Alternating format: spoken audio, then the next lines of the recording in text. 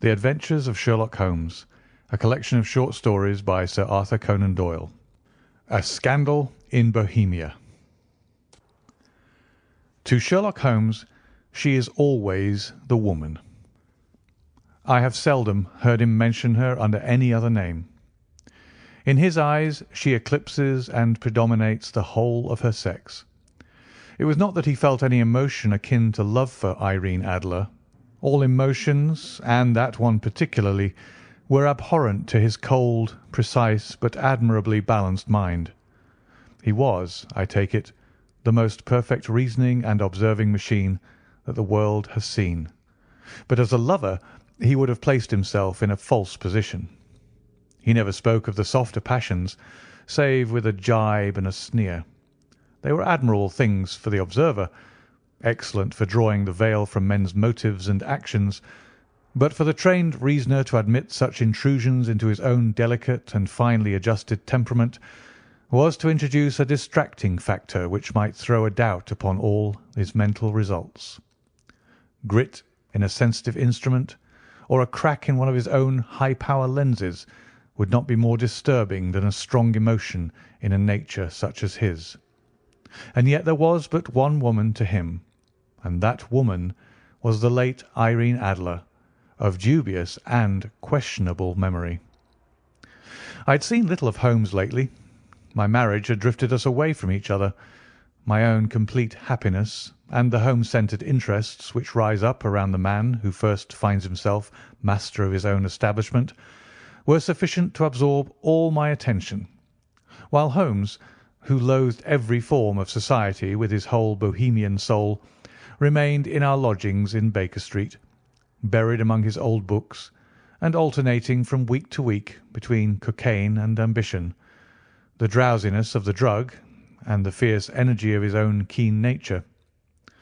He was still as ever deeply attracted by the study of crime, and occupied his immense faculties and extraordinary powers of observation in following out those clues and clearing up those mysteries which had been abandoned as hopeless by the official police.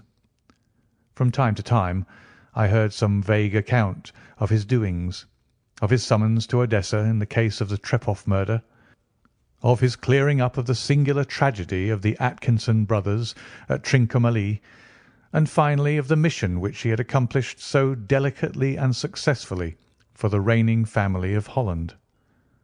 Beyond these signs of his activity, however, which I merely shared with all the readers of the daily press, I knew little of my former friend and companion. One night, it was on the 20th of March, 1888, I was returning from a journey to a patient, for I had now returned to civil practice, when my way led me through Baker Street.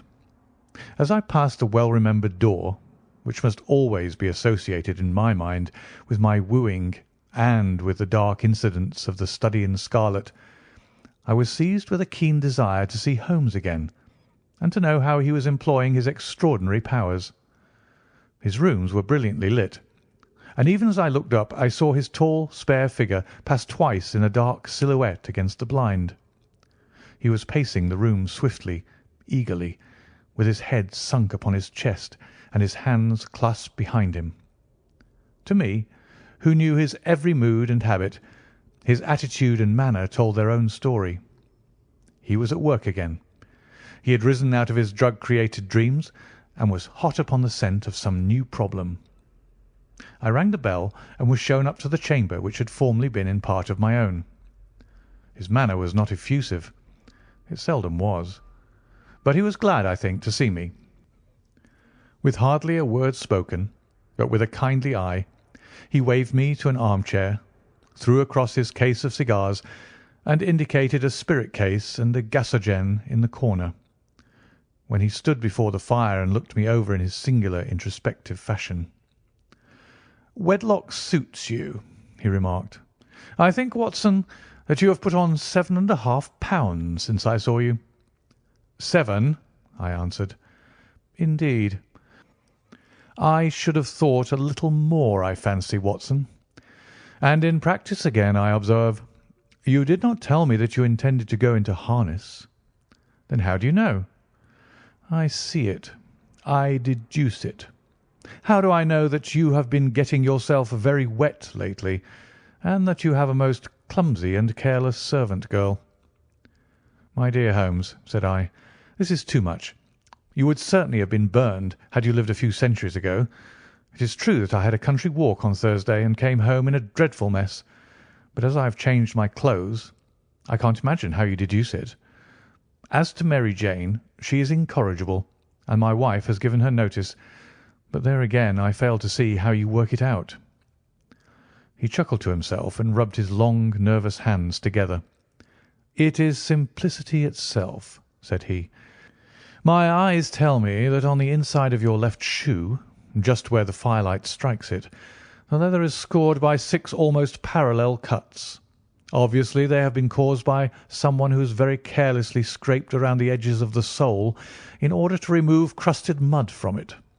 Hence you see my double deduction that you had been out in vile weather, and that you had a particularly malignant boot-slitting specimen of the London slavey. As to your practice, if a gentleman walks into my rooms smelling of iodoform, with a black mark of nitrate of silver upon his right forefinger, and a bulge on the right side of his top hat to show where he has secreted his stethoscope, I must be dull indeed if I do not pronounce him to be an active member of the medical profession." I could not help laughing at the ease with which he explained his process of deduction.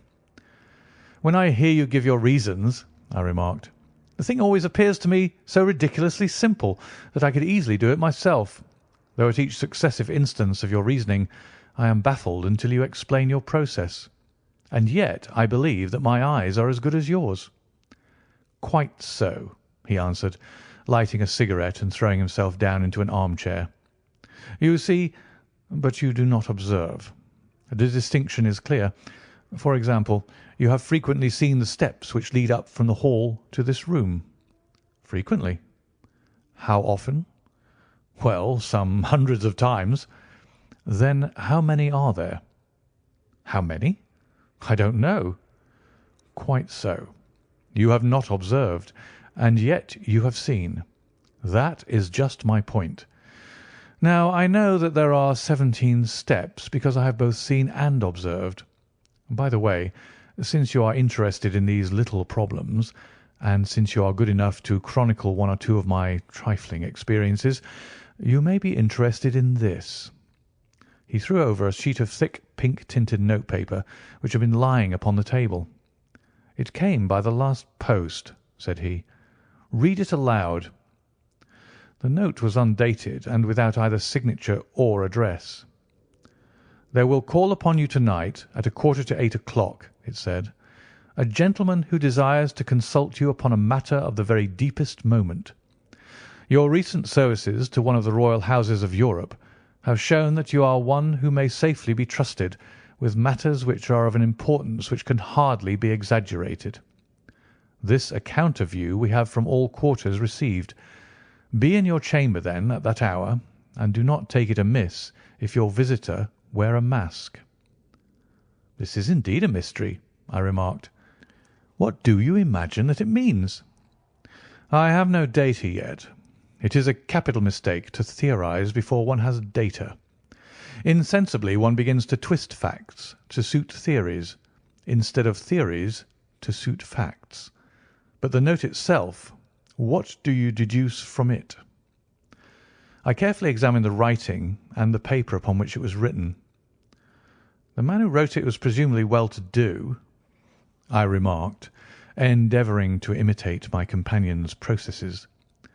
"Such paper could not be bought under £0.50 a packet. It is peculiarly strong and stiff." "Peculiar. That is the very word," said Holmes. "It is not an English paper at all. Hold it up to the light." I did so and saw a large E with a small g, a P and a large G with a small t woven into the texture of the paper. "What do you make of that?" asked Holmes. "The name of the maker, no doubt, or his monogram, rather?" "Not at all.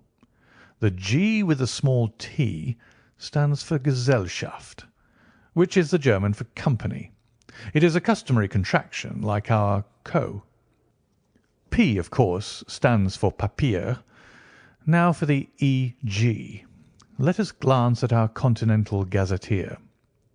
He took down a heavy brown volume from his shelves. Eglo, Eglonitz. Here we are. Egria. It is in a German-speaking country in Bohemia, not far from Carlsbad. Remarkable as being the scene of the death of Wallenstein, and for its numerous glass factories and paper mills. Aha, my boy, what do you make of that? His eyes sparkled, and he sent up a great blue triumphant cloud from his cigarette. The paper was made in Bohemia, I said. Precisely. And the man who wrote the note is a German. Do you note the peculiar construction of the sentence? This account of you we have from all quarters received. A Frenchman or Russian could not have written that. It is the German who is so uncourteous to his verbs. It only remains, therefore, to discover what is wanted by this German who writes upon Bohemian paper and prefers wearing a mask to showing his face. And here he comes, if I am not mistaken, to resolve all our doubts. As he spoke, there was the sharp sound of horses' hoofs and grating wheels against the curb, followed by a sharp pull at the bell. Holmes whistled. "A pair, by the sound," said he. "Yes," he continued, glancing out of the window. "A nice little brougham, and a pair of beauties. 150 guineas apiece. There's money in this case, Watson, if there's nothing else." "I think that I'd better go, Holmes." "Not a bit, Doctor. Stay where you are. I am lost without my Boswell, and this promises to be interesting. It would be a pity to miss it." "But your client?" "Never mind him. I may want your help, and so may he. Here he comes. Sit down in that armchair, Doctor, and give us your best attention." A slow and heavy step, which had been heard upon the stairs and in the passage, paused immediately outside the door. Then there was a loud and authoritative tap. "Come in," said Holmes. A man entered who could hardly have been less than 6 feet 6 inches in height, with the chest and limbs of a Hercules. His dress was rich, with a richness which would, in England, be looked upon as akin to bad taste. Heavy bands of astrakhan were slashed across the sleeves and fronts of his double-breasted coat, while the deep blue cloak, which was thrown over his shoulders, was lined with flame-coloured silk and secured at the neck with a brooch which consists of a single flaming beryl. Boots, which extended half-way up his calves, and which were trimmed at the tops with rich brown fur, completed the impression of barbaric opulence which was suggested by his whole appearance. He carried a broad-brimmed hat in his hand, while he wore across the upper part of his face, extending down past the cheekbones, a black vizard mask, which he had apparently adjusted that very moment, for his hand was still raised to it as he entered. From the lower part of the face he appeared to be a man of strong character, with a thick, hanging lip and a long, straight chin, suggestive of resolution pushed to the length of obstinacy. "You had my note?" he asked with a deep, harsh voice and a strongly marked German accent. "I told you that I would call." He looked from one to the other of us, as if uncertain which to address. "Pray take a seat," said Holmes. "This is my friend and colleague, Dr. Watson, who is occasionally good enough to help me in my cases. Whom have I the honour to address?" "You may address me as the Count von Kramm, a Bohemian nobleman." "I understand that this gentleman, your friend, is a man of honour and discretion, whom I may trust with a matter of most extreme importance. If not, I should much prefer to communicate with you alone." I rose to go, but Holmes caught me by the wrist and pushed me back into my chair. "It is both or none," said he. "You may say before this gentleman anything which you may say to me." The Count shrugged his broad shoulders. "Then I must begin," said he, "by binding you both to absolute secrecy for 2 years, At the end of that time, the matter will be of no importance. At present, it is not too much to say that it is of such weight it may have an influence upon European history." "I promise," said Holmes. "And I." "You will excuse this mask," continued our strange visitor. "The august person who employs me wishes his agent to be unknown to you, and I may confess at once that the title by which I have just called myself is not exactly my own." "I was aware of it," said Holmes dryly. "The circumstances are of great delicacy, and every precaution has to be taken to quench what might grow to be an immense scandal and seriously compromise one of the reigning families of Europe. To speak plainly, the matter implicates the great house of Ormstein, hereditary kings of Bohemia." "I was also aware of that," murmured Holmes, settling himself down in his armchair and closing his eyes. Our visitor glanced with some apparent surprise at the languid, lounging figure of the man who had been no doubt depicted to him as the most incisive reasoner and most energetic agent in Europe. Holmes slowly reopened his eyes and looked impatiently at his gigantic client. "If your Majesty would condescend to state your case," he remarked, "I should be better able to advise you." The man sprang from his chair and paced up and down the room in an uncontrollable agitation. Then, with a gesture of desperation, he tore the mask from his face and hurled it upon the ground. "You are right," he cried. "I am the king. Why should I attempt to conceal it?" "Why, indeed?" murmured Holmes.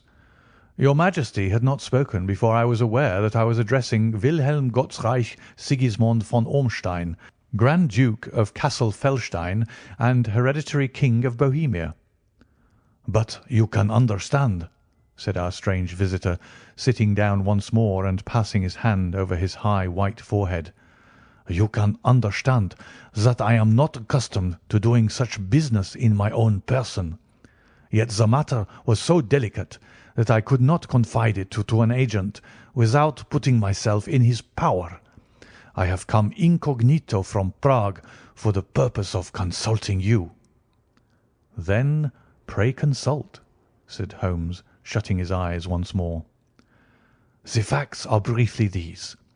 Some 5 years ago, during a lengthy visit to Warsaw, I made the acquaintance of the well-known adventuress Irene Adler. The name is no doubt familiar to you." "Kindly look her up in my index, Doctor," murmured Holmes, without opening his eyes. For many years he had adopted a system of docketing all paragraphs concerning men and things, so that it was difficult to name a subject or a person on which he could not at once furnish information. In this case I found her biography sandwiched in between that of a Hebrew rabbi and that of a staff commander who had written a monograph upon the deep-sea fishes. "Let me see," said Holmes. Born in New Jersey in the year 1858, contralto. La Scala. Prima donna Imperial Opera of Warsaw. Yes. Retired from operatic stage. Ha! Living in London. Quite so. Your Majesty, as I understand, became entangled with this young person, wrote her some compromising letters, and is now desirous of getting those letters back." "Precisely so. But how?" "Was there a secret marriage?" "None." "No legal papers or certificates?" "None." "Then I fail to follow your Majesty. If this young person should produce her letters for blackmailing or other purposes, how is she to prove their authenticity?" "There is the writing." "Poor forgery." "My private notepaper." "Stolen." "My own seal." "Imitated." "My photograph." "Bought." "We were both in the photograph." "Oh dear. That is very bad. Your Majesty has indeed committed an indiscretion." "I was mad, insane." "You have compromised yourself seriously." "I was only Crown Prince then. I was young. I am but 30 now." "It must be recovered." "We have tried and failed." "Your Majesty must pay. It must be bought." "She will not sell." "Stolen, then?" "5 attempts have been made. Twice burglars in my pay ransacked her house. Once we diverted her luggage when she travelled. Twice she has been waylaid. There has been no result." "No sign of it?" "Absolutely none." Holmes laughed. "It is quite a pretty little problem," said he. "But a very serious one to me," returned the King reproachfully. "Very, indeed. And what does she propose to do with the photograph?" "To ruin me." "But how?" "I am about to be married." "So I have heard." "To Clotilde Lothman von Saxe-Meiningen, second daughter of the King of Scandinavia. You may know the strict principles of her family. She is herself the very soul of delicacy. A shadow of a doubt as to my conduct would bring the matter to an end." "And Irene Adler?" "Threatens to send them the photograph. And she will do it. I know that she will do it. You do not know her, but she has a soul of steel. She has the face of the most beautiful of women and the mind of the most resolute of men. Rather than I should marry another woman, there are no lengths to which she would not go. None." "You are sure that she has not sent it yet?"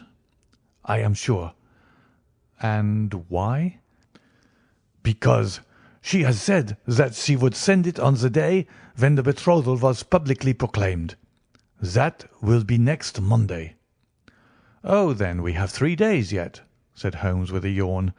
"That's very fortunate, as I have 1 or 2 matters of importance to look into just at present. Your Majesty will, of course, stay in London for the present?" "Certainly. You will find me at the Langham under the name of the Count von Kramm." "Then I shall drop you a line to let you know how we progress." "Pray do so. I shall be all anxiety." "Then, as to money?" "You have carte blanche." "Absolutely?" "I tell you that I would give one of the provinces of my kingdom to have that photograph." "And for present expenses?" The King took a heavy chamois leather bag from under his cloak and laid it on the table. "There are £300 in the gold and 700 in notes," he said. Holmes scribbled a receipt upon a sheet of his notebook and handed it to him. "And mademoiselle's address?" he asked. "Is Briony Lodge, Serpentine Avenue, St. John's Wood." Holmes took a note of it. "One other question," said he. "Was the photograph a cabinet?" "It was." "Then good night, Your Majesty, and I trust that we shall soon have some good news for you.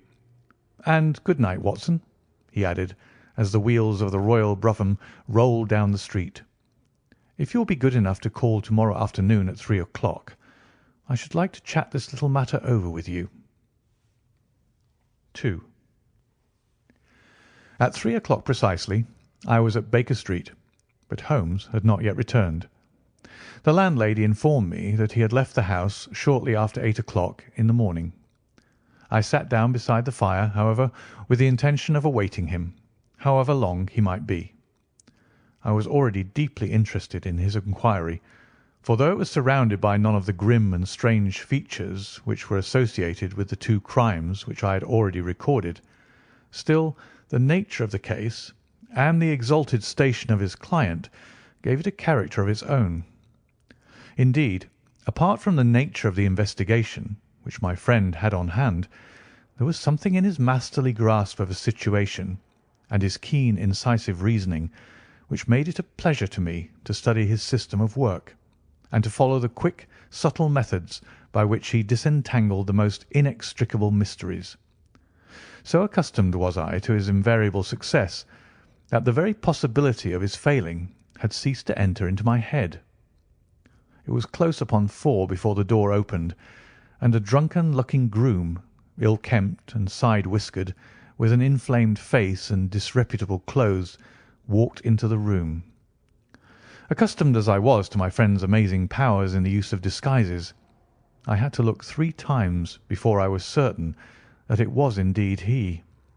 With a nod he vanished into the bedroom, whence he emerged in 5 minutes, tweed-suited and respectable, as of old.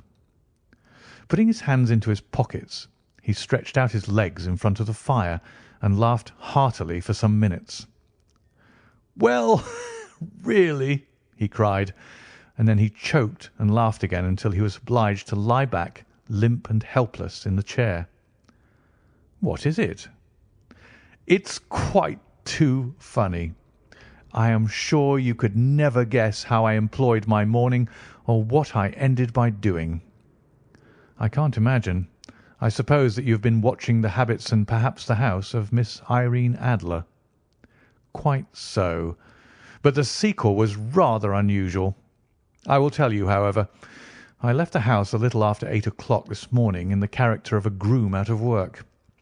There is a wonderful sympathy and freemasonry among horsey men. Be one of them, and you will know all that there is to know. I soon found Briony Lodge. 'Tis a bijou villa with a garden at the back, but built out in front right up to the road, 2 stories.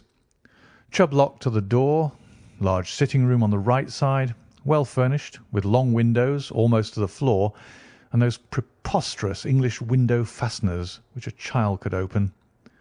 Behind there was nothing remarkable, save that the passage window could be reached from the top of the coach house. I walked round it and examined it closely from every point of view, but without noting anything else of interest. I then lounged down the street and found, as I expected, that there was a mews in a lane which runs down by one wall of the garden. I lent the ostlers a hand in rubbing down their horses, and received in exchange 2d, a glass of half and half, 2 fills of shag tobacco, and as much information as I could desire about Miss Adler, to say nothing of half a dozen other people in the neighbourhood in whom I was not the least interested, but whose biographies I was compelled to listen to. "And what of Irene Adler?" I asked. "Oh, she has turned all the men's heads down in that part. She is the daintiest thing under a bonnet on this planet. So say the Serpentine Mews to a man. She lives quietly, sings at concerts, drives out at 5 every day, and returns at 7 sharp for dinner. Seldom goes out at other times, except when she sings.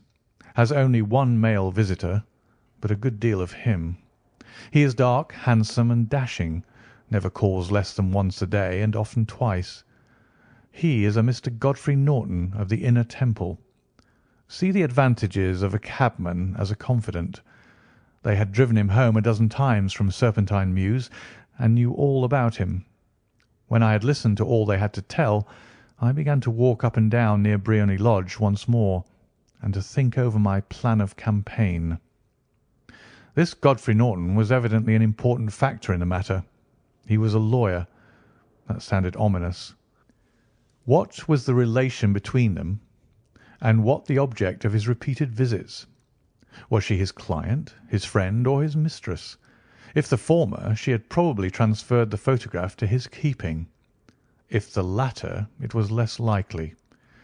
On the issue of this question depended whether I should continue my work at Briony Lodge, or turn my attention to the gentlemen's chambers in the Temple. It was a delicate point, and it widened the field of my inquiry. I fear that I bore you with these details, but I have to let you see my little difficulties if you are to understand the situation. "I am following you closely," I answered. I was still balancing the matter in my mind when a hansom cab drove up to Briony Lodge, and a gentleman sprang out. He was a remarkably handsome man, dark, aquiline, and moustached, evidently the man of whom I had heard. He appeared to be in a great hurry, shouted to the cabman to wait, and brushed past the maid, who opened the door with the air of a man who was thoroughly at home. He was in the house about half an hour, and I could catch glimpses of him in the windows of the sitting-room, pacing up and down, talking excitedly, and waving his arms. Of her I could see nothing. Presently he emerged, looking even more flurried than before. As he stepped up to the cab he pulled a gold watch from his pocket and looked at it earnestly. "Drive like the devil," he shouted. "First to Cross and Hankey's in Regent Street, and then to the Church of St. Monica in Edgware Road. Half a guinea if you do it in 20 minutes." Away they went, and I was just wondering whether I should not do well to follow them when up the lane came a neat little landau, the coachman with his coat only half buttoned and his tie under his ear, while all the tags of his harness were sticking out of the buckles. It hadn't pulled up before she shot out of the hall door and into it. I only caught a glimpse of her at the moment, but she was a lovely woman, with a face that a man might die for. "The Church of St. Monica, John," she cried, "and half a sovereign if you reach it in 20 minutes." This was quite too good to lose, Watson. I was just balancing whether I should run for it or whether I should perch behind her landau when a cab came through the street. The driver looked twice at such a shabby fare, but I jumped in before he could object. "The Church of St. Monica," said I, "and half a sovereign if you reach it in 20 minutes." It was 25 minutes to 12, and of course it was clear enough what was in the wind. My cabby drove fast. I don't think I ever drove faster, but the others were there before us. The cab and the landau with their steaming horses were in front of the door when I arrived. I paid the man and hurried into the church. There was not a soul there save the two whom I had followed and a surpliced clergyman who seemed to be expostulating with them. They were all three standing in a knot in front of the altar. I lounged up the side aisle like any other idler who has dropped into a church. Suddenly, to my surprise, the three at the altar faced round to me, and Godfrey Norton came running as hard as he could towards me. "Thank God!" he cried. "You'll do. Come, come." "What then?" I asked. "Come, man, come. Only 3 minutes, or it won't be legal." I was half dragged up to the altar, and before I knew where I was, I found myself mumbling responses which were whispered in my ear, and vouching for things of which I knew nothing, and generally assisting in the secure tying up of Irene Adler, spinster, to Godfrey Norton, bachelor. It was all done in an instant, and there was the gentleman thanking me on the one side, and the lady on the other, while the clergyman beamed on me in front. It was the most preposterous position in which I have ever found myself in my life, and it was the thought of it that started me laughing just now. It seems that there had been some informality about their licence, that the clergyman absolutely refused to marry them without a witness of some sort, and that my lucky appearance saved the bridegroom from having to sally out into the streets in search of a best man. The bride gave me a sovereign, and I mean to wear it on my watch chain in memory of the occasion. "This is a very unexpected turn of affairs," said I. "And what then?" "Well, I found my plans were seriously menaced. It looked as if the pair might take an immediate departure, and so necessitate very prompt and energetic measures on my part. At the church door, however, they separated, he driving back to the Temple, and she to her own house. "I shall drive out in the park at 5 as usual," she said as she left him. I heard no more. They drove away in different directions, and I went off to make my own arrangements. "Which are?" "Some cold beef and a glass of beer," he answered, ringing the bell. "I have been too busy to think of food, and I am likely to be busier still this evening. By the way, Doctor, I shall want your cooperation." "I shall be delighted." "You don't mind breaking the law?" "Not in the least." "Nor running a chance of arrest?" "Not in a good cause." "Oh, the cause is excellent." "Then I am your man." "I was sure that I might rely on you." "But what is it you wish?" "When Mrs. Turner has brought in the tray I will make it clear to you. Now," he said, as he turned hungrily on the simple fare that our landlady had provided, "I must discuss it while I eat, for I have not much time. It is nearly 5 now. In 2 hours we must be on the scene of action. Miss Irene, or Madam, rather, returns from her drive at 7. We must be at Briony Lodge to meet her." "And what then?" "You must leave that to me. I have already arranged what is to occur. There is only one point on which I must insist. You must not interfere. Come what may, you understand." I am to be neutral? To do nothing whatever. There will probably be some small unpleasantness. Do not join in it. It will end in my being conveyed into the house. 4 or 5 minutes afterwards the sitting-room window will open. You are to station yourself close to that open window. Yes. You are to watch me, for I will be visible to you. Yes. And when I raise my hand, so, you will throw into the room what I give you to throw, and will at the same time raise the cry of fire. You quite follow me? Entirely. It is nothing very formidable, he said, taking a long cigar-shaped roll from his pocket. It is an ordinary plumber's smoke rocket, fitted with a cap at either end to make it self-lighting. Your task is confined to that. When you raise your cry of fire, it will be taken up by quite a number of people. You may then walk to the end of the street, and I will rejoin you in 10 minutes. I hope that I have made myself clear. I am to remain neutral, to get near the window, to watch you, and at the signal to throw in this object, then to raise the cry of fire, and to wait you at the corner of the street. Precisely. Then you may entirely rely on me. That is excellent. I think, perhaps, it is almost time that I prepare for the new role I have to play. He disappeared into his bedroom and returned in a few minutes in the character of an amiable and simple-minded nonconformist clergyman. His broad black hat, his baggy trousers, his white tie, his sympathetic smile, and general look of peering and benevolent curiosity was such as Mr. John Hare alone could have equalled. It was not merely that Holmes changed his costume. His expression, his manner, his very soul seemed to vary with every fresh part that he assumed. The stage lost a fine actor, even as science lost an acute reasoner when he became a specialist in crime. It was 6:15 when we left Baker Street, and it still wanted 10 minutes to the hour when we found ourselves in Serpentine Avenue. It was already dusk, and the lamps were just being lighted as we paced up and down in front of Briony Lodge, waiting for the coming of its occupant. The house was just such as I had pictured it from Sherlock Holmes' succinct description, but the locality appeared to be less private than I expected. On the contrary, for a small street in a quiet neighbourhood, it was remarkably animated.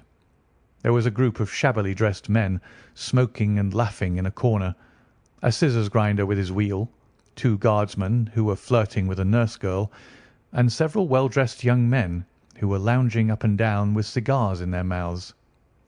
"You see," remarked Holmes, as we paced to and fro in front of the house, "this marriage rather simplifies matters. The photograph becomes a double-edged weapon now.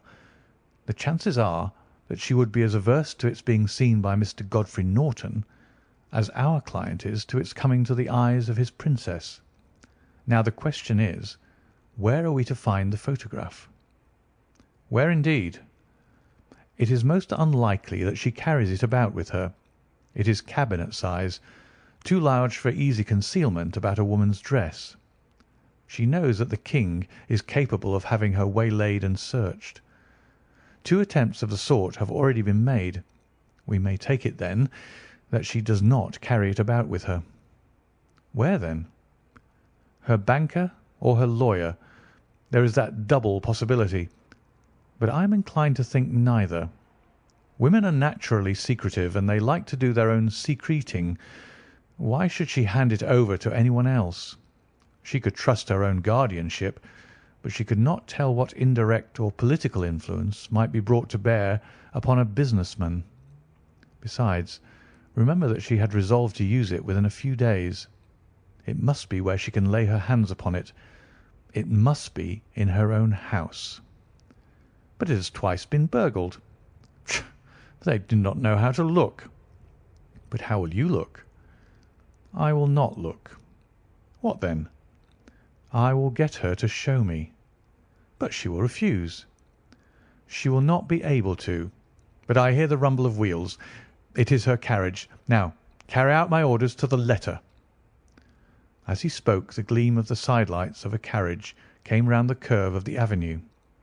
It was a smart little landau, which rattled up to the door of Briony Lodge. As it pulled up, one of the loafing men at the corner dashed forward to open the door in the hope of earning a copper, but was elbowed away by another loafer who had rushed up with the same intention. A fierce quarrel broke out, which was increased by the two guardsmen who took sides with one of the loungers and by the scissors grinder who was equally hot upon the other side. A blow was struck, and in an instant the lady who had stepped from her carriage was the centre of a little knot of flushed and struggling men who struck savagely at each other with their fists and sticks. Holmes dashed into the crowd to protect the lady, but just as he reached her, he gave a cry and dropped to the ground with the blood running freely down his face. At his fall, the guardsmen took to their heels in one direction and the loungers in the other, while a number of better-dressed people, who had watched the scuffle without taking part in it, crowded in to help the lady and to attend to the injured man. Irene Adler, as I will still call her, had hurried up the steps, but she stood at the top with her superb figure outlined against the lights of the hall, looking back into the street. "Is the poor gentleman much hurt?" she asked. "He is dead," cried several voices. "No, no, there's life in him," shouted another. "But he'll be gone before you can get him to hospital." "He's a brave fellow," said a woman. "They would have had the lady's purse and watch if it hadn't been for him. They were a gang, and a rough one, too. Ah, he's breathing now." "He can't lie in the street. May we bring him in, ma'am?" "Surely. Bring him into the sitting-room. There's a comfortable sofa. This way, please." Slowly and solemnly he was borne into Briony Lodge and laid out in the principal room, while I still observed the proceedings from my post by the window. The lamps had been lit, but the blinds had not been drawn, so that I could see Holmes as he lay upon the couch. I do not know whether he was seized with compunction at that point for the part he was playing, but I know that I never felt more heartily ashamed of myself in my life than when I saw the beautiful creature against whom I was conspiring, or the grace and kindliness with which she waited upon the injured man. And yet it would be the blackest treachery to Holmes to draw back now from the part which he had entrusted to me. I hardened my heart and took the smoke rocket from under my ulster. After all, I thought, we're not injuring her. We are but preventing her from injuring another. Holmes had sat upon the coach, and I saw him motion like a man who is in need of air. A maid rushed across and threw open the window. At the same instant I saw him raise his hand, and at the signal I tossed my rocket into the room with a cry of "Fire!" The word was no sooner out of my mouth than the whole crowd of spectators, well dressed and ill, gentlemen, ostlers, and servant maids, joined in a general shriek of "Fire!" Thick clouds of smoke curled through the room and out at the open window. I caught a glimpse of rushing figures, and a moment later the voice of Holmes from within, assuring them that it was a false alarm. Slipping through the shouting crowd, I made my way to the corner of the street, and in 10 minutes was rejoiced to find my friend's arm in mine and to get away from the scene of uproar. He walked swiftly and in silence for some few minutes, until we had turned down one of the quiet streets which led towards the Edgware Road. "You did it very nicely, Doctor," he remarked. "Nothing could have been better. It is all right." "You have the photograph?" "I know where it is." "And how did you find out?" "She showed me, as I told you she would." "I'm still in the dark." "I do not wish to make a mystery," said he, laughing. "The matter was perfectly simple.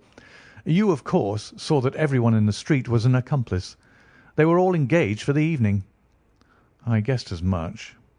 "Then, when the row broke out, I had a little moist red paint in the palm of my hand. I rushed forward, fell down, clapped my hand to my face, and became a piteous spectacle. It is an old trick." "That also I could fathom." "Then they carried me in. She was bound to have me in. What else could she do? And into her sitting-room, which was the very room which I suspected. It lay between that and her bedroom, and I was determined to see which. They laid me on a couch. I motioned for air. They were compelled to open the window, and you had your chance." How did that help you?" "It was all important. When a woman thinks that her house is on fire, her instinct is at once to rush to the thing which she values most. It is a perfectly overpowering impulse, and I have more than once taken advantage of it. In the case of the Darlington substitution scandal, it was of use to me, and also in the Arnsworth Castle business. A married woman grabs at her baby, an unmarried one reaches for her jewel box. Now it was clear to me that our lady of to-day had nothing in the house more precious to her than what we are in quest of. She would rush to secure it. The alarm of fire was admirably done. The smoke and shouting were enough to shake nerves of steel. She responded beautifully. The photograph is in a recess behind a sliding panel just above the right bell pull. She was there in an instant, and I caught a glimpse of it as she half drew it out.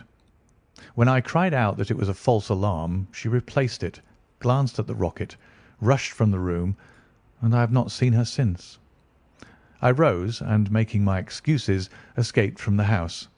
I hesitated whether to attempt to secure the photograph at once, but the coachman had come in, and as he was watching me narrowly, it seemed safer to wait.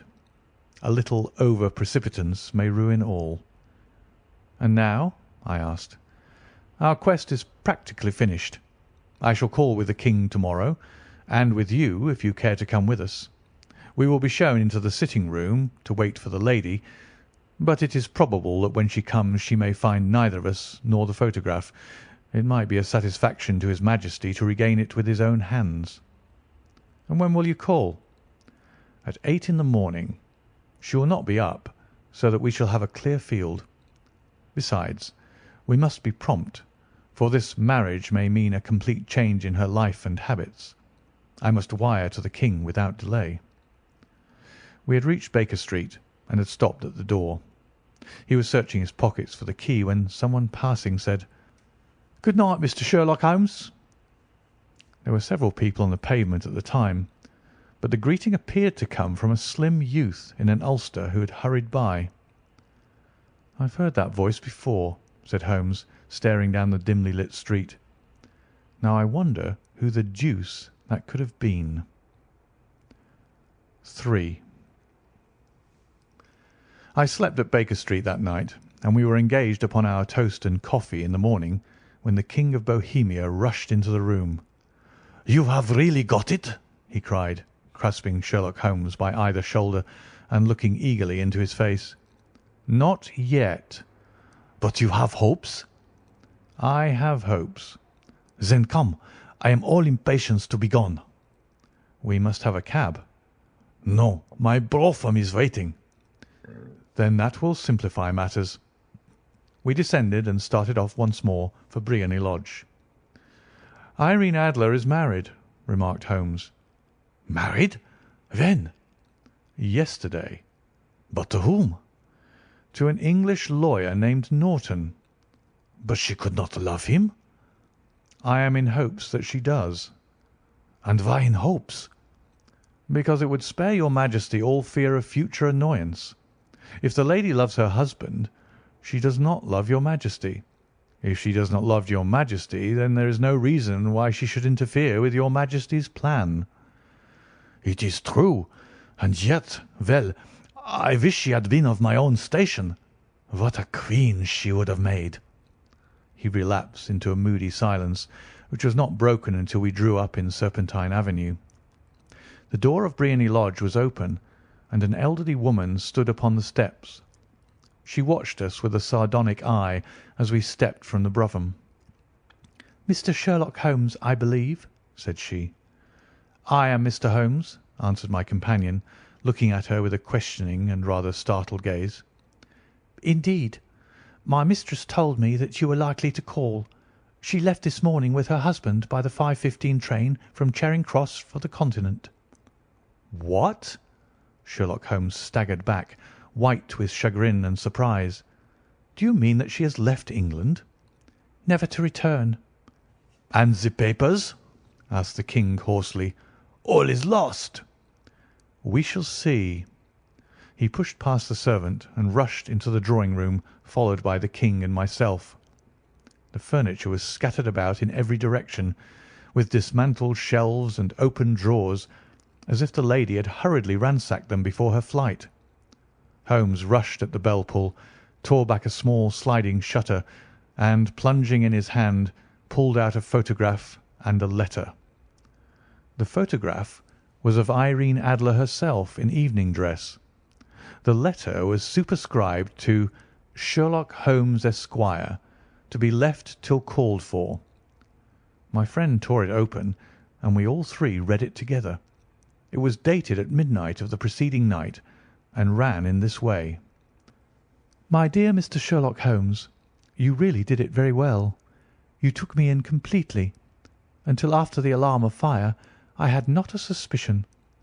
But then, when I found how I had betrayed myself, I began to think. I had been warned against you months ago. I had been told that if the King employed an agent it would certainly be you, and your address had been given to me. Yet with all this you made me reveal what you wanted to know. Even after I became suspicious, I found it hard to think evil of such a dear, kind old clergyman. But you know, I have been trained as an actress myself. Male costume is nothing new to me. I often take advantage of the freedom which it gives. I sent John the coachman to watch you, ran upstairs, got into my walking clothes, as I call them, and came down just as you departed. Well, I followed you to your door, and so made sure that I was really an object of interest to the celebrated Mr. Sherlock Holmes. Then I rather imprudently wished you good night, and started for the Temple to see my husband. We both thought the best resource was flight, when pursued by so formidable an antagonist, so you will find the nest empty when you call to-morrow. As to the photograph, your client may rest in peace. I love and am loved by a better man than he. The King may do what he will without hindrance from one whom he has cruelly wronged. I keep it only to safeguard myself, and to preserve a weapon which will always secure me from any steps which he might take in the future. I leave a photograph which he might care to possess, and I remain, dear Mr. Sherlock Holmes, very truly yours, Irene Norton, née Adler." "What a woman! Oh, what a woman!" cried the King of Bohemia, when we had all three read this epistle. "Did I not tell you how quick and resolute she was? Would she not have made an admirable queen? Is it not a pity that she was not on my level?" "From what I have seen of the lady, she seems, indeed, to be on a very different level to your Majesty," said Holmes coldly. "I am sorry that I have not been able to bring your Majesty's business to a more successful conclusion." "On the contrary, my dear sir," cried the King, "nothing could be more successful. I know that her word is inviolate. The photograph is now as safe as if it were in the fire." "I am glad to hear your Majesty say so." "I am immensely indebted to you. Pray tell me in what way I can reward you. This ring?" He slipped an emerald snake ring from his finger and held it out upon the palm of his hand. "Your Majesty has something which I should value even more highly," said Holmes. "You have but to name it." "This photograph." The King stared at him in amazement. "Irene's photograph?" he cried. "Certainly, if you wish it." "I thank you, your Majesty. Then there is no more to be done in the matter. I have the honour to wish you a very good morning." He bowed, and turning away without observing the hand which the King had stretched out to him, he set off in my company for his chambers. And that was how a great scandal threatened to affect the kingdom of Bohemia, and how the best plans of Mr. Sherlock Holmes were beaten by a woman's wit. He used to make merry over the cleverness of women, but I have not heard him do it of late, and when he speaks of Irene Adler, or when he refers to her photograph, it is always under the honourable title of the woman. End of A Scandal in Bohemia.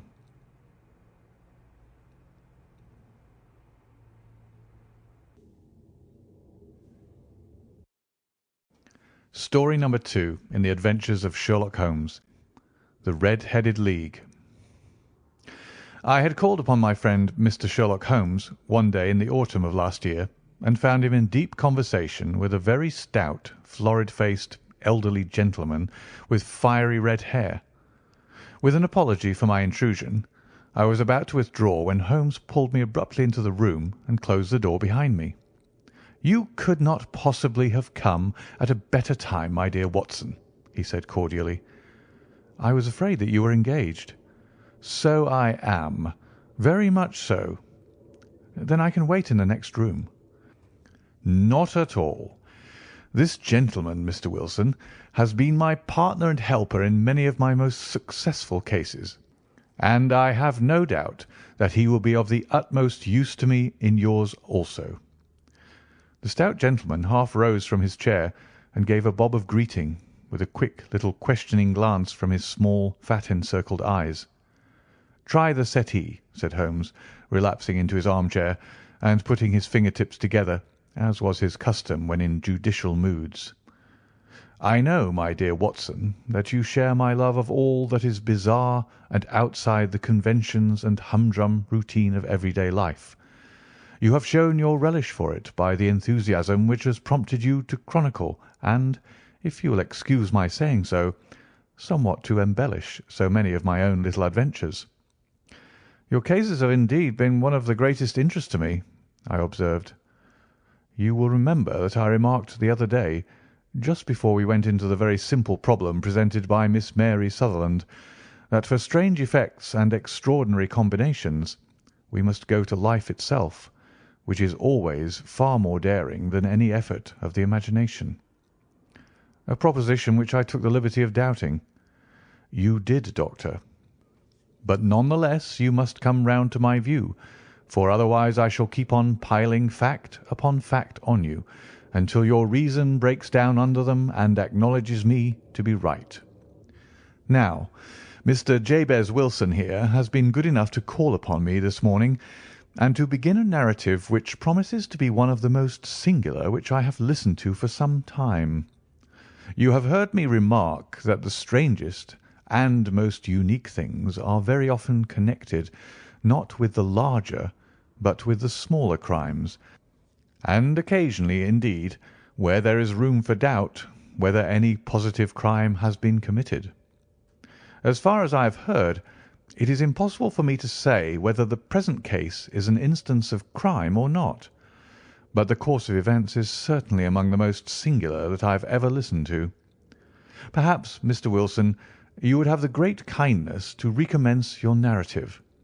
I ask you not merely because my friend Dr. Watson has not heard the opening part, but also because the peculiar nature of the story makes me anxious to have every possible detail from your lips. As a rule, when I have heard some slight indication of the course of events, I am able to guide myself by the thousands of other similar cases which occur to my memory.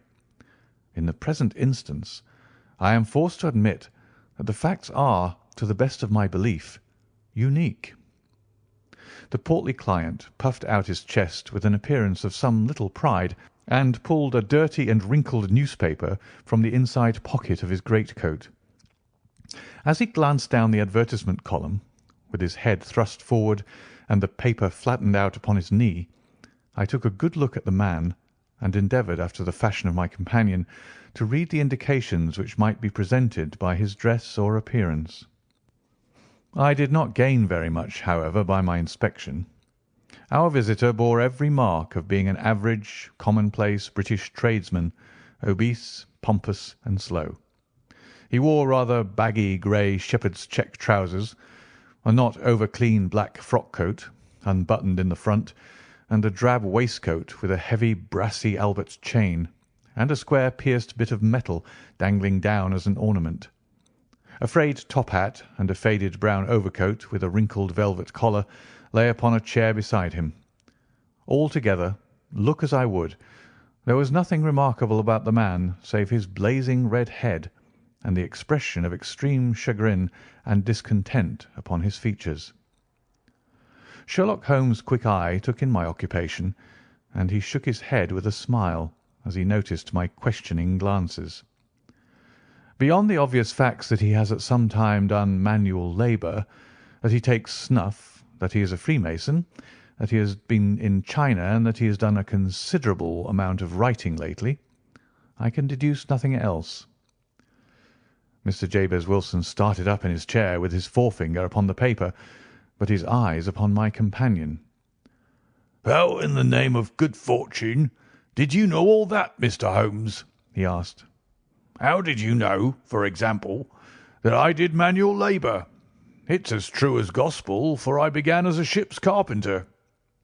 "Your hands, my dear sir. Your right hand is quite a size larger than your left. You have worked with it, and the muscles are more developed." "Well, the snuff, then, and the Freemasonry." "I won't insult your intelligence by telling you how I read that, especially as, rather against the strict rules of your order, you use an arc and compass breastpin." "Ah, of course, I forgot that. But the writing?" "What else can be indicated by that right cuff, so very shiny for 5 inches, and the left one with the smooth patch near the elbow, where you rest it upon the desk?" "Well, but China?" "The fish that you have tattooed immediately above your right wrist could only have been done in China. I have made a small study of tattoo marks, and have even contributed to the literature of the subject. That trick of staining the fish's scales of a delicate pink is quite peculiar to China. When, in addition, I see a Chinese coin hanging from your watch chain, the matter becomes even more simple." Mr. Jabez Wilson laughed heavily. "Ha, ha! Well, I never!" said he. "I thought at first that you had done something clever, but I see that there was nothing in it after all." "I begin to think, Watson," said Holmes, "that I make a mistake in explaining. Omne ignotum pro magnifico, you know, and my poor little reputation, such as it is, will suffer shipwreck if I am so candid. Can you not find the advertisement, Mr. Wilson?" Yes, I have got it now," he answered with his thick red finger planted halfway down the column. "Here it is. This is what began it all. You just read it for yourself, sir." I took the paper from him and read as follows: "To the Red-Headed League. On account of the bequest of the late Ezekiah Hopkins of Lebanon, Pennsylvania, USA, there is now another vacancy open which entitles a member of the League to a salary of £4 a week for purely nominal services. All red-headed men who are sound in body and mind and above the age of 21 years are eligible. Apply in person on Monday at 11 o'clock to Duncan Ross at the offices of the League, 7 Pope's Court, Fleet Street." "What on earth does this mean?" I ejaculated, after I had twice read over the extraordinary announcement. Holmes chuckled and wriggled in his chair, as was his habit when in high spirits. "It is a little off the beaten track, isn't it?" said he. "And now, Mr. Wilson, off you go at scratch and tell us all about yourself, your household, and the effect which this advertisement had upon your fortunes. You will first make a note, Doctor, of the paper and the date." "It is the Morning Chronicle of April 27th, 1890. Just 2 months ago." "Very good. Now, Mr. Wilson?" "Well, it is just as I've been telling you, Mr. Sherlock Holmes," said Jabez Wilson, mopping his forehead. "I have a small pawnbroker's business at Coburg Square, near the sea. It's not a very large affair, and of late years it has not done more than just give me a living. I used to be able to keep 2 assistants, but now I only keep 1, and I would have a job to pay him, but that he is willing to come for half wages so as to learn the business." "What is the name of this obliging youth?" asked Sherlock Holmes. "His name is Vincent Spaulding, and he's not such a youth either. It's hard to say his age. I should not wish a smarter assistant, Mr. Holmes, and I know very well that he could better himself and earn twice what I'm able to give him. But after all, if he is satisfied, why should I put ideas in his head?" "Why, indeed? You seem most fortunate in having an employee who comes under the full market price. It is not a common experience among employers in this age. I don't know that your assistant is not as remarkable as your advertisement." "Oh, he has his faults too," said Mr. Wilson. "Never was such a fellow for photography. Snapping away with a camera when he ought to be improving his mind, and then diving down into the cellar like a rabbit into its hole to develop his pictures. That is his main fault, but on the whole he's a good worker. There's no vice in him." "He is still with you, I presume?" "Yes, sir. He and a girl of 14 who does a bit of simple cooking and keeps the place clean. That's all I have in the house, for I am a widower and never had any family. We live very quietly, sir, the three of us, and we keep a roof over our heads and pay our debts, if we do nothing more. The first thing that put us out was that advertisement. Spaulding, he came down into the office just this day, 8 weeks, with this very paper in his hand, and he says, 'I wish to the Lord, Mr. Wilson, that I was a red-headed man.' 'Why that?' I asks. 'Why,' says he, 'here's another vacancy on the League of the Red-Headed Men. It's worth quite a little fortune to any man who gets it, and I understand that there are more vacancies than there are men, so that the trustees are at their wits' end what to do with the money. If my hair would only change colour, there's a nice little crib all ready for me to step into.' 'Why, what is it then?' I asked. 'You see, Mr. Holmes, I'm a very stay-at-home man, and as my business came to me instead of my having to go to it, I was often weeks on end without putting my foot over the door-mat. In that way, I didn't know much of what was going on outside, and I was always glad of a bit of news.' 'Have you never heard of the League of the Red-Headed Men?' he asked with his eyes open. "'Never. Why, I wonder at that, for you are eligible yourself for one of the vacancies.' 'And what are they worth?' I asked. "'Oh, merely a couple of hundred a year, but the work is slight, and it need not interfere very much with one's other occupations.' Well, you can easily think that that made me prick up my ears, for the business has not been over good for some years, and an extra couple of hundred would have been very handy. "'Tell me all about it,' said I.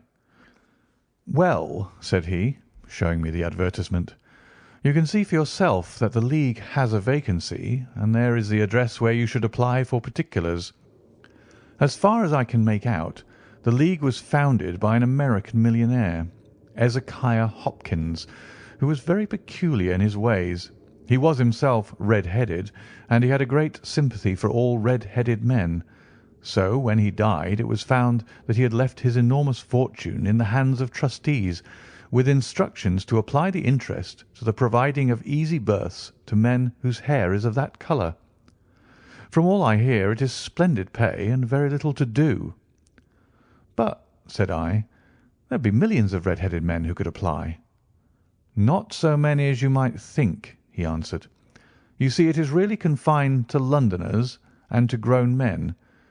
This American had started from London when he was young, and he wanted to do the old town a good turn. Then again, I have heard it is no use your applying if your hair is light red or dark red or anything but real, bright, blazing, fiery red. Now, if you cared to apply, Mr. Wilson, you would just walk in, but perhaps it would hardly be worth your while to put yourself out of the way for the sake of a few £100. Now, it is a fact, gentlemen, as you may see for yourselves, that my hair is of a very full and rich tint, so that it seemed to me that if there was to be any competition in the matter, I stood as good a chance as any man that I had ever met. Vincent Spaulding seemed to know so much about it that I thought he might prove useful. So I just ordered him to put up the shutters for the day and to come right away with me. He was very willing to have a holiday, so we shut the business up and started off for the address that was given us in the advertisement. I never hope to see such a sight as that again, Mr. Holmes, From north, south, east, and west, every man who had a shade of red in his hair had tramped into the city to answer the advertisement. Fleet Street was choked with red-headed folk, and Pope's Court looked like a coster's orange barrow. I should not have thought there were so many in the whole country as were brought together by that single advertisement. Every shade of colour they were: straw, lemon, orange, brick, Irish setter, liver, clay. But, as Spaulding said, there were not many who had the real vivid flame-coloured tint. When I saw how many were waiting, I would have given it up in despair, but Spaulding would not hear of it. How he did it I could not imagine, but he pushed and pulled and butted until he got me through the crowd and right up to the steps which led to the office. There was a double stream upon the stair, some going up in hope and some coming back dejected. But we wedged in as well as we could, and soon found ourselves in the office. "Your experience has been a most entertaining one," remarked Holmes as his client paused and refreshed his memory with a huge pinch of snuff. "Pray continue your very interesting statement." There was nothing in the office but a couple of wooden chairs and a deal table, behind which sat a small man with a head that was even redder than mine. He said a few words to each candidate as he came up, and then he always managed to find some fault in them which would disqualify them. Getting a vacancy did not seem to be such a very easy matter after all. However, when our turn came, the little man was much more favourable to me than to any of the others, and he closed the door as we entered, so that he might have a private word with us. "This is Mr. Jabez Wilson," said my assistant. "and he is willing to fill in a vacancy in the League." "And he is admirably suited for it," the other answered. "He has every requirement. I cannot recall when I have seen anything so fine." He took a step backward, cocked his head on one side, and gazed at my hair until I felt quite bashful. Then suddenly he plunged forward, wrung my hand, and congratulated me warmly on my success. "It would be injustice to hesitate," said he. "You will, however, I am sure, excuse me for taking an obvious precaution." With that he seized my hair in both his hands and tugged until I yelled with the pain. "There is water in your eyes," said he as he released me. "I perceive that all is as it should be, but we have to be careful, for we have twice been deceived by wigs and once by paint. I could tell you tales of cobbler's wax which would disgust you with human nature." He stepped over to the window and shouted through it at the top of his voice that the vacancy was filled.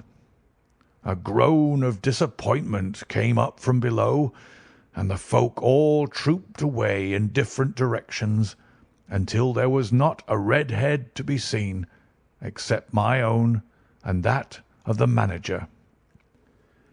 "My name," said he, "is Mr. Duncan Ross, and I am myself one of the pensioners upon the fund left by our noble benefactor. Are you a married man, Mr. Wilson? Have you a family?" I answered that I had not. His face fell immediately. "Dear me," he said gravely, "that is very serious indeed. I am sorry to hear you say that. The fund was, of course, for the propagation and spread of the red heads as well as for their maintenance. It is exceedingly unfortunate that you should be a bachelor." My face lengthened at this, Mr. Holmes, for I thought that I was not to have the vacancy after all.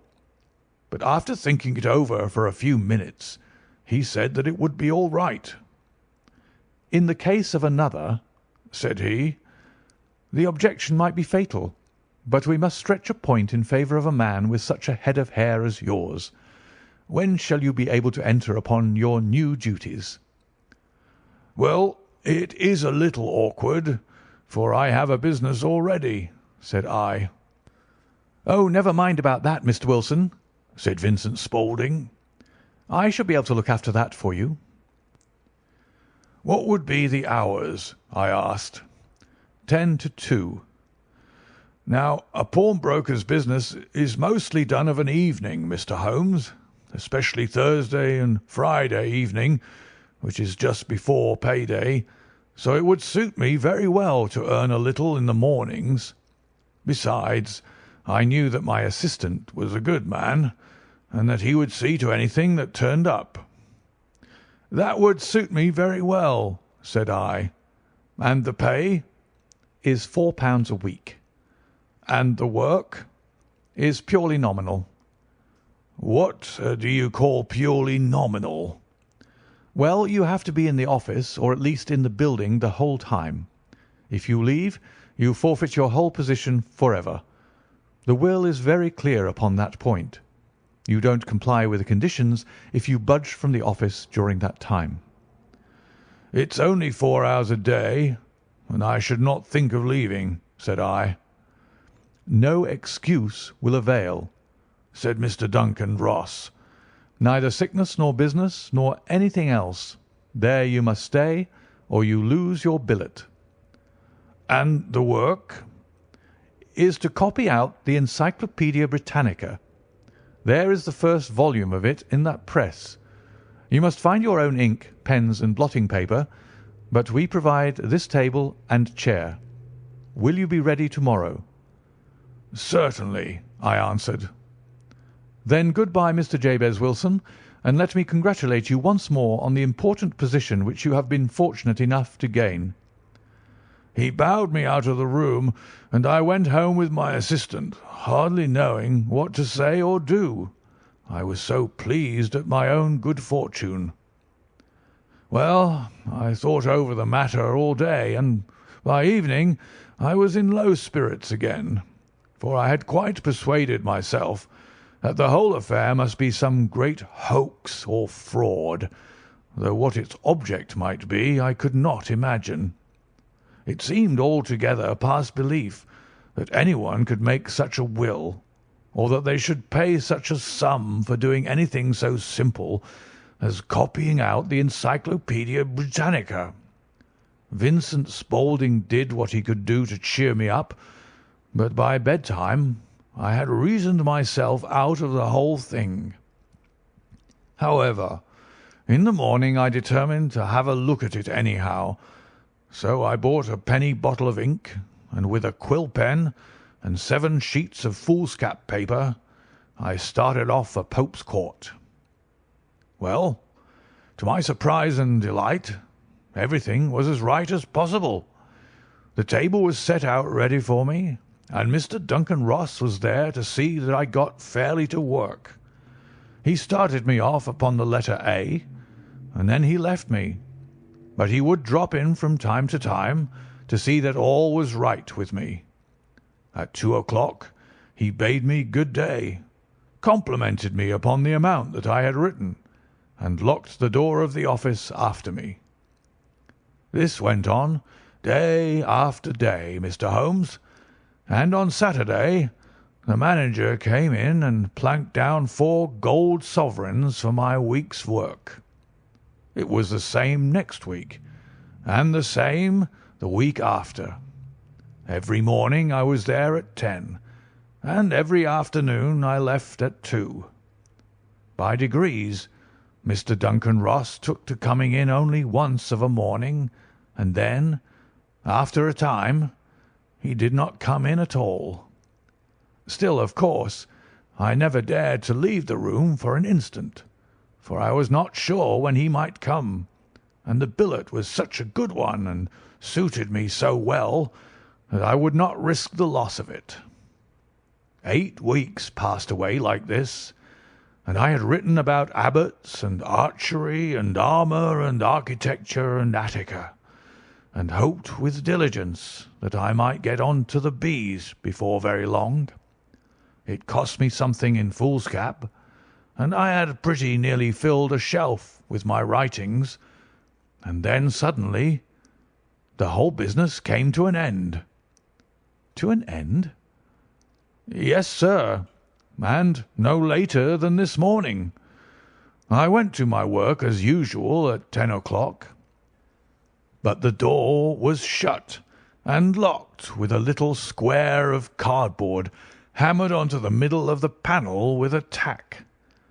Here it is, and you can read for yourself." He held up a piece of white cardboard about the size of a sheet of notepaper.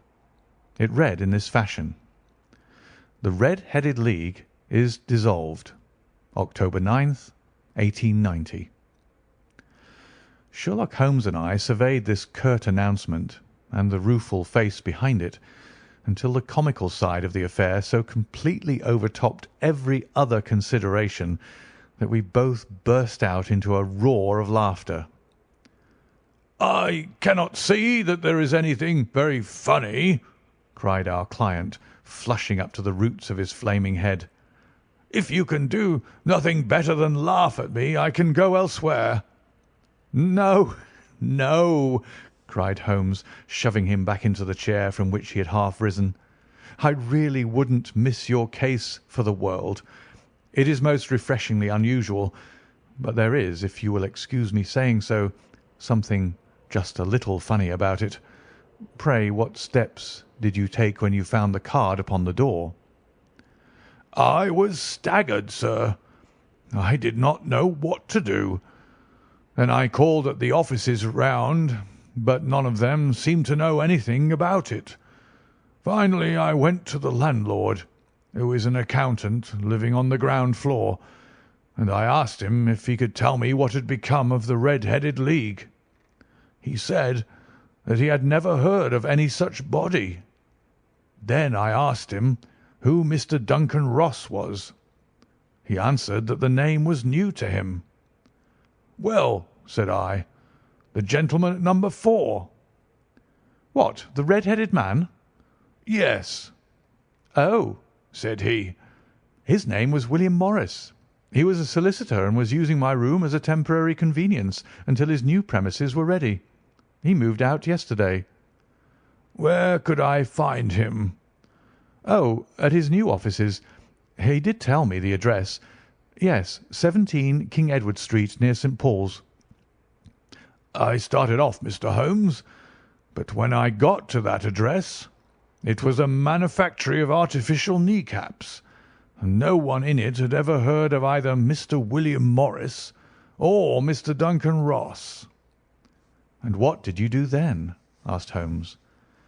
"I went home to Saxe Coburg Square, and I took the advice of my assistant. But he could not help me in any way. He could only say that if I waited I should hear by post. But that was not quite good enough, Mr. Holmes. I did not wish to lose such a place without a struggle. So, as I had heard that you were good enough to give advice to poor folk who were in need of it, I came right away to you." "And you did very wisely," said Holmes. "Your case is an exceedingly remarkable one, and I shall be happy to look into it. From what you have told me, I think that it is possible that graver issues hang from it than might at first sight appear." "Grave enough," said Mr. Jabez Wilson.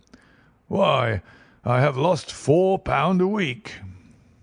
"As far as you are personally concerned," remarked Holmes, "I do not see that you have any grievance against this extraordinary league.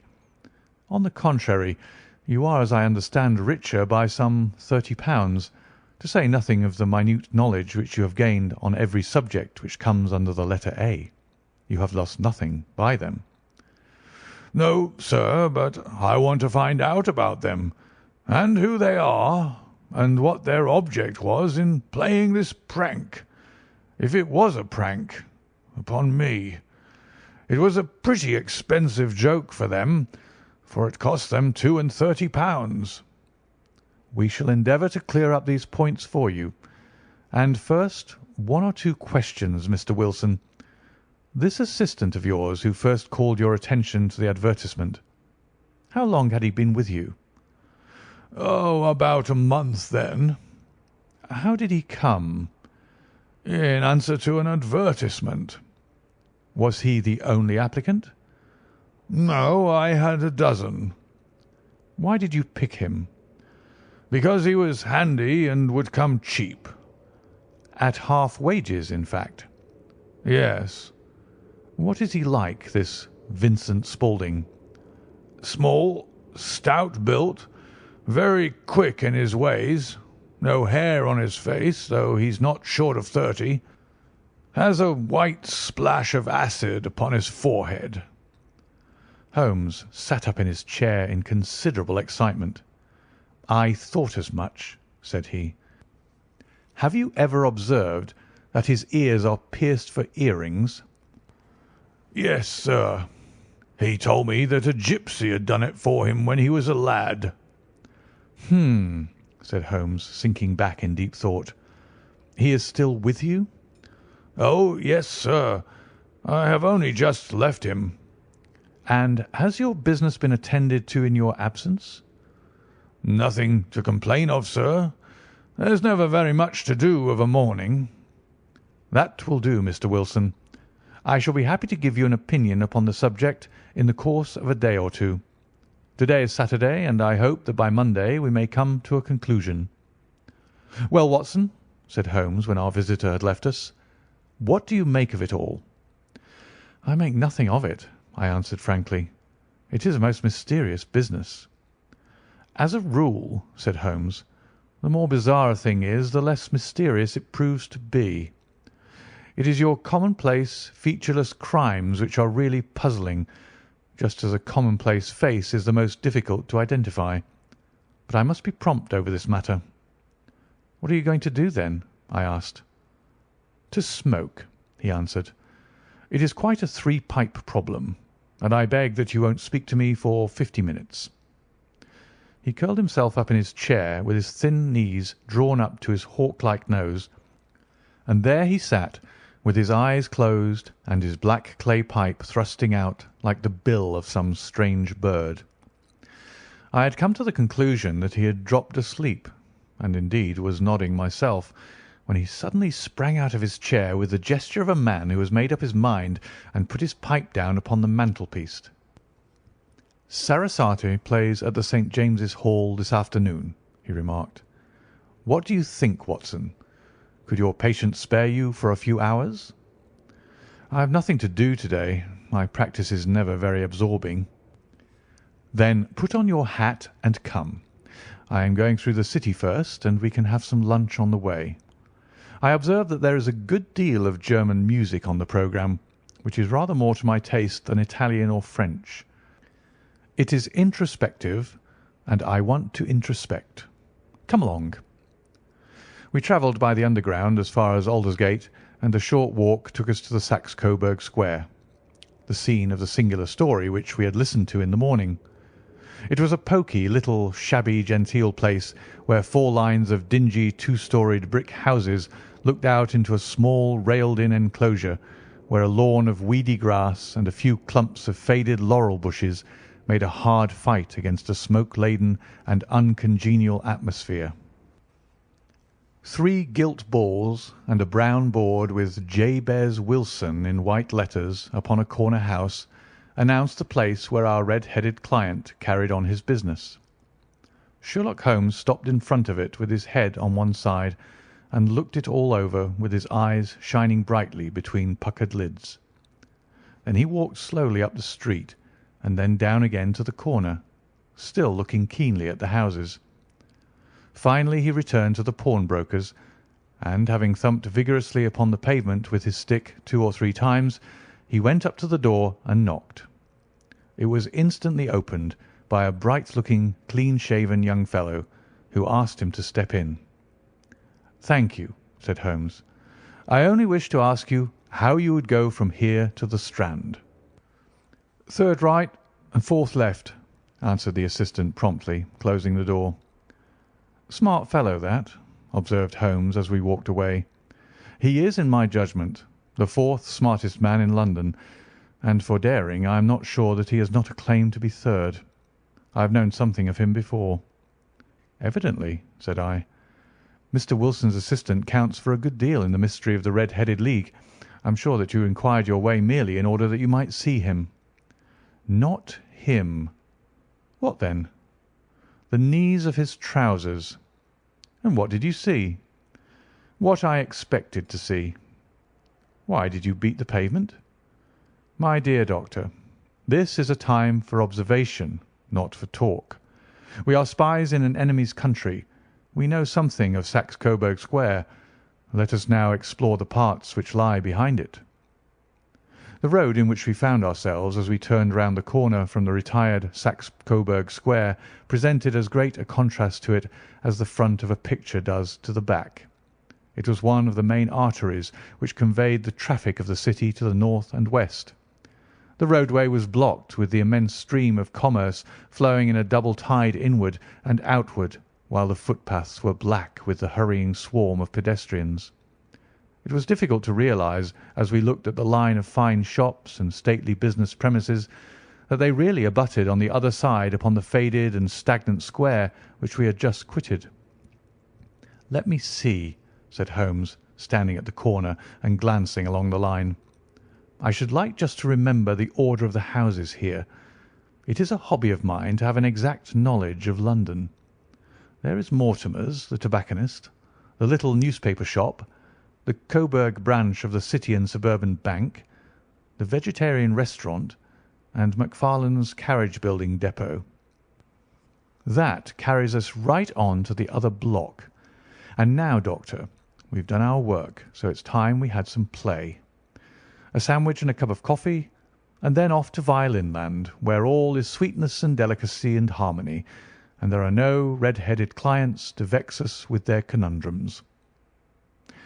My friend was an enthusiastic musician, being himself not only a very capable performer, but a composer of no ordinary merit. All the afternoon he sat in the stalls, wrapped in the most perfect happiness, gently waving his long, thin fingers in time to the music, while his gently smiling face and his languid, dreamy eyes were as unlike those of Holmes the sleuth-hound, Holmes the relentless, keen-witted, ready-handed criminal agent, as it was possible to conceive.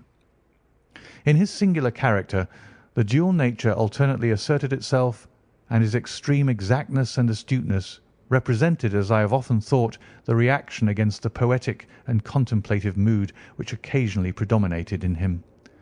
The swing of his nature took him from extreme languor to devouring energy, and, as I knew well, he was never so truly formidable as when, for days on end, he had been lounging in his armchair amid his improvisations and his black-letter editions.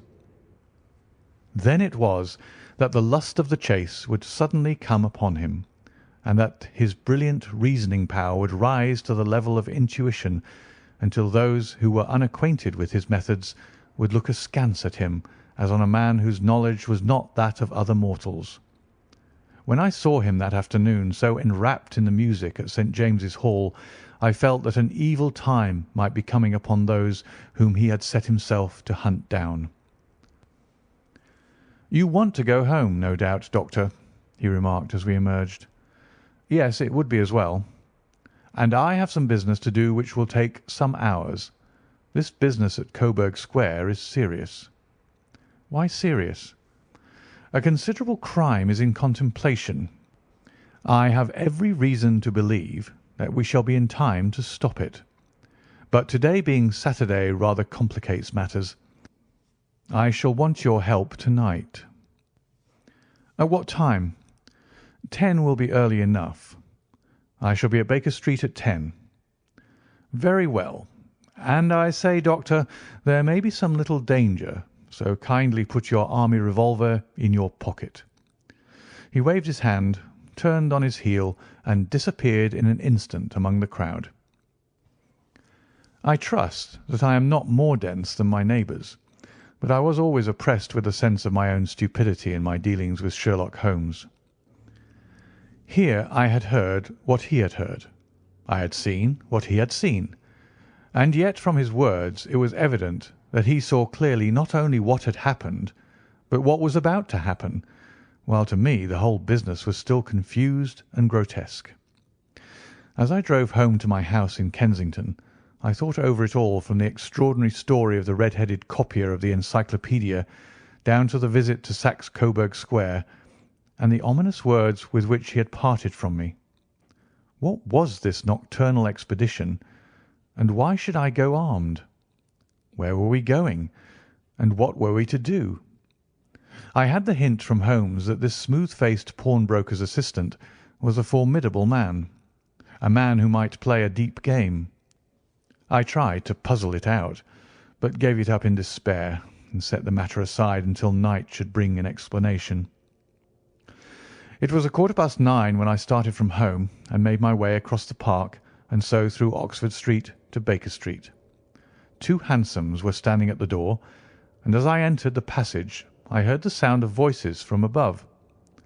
On entering his room, I found Holmes in animated conversation with 2 men, one of whom I recognised as Peter Jones, the official police agent, while the other was a long, thin, sad-faced man with a very shiny hat and oppressively respectable frock-coat. "Ha!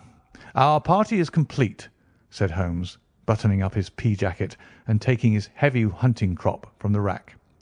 "Watson, I think you know Mr. Jones of Scotland Yard. Let me introduce you to Mr. Merryweather, who is to be our companion in tonight's adventure." "We are hunting in couples again, Doctor, you see," said Jones in his consequential way. "Our friend here is a wonderful man for starting a chase. All he wants is an old dog to help him to do the running down." "I hope a wild goose may not prove to be the end of our chase," observed Mr. Merryweather gloomily. "You may place considerable confidence in Mr. Holmes, sir," said the police agent loftily. "He has his own little methods, which are, if you won't mind my saying so, just a little too theoretical and fantastic, but he has the makings of a detective in him. It is not too much to say that once or twice, as in that business of the Sholto murder and the Agra treasure, he has been more nearly correct than the official force." "Oh, if you say so, Mr. Jones, it is all right," said the stranger with deference. "Still, I confess that I miss my rubber. It is the first Saturday night for 27 years that I have not had my rubber." "I think you will find," said Sherlock Holmes, "that you will play for a higher stake tonight than you have ever done yet, and that the play will be more exciting. For you, Mr. Merryweather, the stake will be some £30,000, and for you, Jones, it will be the man upon whom you wish to lay your hands." "John Clay, the murderer, thief, smasher, and forger. He's a young man, Mr. Merryweather, but he is at the head of his profession, and I would rather have my bracelets on him than any criminal in London. He's a remarkable man, is young John Clay. His grandfather was a royal duke, and he himself has been to Eton and Oxford. His brain is as cunning as his fingers, and though we might meet signs of him at every turn, we never know where to find the man himself. He'll crack a crib in Scotland one week, and be raising money to build an orphanage in Cornwall the next. I've been on his track for years, and have never set eyes on him yet." "I hope that I might have the pleasure of introducing you tonight." "I've had 1 or 2 little turns also with Mr. John Clay, and I agree with you that he is at the head of his profession. It is past 10, however, and quite time that we started. If you two will take the first hansom, Watson and I will follow in the second." Sherlock Holmes was not very communicative during the long drive, and lay back in the cab humming the tunes which he had heard in the afternoon. We rattled through an endless labyrinth of gaslit streets until we emerged into Farrington Street. "We are close there now," my friend remarked. "This fellow Merryweather is a bank director, and personally interested in the matter. I thought it as well to have Jones with us also. He's not a bad fellow, though an absolute imbecile in his profession. He has one positive virtue. He's as brave as a bulldog and as tenacious as a lobster if he gets his claws upon anyone. Here we are, and they are waiting for us." We had reached the same crowded thoroughfare in which we had found ourselves in the morning. Our cabs were dismissed, and following the guidance of Mr. Merryweather, we passed down a narrow passage and through a side door which he opened for us. Within there was a small corridor which ended in a very massive iron gate. This also was opened and led down a flight of winding stone steps, which terminated at another formidable gate. Mr. Merryweather stopped to light a lantern, and then conducted us down a dark, earth-smelling passage, and so, after opening a third door into a huge vault or cellar, which was piled all round with crates and massive boxes. "You are not very vulnerable from above," Holmes remarked, as he held up the lantern and gazed about him. "Nor from below," said Mr. Merryweather, striking his stick upon the flags which lined the floor. "Why, dear me, it sounds quite hollow," he remarked, looking up in surprise. "I must really ask you to be a little more quiet," said Holmes severely. "You have already imperilled the whole success of our expedition. Might I beg that you would have the goodness to sit down upon one of these boxes, and not to interfere?" The solemn Mr. Merryweather perched himself upon a crate, with a very injured expression upon his face, while Holmes fell upon his knees upon the floor, and with the lantern and a magnifying lens began to examine minutely the cracks between the stones. A few seconds sufficed to satisfy him, for he sprang to his feet again and put his glass in his pocket. "We have at least an hour before us," he remarked, "for they can hardly take any steps until the good pawnbroker is safely in bed. Then they will not lose a minute, for the sooner they do their work, the longer time they will have for their escape. We are at present, Doctor, as no doubt you have divined, in the cellar of the City branch of one of the principal London banks. Mr. Merryweather is the chairman of directors, and he will explain to you that there are reasons why the more daring criminals of London should take a considerable interest in this cellar at present." "It is our French gold," whispered the director. "We have had several warnings that an attempt might be made upon it." "Your French gold?" "Yes. We had occasion some months ago to strengthen our resources, and borrowed for that purpose 30,000 napoleons from the Bank of France. It has become known that we have never had occasion to unpack the money, and that it is still lying in our cellar. The crate upon which I sit contains 2,000 napoleons packed between layers of lead foil. Our reserve of bullion is much larger at present than is usually kept in a single branch office, and the directors have had misgivings upon the subject." "Which were very well justified," observed Holmes. "And now it is time that we arranged our little plans. I expect that within an hour matters will come to a head. In the meantime, Mr. Merryweather, we must put that screen over that dark lantern." "And sit in the dark?" "I am afraid so. I had brought a pack of cards in my pocket, and I thought that as we were a partie carrée, you might have your rubber after all. But I see that the enemy's preparations have gone so far that we cannot risk the presence of a light. And first of all, we must choose our positions. These are daring men, and though we shall take them at a disadvantage, they may do us some harm unless we are careful. I shall stand behind this crate, and do you conceal yourselves behind those. Then, when I flash a light upon them, close in swiftly. If they fire, Watson, have no compunction about shooting them down." I placed my revolver, cocked, upon the top of the wooden case behind which I crouched. Holmes shot the slide across the front of his lantern and left us in pitch darkness. Such an absolute darkness as I had never before experienced.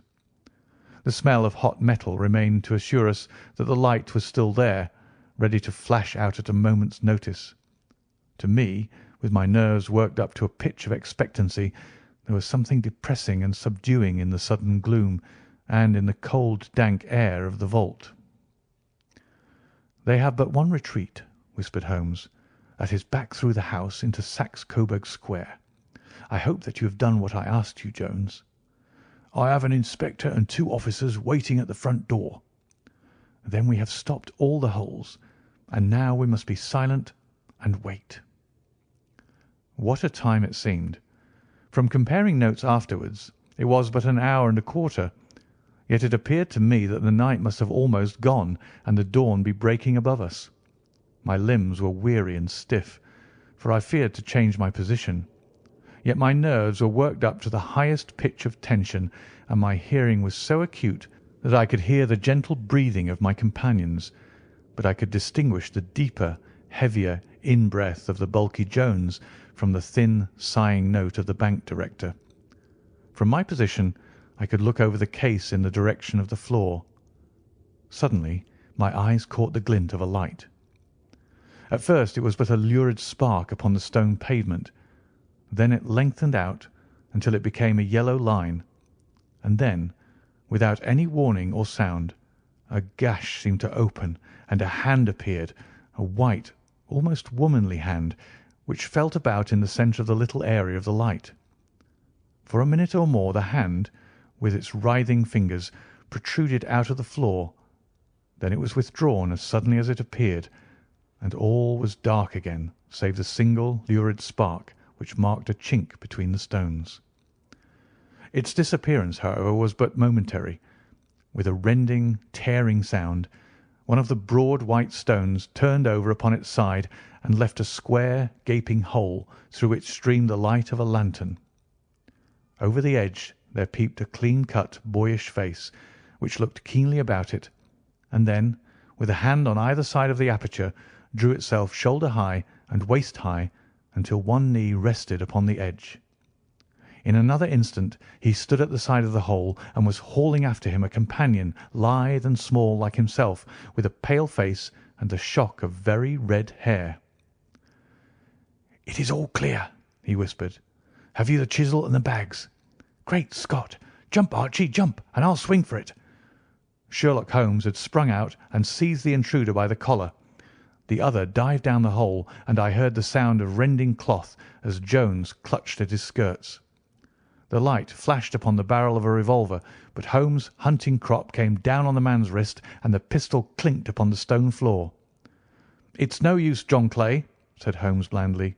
"You have no chance at all." "So I see," the other answered with the utmost coolness. "I fancy that my pal is all right, though. I see you've got his coat-tails." "There are 3 men waiting for him at the door," said Holmes.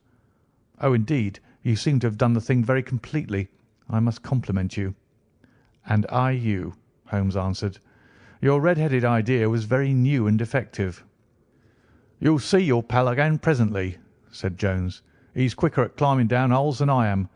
Just hold out while I fix the derbies." "I beg that you'll not touch me with your filthy hands," remarked our prisoner as the handcuffs clattered upon his wrists. "You may not be aware that I have royal blood in my veins. Have the goodness also, when you address me, always to say 'sir' and 'please.'" "All right," said Jones with a stare and a snigger. "Well, would you please, sir, march upstairs, where we can get a cab to carry your Highness to the police station?" "That is better," said John Clay serenely. He made a sweeping bow to the 3 of us and walked quietly off in the custody of the detective. "Really, Mr. Holmes," said Mr. Merryweather as we followed them from the cellar, "I do not know how the bank can thank you or repay you. There is no doubt that you have detected and defeated in the most complete manner one of the most determined attempts at bank robbery that have ever come within my experience." "I have had 1 or 2 little scores of my own to settle with Mr. John Clay," said Holmes. "I have been at some small expense over this matter, which I shall expect the bank to refund. But beyond that I am amply repaid by having had an experience which is in many ways unique, and by hearing the very remarkable narrative of the Red-Headed League. You see, Watson," he explained in the early hours of the morning as we sat over a glass of whisky and soda in Baker Street, "it was perfectly obvious from the first that the only possible object of this rather fantastic business of the advertisement of the League and the copying of the encyclopaedia must be to get this not over-bright pawnbroker out of the way for a number of hours every day. It was a curious way of managing it, but really it would be difficult to suggest a better. The method was no doubt suggested to Clay's ingenious mind by the colour of his accomplice's hair. The £4 a week was a lure which must draw him, and what was it to them who were playing for thousands? They put in the advertisement. One rogue has the temporary office, the other rogue incites the man to apply for it, and together they manage to secure his absence every morning in the week. From the time that I heard of the assistant having come for half wages, it was obvious to me that he had some strong motive for securing the situation. But how could you guess what the motive was? Had there been women in the house, I should have suspected a mere vulgar intrigue. That, however, was out of the question. The man's business was a small one, and there was nothing in his house which could account for such elaborate preparations and such an expenditure as they were at. It must then be something out of the house. What could it be? I thought of the assistant's fondness for photography and his trick of vanishing into the cellar. The cellar. There was the end of this tangled clue. Then I made inquiries as to this mysterious assistant, and found that I had to deal with one of the coolest and most daring criminals in London. He was doing something in the cellar, something which took many hours a day for months on end. What could it be once more? I could think of nothing save that he was running a tunnel to some other building. So far I had got when we went to visit the scene of action. I surprised you by beating upon the pavement with my stick. I was ascertaining whether the cellar stretched out in front or behind. It was not in front. Then I rang the bell, and, as I hoped, the assistant answered it. We have had some skirmishes, but we had never set eyes upon each other before. I hardly looked at his face. His knees were what I wished to see. You must yourself have remarked how worn, wrinkled, and stained they were. They spoke of those hours of burrowing. The only remaining point was what they were burrowing for. I walked round the corner, saw the City and Suburban Bank abutted on our friend's premises, and felt that I had solved my problem. When you drove home after the concert, I called upon Scotland Yard and upon the chairman of the bank directors, with the result that you have seen. And how could you tell that they would make their attempt tonight? I asked. Well, when they closed their League offices, that was a sign that they cared no longer about Mr. Jabez Wilson's presence. In other words, that they had completed their tunnel. But it was essential that they should use it soon, as it might be discovered or the bullion might be removed. Saturday would suit them better than any other day, as it would give them 2 days for their escape. For all these reasons, I expected them to come tonight. You reasoned it out beautifully, I exclaimed in unfeigned admiration. It is so long a chain, and yet every link rings true. It saved me from ennui, he answered, yawning. Alas, I already feel it closing in upon me. My life is spent in one long effort to escape from the commonplaces of existence. These little problems help me to do so. And you are a benefactor of the race, said I. He shrugged his shoulders. Well, perhaps, after all, it is of some little use, he remarked. L'homme c'est rien, l'œuvre c'est tout, as Gustave Flaubert wrote to George Sand. End of The Red-Headed League.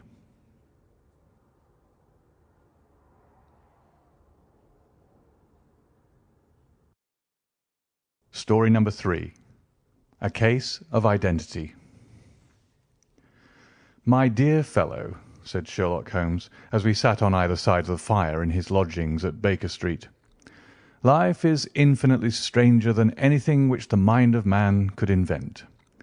We would not dare to conceive the things which are really mere commonplaces of existence. If we could fly out of that window hand in hand, hover over this great city, gently remove the roofs and peep in at the queer things which are going on, the strange coincidences, the plannings, the cross-purposes, the wonderful chains of events, working through generations and leading to the most outré results, it would make all fiction, with its conventionalities and foreseen conclusions, most stale and unprofitable. And yet I am not convinced of it, I answered. The cases which come to light in the papers are, as a rule, bald enough and vulgar enough. We have in our police reports realism pushed to its extreme limits, and yet the result is, it must be confessed, neither fascinating nor artistic. A certain selection and discretion must be used in producing a realistic effect," remarked Holmes. "This is wanting in the police report, where more stress is laid, perhaps, upon the platitudes of the magistrate than upon the details which to an observer contain the vital essence of the whole matter. Depend upon it, there is nothing so unnatural as the commonplace." I smiled and shook my head. "I can quite understand your thinking so," I said. "Of course, in your position of unofficial adviser and helper to everybody who is absolutely puzzled throughout 3 continents, you are brought in contact with all that is strange and bizarre. But here—" I picked up the morning paper from the ground. "Let us put it to a practical test. Here is the first heading upon which I come: 'A husband's cruelty to his wife.' There is half a column of print, but I know without reading it that it is all perfectly familiar to me. There is, of course, the other woman, the drink, the push, the blow, the bruise, the sympathetic sister or landlady. The crudest of writers could invent nothing more crude." "Indeed, your example is an unfortunate one for your argument," said Holmes, taking the paper and glancing his eye down it. "This is the Dundas separation case, and, as it happens, I was engaged in clearing up some small points in connection with it. The husband was a teetotaler. There was no other woman, and the conduct complained of was that he had drifted into the habit of winding up every meal by taking out his false teeth and hurling them at his wife, which, you will allow, is not an action likely to occur to the imagination of the average story-teller. Take a pinch of snuff, Doctor, and acknowledge that I have scored over you in your example." He held out his snuff-box of old gold with a great amethyst in the centre of the lid. Its splendour was in such contrast to his homely ways and simple life that I could not help commenting upon it. "Ah," said he, "I forgot that I had not seen you for some weeks. It is a little souvenir from the King of Bohemia in return for my assistance in the case of the Irene Adler papers." "And the ring?" I asked, glancing at a remarkable brilliant which sparkled upon his finger. "It was from the reigning family of Holland, though the matter in which I served them was of such delicacy that I cannot confide it even to you, who have been good enough to chronicle 1 or 2 of my little problems." "And have you any on hand just now?" I asked with interest. "Some 10 or 12, but none which present any feature of interest. They are important, you understand, without being interesting. Indeed, I have found that it is usually in unimportant matters that there is a field for the observation and for the quick analysis of cause and effect which gives the charm to an investigation. The larger crimes are apt to be the simpler, for the bigger the crime, the more obvious, as a rule, is the motive. In these cases, save for one rather intricate matter which has been referred to me from Marseilles, there is nothing which presents any features of interest. It is possible, however, that I may have something better before very many minutes are over, for this is one of my clients, or I am much mistaken." He had risen from his chair and was standing between the parted blinds, gazing down into the dull, neutral-tinted London street. Looking over his shoulder, I saw that on the pavement opposite there stood a large woman with a heavy fur boa round her neck and a large curling red feather in a broad-brimmed hat which was tilted in a coquettish Duchess of Devonshire fashion over her ear.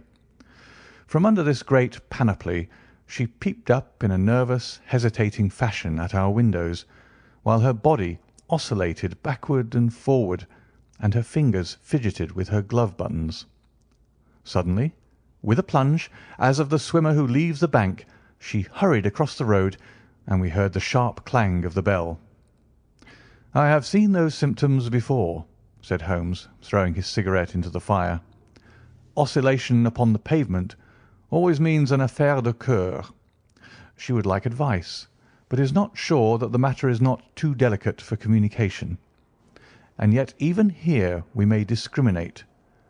When a woman has been seriously wronged by a man, she no longer oscillates, and the usual symptom is a broken bell wire. Here we may take it that there is a love matter, but that the maiden is not so much angry as perplexed or grieved.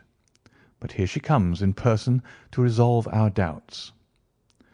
As he spoke there was a tap at the door, and the boy in buttons entered to announce Miss Mary Sutherland, while the lady herself loomed behind his small black figure like a full-sailed merchantman behind a tiny pilot-boat.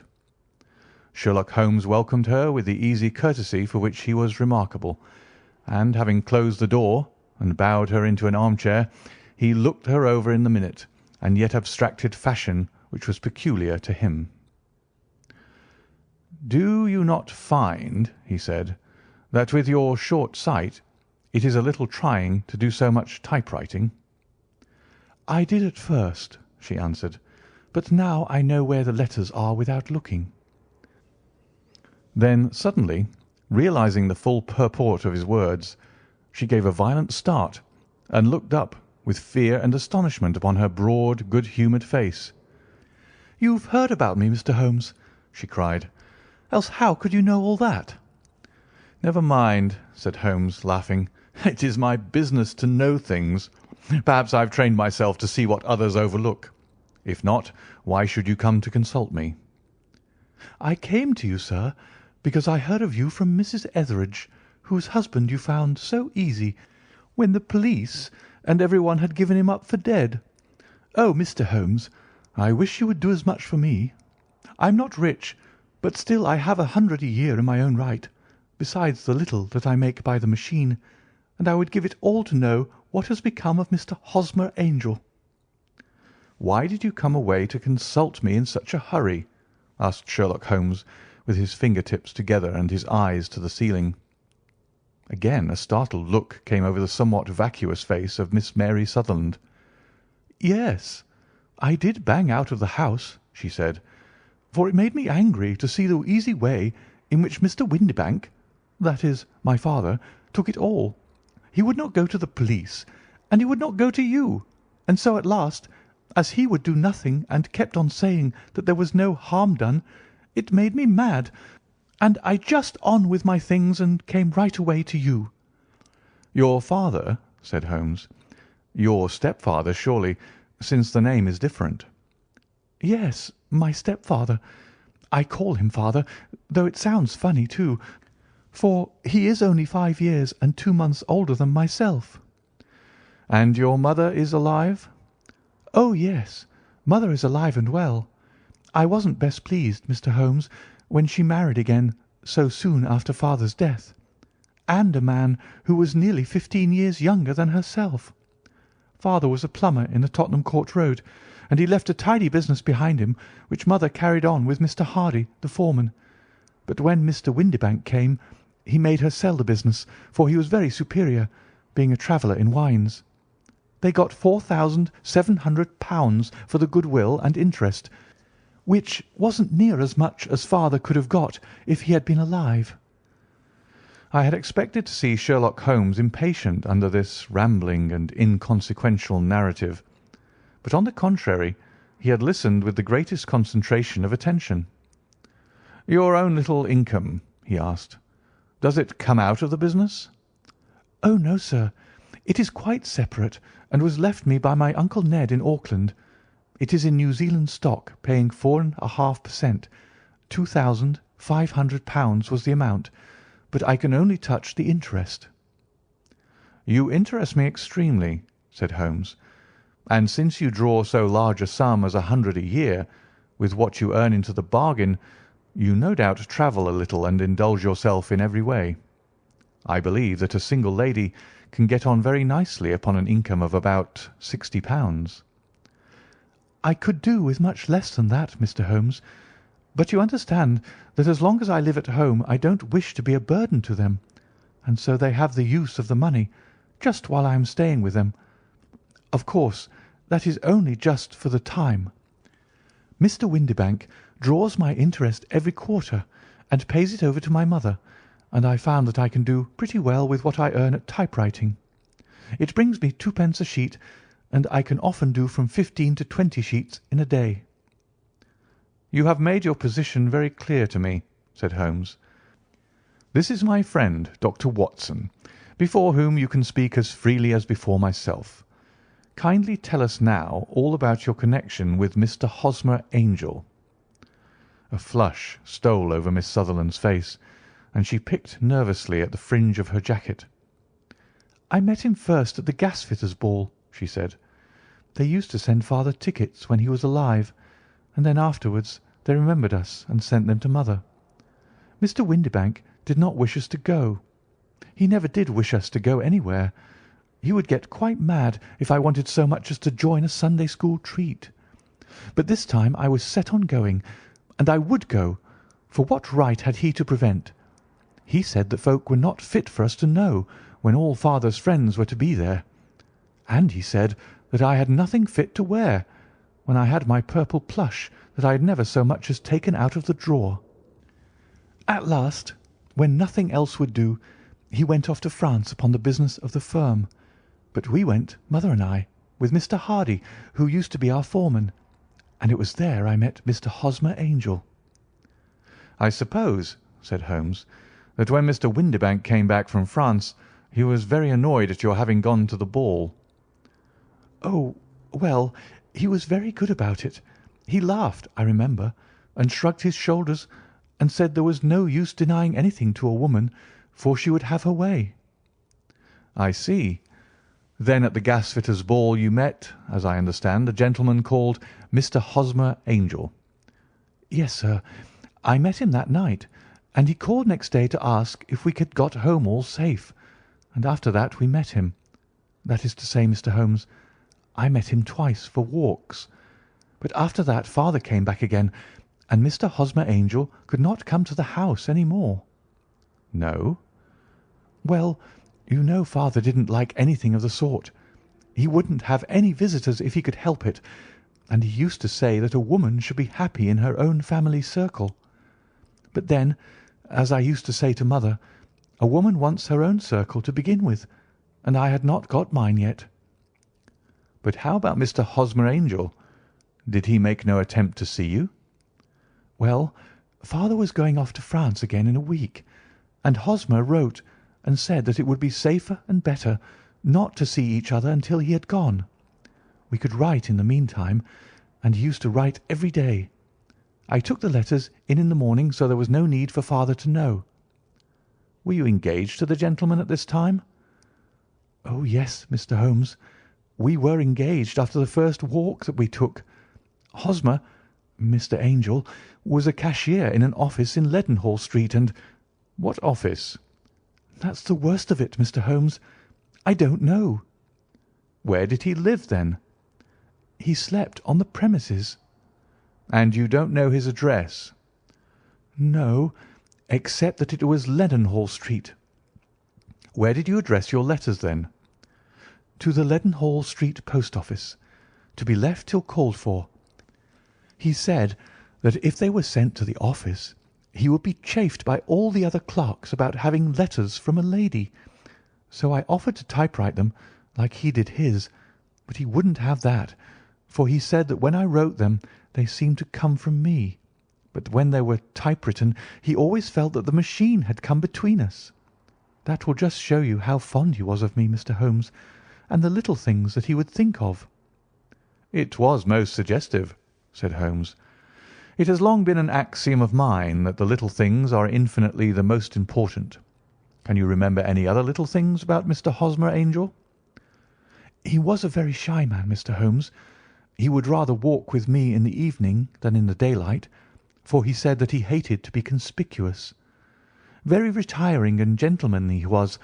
Even his voice was gentle. He'd had the quinsy and swollen glands when he was young, he told me, and it had left him with a weak throat and a hesitating, whispering fashion of speech.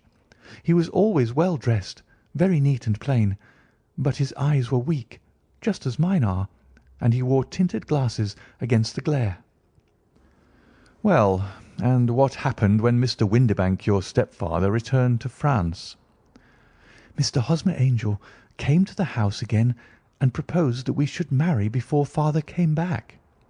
He was in dreadful earnest, and made me swear with my hands on the Testament that whatever happened I would always be true to him. Mother said he was quite right to make me swear, and that it was a sign of his passion. Mother was all in his favour from the first, and was even fonder of him than I was. Then, when they talked of marrying within the week, I began to ask about father, but they both said never mind about father, but just to tell him afterwards, and mother said she would make it all right with him. I didn't quite like that, Mr. Holmes. It seemed funny that I should ask his leave, as he was only a few years older than me. But I didn't want to do anything on the sly, so I wrote to father at Bordeaux, where the company has its French offices. But the letter came back to me on the very morning of the wedding." "It missed him, then?" "Yes, sir, for he had started to England just before it arrived." "Ha! That was unfortunate. Your wedding was arranged, then, for the Friday. Was it to be in church?" "Yes, sir, but very quietly. It was to be at St. Saviour's, near King's Cross, and we were to have breakfast afterwards at the St. Pancras Hotel. Hosmer came for us in a hansom, but as there were two of us, he put us both into it and stepped himself into a four-wheeler, which happened to be the only other cab in the street. We got to the church first, and when the four-wheeler drove up we waited for him to step out. But he never did, and when the cabman got down from the box and looked, there was no one there. The cabman said he could not imagine what had become of him, for he had seen him get in with his own eyes. That was last Friday, Mr. Holmes, and I have never seen or heard anything since to throw any light upon what became of him." "It seems to me that you have been very shamefully treated," said Holmes. "Oh, no, sir. He was too good and kind to leave me so. Why, all the morning he was saying to me that whatever happened, it was to be true, and that even if something quite unforeseen occurred to separate us, I was always to remember that I was pledged to him and that he would claim his pledge sooner or later. It seems strange talk for a wedding morning, but what has happened since gives a meaning to it." "Most certainly it does. Your own opinion is, then, that some unforeseen catastrophe has occurred to him?" "Yes, sir. I believe that he foresaw some danger, or else he would not have talked so, and then I think that what he foresaw happened." "But you have no notion as to what it could have been?" "None." "One more question. How did your mother take the matter?" "She was angry, and said that I was never to speak of the matter again." "And your father? Did you tell him?" "Yes, and he seemed to think with me that something had happened, and that I should hear of Hosmer again. As he said, what interest could anyone have in bringing me to the doors of the church and then leaving me? Now, if he had borrowed my money, or if he had married me and got my money settled on him, there might be some reason. But Hosmer was very independent about money, and never would look at a shilling of mine. And yet, what could have happened, and why could he not write? Oh, it drives me half mad to think of it, and I can't sleep a wink at night." She pulled a little handkerchief out of her muff and began to sob heavily into it. "I shall glance into the case for you," said Holmes, rising, "and I have no doubt that we shall reach some definite result. Let the weight of the matter rest upon me now, and do not let your mind dwell upon it further. Above all, try to let Mr. Hosmer Angel vanish from your memory, as he has done from your life."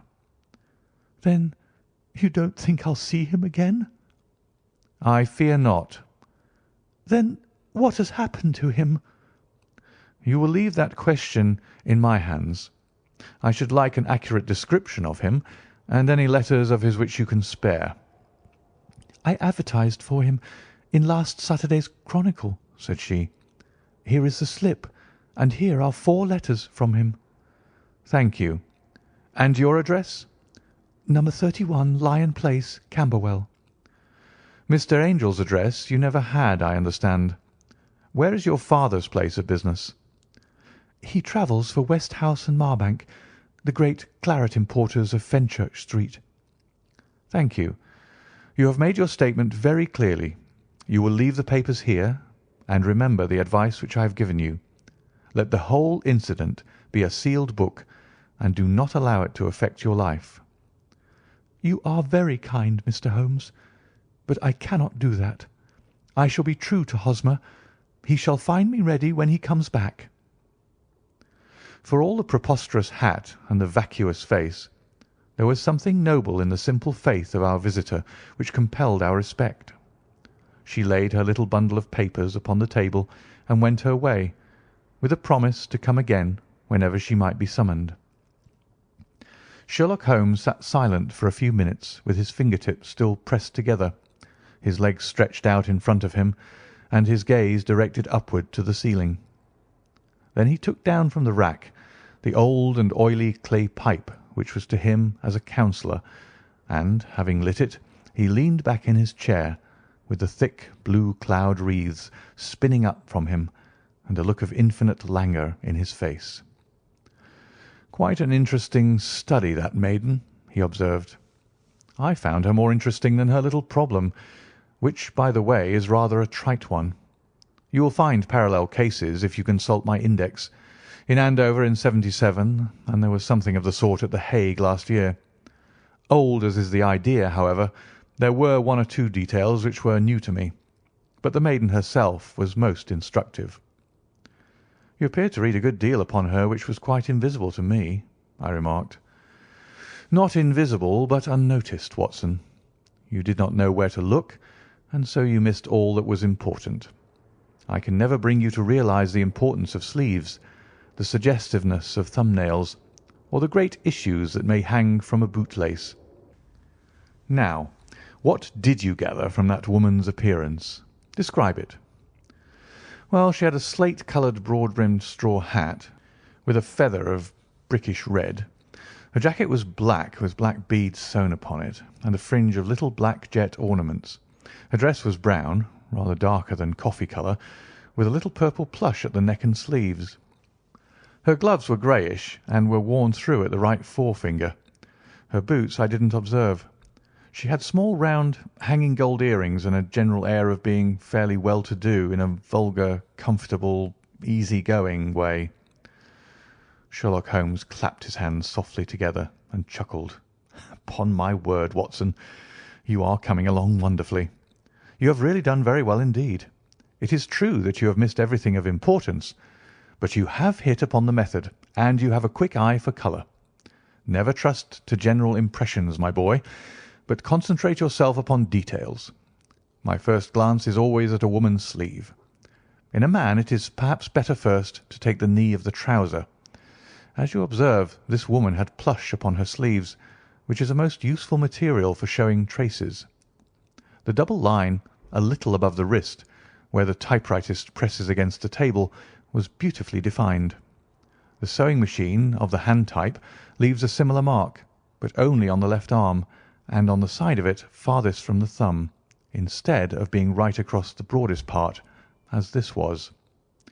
I then glanced at her face, and observed the dint of a pince-nez at either side of her nose. I ventured a remark upon short sight and typewriting, which seemed to surprise her. It surprised me. But surely it was obvious. I was then much surprised and interested on glancing down to observe that, though the boots which she was wearing were not unlike each other, they were really odd ones, the one having a slightly decorated toe-cap, and the other a plain one. One was buttoned only in the 2 lower buttons out of 5, and the other at the 1st, 3rd, and 5th. Now, when you see that a young lady, otherwise neatly dressed, has come away from home with odd boots, half buttoned, it is no great deduction to say that she came away in a hurry." "And what else?" I asked, keenly interested, as I always was, by my friend's incisive reasoning. "I noted in passing that she had written a note before leaving home, but after being fully dressed. You observed that her right glove was torn at the forefinger, but you did not apparently see that both glove and finger were stained with violet ink. She had written in a hurry and dipped her pen too deep. It must have been this morning, or the mark would not remain clear upon the finger. All this is amusing, though rather elementary, but I must go back to business, Watson. Would you mind reading me the advertised description of Mr. Hosmer Angel?" I held the little printed slip to the light. "Missing," it said, "on the morning of the 14th, a gentleman named Hosmer Angel, about 5 foot 7 inches in height, strongly built, sallow complexion, black hair, a little bald in the centre, bushy, black side whiskers and moustache, tinted glasses, slight infirmity of speech, was dressed when last seen in black frock coat faced with silk, black waistcoat, gold Albert chain and grey Harris tweed trousers, with brown gaiters over elastic-sided boots. Known to have been employed in an office in Leadenhall Street. Anybody bringing—" "That will do," said Holmes. "As to the letters," he continued, glancing over them, "they are very commonplace. Absolutely no clue in them to Mr. Angel, save that he quotes Balzac once. There is one remarkable point, however, which will no doubt strike you." "They are typewritten," I remarked. "Not only that, but the signature is typewritten. Look at the neat little Hosmer Angel at the bottom. There is a date, you see, but no superscription except Leadenhall Street, which is rather vague. The point about the signature is very suggestive. In fact, we may call it conclusive." "Of what?" "My dear fellow, is it possible you do not see how strongly it bears upon the case?" "I cannot say that I do, unless it were that he wished to be able to deny his signature if an action for breach of promise were instituted." "No, that was not the point. However, I shall write 2 letters, which should settle the matter.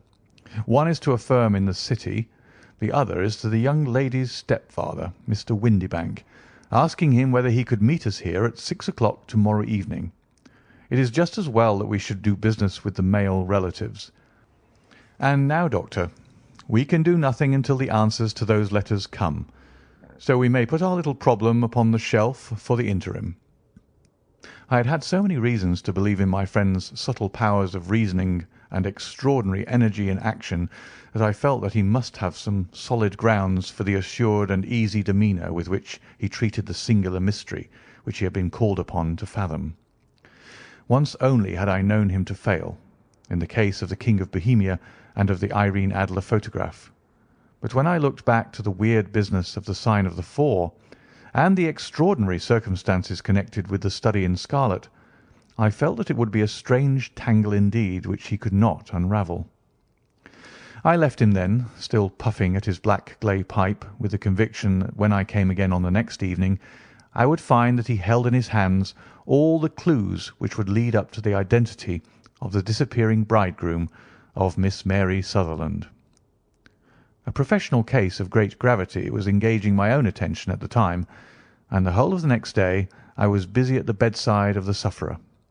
It was not until close upon 6 o'clock that I found myself free and was able to spring into a hansom and drive to Baker Street, half afraid that I might be too late to assist at the denouement of the little mystery. I found Sherlock Holmes alone, however, half asleep, with his long thin form curled up in the recesses of his armchair. A formidable array of bottles and test tubes, with the pungent, cleanly smell of hydrochloric acid, told me that he had spent his day in the chemical work which was so dear to him.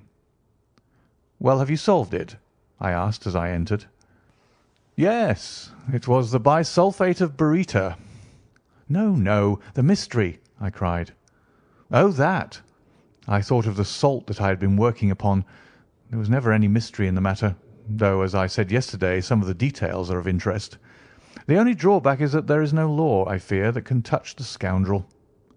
"Who was he, then, and what was his object in deserting Miss Sutherland?"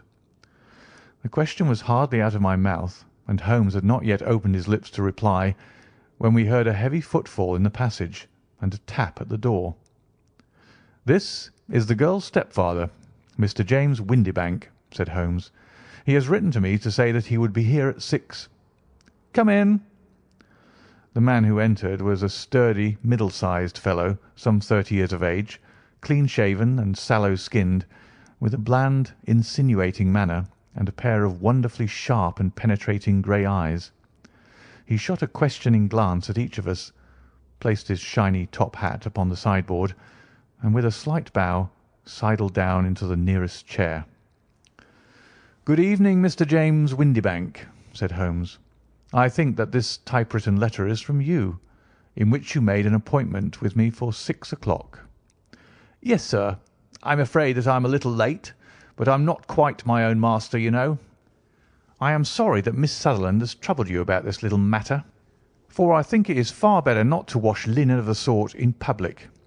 It was quite against my wishes that she came, but she is a very excitable, impulsive girl, as you may have noticed, and she is not easily controlled when she's made up her mind on a point. Of course, I did not mind you so much, as you are not connected with the official police, but it is not pleasant to have a family misfortune like this noised abroad. Besides, it is a useless expense, for how could you possibly find this Hosmer Angel?" "On the contrary," said Holmes quietly, "I have every reason to believe that I will succeed in discovering Mr. Hosmer Angel." Mr. Windibank gave a violent start and dropped his gloves. "I'm delighted to hear it," he said. "It is a curious thing," remarked Holmes, "that a typewriter has really quite as much individuality as a man's handwriting. Unless they are quite new, no two of them write exactly alike. Some letters get more worn than others, and some wear only on one side. Now, you remark in this note of yours, Mr. Windibank, that in every case there is some little slurring over of the E and a slight defect in the tail of the R. There are 14 other characteristics, but those are the more obvious. We do all our correspondence with this machine at the office, and no doubt it is a little worn," our visitor answered, glancing keenly at Holmes with his bright little eyes. "And now I will show you what is really a very interesting study, Mr. Windibank," Holmes continued. "I think of writing another little monograph some of these days on the typewriter and its relation to crime. It is a subject to which I have devoted some little attention. I have here 4 letters which purport to come from the missing man. They are all typewritten. In each case not only are the E's slurred and the R's tailless, but you will observe, if you care to use my magnifying lens, that the 14 other characteristics to which I have alluded are there as well." Mr. Windibank sprang out of his chair and picked up his hat. "I cannot waste time over this sort of fantastic talk, Mr. Holmes," he said. "If you can catch the man, catch him, and let me know when you have done it." "Certainly," said Holmes, stepping over and turning the key in the door.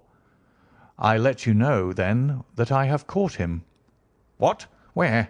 shouted Mr. Windibank, turning white to his lips and glancing about him like a rat in a trap. "Oh, it won't do, really it won't," said Holmes suavely. "There is no possible getting out of it, Mr. Windibank. It is quite too transparent, and it was a very bad compliment when you said that it was impossible for me to solve so simple a question. That's right. Sit down and let us talk it over." Our visitor collapsed into a chair with a ghastly face and a glitter of moisture on his brow. It's not actionable," he stammered. "I am very much afraid that it is not. But between ourselves, Windibank, it was as cruel and selfish and heartless a trick in a petty way as ever came before me. Now let me just run over the course of events, and you will contradict me if I go wrong." The man sat huddled up in his chair with his head sunk upon his breast, like one who is utterly crushed. Holmes stuck his feet up on the corner of the mantelpiece and, leaning back with his hands in his pockets, began talking, rather to himself, as it seemed, than to us. "The man married a woman very much older than himself for her money," said he, "and he enjoyed the use of the money of the daughter as long as she lived with them. It was a considerable sum for people in their position, and the loss of it would have made a serious difference. It was worth an effort to preserve it. The daughter was of a good, amiable disposition, but affectionate and warm-hearted in her ways, so that it was evident that with her fair personal advantages and her little income she would not be allowed to remain single long. Now her marriage would mean, of course, the loss of 100 a year. So what does her stepfather do to prevent it? he takes the obvious course of keeping her at home and forbidding her to seek the company of people of her own age. But soon he found that they would not answer for ever. She became restive, insisted upon her rights, and finally announced her positive intention of going to a certain ball. What does her clever stepfather do then? He conceives an idea more creditable to his head than to his heart. With the connivance and assistance of his wife, he disguised himself, covered those keen eyes with tinted glasses, masked the face with a moustache and a pair of bushy whiskers, sunk that clear voice into an insinuating whisper, and doubly secure on account of the girl's short sight, he appears as Mr. Hosmer Angel, and keeps off other lovers by making love himself. "It was only a joke at first," groaned our visitor. "We never thought that she would have been so carried away." "Very likely not. However that may be, the young lady was very decidedly carried away, and having quite made up her mind that her stepfather was in France, the suspicion of treachery never for an instant entered her mind. She was flattered by the gentleman's attentions, and the effect was increased by the loudly expressed admiration of her mother. Then Mr. Angel began to call, for it was obvious that the matter should be pushed as far as it would go if a real effect were to be produced. There were meetings, and an engagement which would finally secure the girl's affections from turning towards anyone else. But the deception could not be kept up for ever. These pretended journeys to France were rather cumbrous. The thing to do was clearly to bring the business to an end in such a dramatic manner that it would leave a permanent impression upon the young lady's mind, and prevent her from looking upon any other suitor for some time to come. Hence those vows of fidelity exacted upon a testament, and hence also the allusions to a possibility of something happening on the very morning of the wedding. James Windibank wished Miss Sutherland to be so bound to Hosmer Angel, and so uncertain as to his fate, that for 10 years to come, at any rate, she would not listen to another man. As far as the church door he brought her, and then, as he could go no farther, he conveniently vanished away by the old trick of stepping in at one door of a four-wheeler and out at the other. I think that was the chain of events, Mr. Windibank." Our visitor had recovered something of his assurance while Holmes had been talking, and he rose from his chair now with a cold sneer upon his pale face. "It may be so, or it may not, Mr. Holmes," said he. "But if you are so very sharp, you ought to be sharp enough to know that it is you who are breaking the law now, and not me. I have done nothing actionable from the first, but as long as you keep that door locked, you lay yourself open to an action for assault and illegal constraint." "The law cannot, as you say, touch you," said Holmes, unlocking and throwing open the door. "Yet there never was a man who deserved punishment more. If the young lady has a brother or a friend, he ought to lay a whip across your shoulders, by Jove," he continued, flushing up at the sight of the bitter sneer upon the man's face. "It is not part of my duties to my client, but here's a hunting crop handy, and I think I shall just treat myself to—" He took 2 swift steps to the whip, but before he could grasp it there was a wild clatter of steps upon the stairs, the heavy hall door banged, and from the window we could see Mr. James Windibank running at the top of his speed down the road. "There's a cold-blooded scoundrel," said Holmes, laughing as he threw himself down into his chair once more. "That fellow will rise from crime to crime until he does something very bad and ends on a gallows. The case has, in some respects, been not entirely devoid of interest." "I cannot now entirely see all the steps of your reasoning," I remarked. "Well, of course, it was obvious from the first that this Mr. Hosmer Angel must have some strong object for his curious conduct, and it was equally clear that the only man who really profited by the incident, as far as we could see, was the stepfather. Then the fact that the 2 men were never together, but that the one always appeared when the other was away, was suggestive. So were the tinted spectacles and the curious voice, which both hinted at a disguise, as did the bushy whiskers. My suspicions were all confirmed by his peculiar action in typewriting his signature, which of course inferred that his handwriting was so familiar to her that she would recognise even the smallest sample of it. You see, all these isolated facts, together with many minor ones, all pointed in the same direction. And how did you verify them? Having once spotted my man, it was easy to get corroboration. I knew the firm for which this man worked. Having taken the printed description, I eliminated everything from it which could be the result of a disguise, the whiskers, the glasses, the voice, and I sent it to the firm with a request that they would inform me whether it answered to the description of any of their travellers. I had already noticed the peculiarities of the typewriter, and I wrote to the man himself at his business address, asking him if he would come here. As I expected, his reply was typewritten and revealed the same trivial but characteristic defects.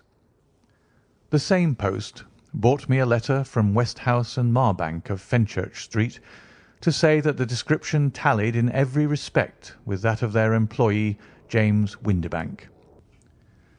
And Miss Sutherland? If I tell her, she will not believe me. You may remember the old Persian saying, "There is danger for him who taketh the tiger cub, and danger also for whoso snatches a delusion from a woman." There is as much sense in Hafiz as in Horace, and as much knowledge of the world.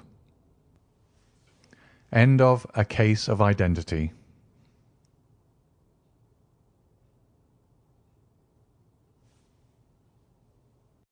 Story 4.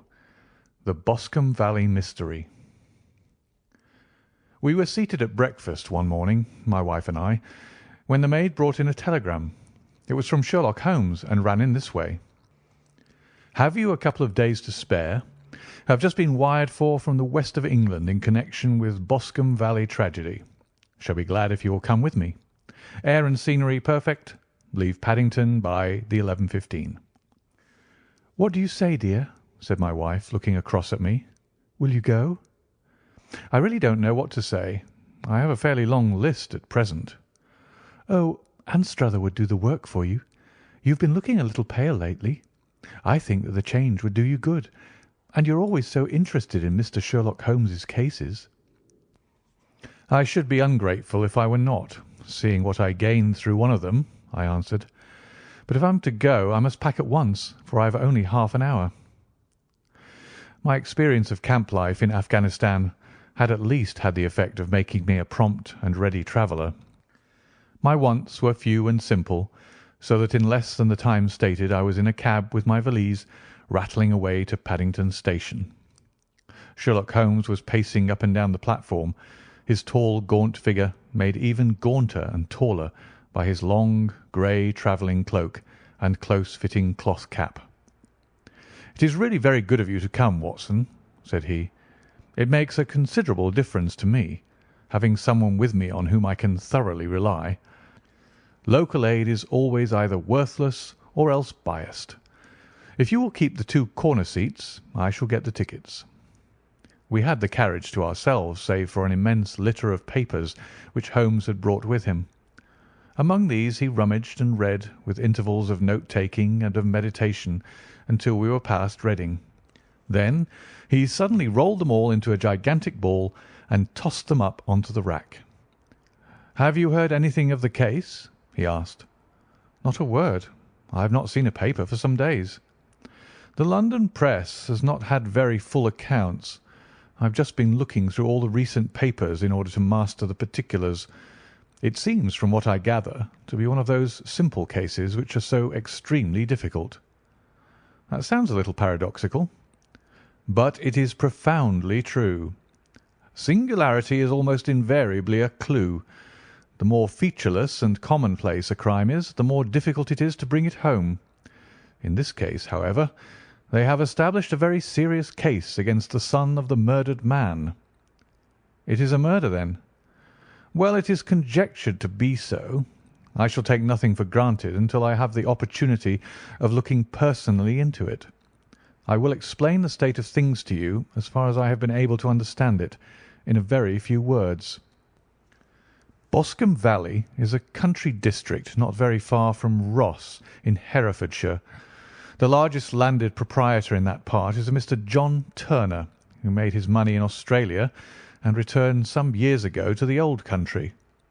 One of the farms which he held, that of Hatherley, was let to Mr. Charles McCarthy, who was also an ex-Australian. The men had known each other in the colonies, so that it was not unnatural that when they came to settle down, they should do so as near each other as possible. Turner was apparently the richer man, so McCarthy became his tenant, but still remained, it seems, upon terms of perfect equality, as they were frequently together. McCarthy had one son, a lad of 18, and Turner had an only daughter of the same age, but neither of them had wives living. They appear to have avoided the society of the neighbouring English families, and to have led retired lives, though both the McCarthys were fond of sport and were frequently seen at the race meetings of the neighbourhood. McCarthy kept 2 servants, a man and a girl. Turner had a considerable household, some half-dozen at the least. That is as much as I have been able to gather about the families. Now for the facts. On June 3rd, that is, on Monday last, McCarthy left his house at Hatherley about 3 in the afternoon and walked down to the Boscombe Pool, which is a small lake formed by the spreading out of the stream which runs down the Boscombe Valley. He had been out with his serving man in the morning at Ross, and he had told the man that he must hurry, as he had an appointment of importance to keep at 3. From that appointment he never came back alive. From Hatherley farmhouse to the Boscombe Pool is a quarter of a mile, and 2 people saw him as he passed over this ground. One was an old woman whose name is not mentioned, and the other was William Crowder, a gamekeeper in the employ of Mr. Turner. Both these witnesses depose that Mr. McCarthy was walking alone. The gamekeeper adds that within a few minutes of his seeing Mr. McCarthy pass, he had seen his son Mr. James McCarthy going the same way, with a gun under his arm. To the best of his belief, the father was actually in sight at the time, and the son was following him. He thought no more of the matter until he heard in the evening of the tragedy that had occurred. The 2 McCarthys were seen after the time when Michael Crowder, the gamekeeper, lost sight of them. The Boscombe Pool is thickly wooded round with just a fringe of grass and of reeds round the edge. A girl of 14, Patience Moran, who is the daughter of the lodge-keeper of the Boscombe Valley estate, was in one of the woods picking flowers. She states that while she was there she saw, at the border of the wood and close by the lake, Mr. McCarthy and his son, and that they appeared to be having a violent quarrel. She heard Mr. McCarthy the elder using very strong language to his son, and she saw the latter raise up his hand as if to strike his father. She was so frightened by their violence that she ran away and told her mother when she reached home that she had left the 2 McCarthys quarrelling near Boscombe Pool, and that she was afraid that they were going to fight. She had hardly said the words when young Mr. McCarthy came running up to the lodge to say that he had found his father dead in the wood, and to ask for the help of the lodge-keeper. He was much excited, without either his gun or his hat, and his right hand and sleeve were observed to be stained with fresh blood. On following him they found the dead body stretched out upon the grass beside the pool. The head had been beaten in by repeated blows of some heavy and blunt weapon. The injuries were such as might very well have been inflicted by the butt end of his son's gun, which was found lying on the grass within a few paces of the body. Under these circumstances the young man was instantly arrested, and a verdict of wilful murder having been returned at the inquest on Tuesday, he was on Wednesday brought before the magistrates at Ross, who have referred the case to the next assizes. Those are the main facts of the case as they came out before the coroner and the police court. "I could hardly imagine a more damning case," I remarked. "If ever circumstantial evidence pointed to a criminal, it does so here." "Circumstantial evidence is a very tricky thing," answered Holmes thoughtfully. "It may seem to point very straight to one thing, but if you shift your own point of view a little, you may find it pointing in an equally uncompromising manner to something entirely different. It must be confessed, however, that the case looks exceedingly grave against the young man, and it is very possible that he is indeed the culprit. There are several people in the neighbourhood, however, and among them Miss Turner, the daughter of the neighbouring landowner, who believe in his innocence, and who have retained Lestrade, whom you may recollect in connection with the study in scarlet, to work out the case in his interest. Lestrade, being rather puzzled, has referred the case to me, and hence it is that two middle-aged gentlemen are flying westward at 50 miles an hour instead of quietly digesting their breakfasts at home. "I'm afraid," said I, "that the facts are so obvious that you'll find little credit to be gained out of this case." "There is nothing more deceptive than an obvious fact," he answered, laughing. "Besides, we may chance to hit upon some other obvious facts which may have been by no means obvious to Mr. Lestrade. You know me too well to think that I am boasting when I say that I shall either confirm or destroy his theory by means which he is quite incapable of employing, or even of understanding. To take the first example to hand, I very clearly perceive that in your bedroom the window is upon the right-hand side, and yet I question whether Mr. Lestrade would have noted even so self-evident a thing as that. How on earth? My dear fellow, I know you well. I know the military neatness which characterises you. You shave every morning, and in this season you shave by the sunlight. But since your shaving is less and less complete as we go farther back on the left side, until it becomes positively slovenly as we get round the angle of the jaw, it is surely very clear that that side is less illuminated than the other. I could not imagine a man of your habits looking at himself in an equal light and being satisfied with such a result. I only quote this as a trivial example of observation and inference. Therein lies my métier, and it is just possible that it may be of some service in the investigation which lies before us. There are one or two minor points which were brought out in the inquest, and which are worth considering. What are they? It appears that his arrest did not take place at once, but after the return to Hatherley Farm. On the Inspector of Constabulary informing him that he was a prisoner, he remarked that he was not surprised to hear it, and that it was no more than his deserts. This observation of his had the natural effect of removing any traces of doubt which might have remained in the minds of the coroner's jury. "It was a confession," I ejaculated. "No, for it was followed by a protestation of innocence. Coming on top of such a damning series of events, it was at least a most suspicious remark." "On the contrary," said Holmes, "it is the brightest rift which I can at present see in the clouds. However innocent he might be, he could not be such an absolute imbecile as not to see that the circumstances were very black against him.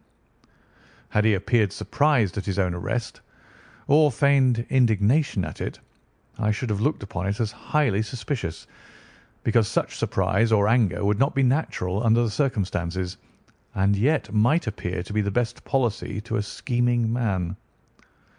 His frank acceptance of the situation marks him either an innocent man, or else as a man of considerable self-restraint and firmness.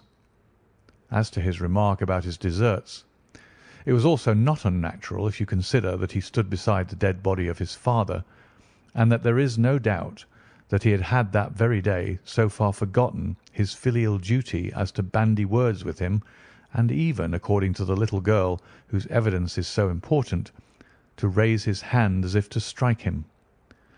The self-reproach and contrition which are displayed in his remark appear to me to be the signs of a healthy mind rather than of a guilty one." I shook my head. "Many men have been hanged on far slighter evidence," I remarked. "So they have, and many men have been wrongfully hanged. What is the young man's own account of the matter?" "It is, I am afraid, not very encouraging to his supporters. though there are one or two points in it which are suggestive. You will find it here, and may read it for yourself." He picked out from his bundle a copy of the local Herefordshire paper, and having turned down the sheet, he pointed out the paragraph in which the unfortunate young man had given his own statement of what had occurred. I settled myself down in the corner of the carriage and read it very carefully. It ran in this way: Mr. James McCarthy, the only son of the deceased, was then called and gave evidence as follows: "I had been away from home for 3 days at Bristol, and had only just returned upon the morning of last Monday, the 3rd. My father was absent from home at the time of my arrival, and I was informed by the maid that he had driven over to Ross with John Cobb, the groom. Shortly after my return, I heard the wheels of his trap in the yard, and, looking out of my window, I saw him get out and walk rapidly out of the yard, though I was not aware in which direction he was going. I then took my gun and strolled out in the direction of the Boscombe pool, with the intention of visiting the rabbit warren, which is upon the other side. On my way I saw William Crowder, the gamekeeper, as he had stated in his evidence, but he is mistaken in thinking that I was following my father. I had no idea that he was in front of me. When about 100 yards from the pool I heard a cry of 'Cooey,' which was the usual signal between my father and myself. I then hurried forward and found him standing by the pool. He appeared to be much surprised at seeing me, and asked me rather roughly what I was doing. A conversation ensued which led to high words and almost to blows, for my father was a man of a very violent temper. Seeing that his passion was becoming ungovernable, I left him and returned towards Hatherley Farm. I had not gone more than 150 yards, however, when I heard a hideous outcry behind me, which caused me to run back again. I found my father expiring upon the ground with his head terribly injured. I dropped my gun and held him in my arms, but he almost instantly expired. I knelt beside him for some minutes, and then made my way to Mr. Turner's lodge-keeper, his house being the nearest, to ask for assistance. I saw no one near my father when I returned, and I have no idea how he came by his injuries. He was not a popular man, being somewhat cold and forbidding in his manners, but he had, as far as I know, no active enemies. I know nothing further of the matter." The Coroner: "Did your father make any statement to you before he died?" Witness: "He mumbled a few words, but I could only catch some allusion to a rat." The Coroner: "What did you understand by that?" Witness: "It conveyed no meaning to me. I thought that he was delirious." The Coroner: "What was the point upon which you and your father had this final quarrel?" Witness: "I should prefer not to answer." The Coroner: "I am afraid that I must press it." Witness: "It is really impossible for me to tell you. I can assure you that it has nothing to do with the sad tragedy which followed." The Coroner: "That is for the court to decide. I need not point out to you that your refusal to answer will prejudice your case considerably in any future proceedings which may arise." Witness: "I must still refuse." The Coroner: "I understand that the cry of 'Cooey' was a common signal between you and your father." Witness: "It was." The Coroner: "How was it, then, that he uttered it before he saw you, and before he even knew that you had returned from Bristol?" Witness, with considerable confusion: "I don't know." A Juryman: "Did you see nothing which aroused your suspicions when you returned on hearing the cry and found your father fatally injured?" Witness: "Nothing definite." The Coroner: "What do you mean?" Witness: "I was so disturbed and excited as I rushed out into the open that I could think of nothing except of my father.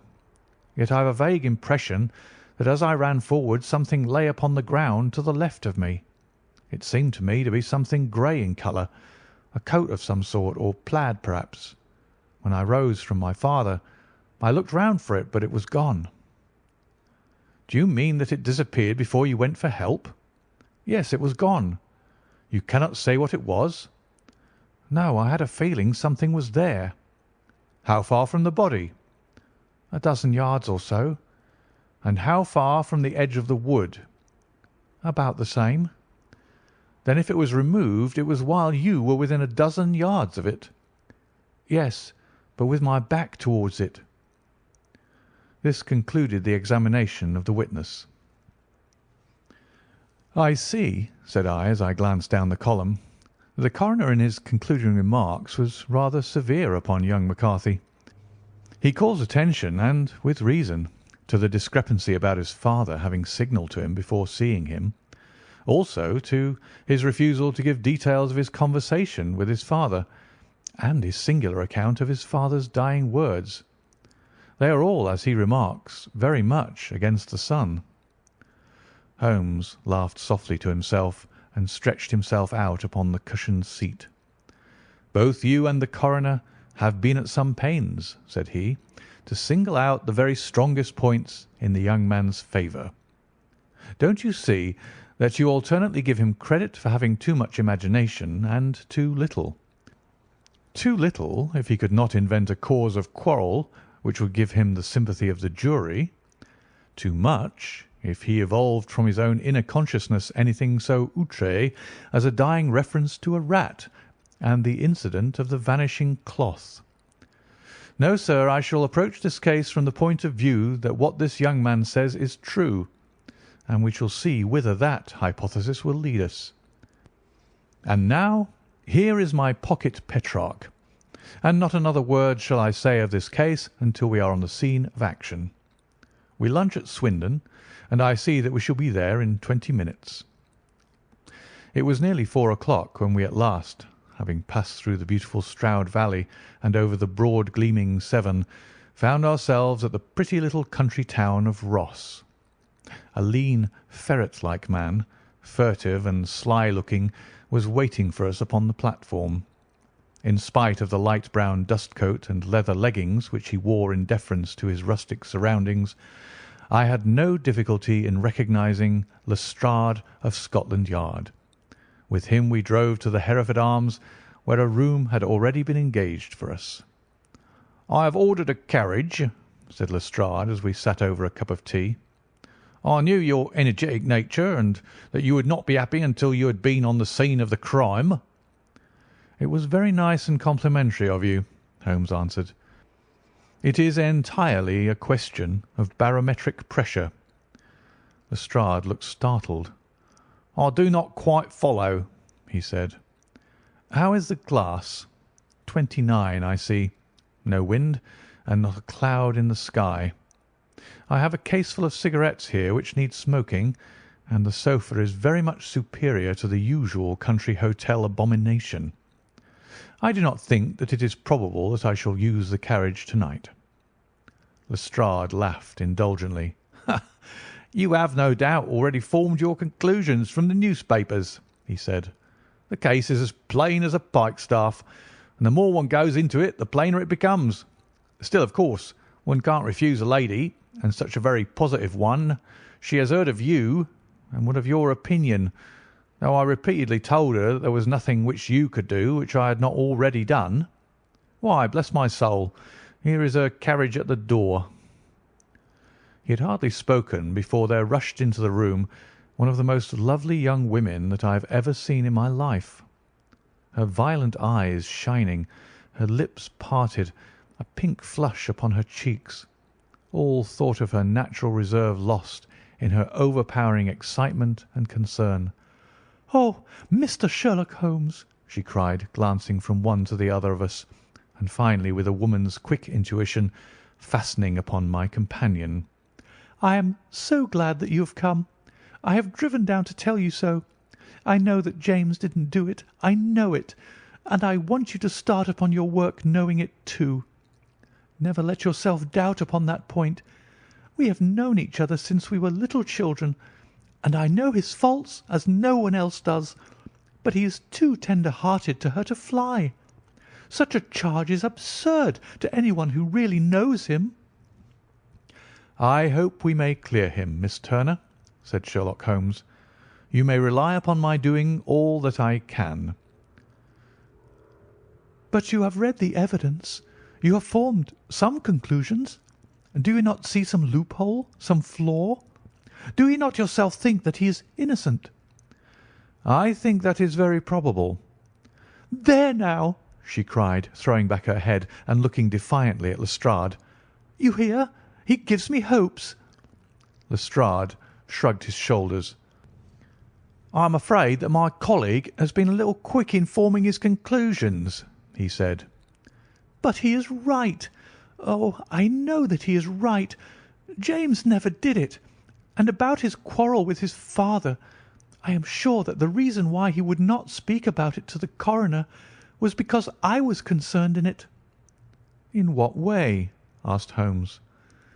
"It is no time for me to hide anything. James and his father had many disagreements about me. Mr. McCarthy was very anxious that there should be a marriage between us. James and I have always loved each other as brother and sister, but of course he is young and has seen very little of life yet, well, he naturally did not wish to do anything like that yet. So there were quarrels, and this, I am sure, was one of them." "And your father?" asked Holmes. "Was he in favour of such a union?" "No, he was averse to it also. No one but Mr. McCarthy was in favour of it."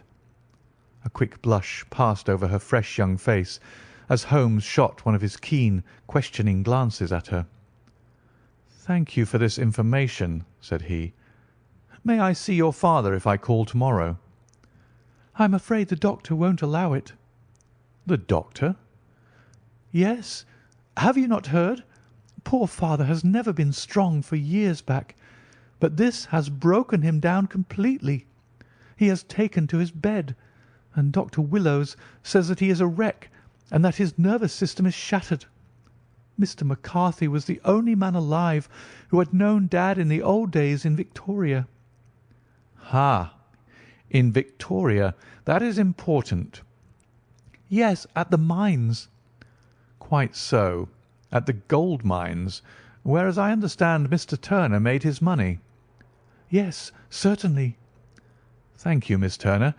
You have been of material assistance to me." "You will tell me if you have any news to-morrow. No doubt you will go to the prison to see James. Oh, if you do, Mr. Holmes, do tell him that I know him to be innocent." "I will, Miss Turner." "I must go home now, for Dad is very ill, and he misses me so if I leave him. Good-bye, and God help you in your undertaking." She hurried from the room as impulsively as she had entered, and we heard the wheels of her carriage rattle off down the street. "I'm ashamed of you, Holmes," said Lestrade with dignity after a few minutes' silence. "Why should you raise up hopes which you are bound to disappoint? I am not over tender of heart, but I call it cruel." "I think that I see my way to clearing James McCarthy," said Holmes. "Have you an order to see him in prison?" "Yes, but only for you and me." "Then I shall reconsider my resolution about going out. We have still time to take a train to Hereford and see him to-night?" "Ample." "Then let us do so. Watson, I fear that you will find it very slow, but I shall only be away a couple of hours." I walked down to the station with them, and then wandered through the streets of the little town, finally returning to the hotel, where I lay upon the sofa and tried to interest myself in a yellow-backed novel. The puny plot of the story was so thin, however, when compared to the deep mystery through which we were groping, and I found my attention wander so continually from the action to the fact, that I at last flung it across the room and gave myself entirely to a consideration of the events of the day. Supposing that this unhappy young man's story were absolutely true, then what hellish thing, what absolutely unforeseen and extraordinary calamity could have occurred between the time when he parted from his father and the moment when, drawn back by his screams, he rushed into the glade? It was something terrible and deadly. What could it be? Might not the nature of the injuries reveal something to my medical instincts? I rang the bell and called for the weekly county paper, which contained a verbatim account of the inquest. In the surgeon's deposition it was stated that the posterior third of the left parietal bone and the left half of the occipital bone had been shattered by a heavy blow from a blunt weapon. I marked the spot upon my own head. Clearly such a blow must have been struck from behind. That was to some extent in favour of the accused, as when seen quarrelling he was face to face with his father. Still, it did not go for very much, for the older man might have turned his back before the blow fell. Still, it might be worth while to call Holmes' attention to it. Then there was the peculiar dying reference to a rat. What could that mean? It could not be delirium.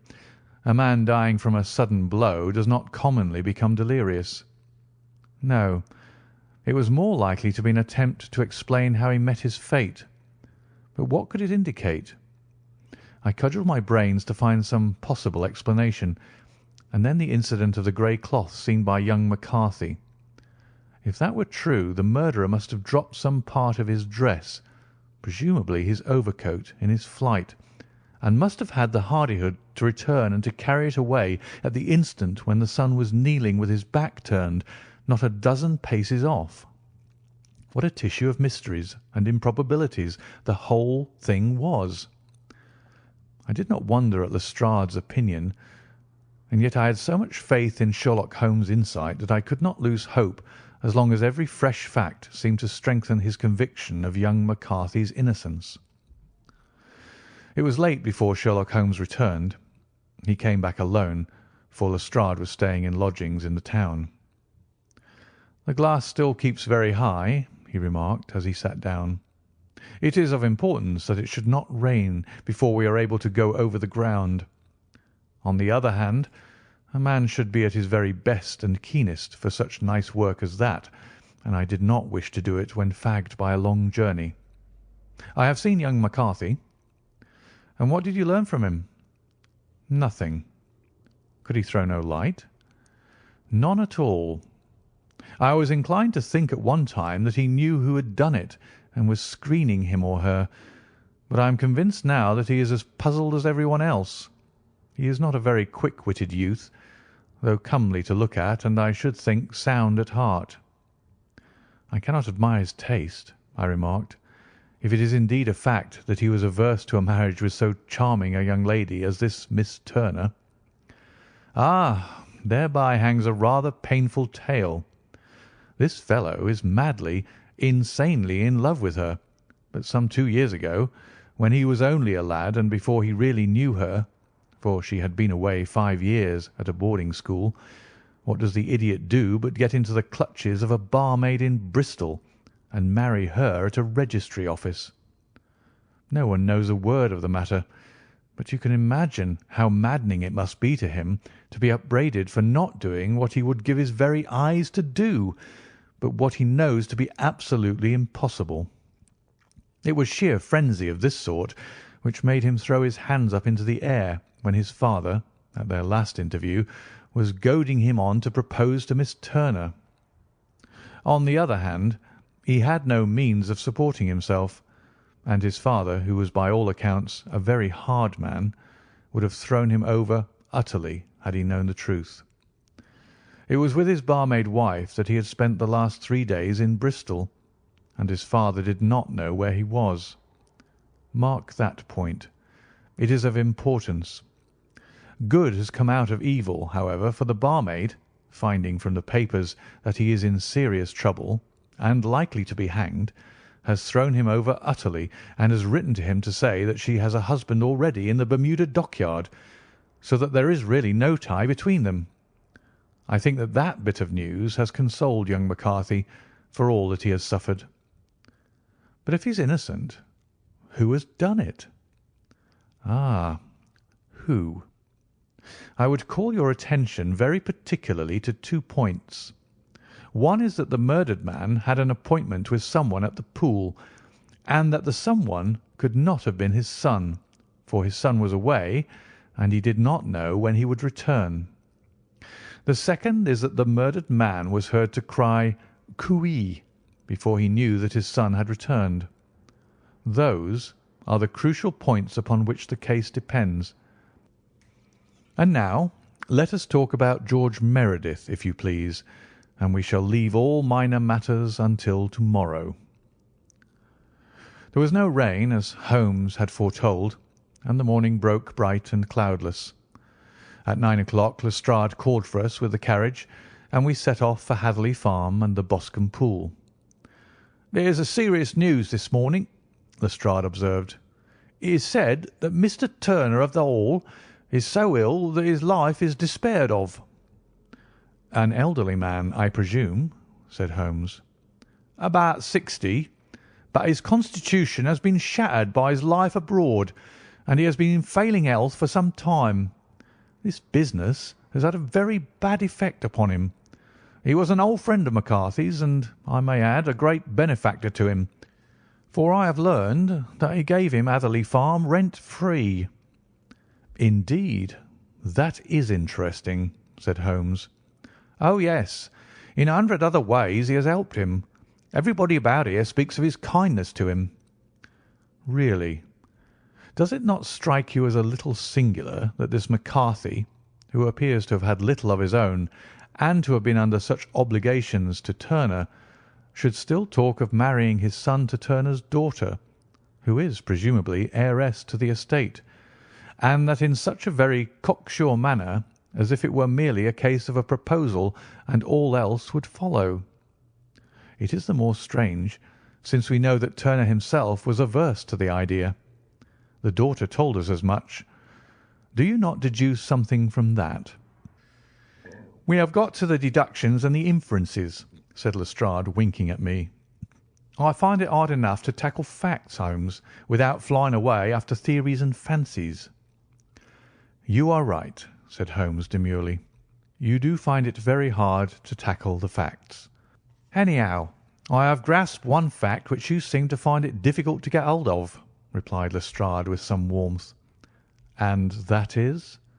"That McCarthy senior met his death from McCarthy junior, and that all theories to the contrary are the merest moonshine." "Well, moonshine is a brighter thing than fog," said Holmes, laughing. "But I am very much mistaken if this is not Hatherley Farm upon the left." "Yes, that is it." It was a widespread, comfortable-looking building, two-storied, slate-roofed, with great yellow blotches of lichen upon the grey walls. The drawn blinds and the smokeless chimneys, however, gave it a stricken look, as though the weight of this horror still lay heavy upon it. We called at the door, when the maid, at Holmes's request, showed us the boots which her master wore at the time of his death, and also a pair of the son's, though not the pair which he had then had. Having measured these very carefully from 7 or 8 different points, Holmes desired to be led to the courtyard, from which we all followed the winding track which led to Boscombe Pool. Sherlock Holmes was transformed when he was hot upon such a scent as this. Men who had only known the quiet thinker and logician of Baker Street would have failed to recognise him. His face flushed and darkened. His brows were drawn into 2 hard black lines, while his eyes shone out from beneath them with a steely glitter. His face was bent downward, his shoulders bowed, his lips compressed, and the veins stood out like whipcord in his long, sinewy neck. His nostrils seemed to dilate with a purely animal lust for the chase, and his mind was so absolutely concentrated upon the matter before him that a question or remark fell unheeded upon his ears, or, at the most, only provoked a quick, impatient snarl in reply. Swiftly and silently he made his way along the track which ran through the meadows, and so by way of the woods to the Boscombe Pool. It was damp, marshy ground, as is all that district, and there were marks of many feet, both upon the path and amid the short grass which bounded it on either side. Sometimes Holmes would hurry on, sometimes stop dead, and once he made quite a little detour into the meadow. Lestrade and I walked behind him, the detective indifferent and contemptuous, while I watched my friend with the interest which sprang from the conviction that every one of his actions was directed towards a definite end. The Boscombe pool, which is a little reed-girt sheet of water some 50 yards across, is situated at the boundary between the Hatherley farm and the private park of the wealthy Mr. Turner. Above the woods which lined it upon the farther side, we could see the red, jutting pinnacles which marked the site of the rich landowner's dwelling. On the Hatherley side of the pool the woods grew very thick, and there was a narrow belt of sodden grass 20 paces across between the edge of the trees and the reeds which lined the lake. Lestrade showed us the exact spot at which the body had been found, and indeed so moist was the ground that I could plainly see the traces which had been left by the fall of the stricken man. To Holmes, as I could see by his eager face and peering eyes, very many other things were to be read upon the trampled grass. He ran round like a dog who is picking up a scent, and then turned upon my companion. "What did you go into the pool for?" he asked. "I fished about with a rake. I thought there might be some weapon or other trace. But how on earth—" "Oh, tut, tut! I have no time. That left foot of yours with its inward twist is all over the place. A mole could trace it, and there it vanishes among the reeds. Oh, how simple it would all have been had I been here before they came like a herd of buffalo and wallowed all over it. Here is where the party with the lodge-keeper came, and they have covered all tracks for 6 or 8 feet round the body. But here are 3 separate tracks of the same feet." He drew out a lens and lay down upon his waterproof to have a better view, talking all the time, rather to himself than to us. "These are young McCarthy's feet. Twice he was walking, and once he ran swiftly, so that the soles are deeply marked and the heels hardly visible. That bears out his story. He ran when he saw his father on the ground. Then here are the father's feet as he paced up and down. What is this, then? It is the butt end of the gun as the son stood listening. And this? Ha! Ha! What have we here? Tiptoes? Tiptoes? Square, too, quite unusual boots. They come, they go, they come again. Of course, that was for the cloak. Now, where did they come from?"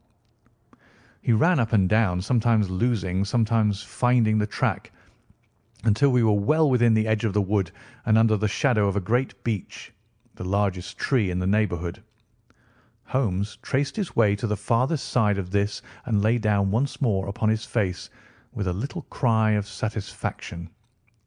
For a long time he remained there, turning over the leaves and dried sticks, gathering up what seemed to me to be dust into an envelope, and examining with his lens not only the ground but even the bark of the tree as far as he could reach.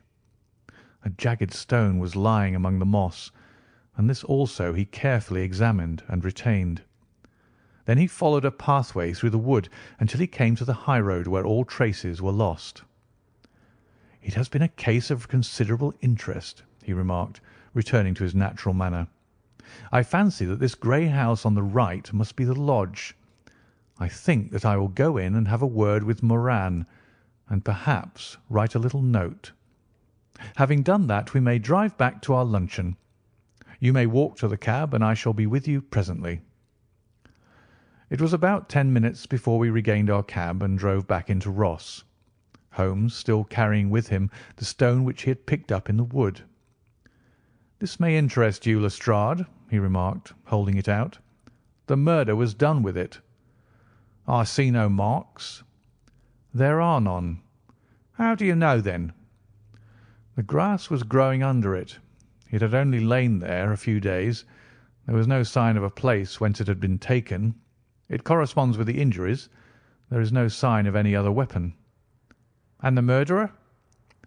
"Is a tall man, left-handed, limps with the right leg, wears thick-soled shooting boots and a grey cloak, smokes Indian cigars, uses a cigar holder, and carries a blunt penknife in his pocket.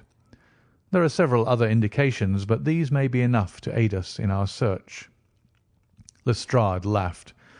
"I am afraid that I am still a sceptic," he said. Theories are all very well, but we have to deal with a hard-headed British jury." "Nous verrons," answered Holmes calmly. "You work your own method, and I shall work mine. I shall be busy this afternoon, and shall probably return to London by the evening train." "And leave your case unfinished?"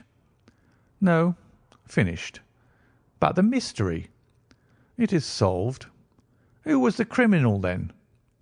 "The gentleman I describe." "But who is he?" "Surely it would not be difficult to find out. This is not such a populous neighbourhood." Lestrade shrugged his shoulders. "I am a practical man," he said, "and I really cannot undertake to go about the country looking for a left-handed gentleman with a gammy leg. I should become the laughing-stock of Scotland Yard." "All right," said Holmes quietly. "I have given you the chance. Here are your lodgings. Good-bye. I shall drop you a line before I leave." Having left Lestrade at his rooms, we drove to our hotel, where we found lunch upon the table. Holmes was silent and buried in thought, with a pained expression upon his face, as one who finds himself in a perplexing position. "Look here, Watson," he said when the cloth was cleared. "Just sit down in the chair and let me preach to you for a little. I don't know quite what to do, and I should value your advice. Light a cigar and let me expound." "Pray do so." "Well, now, in considering this case there are 2 points about young McCarthy's narrative which struck us both instantly, although they impressed me in his favour and you against him. One was the fact that his father should, according to his account, cry 'Cooee' before seeing him. The other was his singular dying reference to a rat. He mumbled several words, you understand, but that was all that caught the son's ear. Now, from this double point our research must commence, and we will begin it by presuming that what the lad says is absolutely true." "What of this 'Cooee' then?" "Well, obviously it could not have been meant for the son. The son, as far as he knew, was in Bristol. It was mere chance that he was within earshot. The 'Cooee' was meant to attract the attention of whoever it was that he had the appointment with. But 'Cooee' is a distinctly Australian cry, and one which is used between Australians. There is a strong presumption that the person whom McCarthy expected to meet him at Boscombe Pool was someone who had been in Australia." "What of the rat, then?" Sherlock Holmes took a folded paper from his pocket and flattened it out on the table. "This is a map of the colony of Victoria," he said. "I wired to Bristol for it last night." He put his hand over part of the map. "What do you read?" "ARAT," I read. "And now?" He raised his hand. "Ballarat." "Quite so. That was the word the man uttered, and of which his son only caught the last 2 syllables. He was trying to utter the name of his murderer, so-and-so of Ballarat." "It is wonderful!" I exclaimed. "It is obvious. And now, you see, I had narrowed the field down considerably. The possession of a grey garment was a third point, which, granting the son's statement to be correct, was a certainty. We have come now out of mere vagueness to the definite conception of an Australian from Ballarat with a grey cloak." "Certainly." "And one who was at home in the district, for the pool can only be approached by the farm or by the estate, where strangers could hardly wander." "Quite so. Then comes our expedition of to-day. By an examination of the ground I gained the trifling details which I gave to that imbecile Lestrade as to the personality of the criminal." "But how did you gain them?" "You know my method. It is founded upon the observation of trifles. His height I know that you might roughly judge from the length of his stride. His boots, too, might be told from their traces." "Yes, they were peculiar boots." "But his lameness?" "The impression of his right foot was always less distinct than his left. He put less weight upon it. Why? Because he limped. He was lame. But his left-handedness. You were yourself struck by the nature of the injury as recorded by the surgeon at the inquest. The blow was struck from immediately behind, and yet was upon the left side. Now, how can that be unless it were by a left-handed man? He had stood behind that tree during the interview between the father and son. He had even smoked there. I found the ash of a cigar, which my special knowledge of tobacco ashes enables me to pronounce as an Indian cigar. I have, as you know, devoted some attention to this, and written a little monograph on the ashes of 140 different varieties of pipe, cigar, and cigarette tobacco. Having found the ash, I then looked round and discovered the stump among the moss, where he had tossed it. It was an Indian cigar of the variety which are rolled in Rotterdam. And the cigar holder? I could see that the end had not been in his mouth. Therefore he used a holder. The tip had been cut off, not bitten off, but the cut was not a clean one, so I deduced a blunt penknife. "Holmes," I said, "you have drawn a net round this man from which he cannot escape, and you have saved an innocent human life as truly as if you had cut the cord which was hanging him. I see the direction in which all this points. The culprit is—" "Mr. John Turner," cried the hotel waiter, opening the door of our sitting-room and ushering in a visitor. The man who entered was a strange and impressive figure. His slow, limping step and bowed shoulders gave the appearance of decrepitude, and yet his hard, deep-lined, craggy features and his enormous limbs showed that he was possessed of unusual strength of body and of character.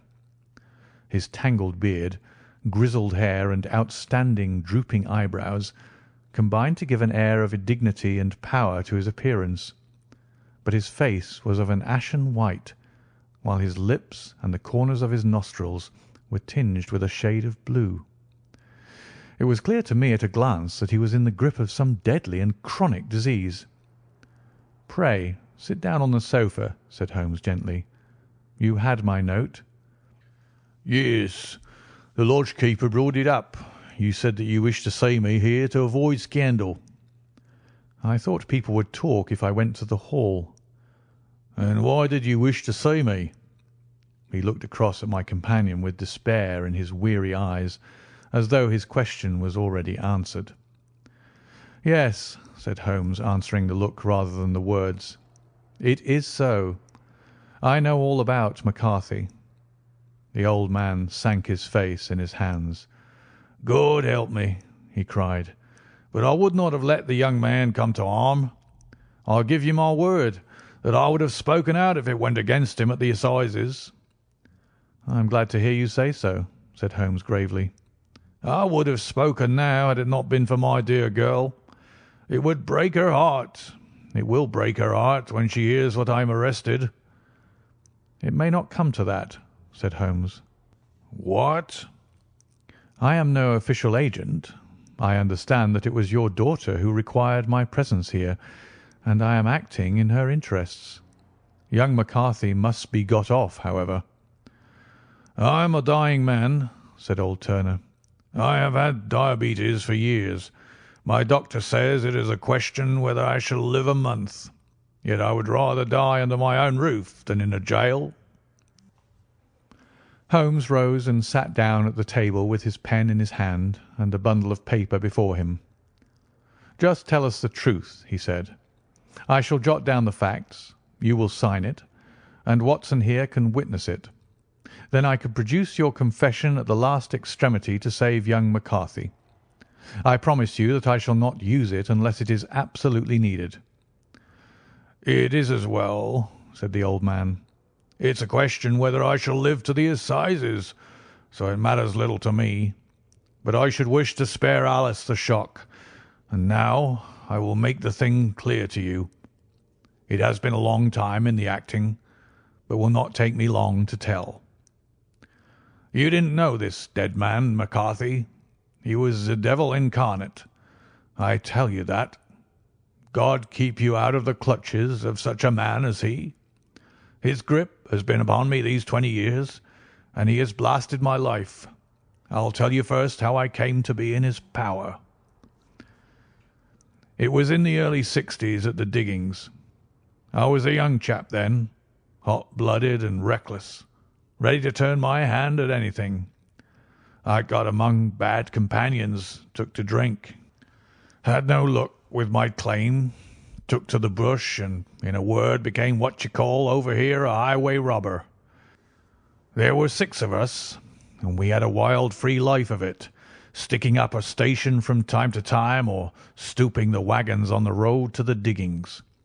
Black Jack of Ballarat was the name I went under, and our party is still remembered in the colony as the Ballarat Gang. One day a gold convoy came down from Ballarat to Melbourne, and we lay in wait for it and attacked it. There were 6 troopers and 6 of us, so it was a close thing, but we emptied 4 of their saddles at the first volley. 3 of our boys were killed, however, before we got the swag. I put my pistol to the head of the wagon driver, who was this very man McCarthy.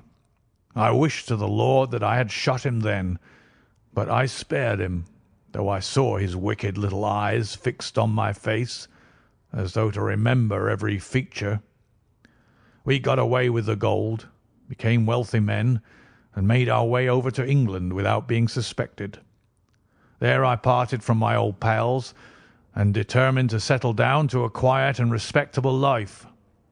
I bought this estate, which chanced to be in the market, and I set myself to do a little good with my money, to make up for the way in which I had earned it. I married, too, and though my wife died young, she left me my dear little Alice. Even when she was just a baby, her wee hands seemed to lead me down the right path as nothing else has ever done. In a word, I turned over a new leaf and did my best to make up for the past. All was going well when McCarthy laid his grip upon me. I had gone up to town about an investment, and I met him in Regent Street with hardly a coat to his back or a boot to his foot. "Here we are, Jack," says he, touching me on the arm. "We'll be as good as a family to you. There's 2 of us, me and my son, and you can have the keeping of us. If you don't, it's a fine, law-abiding country is England, and there's always a policeman within hail." Well, down they came to the West Country. There was no shaking them off, and there they have lived rent-free on my best land ever since. There was no rest for me, no peace, no forgetfulness. Turn where I would, there was this cunning, grinning face at my elbow. It grew worse as Alice grew up, for he soon saw I was more afraid of her knowing my past than of the police. Whatever he wanted he must have, and whatever it was I gave him without question. Land, money, houses, until at last he asked a thing which I could not give. He asked for Alice. His son, you see, had grown up, and so had my girl, and as I was known to be in weak health, it seemed a fine stroke to him that his lad should step into the whole property. But there I was firm. I would not have his cursed stock mixed with mine. Not that I had any dislike to the lad, but his blood was in him, and that was enough. I stood firm. McCarthy threatened. I braved him to do his worst. We were to meet at the pool midway between our houses to talk it over. When I went down there I found him talking with his son, so I smoked a cigar and waited behind a tree until he should be alone. But as I listened to his talk, all that was black and bitter in me seemed to come uppermost. He was urging his son to marry my daughter, with as little regard for what she might think as if she were a slut from off the streets. It drove me mad to think that I and all that I held most dear should be in the power of such a man as this. Could I not snap the bond? I was already a dying and a desperate man, though clear of mind and fairly strong of limb. I knew that my own fate was sealed, but my memory and my girl, both could be saved if I could but silence that foul tongue. I did it, Mr. Holmes. I would do it again. Deeply as I have sinned, I have led a life of martyrdom to atone for it.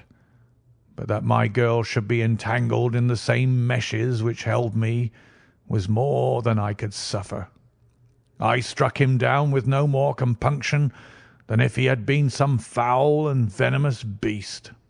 His cry brought back his son, but I had gained the cover of the wood, though I was forced to go back to fetch the cloak which I had dropped in my flight. That is the true story, gentlemen, of all that occurred." "Well, it is not for me to judge you," said Holmes, as the old man signed the statement which had been drawn out. "I pray that we may never be exposed to such temptation." "I pray not, sir. And what do you intend to do?" "In view of your health, nothing. You are yourself aware that you will soon have to answer for your deed at a higher court than the assizes. I will keep your confession, and if McCarthy is condemned, I shall be forced to use it. If not, it shall never be seen by mortal eye, and your secret, whether you be alive or dead, shall be safe with us." "Farewell, then," said the old man solemnly. "Your own deathbeds, when they come, will be the easier for the thought of the peace which you have given to mine." Tottering and shaking in all his giant frame, he stumbled slowly from the room. "God help us," said Holmes after a long silence. "Why does fate play such tricks with poor helpless worms? I never hear of such a case as this that I do not think of Baxter's words and say, 'There but for the grace of God goes Sherlock Holmes.'" James McCarthy was acquitted at the assizes on the strength of a number of objections which had been drawn out by Holmes and submitted to the defending counsel. Old Turner lived for 7 months after our interview, but he is now dead, and there is every prospect that the son and daughter may come to live happily together in ignorance of the black cloud which rests upon their past. End of the Boscombe Valley Mystery.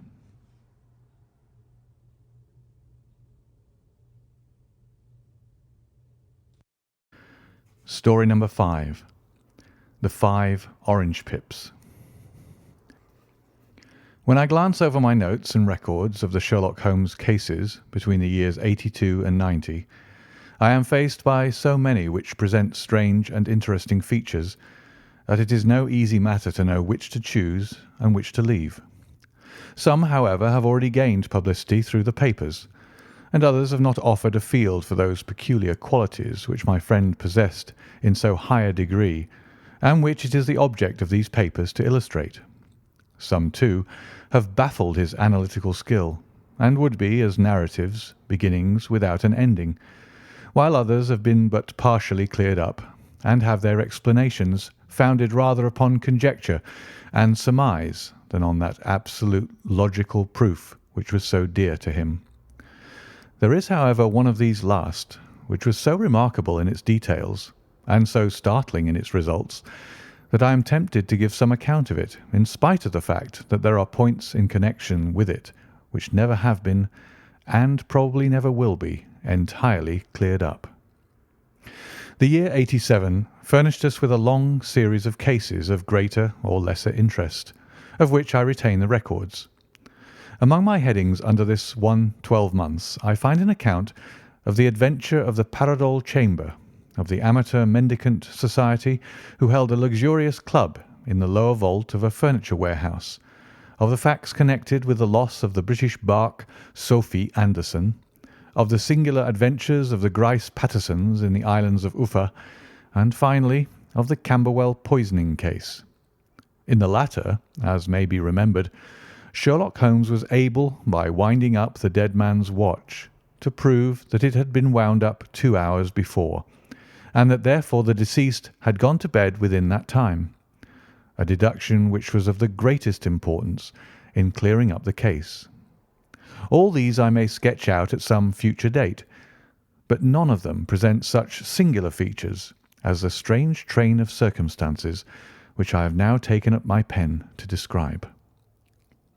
It was in the latter days of September, and the equinoctial gales had set in with exceptional violence.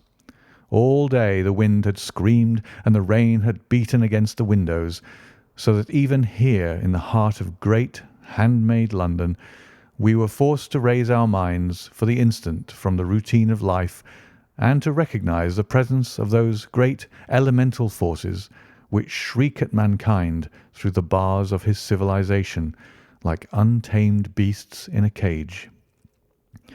As evening drew in, the storm grew higher and louder, and the wind cried and sobbed like a child in the chimney. Sherlock Holmes sat moodily at one side of the fireplace, cross-indexing his records of crime, while I at the other was deep in one of Clark Russell's fine sea stories, until the howl of the gale from without seemed to blend with the text, and the splash of the rain to lengthen out into the long swash of the sea waves. My wife was on a visit to her mother's, and for a few days I was a dweller once more in my old quarters at Baker Street. "Why?" said I, glancing up at my companion. "That was surely the bell. Who could come tonight? Some friend of yours, perhaps?" "Except yourself, I have none," he answered. "I do not encourage visitors." "A client, then?" "If so, it is a serious case. Nothing less would bring a man out on such a day and at such an hour. But I take it that it is more likely to be some crony of the landlady's." Sherlock Holmes was wrong in his conjecture, however, for there came a step in the passage and a tapping at the door. He stretched out his long arm to turn the lamp away from himself and towards the vacant chair upon which a newcomer must sit. "Come in," said he. The man who entered was young, some 22 at the outside, well groomed and trimly clad, with something of refinement and delicacy in his bearing.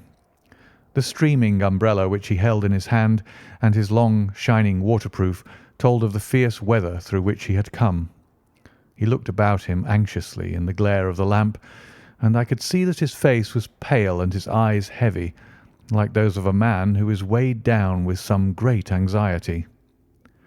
"I owe you an apology," he said, raising his gold pince-nez to his eyes. "I trust that I am not intruding. I fear that I have brought some traces of the storm and rain into your snug chamber." "Give me your coat and umbrella," said Holmes. "They may rest here on the hook and will be dry presently. You have come up from the south-west, I see." "Yes, from Horsham." "That clay and chalk mixture which I see upon your toe-caps is quite distinctive." "I have come for your advice." "That is easily got." "And help." "That is not always so easy." "I have heard of you, Mr. Holmes. I heard from Major Prendergast how you saved him in the Tankerville Club scandal." "Ah, of course. He was wrongfully accused of cheating at cards." "He said that you could solve anything." "He said too much." "That you are never beaten." "I have been beaten 4 times, 3 times by men, and once by a woman." "But what is that compared with the number of your successes?" "It is true that I have been generally successful." "Then you may be so with me." "I beg that you will draw your chair up to the fire and favour me with some details as to your case." "It is no ordinary one." "None of those which come to me are. I am the last court of appeal." "And yet I question, sir, whether in all your experience you have ever listened to a more mysterious and inexplicable chain of events than those which have happened in my own family." "You fill me with interest," said Holmes. "Pray give us the essential facts from the commencement, and I can afterwards question you as to those details which seem to me the most important." The young man pulled his chair up and pushed his wet feet out towards the blaze. "My name," said he, "is John Openshaw, but my own affairs have, as far as I can understand, little to do with this awful business. It is a hereditary matter, so in order to give you an idea of the facts, I must go back to the commencement of the affair. You must know that my grandfather had two sons, my uncle Elias and my father Joseph. My father had a small factory at Coventry, which he enlarged at the time of the invention of bicycling. He was a patentee of the Openshaw unbreakable tyre, and his business met with such success that he was able to sell it and to retire upon a handsome competence.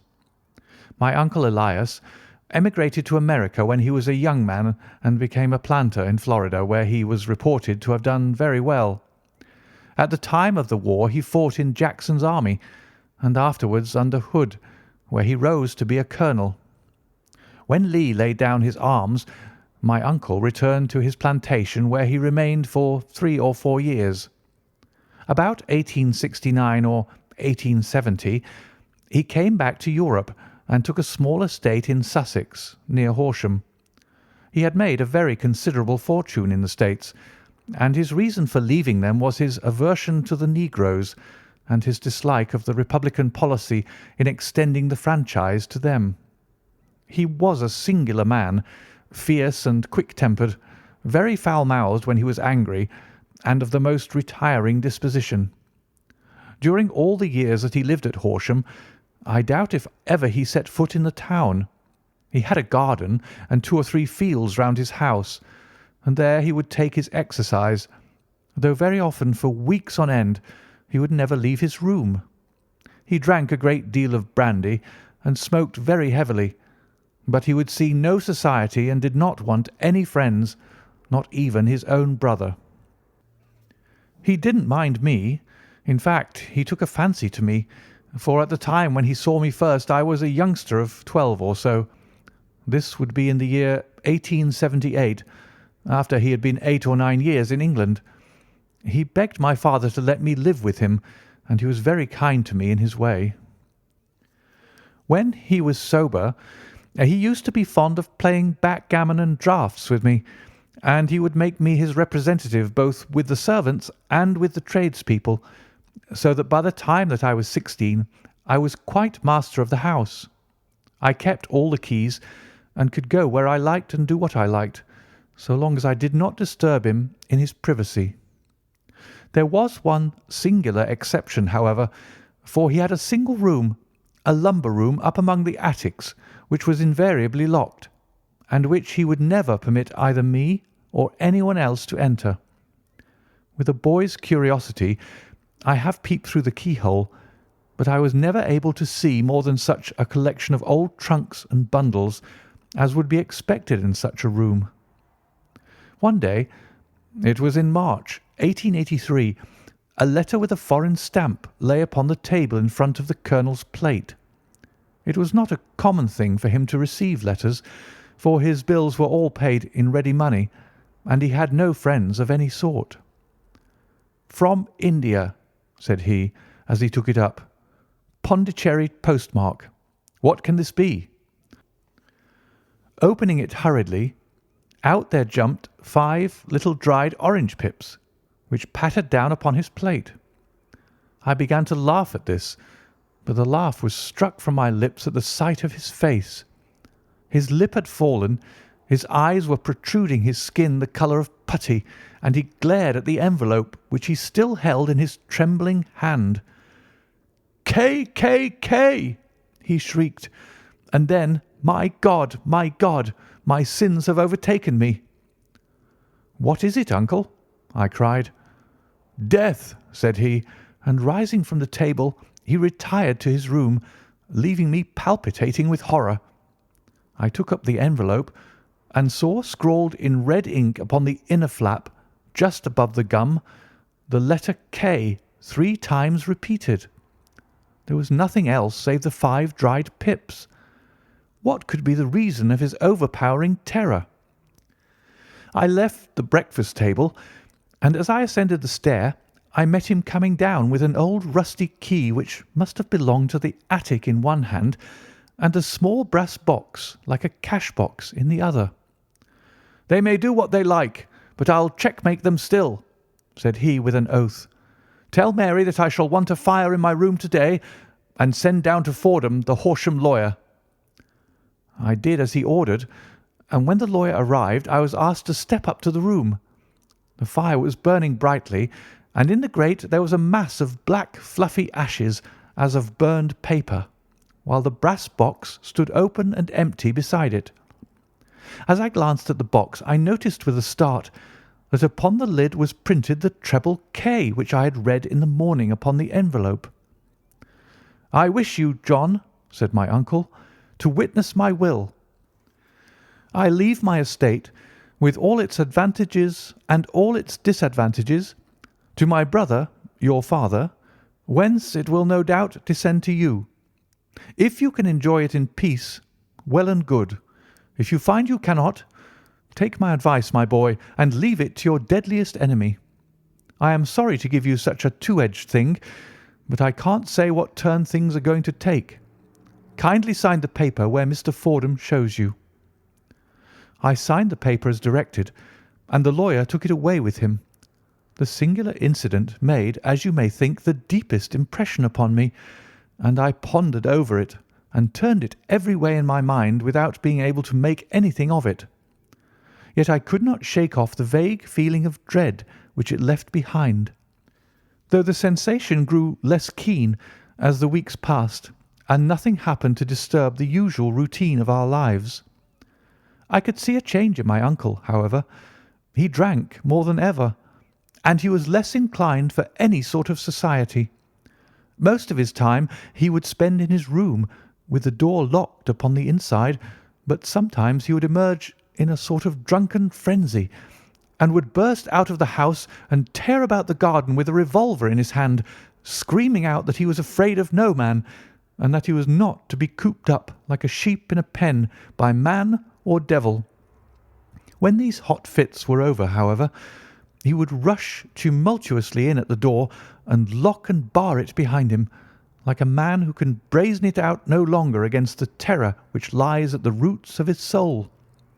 At such times I have seen his face, even on a cold day, glisten with moisture, as though it were new raised from a basin. Well, to come to an end of the matter, Mr. Holmes, and not to abuse your patience, there came a night when he made one of those drunken sallies from which he never came back. We found him, when we went to search for him, face downward in a little green-scummed pool which lay at the foot of the garden. There was no sign of any violence, and the water was but 2 feet deep, so that the jury, having regard to his known eccentricity, brought in a verdict of suicide. But I, who knew how he winced from the very thought of death, had much ado to persuade myself that he had gone out of his way to meet it. The matter passed, however, and my father entered into possession of the estate, and of some £14,000 which lay to his credit at the bank. "One moment," Holmes interposed. "Your statement is, I foresee, one of the most remarkable to which I have ever listened. Let me have the date of the reception by your uncle of the letter, and the date of his supposed suicide." "The letter arrived on March 10th, 1883. His death was 7 weeks later, upon the night of May 2nd. "Thank you. Pray proceed." "When my father took over the Horsham property, he, at my request, made a careful examination of the attic, which had been always locked up. We found the brass box there, although its contents had been destroyed. On the inside of the cover was a paper label with the initials of K.K.K. repeated upon it, and letters, memoranda, receipts, and a register written beneath. These, we presume, indicated the nature of the papers which had been destroyed by Colonel Openshaw.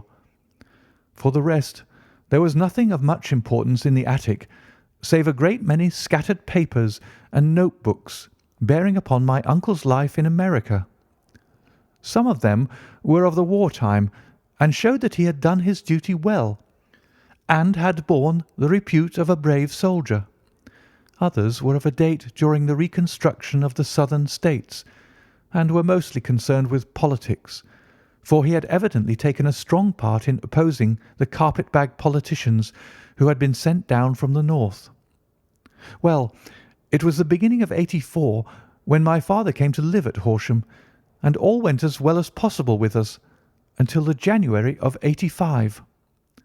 On the 4th day after the New Year, I heard my father give a sharp cry of surprise as we sat together at the breakfast table. There he was, sitting with a newly opened envelope in one hand and 5 dried orange pips in the outstretched palm of the other one. He had always laughed at what he called my cock and bull story about the colonel, but he looked very scared and puzzled now that the same thing had come upon himself.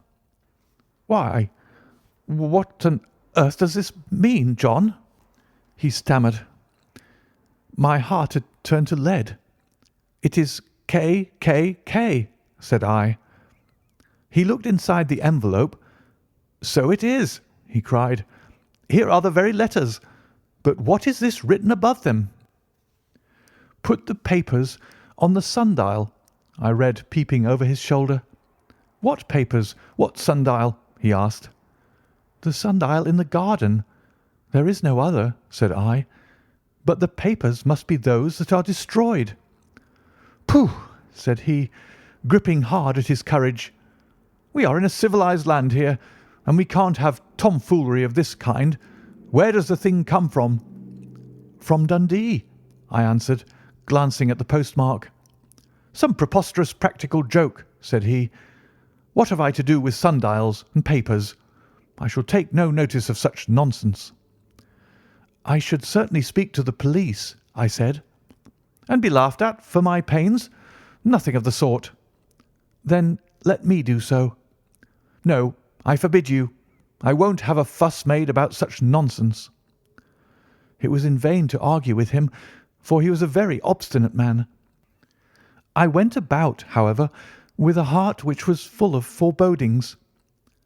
On the 3rd day after the coming of the letter, my father went from home to visit an old friend of his, Major Freebody, who is in command of one of the forts upon Portsdown Hill. I was glad that he should go, for it seemed to me that he was farther from danger when he was away from home. In that, however, I was in error. Upon the 2nd day of his absence, I received a telegram from the Major imploring me to come at once. My father had fallen over one of the deep chalk pits which abound in the neighbourhood, and was lying senseless with a shattered skull. I hurried to him, but he passed away without having ever recovered his consciousness. He had, as it appears, been returning from Fareham in the twilight, and as the country was unknown to him and the chalk pit unfenced, the jury had no hesitation in bringing in a verdict of death from accidental causes. Carefully, as I examined every fact connected with his death, I was unable to find anything which could suggest the idea of murder. There were no signs of violence, no footmarks, no robbery, no record of strangers having been seen upon the roads, and yet I need not tell you that my mind was far from at ease, and that I was well nigh certain that some foul plot had been woven round him. In this sinister way I came into my inheritance. You will ask me why I did not dispose of it. I answer because I was well convinced that our troubles were in some way dependent upon an incident in my uncle's life, and that the danger would be as pressing in one house as another. It was in January '85 that my poor father met his end, and 2 years and 8 months have elapsed since then. During that time I have lived happily at Horsham, and I had begun to hope that this curse had passed away from the family, and that it had ended with the last generation. I had begun to take comfort too soon, however. Yesterday morning the blow fell in the very shape in which it had come upon my father. The young man took from his waistcoat a crumpled envelope, and turning to the table he shook out upon it 5 little dried orange pips. "This is the envelope," he continued, The postmark is London, Eastern Division. Within are the very words which were upon my father's last message. K, K, K. And then put the papers on the sundial." "What have you done?" asked Holmes. "Nothing." "Nothing?" "To tell the truth," he sank his face into his thin white hands, "I have felt helpless. I have felt like one of those poor rabbits when the snake is writhing towards it. I seem to be in the grasp of some resistless, inexorable evil which no foresight and no precautions can guard against." "Tut, tut!" cried Sherlock Holmes. "You must act, man, or you are lost. Nothing but energy can save you. This is no time for despair." "I have seen the police." "Ah!" "But they listened to my story with a smile. I am convinced that the inspector has formed the opinion that the letters are all practical jokes, and that the deaths of my relations were really accidents, as the jury stated, and were not to be connected with the warnings." Holmes shook his clenched hands in the air. "Incredible imbecility!" he cried. "They have, however, allowed me a policeman who may remain in the house with me." "Has he come with you tonight?" "No, his orders were to stay in the house." Again Holmes raved in the air. "Why did you come to me?" he cried. "And above all, why did you not come at once?" "I did not know. It was only to-day that I spoke to Major Prendergast about my troubles, and was advised by him to come to you." "It is really 2 days since you had the letter. We should have acted before this. You have no further evidence, I suppose, than that which you have placed before us? No suggestive detail which might help us?" "There is one thing," said John Openshaw. He rummaged in his coat pocket, and drawing out a piece of discoloured blue-tinted paper, he laid it out upon the table. "I have some remembrance," said he, "that on the day when my uncle burned the papers, I observed that the small unburned margins which lay amid the ashes were of this particular colour. I found this single sheet upon the floor of his room, and I am inclined to think that it may be one of the papers which has, perhaps, fluttered out from among the others, and in that way has escaped destruction. Beyond the mention of pips, I do not see that it helps us much. I think myself that it is a page from some private diary. The writing is undoubtedly my uncle's." Holmes moved the lamp, and we both bent over the sheet of paper, which showed by its ragged edge that it had indeed been torn from a book. It was headed March 1869, and beneath were the following enigmatical notices: 4th, Hudson came, same old platform. 7th, set the pips on Macaulay, Paramore, and John Swain of St. Augustine. 9th, Macaulay cleared. 10th, John Swain cleared. 12th, visited Paramore. All well. "Thank you," said Holmes, folding up the paper and returning it to our visitor. "And now you must on no account lose another instant. We cannot spare time even to discuss what you have told me. You must get home instantly and act." "What shall I do?" "There is but one thing to do. It must be done at once. You must put this piece of paper which you have shown us into the brass box which you have described. You must also put in a note to say that all the other papers were burned by your uncle, and that this is the only one which remains. You must assert that in such words as will carry conviction with them. Having done this, you must at once put the box out upon the sundial as directed. Do you understand?" "Entirely." "Do not think of revenge or anything of the sort at present. I think that we may gain that by means of the law, but we have our web to weave while theirs is already woven. The first consideration is to remove the pressing danger which threatens you. The second is to clear up the mystery and to punish the guilty parties." "I thank you," said the young man, rising and pulling on his overcoat. You have given me fresh life and hope. I shall certainly do as you advise." "Do not lose an instant. And above all, take care of yourself in the meanwhile, for I do not think that there can be a doubt that you are threatened by a very real and imminent danger. How do you go back?" "By train from Waterloo." "It is not yet 9. The streets will be crowded, so I trust that you may be in safety. And yet you cannot guard yourself too closely." "I am armed." "That is well. Tomorrow I shall set to work upon your case." "I shall see you at Horsham, then?" "No. Your secret lies in London. It is there that I shall seek it." "Then I shall call upon you in a day or in 2 days with news as to the box and the papers.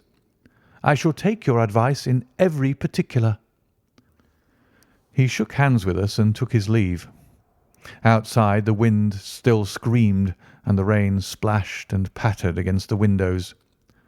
This strange wild story seemed to have come to us from amid the mad elements, blown in upon us like a sheet of seaweed in a gale, and now to have been reabsorbed by them once more. Sherlock Holmes sat for some time in silence, with his head sunk forward and his eyes bent upon the red glow of the fire. Then he lit his pipe, and leaning back in his chair, he watched the blue smoke rings as they chased each other up to the ceiling. "I think, Watson," he remarked at last, "that of all our cases we have had none more fantastic than this. Save perhaps the sign of 4. Well, yes, save perhaps that. And yet this John Openshaw seems to me to be walking amid even greater perils than did the Sholtos." "But have you," I asked, "formed any definite conception as to what these perils are?" "There can be no question as to their nature," he answered. "Then what are they? Who is this K.K.K., and why does he pursue this unhappy family?" Sherlock Holmes closed his eyes and placed his elbows upon the arms of his chair with his finger-tips together. "The ideal reasoner," he remarked, "would, when he had once been shown a single fact in all its bearings, deduce from it not only the chain of events which led up to it, but also all the results which would follow from it, as Cuvier could correctly describe a whole animal by the contemplation of a single bone. So the observer, who has thoroughly understood one link in a series of incidents, should be able to accurately state all the other ones, both before and after. We have not yet grasped the results which the reason alone can attain to. Problems may be solved in the study which have baffled all those who have sought a solution by the aid of their senses.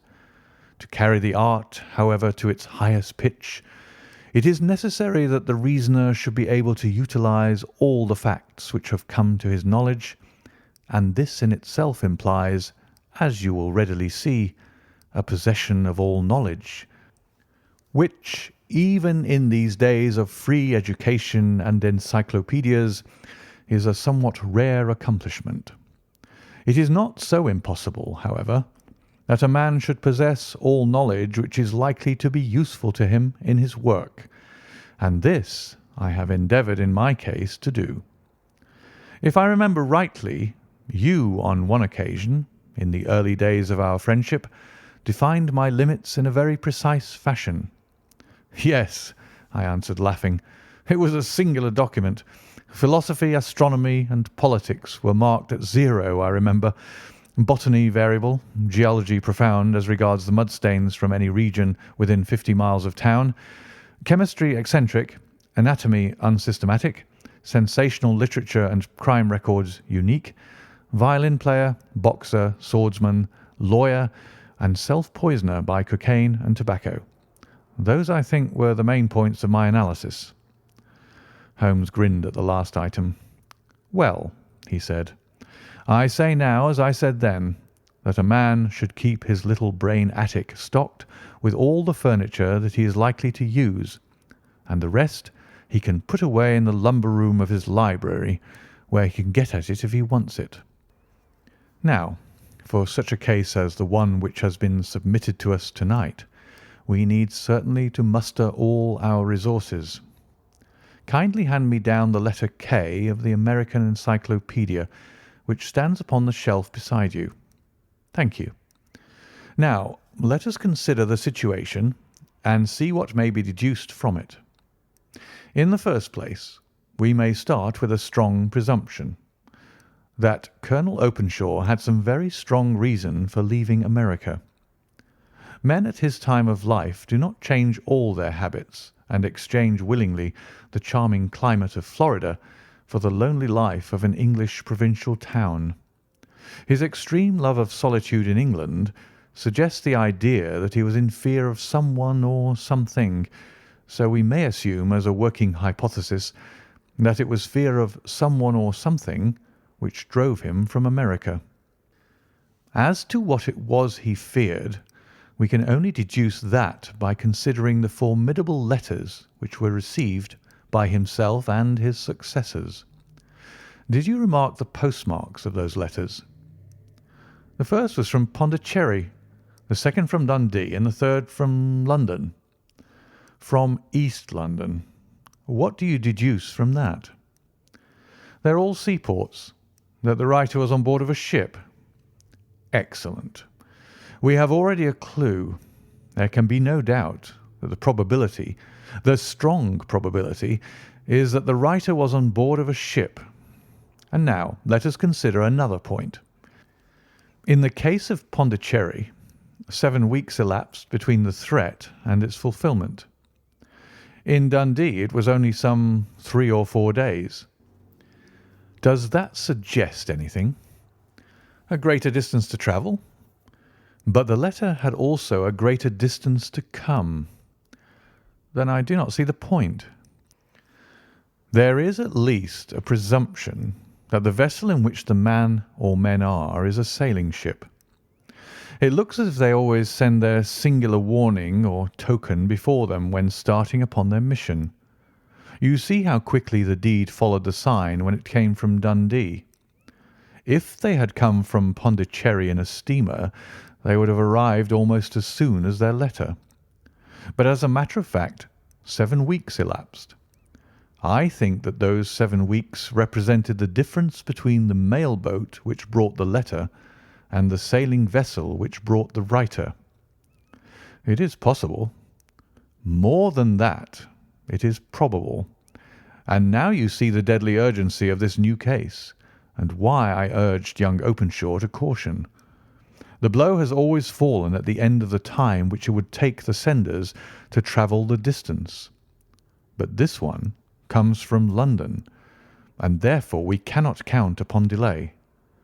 Good God! I cried. What can it mean, this relentless persecution? The papers which Openshaw carried are obviously of vital importance to the person or persons in the sailing ship. I think that it is quite clear that there must be more than one of them. A single man could not have carried out 2 deaths in such a way as to deceive a coroner's jury. There must have been several in it, and they must have been men of resource and determination. Their papers they mean to have, be the holder of them who it may.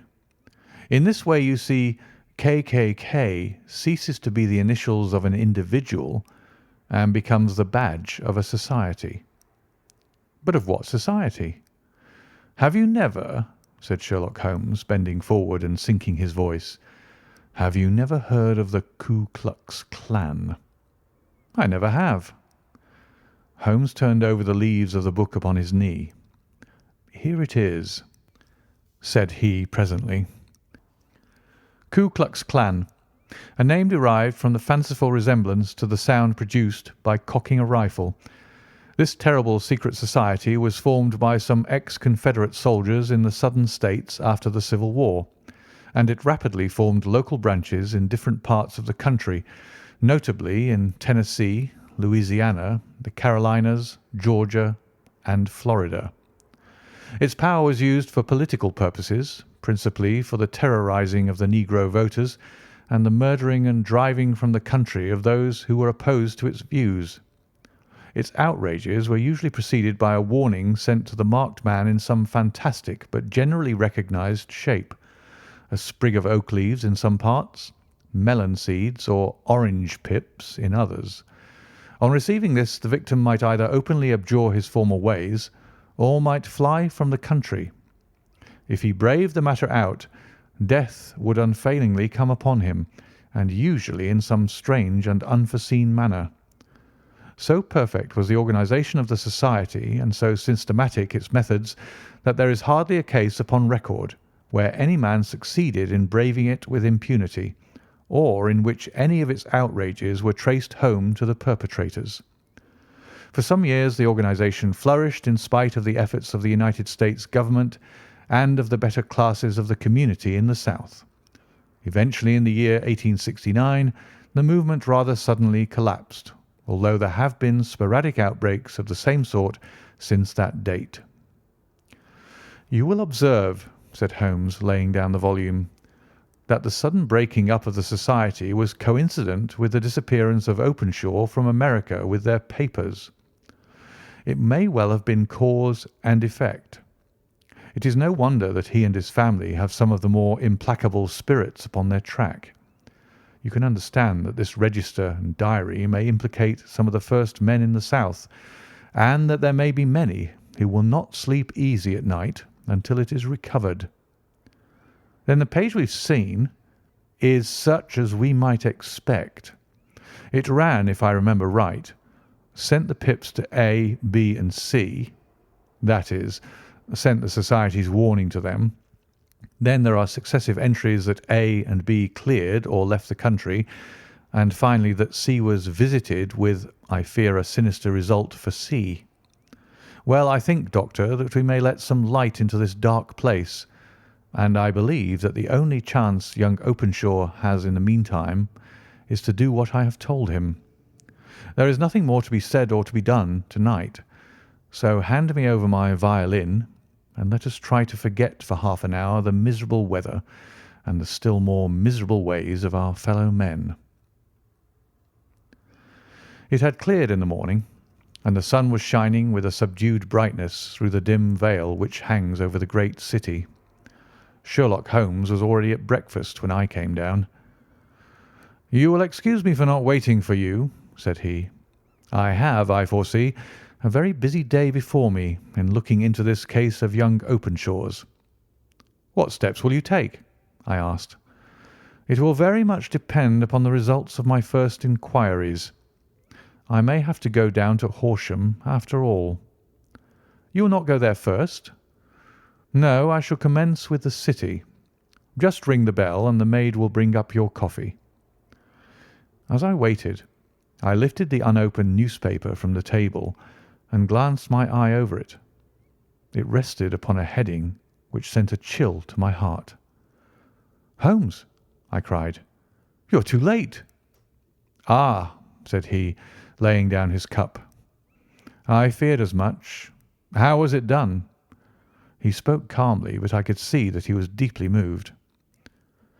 "My eye caught the name of Openshaw and the heading 'Tragedy near Waterloo Bridge.'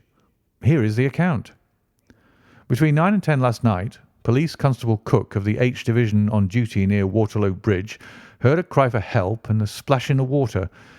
The night, however, was extremely dark and stormy, so that in spite of the help of several passers-by, it was quite impossible to effect a rescue. The alarm, however, was given, and by aid of the water police, the body was eventually recovered. It proved to be that of a young gentleman whose name, as it appears from an envelope which was found in his pocket, was John Openshaw, and whose residence is near Horsham. It is conjectured that he may have been hurrying down to catch the last train from Waterloo Station, and that in his haste and the extreme darkness he missed his path and walked over the edge of one of the small landing places for river steamboats. The body exhibited no traces of violence, and there can be no doubt that the deceased had been the victim of an unfortunate accident, which should have the effect of calling the attention of the authorities to the condition of the riverside landing stages. We sat in silence for some minutes, Holmes more depressed and shaken than I had ever seen him. "That hurts my pride, Watson," he said at last. It is a petty feeling, no doubt, but it hurts my pride. It becomes a personal matter with me now, and if God sends me health, I shall set my hand upon this gang. That he should come to me for help, and that I should send him away to his death." He sprang from his chair and paced about the room in uncontrollable agitation, with a flush upon his sallow cheeks and a nervous clasping and unclasping of his long, thin hands. "They must be cunning devils," he exclaimed at last. "How could they have decoyed him down there? The embankment is not on the district line to the station. The bridge, no doubt, was too crowded, even on such a night, for their purpose. Well, Watson, we shall see who will win in the long run. I am going out now." "To the police?" "No, I shall be my own police. When I have spun the web they may take the flies, but not before." All day I was engaged in my professional work, and it was late in the evening before I returned to Baker Street. Sherlock Holmes had not come back yet. It was nearly 10 o'clock before he entered, looking pale and worn. He walked up to the sideboard, and tearing a piece from the loaf, he devoured it voraciously, washing it down with a long draught of water. "You are hungry?" I remarked. "Starving. It had escaped my memory. I have had nothing since breakfast." "Nothing?" "Not a bite. I had no time to think of it." "And how have you succeeded?" "Well, you have a clue?" "I have them in the hollow of my hand. Young Openshaw shall not long remain unavenged. Why, Watson, let us put their own devilish trademark upon them. It is well thought of." "What do you mean?" He took an orange from the cupboard, and tearing it to pieces, he squeezed out the pips upon the table. Of these he took 5 and thrust them into an envelope. On the inside of the flap he wrote S.H. for J.O. Then he sealed it and addressed it to Captain James Calhoun, Bark Lone Star, Savannah, Georgia. "That will await him when he enters port," said he, chuckling. "It may give him a sleepless night. He'll find it as sure a precursor of his fate as Openshaw did before him." "And who is this Captain Calhoun?" "The leader of the gang. I shall have the others, but he first." "How did you trace it, then?" He took a large sheet of paper from his pocket, all covered with dates and names. "I have spent the whole day," said he, "over Lloyd's registers and files of the old papers, following the future career of every vessel which touched at Pondicherry in January and February in '83. There were 36 ships of fair tonnage which were reported there during those months. Of these, one, the Lone Star, instantly attracted my attention, since although it was reported as having cleared from London, the name is that which is given to one of the states of the Union. Texas, I think. I was not and am not sure which, but I knew that the ship must have an American origin." "What then?" "I searched the Dundee records, and when I found that the barque Lone Star was there in January '85, my suspicion became a certainty. I then inquired as to the vessels which lay at present in the port of London." "Yes?" "The Lone Star had arrived here last week. I went down to the Albert Dock and found that she had been taken down the river by the early tide this morning, homeward bound to Savannah. I wired to Gravesend and learned that she had passed some time ago, and as the wind is easterly, I have no doubt that she is now past the Goodwins and not very far from the Isle of Wight." "What will you do, then?" "Oh, I have my hand upon him. He and the 2 mates are, as I learn, the only native-born Americans in the ship. The others are Finns and Germans. I know also that they were all 3 away from the ship last night. I had it from the stevedore, who's been loading their cargo. By the time that their sailing ship reaches Savannah, the mail-boat will have carried this letter, and the cable will have informed the police of Savannah that these 3 gentlemen are badly wanted here upon a charge of murder. There is ever a flaw, however, in the best laid of human plans, and the murderers of John Openshaw were never to receive the orange pips which would show them that another, as cunning and as resolute as themselves, was upon their track. Very long and very severe were the equinoctial gales that year. We waited long for news of the Lone Star of Savannah, but none ever reached us. We did at last hear that somewhere, far out in the Atlantic, a shattered stern post of a boat was seen swinging in the trough of a wave, with the letters L.S. carved upon it. And that is all which we shall ever know of the fate of the Lone Star. End of the 5 Orange Pips.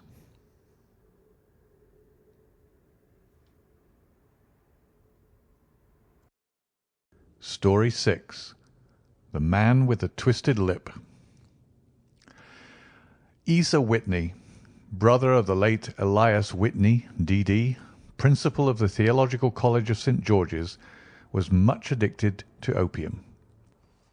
The habit grew upon him, as I understand, from some foolish freak when he was at college, for having read De Quincey's description of his dreams and sensations, he had drenched his tobacco with laudanum in an attempt to produce the same effects. He found, as so many more have done, that the practice is easier to attain than to get rid of, and for many years he continued to be a slave to the drug, an object of mingled horror and pity to his friends and relatives. I can see him now, with yellow, pasty face, drooping lips, and pinpoint pupils, all huddled in a chair, the wreck and ruin of a noble man. One night, it was in June, '89, there came a ring to my bell, about the hour when a man gives his first yawn and glances at the clock. I sat up in my chair, and my wife laid her needlework down in her lap and made a little face of disappointment. "A patient," said she. "You'll have to go out." I groaned, for I was newly come back from a weary day. We heard the door open, a few hurried words, and then quick steps upon the linoleum. Our own door flew open, and a lady, clad in some dark coloured stuff, with a black veil, entered the room. "You will excuse my calling so late," she began, and then suddenly losing her self-control, she ran forward, threw her arms about my wife's neck, and sobbed upon her shoulder. "Oh, I'm in such trouble!" she cried. "I do so want a little help." "Why?" said my wife, pulling up her veil. "It is Kate Whitney. How you startled me, Kate! I had not an idea who you were when you came in." "I didn't know what to do, so I came straight to you." That was always the way. Folk who were in grief came to my wife like birds to a lighthouse. "It was very sweet of you to come. Now you must have some wine and water, and sit here comfortably and tell us all about it. Or should you rather that I sent James off to bed?" "Oh, no, no. I want the doctor's advice and help too. It's about Isa. He has not been home for 2 days. I am so frightened about him." It was not the first time that she had spoken to us of her husband's trouble, to me as a doctor, to my wife as an old friend and school companion. We soothed and comforted her by such words as we could find. Did she know where her husband was? Was it possible that we could bring him back to her? It seems that it was. She had the surest information that of late he had, when the fit was on him, made use of an opium den in the farthest east of the city. Hitherto his orgies had always been confined to one day, and he had come back, twitching and shattered, in the evening. But now the spell had been upon him 48 hours, and he lay there, doubtless among the dregs of the docks, breathing in the poison or sleeping off the effects.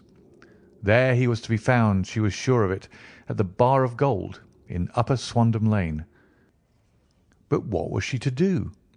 How could she, a young and timid woman, make her way into such a place and pluck her husband out from among the ruffians who surrounded him? There was the case, and of course there was but one way out of it. Might I not escort her to this place? And then, as a second thought, why should she come at all? I was Isa Whitney's medical adviser, and as such I had influence over him. I could manage it better if I were alone. I promised her on my word that I would send him home in a cab within 2 hours, if he were indeed at the address which she had given me. And so in 10 minutes I had left my armchair and cheery sitting-room behind me, and was speeding eastward in a hansom on a strange errand, as it seemed to me at the time, though the future only could show how strange it was to be. But there was no great difficulty in the first stage of my adventure. Upper Swandam Lane is a vile alley lurking behind the high wharves which line the north side of the river to the east of London Bridge. Between a slop shop and a gin shop, approached by a steep flight of steps leading down to a black gap like the mouth of a cave, I found the den of which I was in search.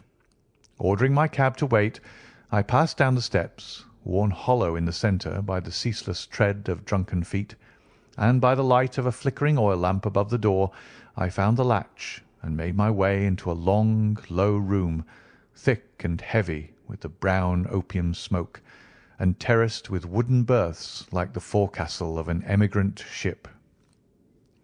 Through the gloom one could dimly catch a glimpse of bodies lying in strange, fantastic poses, bowed shoulders, bent knees, heads thrown back, and chins pointing upward, with here and there a dark, lack-lustre eye turned upon the newcomer.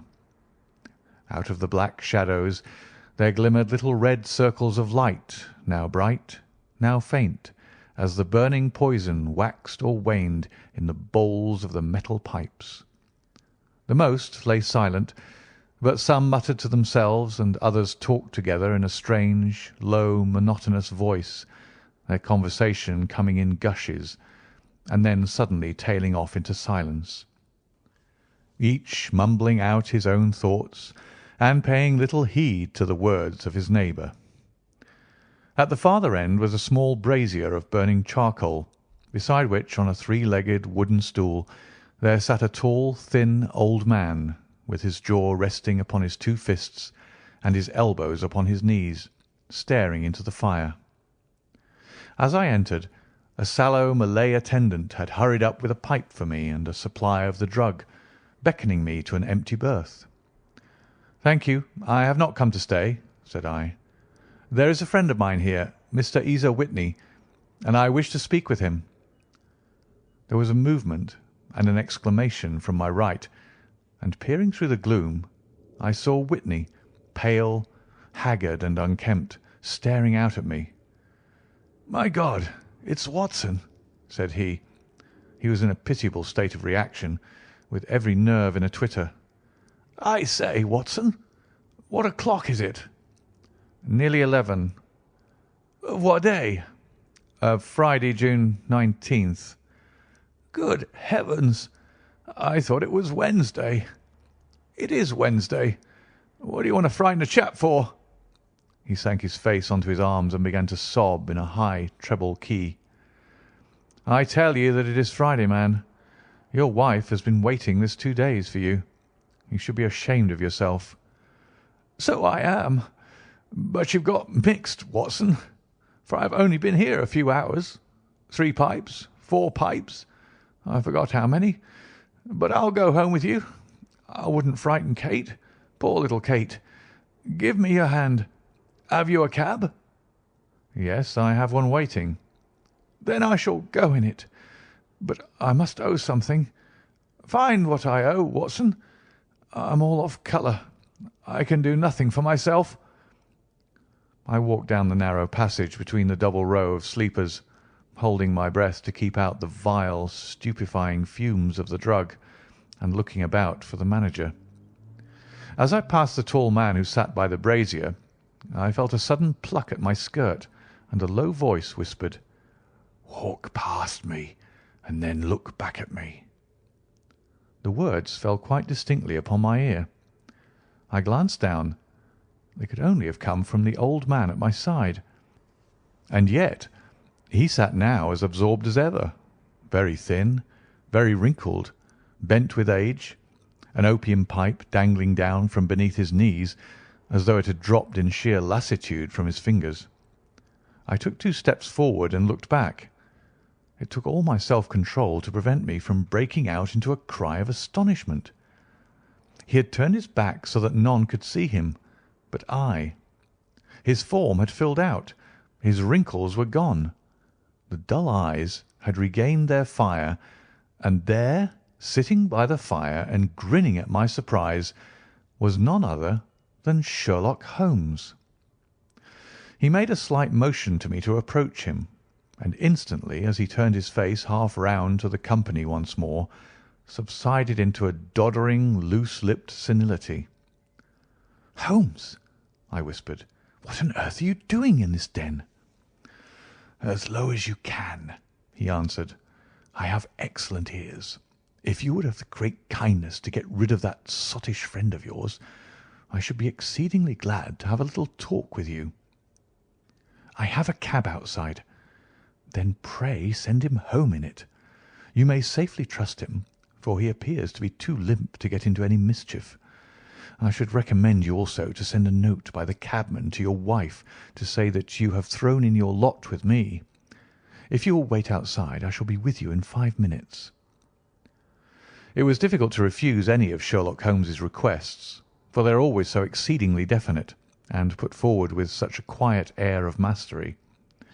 I felt, however, that when Whitney was once confined in the cab, my mission was practically accomplished. And for the rest, I could not wish anything better than to be associated with my friend in one of those singular adventures which were the normal condition of his existence. In a few minutes I had written my note, paid Whitney's bill, led him out to the cab, and seen him driven through the darkness. In a very short time a decrepit figure had emerged from the opium den, and I was walking down the street with Sherlock Holmes. For 2 streets he shuffled along with a bent back and an uncertain foot. Then, glancing quickly round, he straightened himself out and burst into a hearty fit of laughter. "I suppose, Watson," said he, "that you imagine that I have added opium smoking to cocaine injections, and all the other little weaknesses on which you have favoured me with your medical views. I was certainly surprised to find you there, but not more so than I to find you. I came to find a friend, and I to find an enemy." "An enemy?" "Yes, one of my natural enemies, or shall I say, my natural prey. Briefly, Watson, I am in the midst of a very remarkable inquiry, and I have hoped to find a clue in the incoherent ramblings of these sots, as I have done before now. Had I been recognised in that den, my life would not have been worth an hour's purchase, for I have used it before now for my own purposes, and the rascally Lascar who runs it has sworn to have vengeance upon me. There is a trapdoor at the back of that building near the corner of Paul's Wharf, which could tell some strange tales of what has passed through it upon the moonless nights." "What? You don't mean bodies?" "Aye, bodies, Watson. We should be rich men if we had £1,000 for every poor devil who has been done to death in that den. It is the vilest murder trap on the whole riverside, and I fear that Neville St. Clair has entered it never to leave it more. But our trap should be here." He put his 2 forefingers between his teeth and whistled shrilly, a signal which was answered by a similar whistle from the distance, followed shortly by the rattle of wheels and the clink of horses' hoofs. "Now, Watson," said Holmes, as a tall dog-cart dashed up through the gloom, throwing out 2 golden tunnels of yellow light from its side lanterns, "you'll come with me, won't you?" "If I can be of use." "Oh, a trusty comrade is always of use, and a chronicler still more so. My room at the Cedars is a double-bedded one." "The Cedars?" "Yes, that is Mr. St. Clair's house. I am staying there while I conduct the inquiry." "Where is it, then?" "Near Lee, in Kent. We have a 7-mile drive before us." "But I'm all in the dark." "Of course you are. You'll know all about it presently. Jump up here. All right, John, we shall not need you. Here's half a crown. Look out for me tomorrow about 11. Give her her head. So long, then." He flicked the horse with his whip, and we dashed away through the endless succession of sombre and deserted streets, which widened gradually until we were flying across a broad balustraded bridge, with the murky river flowing sluggishly beneath us. Beyond lay another dull wilderness of bricks and mortar, its silence broken only by the heavy, regular footfall of the policeman, or the songs and shouts of some belated party of revellers. A dull wrack was drifting slowly across the sky, and a star or two twinkled dimly here and there through the rifts of the clouds. Holmes drove in silence, with his head sunk upon his breast, and the air of a man who is lost in thought, while I sat beside him, curious to learn what this new quest might be which seemed to tax his powers so sorely, and yet afraid to break in upon the current of his thoughts.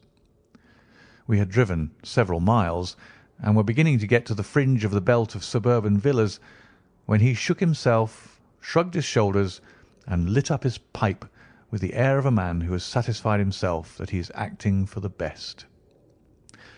"You have a grand gift of silence, Watson," said he. "It makes you quite invaluable as a companion. Upon my word, it is a great thing for me to have someone to talk to, for my own thoughts are not over pleasant. I was wondering what I should say to this dear little woman to-night when she meets me at the door." "You forget that I know nothing about it." "I shall just have time to tell you the facts of the case before we get to Lee. It seems absurdly simple, and yet somehow I can get nothing to go upon. There's plenty of thread, no doubt, but I can't get the end of it into my hand. Now, I'll state the case clearly and concisely to you, Watson, and maybe you can see a spark where all is dark to me." "Proceed, then."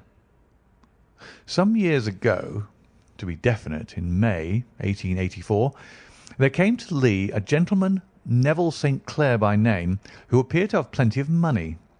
He took a large villa, laid out the grounds very nicely, and lived generally in good style. By degrees he made friends in the neighbourhood, and in 1887 he married the daughter of a local brewer, by whom he now has 2 children. He has no occupation, but was interested in several companies, and went into town as a rule in the morning, returning by the 5:14 from Cannon Street every night. Mr. St. Clair is now 37 years of age, is a man of temperate habits, a good husband, a very affectionate father, and a man who is popular with all who know him. I may add that his whole debts at the present moment, as far as we have been able to ascertain, amount to £88 10s, while he has £220 standing to his credit in the Capital and Counties Bank. There is no reason, therefore, to think that money troubles have been weighing upon his mind. Last Monday, Mr. Neville St. Clair went into town rather earlier than usual, remarking before he started that he had 2 important commissions to perform, and that he would bring his little boy home a box of bricks. Now, by the merest chance, his wife received a telegram upon this same Monday, very shortly after his departure, to the effect that a small parcel of considerable value, which she had been expecting, was waiting for her at the offices of the Aberdeen Shipping Company. Now, if you are well up in your London, you will know that the office of the company is in Fresno Street, which branches out of Upper Swandam Lane, where you found me to-night.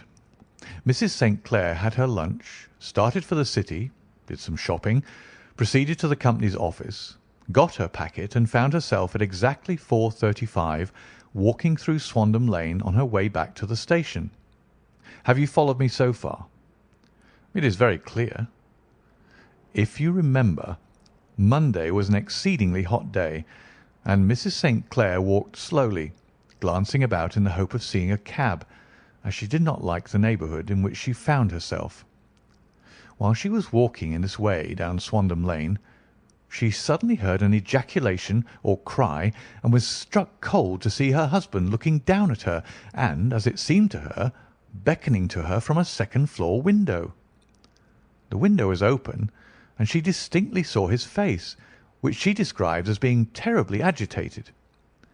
He waved his hands frantically to her and then vanished from the window so suddenly that it seemed to her that he had been plucked back by some irresistible force from behind.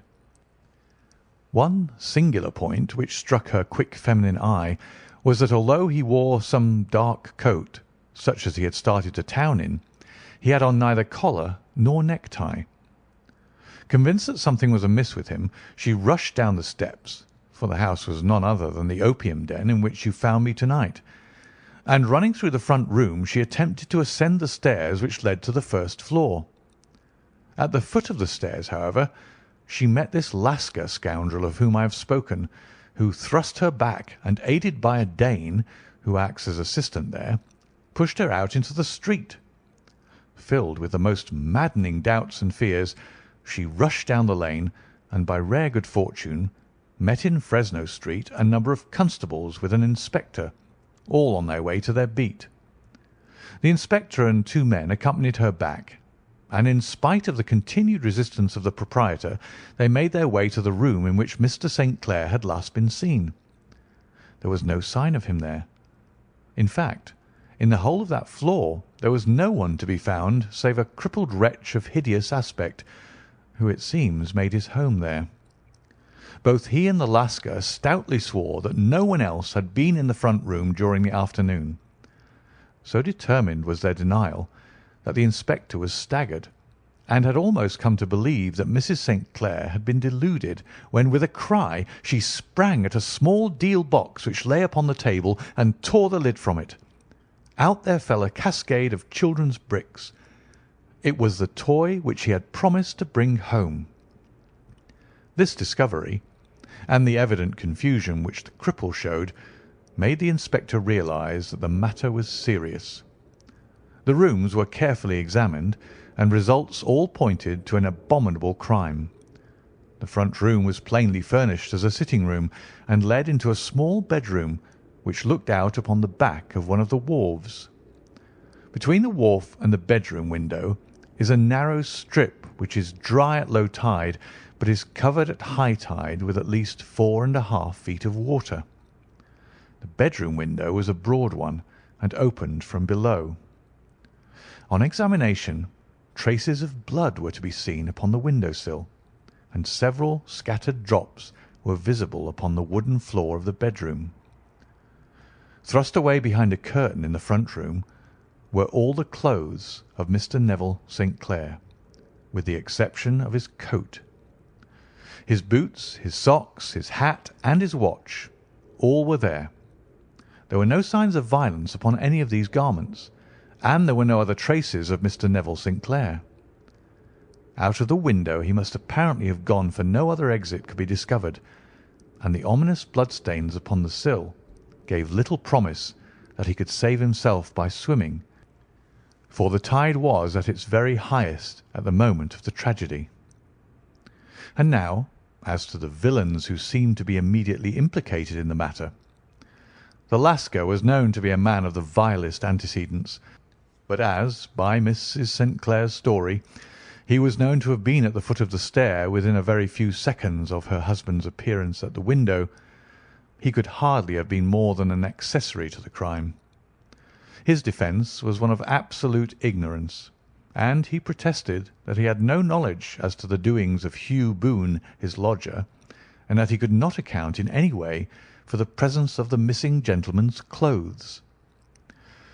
So much for the Lascar manager. Now for the sinister cripple who lives upon the second floor of the opium den, and who was certainly the last human being whose eyes rested upon Neville St. Clair. His name is Hugh Boone, and his hideous face is one which is familiar to every man who goes much to the city. He is a professional beggar, though in order to avoid the police regulations he pretends to a small trade in wax vestas. Some little distance down Threadneedle Street, upon the left-hand side, there is, as you may have remarked, a small angle in the wall.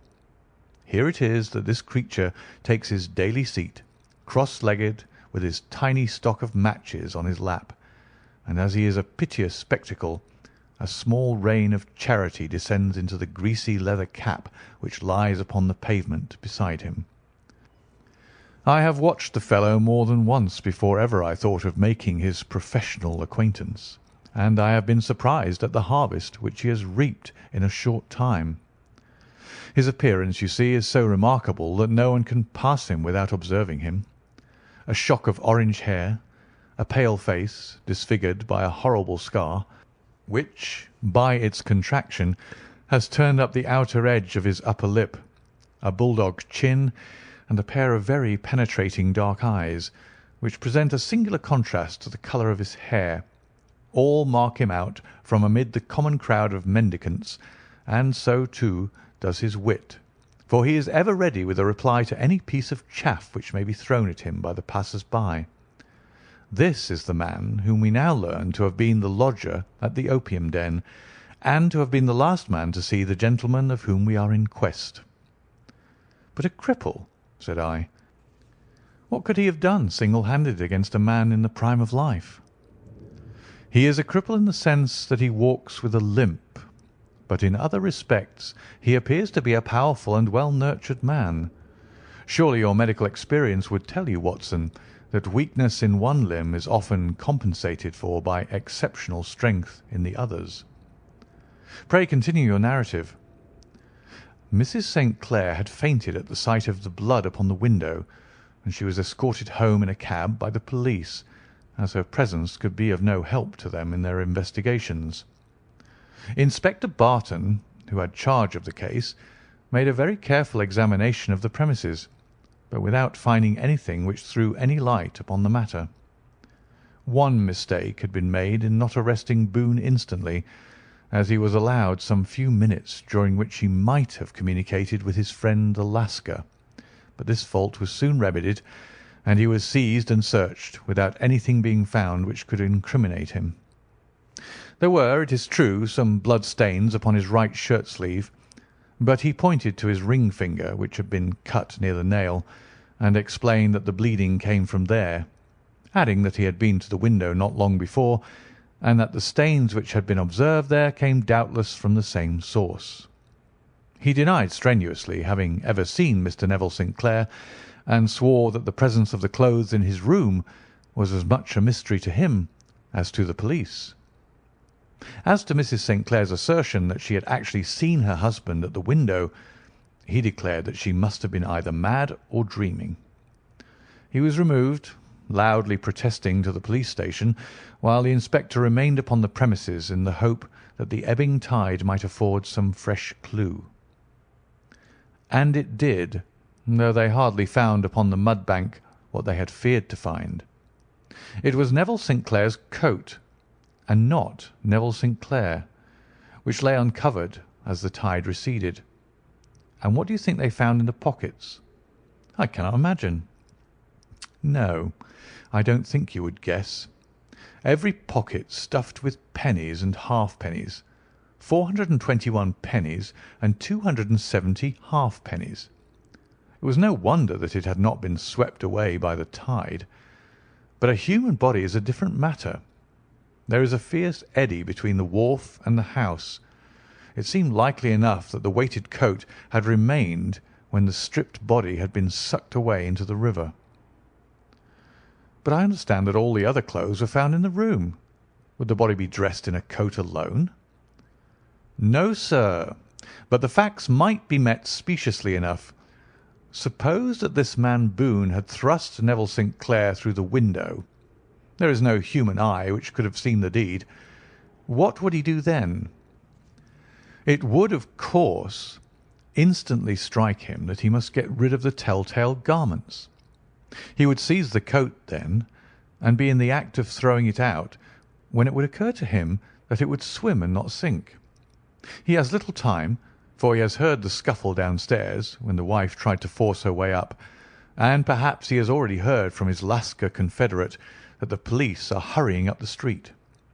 There is not an instant to be lost.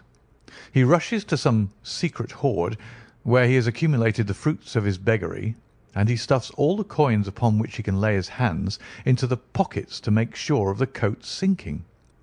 He throws it out, and would have done the same with the other garments, had not he heard the rush of steps below, and only just had time to close the window when the police appeared. It certainly sounds feasible. Well, we will take it as a working hypothesis for want of a better. Boone, as I have told you, was arrested and taken to the station, but it could not be shown that there had ever before been anything against him. He had for years been known as a professional beggar, but his life appeared to have been a very quiet and innocent one. There the matter stands at present, and the questions which have to be solved, what Neville St. Clair was doing in the opium den, what happened to him when there, where is he now, and what Hugh Boone had to do with his disappearance, are all as far from a solution as ever. I confess that I cannot recall any case within my experience which looked at the first glance so simple, and yet which presented such difficulties.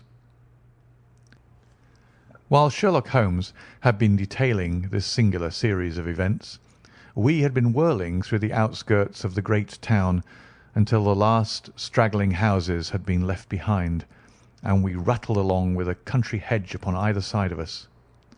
Just as he finished, however, we drove through two scattered villages, where a few lights still glimmered in the windows. "We are on the outskirts of Lee," said my companion. "We have touched on 3 English counties in our short drive, starting in Middlesex, passing over an angle of Surrey, and ending in Kent. See that light among the trees? That is the Cedars, and beside that lamp sits a woman whose anxious ears have already, I have little doubt, caught the clink of our horses' feet." "But why are you not conducting the case from Baker Street?" I asked. "Because there are many inquiries which must be made out here. Mrs. St. Clair has most kindly put 2 rooms at my disposal, and you may rest assured that she will have nothing but a welcome for my friend and colleague. I hate to meet her, Watson, when I have no news of her husband. Here we are. Whoa there! Whoa!" We had pulled up in front of a large villa which stood within its own grounds.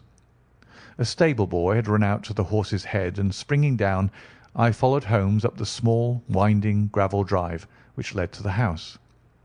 As we approached, the door flew open, and a little blonde woman stood in the opening, clad in some sort of light mousseline de soie, with a touch of fluffy pink chiffon at her neck and wrists. She stood with her figure outlined against the flood of light, one hand upon the door, one half raised in her eagerness, her body slightly bent, her head and face protruded, with eager eyes and parted lips, a standing question. "Well," she cried, "well!"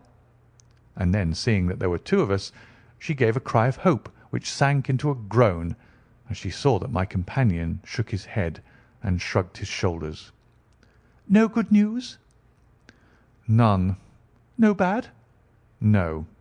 "Thank God for that. But come in. You must be weary, for you have had a long day." "This is my friend Dr. Watson. He has been of most vital use to me in several of my cases, and a lucky chance has made it possible for me to bring him out and associate him with this investigation." "I am delighted to see you," said she, pressing my hand warmly. "You will, I am sure, forgive anything that you may be wanting in our arrangements when you consider the blow which has come so suddenly upon us." "My dear madam," said I am an old campaigner, and if I were not, I can very well see that no apology is needed. If I can be of any assistance, either to you or to my friend here, I shall be indeed happy." "Now, Mr. Sherlock Holmes," said the lady as we entered a well-lit dining-room, upon the table of which a cold supper had been laid out, "I should very much like to ask you 1 or 2 plain questions, to which I beg that you will give a plain answer." "Certainly, madam." "Do not trouble about my feelings. I am not hysterical, nor given to fainting. I simply wish to hear your real opinion." "Upon what point?" "In your heart of hearts, do you think that Neville is alive?" Sherlock Holmes seemed to be embarrassed by the question. "Frankly now," she repeated, standing upon the rug and looking keenly down at him as he leaned back in a basket chair. "Frankly, then, madam, I do not." You think that he is dead? I do. Murdered? I don't say that. Perhaps. And on what day did he meet his death? On Monday. Then perhaps, Mr. Holmes, you will be good enough to explain how it is that I have received a letter from him to-day. Sherlock Holmes sprang out of his chair as if he had been galvanized. "What?" he roared. Yes, to-day. She stood smiling, holding up a little slip of paper in the air. "May I see it?" Certainly. He snatched it from her in his eagerness, and smoothing it out upon the table, he drew over the lamp and examined it intently. I had left my chair and was gazing at it over his shoulder. The envelope was a very coarse one, and was stamped with the Gravesend postmark, and with the date of that very day, or rather of the day before, for it was considerably after midnight. "Coarse writing," murmured Holmes. "Surely this is not your husband's writing, madam?" No, but the enclosure is. I perceive also that whoever addressed the envelope had to go and inquire as to the address. How can you tell that? The name, you see, is in perfectly black ink, which has dried itself. The rest is of the greyish colour, which shows that blotting paper had been used. If it had been written straight off and then blotted, none would be of a deep black shade. This man has written the name, and there has then been a pause before he wrote the address, which can only mean that he was not familiar with it. It is, of course, a trifle, but there is nothing so important as trifles. Let us now see the letter. Ha! There has been an enclosure here. Yes, there was a ring. His signet ring. And you are sure that this is your husband's hand? One of his hands. One? His hand when he wrote hurriedly. It is very unlike his usual writing, and yet I know it well. Dearest, do not be frightened. All will come well. There is a huge error which it may take some little time to rectify. Wait in patience. Neville. Written in pencil upon the fly-leaf of a book, octavo size, no watermark. Posted today in Gravesend by a man with a dirty thumb. Ha! And the flap has been gummed, if I am not very much in error, by a person who had been chewing tobacco. And you have no doubt that it is your husband's hand, madam? None. Neville wrote those words. And they were posted today at Gravesend. Well, Mrs. St. Clair, the clouds lighten, though I should not venture to say that the danger is over. But he must be alive, Mr. Holmes. Unless this is a clever forgery to put us on the wrong scent. The ring, after all, proves nothing. It may have been taken from him. No, it is his very own writing. Very well. It may, however, have been written on Monday and only posted today. That is possible. If so, much may have happened between. Oh, you must not discourage me, Mr. Holmes. I know that all is well with him. There is so keen a sympathy between us that I should know if evil came upon him. On the very day that I saw him last, he cut himself in the bedroom, and yet I in the dining-room rushed upstairs instantly with the utmost certainty that something had happened. Do you think that I would respond to such a trifle and yet be ignorant of his death? I have seen too much to know that the impression of a woman may be more valuable than the conclusion of an analytical reasoner. And in this letter you certainly have a very strong piece of evidence to corroborate your view. But if your husband is alive and able to write letters, why should he remain away from you? I cannot imagine. It is unthinkable. And on Monday he made no remarks before leaving you? No. And you were surprised to see him in Swandam Lane? Very much so. Was the window open? Yes. Then he might have called to you. He might. He only, as I understand, gave an inarticulate cry. Yes. A call for help, you thought? Yes, he waved his hands. But it might have been a cry of surprise. Astonishment at the unexpected sight of you might cause him to throw up his hands." "It is possible." "And you thought he was pulled back?" "He disappeared so suddenly." "He might have leapt back. You did not see anyone else in the room?" "No, but this horrible man confessed to having been there, and the Lascar was at the foot of the stairs."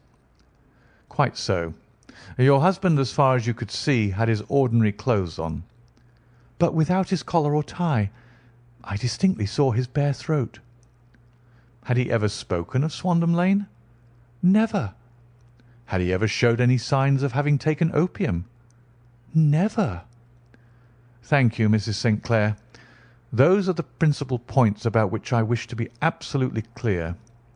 We shall now have a little supper and then retire, for we may have a very busy day to-morrow." A large and comfortable double-bedded room had been placed at our disposal, and I was quickly between the sheets, for I was weary after my night of adventure. Sherlock Holmes was a man, however, who, when he had an unsolved problem upon his mind, would go for days and even a week without rest, turning it over, rearranging his facts, looking at it from every point of view until he had either fathomed it or convinced himself that his data were insufficient. It was soon evident to me that he was now preparing for an all-night sitting. He took off his coat and waistcoat, put on a large blue dressing-gown, and then wandered about the room collecting pillows from his bed and cushions from the sofa and armchairs. With these he constructed a sort of Eastern divan, upon which he perched himself cross-legged, with an ounce of shag tobacco and a box of matches laid out in front of him. In the dim light of the lamp I saw him sitting there, an old briar pipe between his lips, his eyes fixed vacantly upon the corner of the ceiling, the blue smoke curling up from him, silent, motionless, with the light shining upon his strong-set aquiline features. So he sat as I dropped off to sleep, and so he sat when a sudden ejaculation caused me to wake up, and I found the summer sun shining into the apartment. The pipe was still between his lips, the smoke still curled upward, and the room was full of a dense tobacco haze, but nothing remained of the heap of shag which I had seen upon the previous night. "Awake, Watson?" he asked. "Yes." "Game for a morning drive?" "Certainly." "Then dress. No one is stirring yet, but I know where the stable-boy sleeps, and we shall soon have the trap out." He chuckled to himself as he spoke, his eyes twinkled, and he seemed a different man to the sombre thinker of the previous night. As I dressed I glanced at my watch. It was no wonder that no one was stirring. It was 25 minutes past 4. I had hardly finished when Holmes returned with the news that the boy was putting in the horse. "I want to test a little theory of mine," said he, pulling on his boots.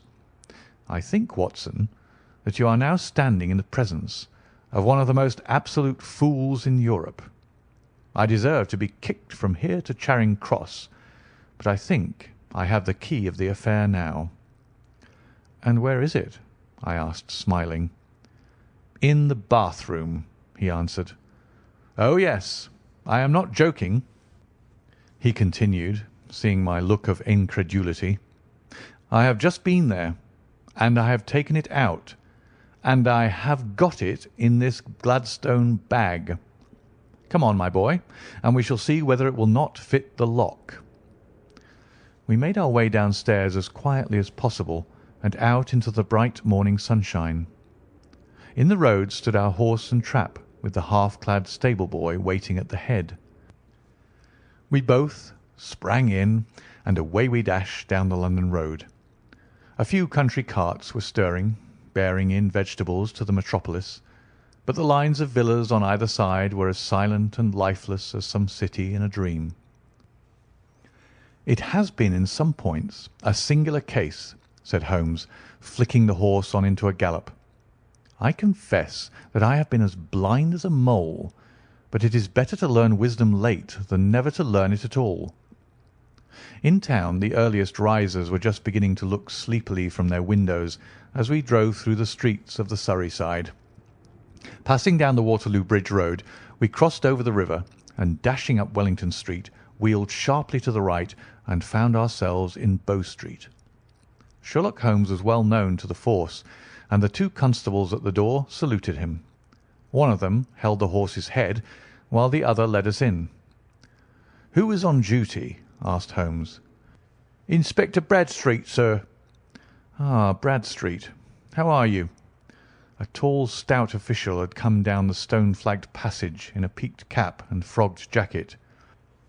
"I wish to have a quiet word with you, Bradstreet." "Certainly, Mr. Holmes. Step into my room here." It was a small office-like room with a huge ledger upon the table and a telephone projecting from the wall. The inspector sat down at his desk. "What can I do for you, Mr. Holmes?"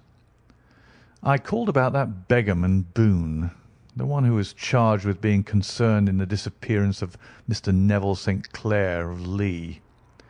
"Yes. He was brought up and remanded for further inquiries." "So I heard. You have him here?" "In the cells." "Is he quiet?" "Oh, he gives no trouble, but he is a dirty scoundrel." "Dirty?" "Yes. It's all we can do to make him wash his hands, and his face is as black as a tinker's. Well, once his case has been settled, he'll have a regular prison bath, and I think, if you saw him, you'd agree with me that he needed it." "I should like to see him very much." "Would you? That's easily done. Come this way. You can leave your bag." "No, I think that I'll take it." "Very good. Come this way, if you please." He led us down a passage, opened a barred door, passed down a winding stair, and brought us to a whitewashed corridor with a line of doors on each side. "The third on the right is his," said the inspector. "Here it is." He quietly shot back a panel in the upper part of the door and glanced through. "He is asleep," said he. "You can see him very well." We both put our eyes to the grating.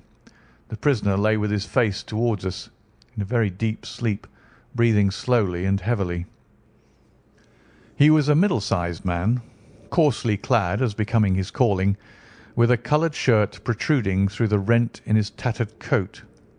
He was, as the inspector had said, extremely dirty, but the grime which covered his face could not conceal its repulsive ugliness. A broad wheal from an old scar ran right across it from eye to chin, and by its contraction had turned up one side of the upper lip, so that 3 teeth were exposed in a perpetual snarl. A shock of very bright red hair grew low over his eyes and forehead. "He's a beauty, isn't he?" said the inspector. "He certainly needs a wash," remarked Holmes. "I had an idea that he might, and I took the liberty of bringing the tools with me." He opened the Gladstone bag as he spoke, and took out, to my astonishment, a very large bath sponge. He! You are a funny one," chuckled the inspector. "Now, if you will have the great goodness to open that door very quietly, we will soon make him cut a much more respectable figure." "Well, I don't know why not," said the inspector. "He doesn't look a credit to the Bow Street cells, does he?" He slipped his key into the lock, and we all very quietly entered the cell. The sleeper half turned and then settled down once more into a deep slumber. Holmes stooped to the water jug, moistened his sponge, and then rubbed it twice vigorously across and down the prisoner's face. "Let me introduce you," he shouted, "to Mr. Neville St. Clair of Lee in the county of Kent." Never in my life have I seen such a sight. The man's face peeled off under the sponge like the bark from a tree. Gone was the coarse brown tint. Gone, too, was the horrid scar which had seamed it across and the twisted lip which had given the repulsive sneer to the face. A twitch brought away the tangled red hair, and there, sitting up in his bed, was a pale, sad-faced, refined-looking man, black-haired and smooth-skinned, rubbing his eyes and staring about him with sleepy bewilderment. Then suddenly, realizing the exposure, he broke into a scream and threw himself down with his face to the pillows. "Great heavens!" cried the inspector. "It is indeed the missing man. I know him from the photograph." The prisoner turned with the reckless air of a man who abandons himself to his destiny. "Be it so," said he. "And pray, what am I charged with?" "With making away with Mr. Neville St. Oh, come, you can't be charged with that unless they make a case of attempted suicide of it," said the inspector with a grin. "Well, I've been 27 years in the force, but this really takes the cake." "If I am Mr. Neville St. Clair, then it is obvious that no crime has been committed, and that therefore I am illegally detained." "No crime, but a very great error has been committed," said Holmes. "You would have done better to have trusted your wife." "It was not the wife, it was the children," groaned the prisoner. "God help me! I would not have had them ashamed of their father. My God, what an exposure! What can I do?" Sherlock Holmes sat down beside him on the couch and patted him kindly on the shoulder. "If you leave it to a court of law to clear the matter up," said he, "of course you can hardly avoid publicity.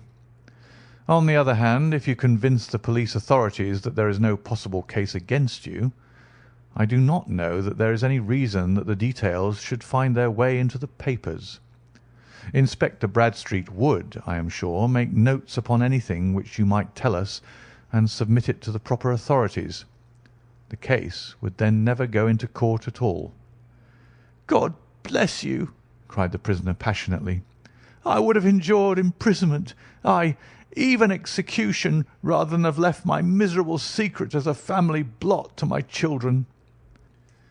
You are the first who have ever heard my story. My father was a schoolmaster in Chesterfield, where I received an excellent education. I travelled in my youth, took to the stage, and finally became a reporter on an evening paper in London. One day my editor wished to have a series of articles upon begging in the metropolis, and I volunteered to supply them. There was the point from which all my adventures started. It was only by trying begging as an amateur that I could get the facts upon which to base my articles. When an actor, I had of course learned all the secrets of making up and had been famous in the green room for my skill. I took advantage now of my attainments. I painted my face, and to make myself as pitiable as possible, I made a good scar and fixed one side of my lip in a twist by the aid of a small slip of flesh-coloured plaster. Then with a red head of hair and an appropriate dress, I took my station in the business part of the city, ostensibly as a match-seller, but really as a beggar. For 7 hours I plied my trade, and when I returned home in the evening, I found to my surprise that I had received no less than 26 shillings and fourpence. I wrote my articles and thought little more of the matter, until some time later I backed a bill for a friend and had a writ served upon me for £25. I was at my wits' end where to get the money, but a sudden idea came to me. I begged a fortnight's grace from the creditor, asked for a holiday from my employers, and spent the time in begging in the city under my disguise. In 10 days I had the money and had paid the debt.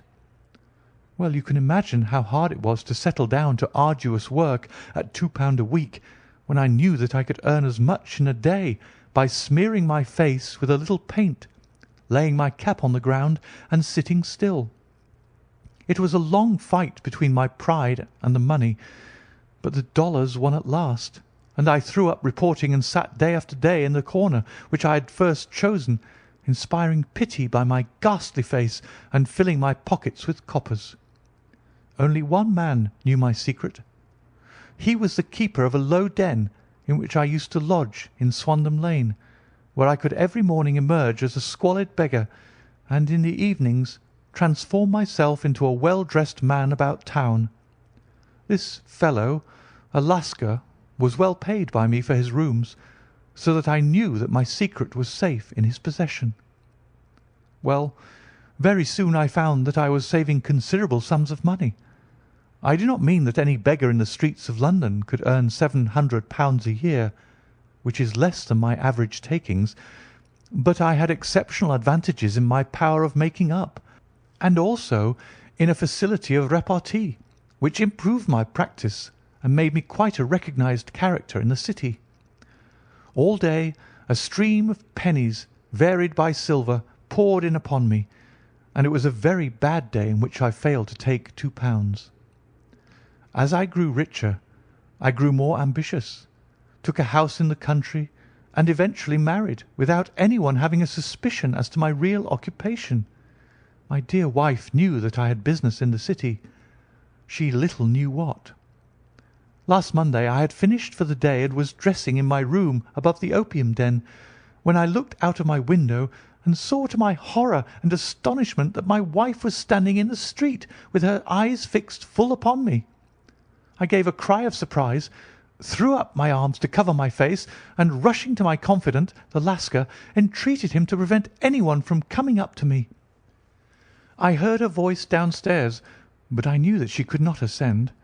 Swiftly I threw off my clothes, pulled on those of a beggar, and put on my pigments and wig. Even a wife's eyes could not pierce so complete a disguise. But then it occurred to me that there might be a search in the room, and that the clothes might betray me. I threw open the window, reopening by my violence a small cut which I had inflicted upon myself in the bedroom that morning. Then I seized my coat, which was weighted by the coppers which I had just transferred to it from the leather bag in which I carried my takings. I hurled it out of the window, and it disappeared into the Thames. The other clothes would have followed, but at that moment there was a rush of constables up the stair, and a few minutes after I found, rather, I confessed to my relief, that instead of being identified as Mr. Neville St. Clair, I was arrested as his murderer. I do not know that there is anything else for me to explain. I was determined to preserve my disguise as long as possible, and hence my preference for a dirty face. Knowing that my wife would be terribly anxious, I slipped off my ring and confided it to the Lascar at a moment when no constable was watching me, together with a hurried scrawl telling her that she had no cause to fear. "That note only reached her yesterday," said Holmes. "Good God! What a week she must have spent!" "The police have watched this Lascar," said Inspector Broadstreet, "and I can quite understand that he might find it difficult to post a letter unobserved. Probably he handed it to some sailor customer of his who forgot all about it for some days." "That was it," said Holmes, nodding approvingly. "I have no doubt of it. But have you never been prosecuted for begging?" "Many times. But what was a fine to me?" "It must stop here, however," said Broadstreet. "If the police are to hush this thing up, there must be no more of Hugh Boone." "I have sworn it by the most solemn oaths which a man can take." "In that case, I think that it is probable that no further steps may be taken. But if you are found again, then all must come out. I am sure, Mr. Holmes, that we are very much indebted to you for having cleared the matter up. I wish I knew how you reached your results." "I reached this one," said my friend, "by sitting upon 5 pillows and consuming an ounce of shag. I think, Watson, that if we drive to Baker Street, we shall just be in time for breakfast." End of The Man with the Twisted Lip.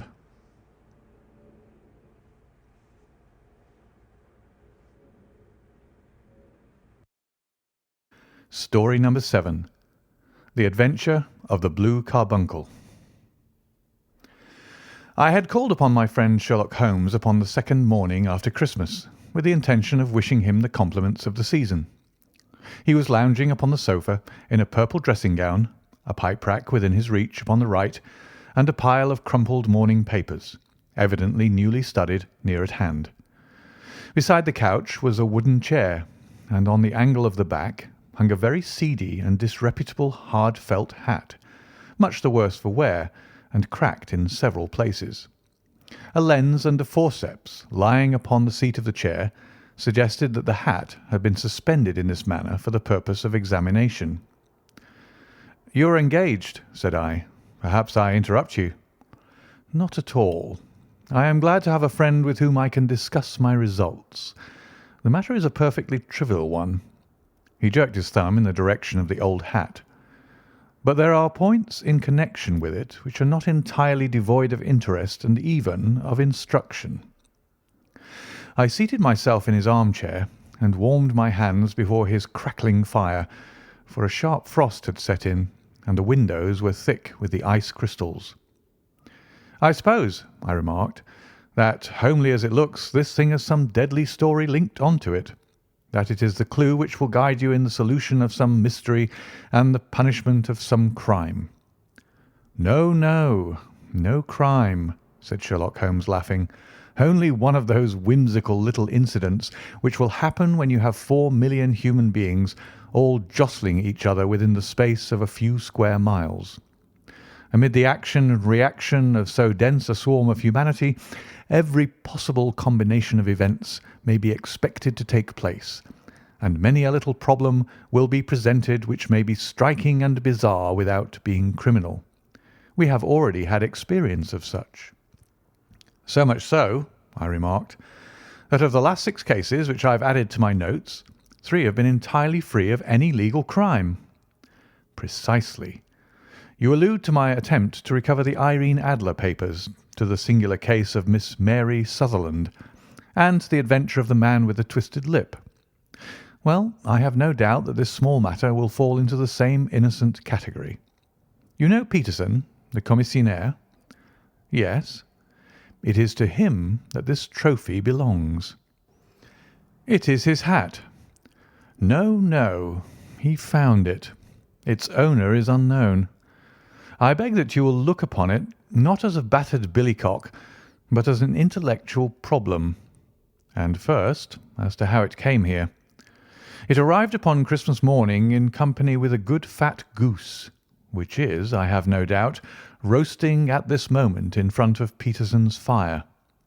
The facts are these. About 4 o'clock on Christmas morning, Peterson, who, as you know, is a very honest fellow, was returning from some small jollification and was making his way homeward down Tottenham Court Road. In front of him he saw, in the gaslight, a tallish man walking with a slight stagger and carrying a white goose slung over his shoulder. As he reached the corner of Goodge Street, a row broke out between this stranger and a little knot of roughs. One of the latter knocked off the man's hat, on which he raised his stick to defend himself, and swinging it over his head, smashed the shop window behind him. Peterson had rushed forward to protect the stranger from his assailants, but the man, shocked at having broken the window, and seeing an official-looking person in uniform rushing towards him, dropped his goose, took to his heels, and vanished amid the labyrinth of small streets which lie at the back of Tottenham Court Road. The roughs had also fled at the appearance of Peterson, so that he was left in possession of the field of battle, and also of the spoils of victory in the shape of this battered hat and a most unimpeachable Christmas goose, which surely he restored to their owner.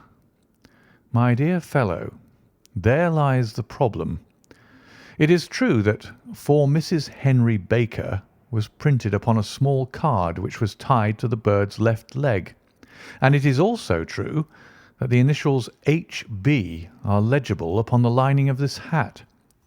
But as there are some thousands of Bakers and some hundreds of Henry Bakers in this city of ours, it is not easy to restore lost property to any one of them. What then did Peterson do? He brought round both hat and goose to me on Christmas morning, knowing that even the smallest problems are of interest to me. The goose we retained until this morning, when there were signs that, in spite of the slight frost, it would be well that it should be eaten without unnecessary delay. Its finder has carried it off, therefore, to fulfil the ultimate destiny of a goose, while I continue to retain the hat of the unknown gentleman who lost his Christmas dinner. Did he not advertise? No. Then what clue could you have as to his identity? Only as much as we can deduce. From this hat? Precisely. But you're joking. What can you gather from this old battered felt? Here is my lens. You know my methods. What can you gather yourself as to the individuality of the man who has worn this article?" I took the tattered object in my hands and turned it over rather ruefully. It was a very ordinary black hat of the usual round shape, hard and much the worse for wear. The lining had been of red silk, but was a good deal discoloured. There was no maker's name, but as Holmes had remarked, the initials H.B. were scrawled upon one side. It was pierced in the brim for a hat securer, but the elastic was missing. For the rest, it was cracked, exceedingly dusty, and spotted in several places, although there seemed to have been some attempt to hide the discoloured patches by smearing them with ink. "I can see nothing," said I, handing it back to my friend. "On the contrary, Watson, you can see everything. You fail, however, to reason from what you see. You are too timid in drawing your inferences." "Then pray tell me what it is that you can infer from this hat." He picked it up and gazed at it in the peculiar introspective fashion which was characteristic of him. "It is perhaps less suggestive than it might have been," he remarked, "and yet there are a few inferences which are very distinct, and a few others which represent at least a strong balance of probability. That the man was highly intellectual is of course obvious upon the face of it, and also that he was fairly well-to-do within the last 3 years, although he has now fallen upon evil days. He had foresight, but has less now than formerly, pointing to a moral retrogression which, when taken with the decline of his fortunes, seems to indicate that some evil influence, probably drink, at work upon him. This may account also for the obvious fact that his wife has ceased to love him." "My dear Holmes!" "He has, however, retained some degree of self-respect," he continued, disregarding my remonstrance. "He is a man who leads a sedentary life, goes out little, is out of training entirely, is middle-aged, has grizzled hair which he has had cut within the last few days, and which he anoints with lime cream. These are the more patent facts which are to be deduced from his hat. Also, by the way, that it is extremely improbable that he has gas laid on in his house." "You're certainly joking, Holmes." "Not in the least. Is it possible that even now, when I give you these results, you are unable to see how they are attained?" "I have no doubt that I am very stupid, but I must confess that I am unable to follow you. For example, how did you deduce that this man was intellectual?" For answer, Holmes clapped the hat upon his head. It came right over the forehead and settled upon the bridge of his nose. "It is a question of cubic capacity," said he. "A man with so large a brain must have something in it." "The decline of his fortunes, then?" "This hat is 3 years old. These flat brims curled at the edge came in then. It is a hat of the very best quality. Look at the band of ribbed silk and the excellent lining. If this man could afford to buy so expensive a hat 3 years ago, and has had no hat since, then he has assuredly gone down in the world." "Well, that is clear enough, certainly. But how about the foresight and moral retrogression?" Sherlock Holmes laughed. "Here is the foresight," said he, putting his finger upon the little disc and loop of the hat securer. "They are never sold upon hats. If this man ordered one, it is a sign of a certain amount of foresight, since he went out of his way to take this precaution against the wind. But since we see that he has broken the elastic, and has not troubled to replace it, it is obvious that he has less foresight now than formerly, which is a distinct proof of a weakening nature.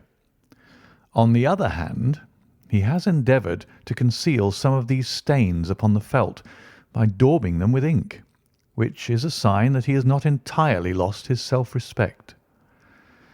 "Your reasoning is certainly plausible."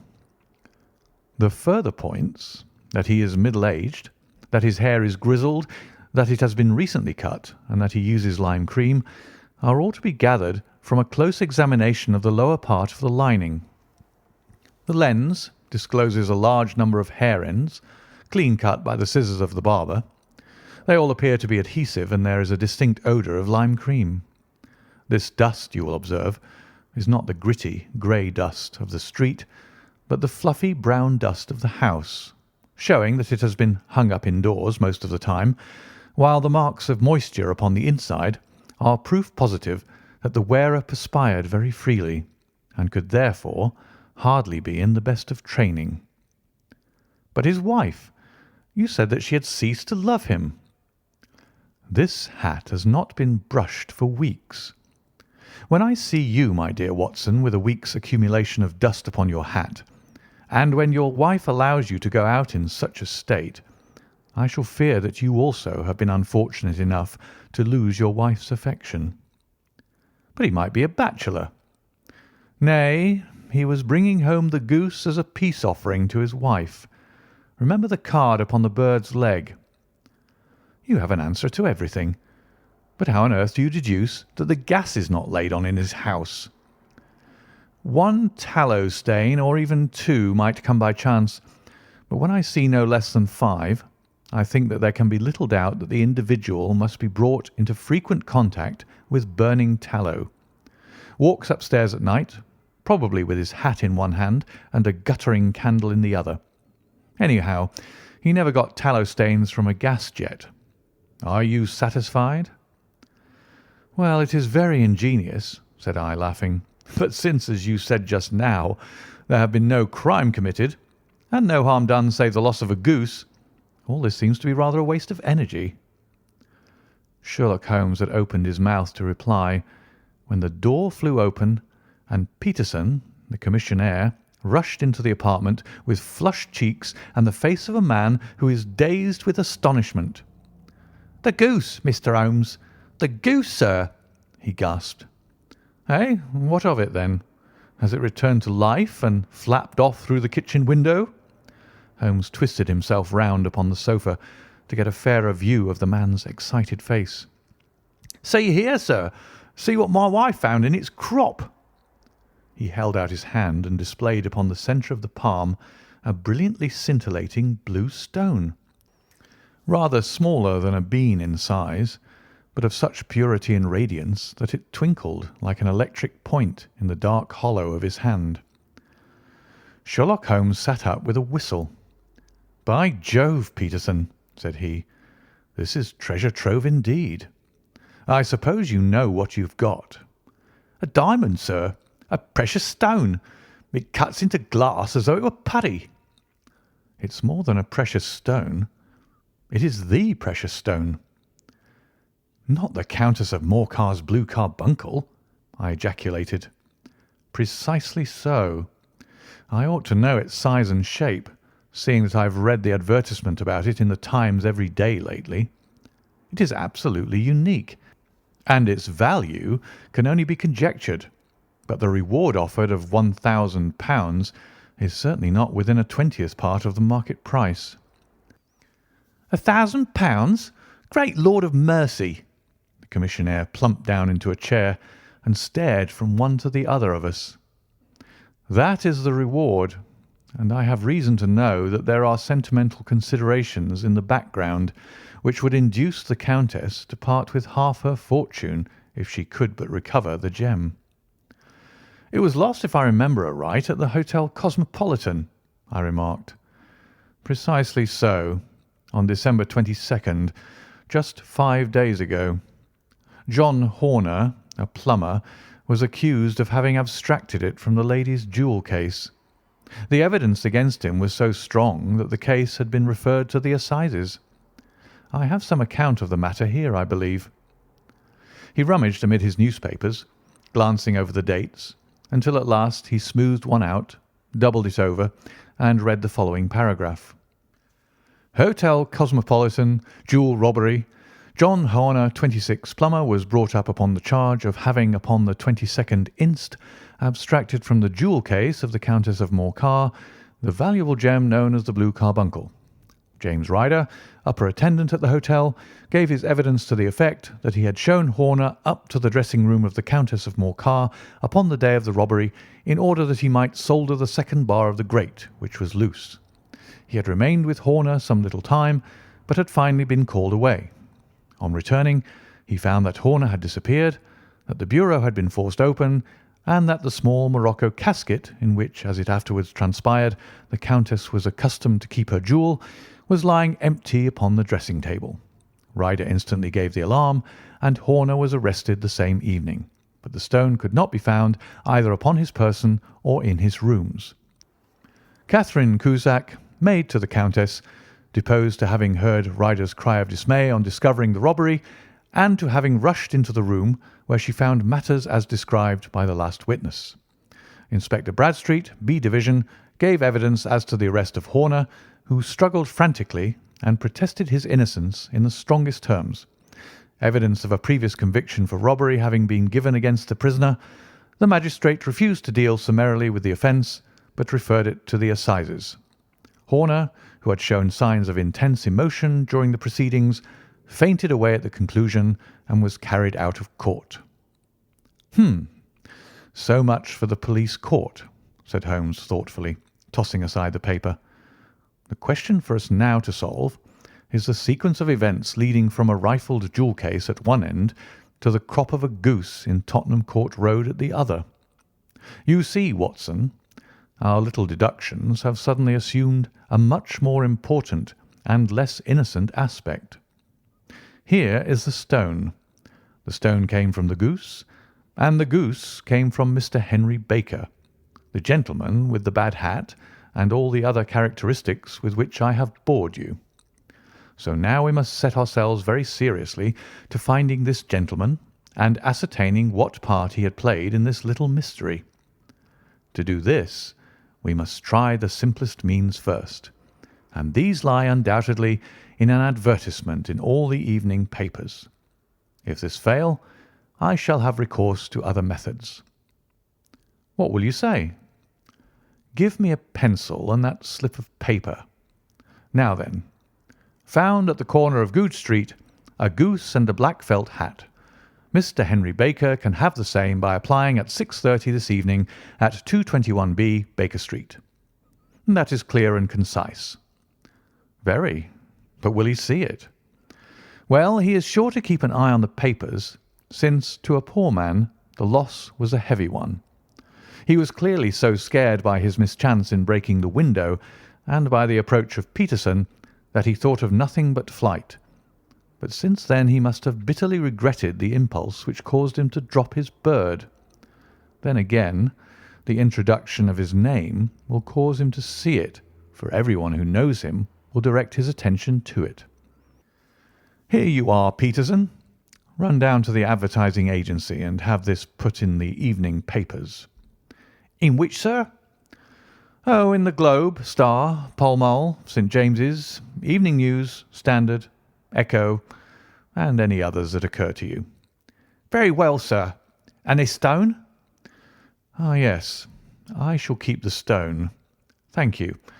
And I say, Peterson, just buy a goose on your way back and leave it here with me, for we must have one to give to this gentleman in place of the one which your family is now devouring." When the commissionaire had gone, Holmes took up the stone and held it against the light. "It's a bonny thing," said he. "Just see how it glints and sparkles. Of course, it is a nucleus and focus of crime. Every good stone is. They are the devil's pet baits. In the larger and older jewels, every facet may stand for a bloody deed. This stone is not yet 20 years old. It was found in the banks of the Arnoy River in southern China, and is remarkable in having every characteristic of the carbuncle, save that it is blue in shade instead of ruby red. In spite of its youth, it has already a sinister history. There have been 2 murders, a vitriol throwing, a suicide, and several robberies brought about for the sake of this 40-grain weight of crystallized charcoal. Who would think that so pretty a toy would be a purveyor to the gallows and the prison? I'll lock it up in my strong box now, and drop a line to the Countess to say that we have it. Do you think that this man Horner is innocent?" "I cannot tell." "Well, then, do you imagine that this other one, Henry Baker, had anything to do with the matter?" "It is, I think, much more likely that Henry Baker is an absolutely innocent man, who had no idea that the bird which he was carrying was of considerably more value than if it were made of solid gold. That, however, I shall determine by a very simple test if we have an answer to our advertisement. And you can do nothing until then? Nothing. In that case, I shall continue my professional round. But I shall come back in the evening at the hour you have mentioned, for I should like to see the solution of so tangled a business. Very glad to see you. I dine at 7. There is a woodcock, I believe. By the way, in view of recent occurrences, perhaps I ought to ask Mrs. Hudson to examine its crop. I had been delayed at a case, and it was a little after 6:30 when I found myself in Baker Street once more. As I approached the house, I saw a tall man in a Scotch bonnet, with a coat which was buttoned up to his chin, waiting outside in the bright semicircle which was thrown from the fanlight. Just as I arrived, the door was opened, and we were shown up together to Holmes's room. "Mr. Henry Baker, I believe," said he, rising from his armchair and greeting his visitor with the easy air of geniality which he could so readily assume. "Pray take this chair by the fire, Mr. Baker. It is a cold night, and I observe that your circulation is more adapted for summer than for winter. Ah, Watson, you have just come at the right time. Is that your hat, Mr. Baker?" "Yes, sir. That is undoubtedly my hat." He was a large man with rounded shoulders, a massive head, and a broad, intelligent face, sloping down to a pointed beard of grizzled brown. A touch of red in nose and cheeks, with a slight tremor of his extended hand, recalled Holmes' surmise as to his habits. His rusty black frock coat was buttoned right up in front, with the collar turned up, and his lank wrists protruded from his sleeves without a sign of cuff or shirt. He spoke in a slow, staccato fashion, choosing his words with care, and gave the impression generally of a man of learning and letters who had had ill usage at the hands of fortune. "We have retained these things for some days," said Holmes, "because we expected to see an advertisement from you giving your address. I am at a loss to know why you did not advertise." Our visitor gave a rather shamefaced laugh. "Shillings have not been so plentiful with me as they once were," he remarked. "I had no doubt that the gang of roughs who assaulted me had carried off both my hat and the bird.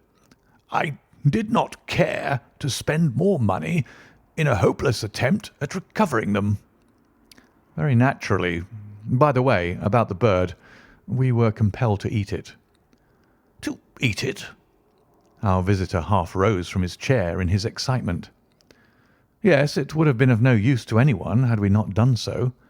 But I presume that this other goose upon the sideboard, which is about the same weight and perfectly fresh, will answer your purpose equally well." "Oh, certainly, certainly," answered Mr. Baker with a sigh of relief. "Of course, we still have the feathers, legs, crop, and so on of your own bird, so if you wish—" The man burst into a hearty laugh. "They might be useful to me as relics of my adventure," said he, "but beyond that I can hardly see what use the disjecta membra of my late acquaintance are going to be to me.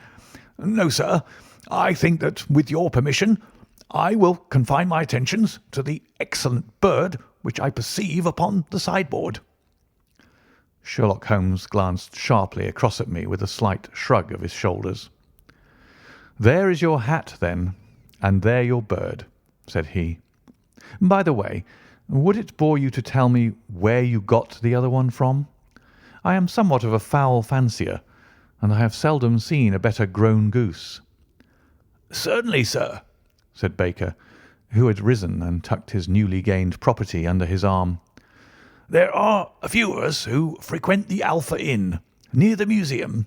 We are to be found in the museum itself during the day, you understand. This year our good host, Windigate by name, instituted a goose club, by which, on consideration of some few pence every week, we were each to receive a bird at Christmas. My pence were duly paid, and the rest is familiar to you. I am much indebted to you, sir, for a Scotch bonnet is fitted neither to my years nor my gravity." With a comical pomposity of manner, he bowed solemnly to both of us and strode off upon his way. "So much for Mr. Henry Baker," said Holmes when he had closed the door behind him. "It is quite certain that he knows nothing whatever about the matter. Are you hungry, Watson?" "Not particularly." "Then I suggest that we turn our dinner into a supper, and follow up this clue while it is still hot." "By all means."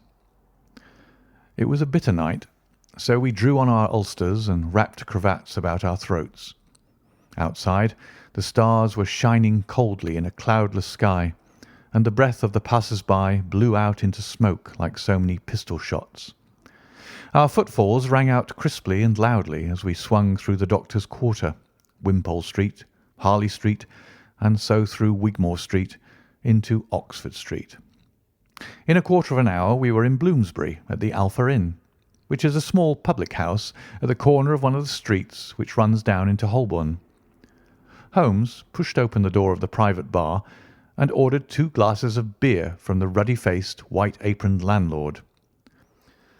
"Your beer should be excellent if it is as good as your geese," said he. "My geese?" The man seemed surprised.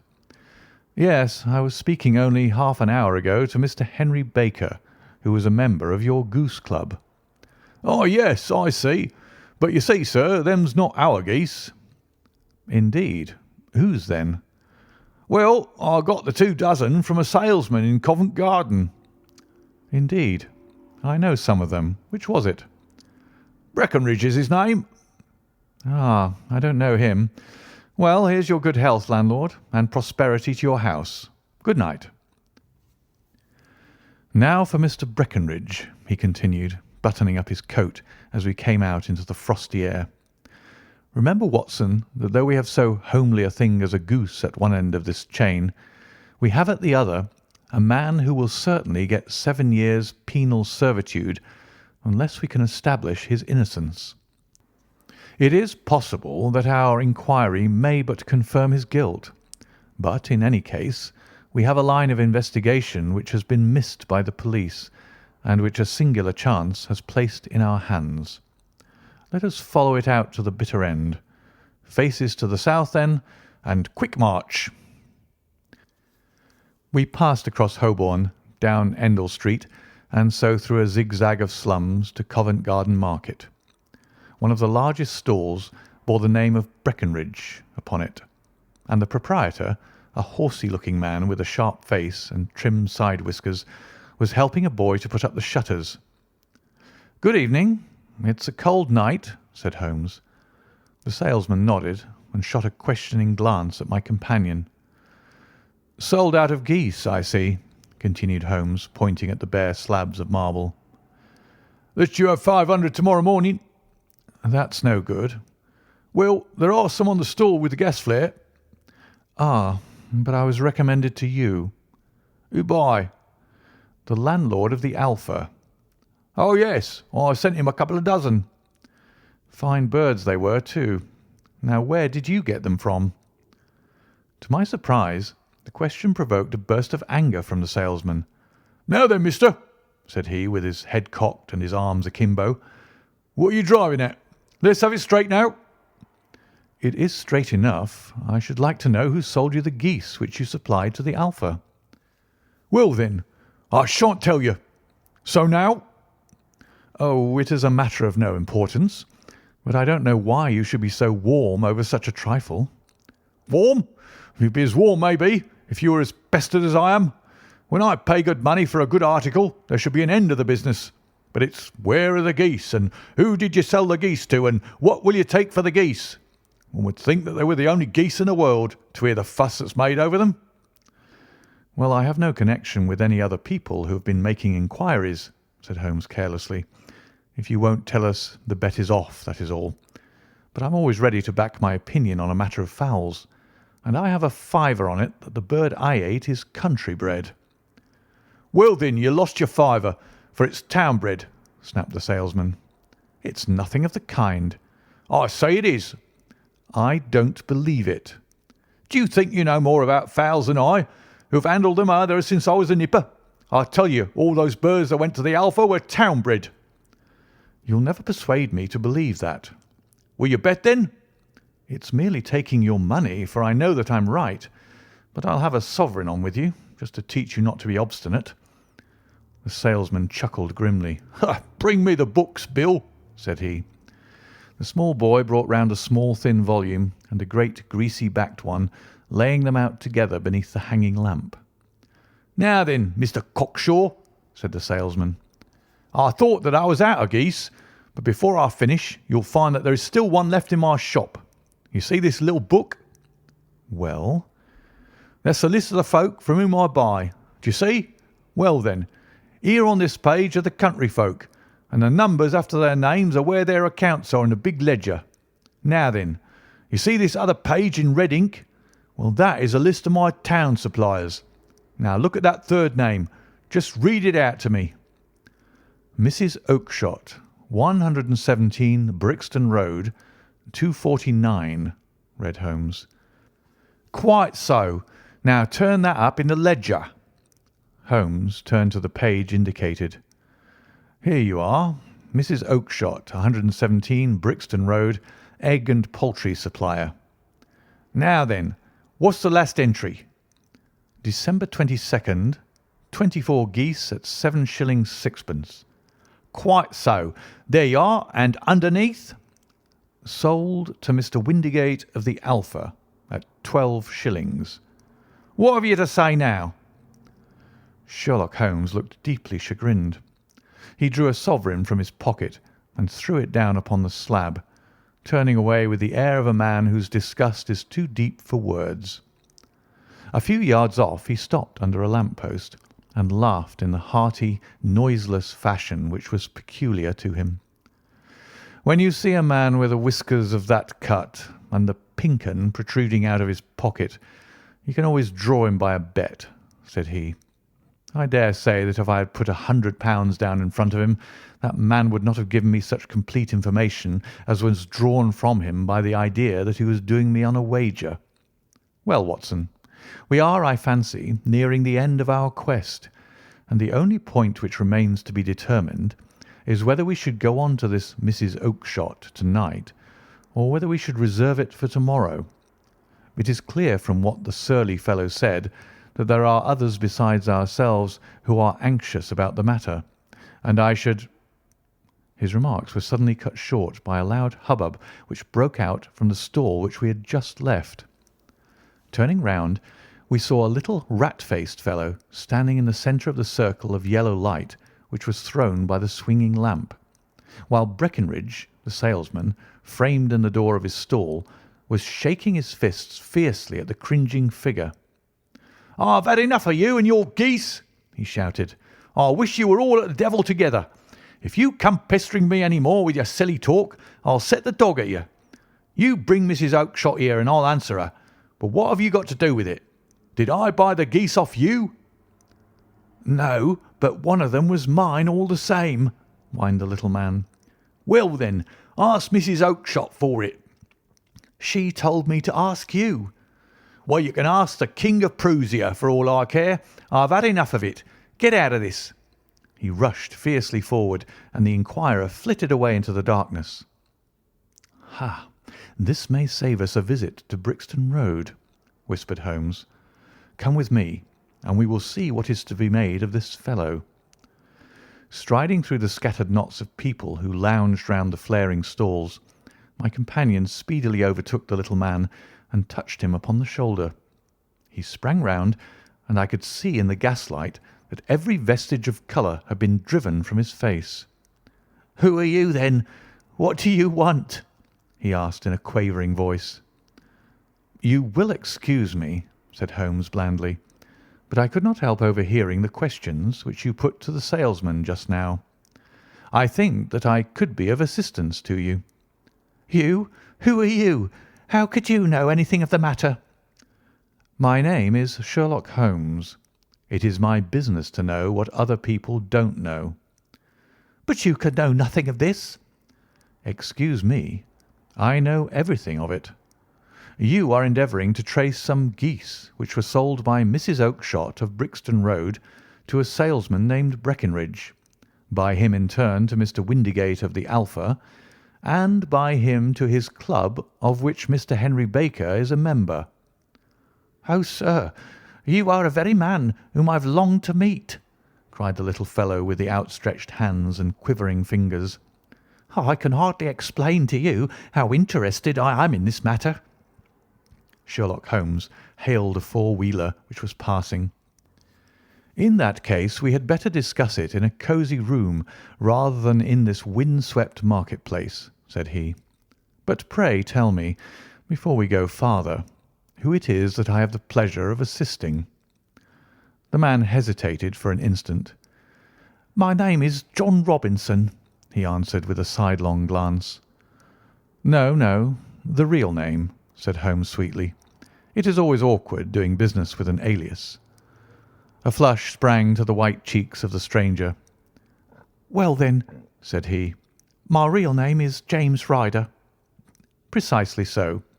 Head attendant at the Hotel Cosmopolitan. Pray step into the cab, and I shall soon be able to tell you everything which you would wish to know." The little man stood glancing from one to the other of us with half-frightened, half-hopeful eyes, as one who is not sure whether he is on the verge of a windfall or of a catastrophe. Then he stepped into the cab, and in half an hour we were back in the sitting-room at Baker Street. Nothing had been said during our drive, but the high, thin breathing of our new companion and the claspings and unclaspings of his hands spoke of the nervous tension within him. "Here we are," said Holmes cheerily as we filed into the room. "The fire looks very seasonable in this weather. You look cold, Mr. Ryder. Pray take the basket chair. I will just put on my slippers before we settle this little matter of yours. Now then, you want to know what became of those geese?" "Yes, sir." "Or rather, I fancy, of that goose. It was one bird, I imagine, in which you were interested. White with a black bar across the tail?" Ryder quivered with emotion. "Oh, sir," he cried, "can you tell me where it went to?" "It came here." "Here?" "Yes, and a most remarkable bird it proved. I don't wonder that you should take an interest in it. It laid an egg after it was dead, the bonniest, brightest little blue egg that ever was seen. I have it here in my museum." Our visitor staggered to his feet and clutched the mantelpiece with his right hand. Holmes unlocked his strong-box and held up the blue carbuncle, which shone out like a star with a cold, brilliant, many-pointed radiance.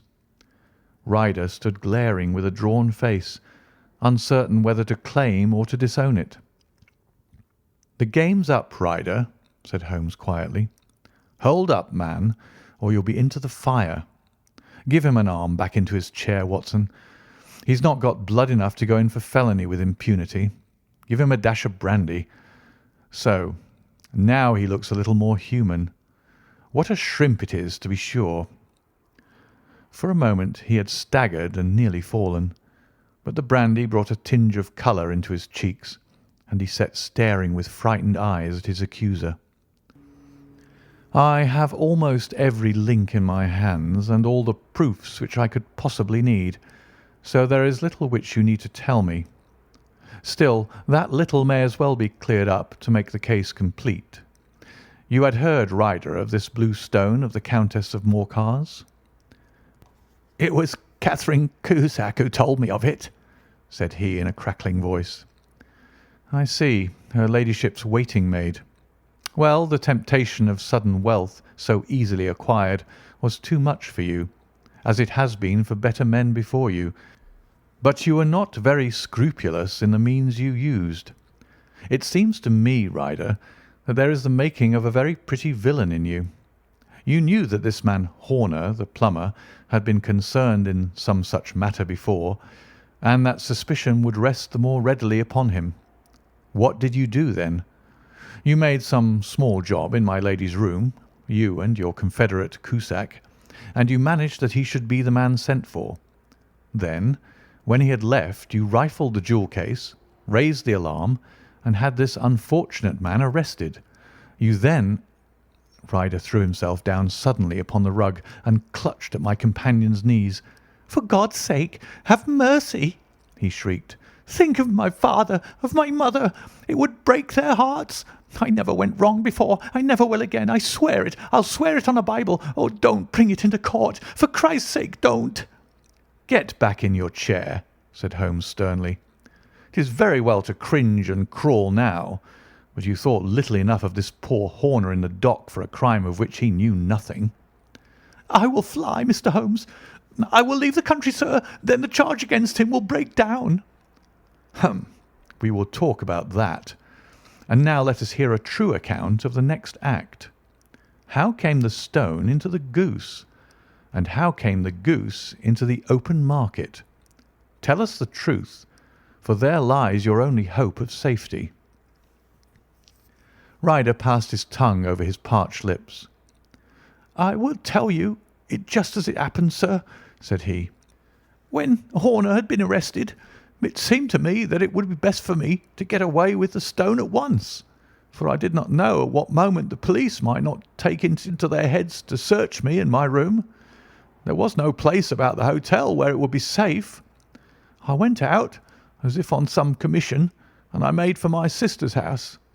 She had married a man named Oakshott, and lived in Brixton Road, where she fattened fowls for the market. All the way there every man I met seemed to me to be a policeman or a detective, and for all that it was a cold night, the sweat was pouring down my face before I came to the Brixton Road. My sister asked me what was the matter, and why I was so pale, but I told her that I had been upset by the jewel robbery at the hotel. Then I went into the backyard and smoked a pipe and wondered what it would be best to do. I had a friend once called Maudsley, who went to the bad, and had just been serving his time in Pentonville. One day he had met me and fell into talking about the ways of thieves and how they could get rid of what they stole. I knew that he would be true to me, for I knew one or two things about him, so I made up my mind to go right on to Kilburn, where he lived, and take him into my confidence. He would show me how to turn the stone into money. But how to get to him in safety? I thought of the agonies I'd gone through in coming from the hotel. I might at any moment be seized and searched, and there would be the stone in my waistcoat pocket. I was leaning against the wall at the time and looked at the geese which were waddling about round my feet, and suddenly an idea came into my head which showed me how I could beat the best detective that ever lived. My sister told me some weeks before that I might have the pick of her geese for a Christmas present, and I knew that she was always as good as her word. I would take my geese now, and in it I would carry my stone to Kilburn. There was a little shed in the yard, and behind this I drove one of the birds, a fine big one, white with a barred tail. I caught it, and prying its bill open, I thrust the stone down its throat as far as my finger could reach. The bird gave a gulp, and I felt the stone pass along its gullet and down into its crop. But the creature flapped and struggled, and out came my sister to know what was the matter. As I turned to speak to her, the brute broke loose and fluttered off among the others. "Whatever were you doing with that bird, Jem?" says she. "Well," said I, "you said you'd give me one for Christmas, and I was feeling which was the fattest." "Oh," says she, "we've set yours aside for you. Jem's bird, we call it. It's the big white one over there yonder. There's 26 of them, which makes one for you and one for us, and 2 dozen for the market." "Thank you, Maggie," says I, "but if it is all the same to you, I'd rather have that one I was handling just now." "The other one's as good 3 pound heavier," said she, "and we fattened it expressly for you." "Never mind, I'll have the other, and I'll take it now," said I. "Oh, just as you like," said she, a little huffed. "Which is it you want, then?" "That white one with the barred tail right in the middle of the flock." "Oh, very well. Kill it and take it with you." "Well, I did what she said, Mr. Holmes, and I carried the bird all the way to Kilburn. I told my pal what I had done, for he was a man that it was easy to tell a thing like that to. He laughed until he choked, and we got a knife and opened the goose. My heart turned to water, for there was no sign of the stone, and I knew that some terrible mistake had occurred. I left the bird, rushed back to my sister's, and hurried into the backyard. There was not a bird to be seen there. "Where are they all, Maggie?" I cried. "Gone to the dealers, Jem." "Which dealers?" "Breckenridge of Covent Garden." "But was there another with a barred tail?" I asked, "the same as the one I chose?" "Yes, Jem. There were two barred tails once, and I could never tell them apart." Well, then, of course, I saw it all, and I ran off as hard as my feet would carry me to this man Breckenridge. But he had sold the lot at once, and not one word would he tell me as to where they had gone. You heard him yourselves tonight. Well, he has always answered me like that. My sister thinks that I am going mad. Sometimes I think that I am myself, and now I am myself a branded thief, without ever having touched the wealth for which I sold my character. God help me! God help me!" He burst into convulsive sobbing, with his face buried in his hands. There was a long silence, broken only by his heavy breathing and by the measured tapping of Sherlock Holmes's fingertips upon the edge of the table. Then my friend rose and threw open the door. "Get out," said he. "What, sir? Oh, heaven bless you!" "No more words. Get out." And no more words were needed. There was a rush, a clatter upon the stairs, the bang of a door, and the crisp rattle of running footfalls from the street. "After all, Watson," said Holmes, reaching up his hand for his clay pipe, "I am not retained by the police to supply their deficiencies. If Horner were in danger it would be another thing, but this fellow will not appear against him, and the case must collapse. I suppose that I am commuting a felony, but it is just possible that I am saving a soul. This fellow will not go wrong again. He is too terribly frightened. Send him to jail now, and you make him a jail bird for life. Besides, it is the season of forgiveness. Chance has put in our way a most singular and whimsical problem, and its solution is its own reward. If you will have the goodness to touch the bell, Doctor, we will begin another investigation, in which also a bird will be the chief feature." End of The Adventure of the Blue Carbuncle.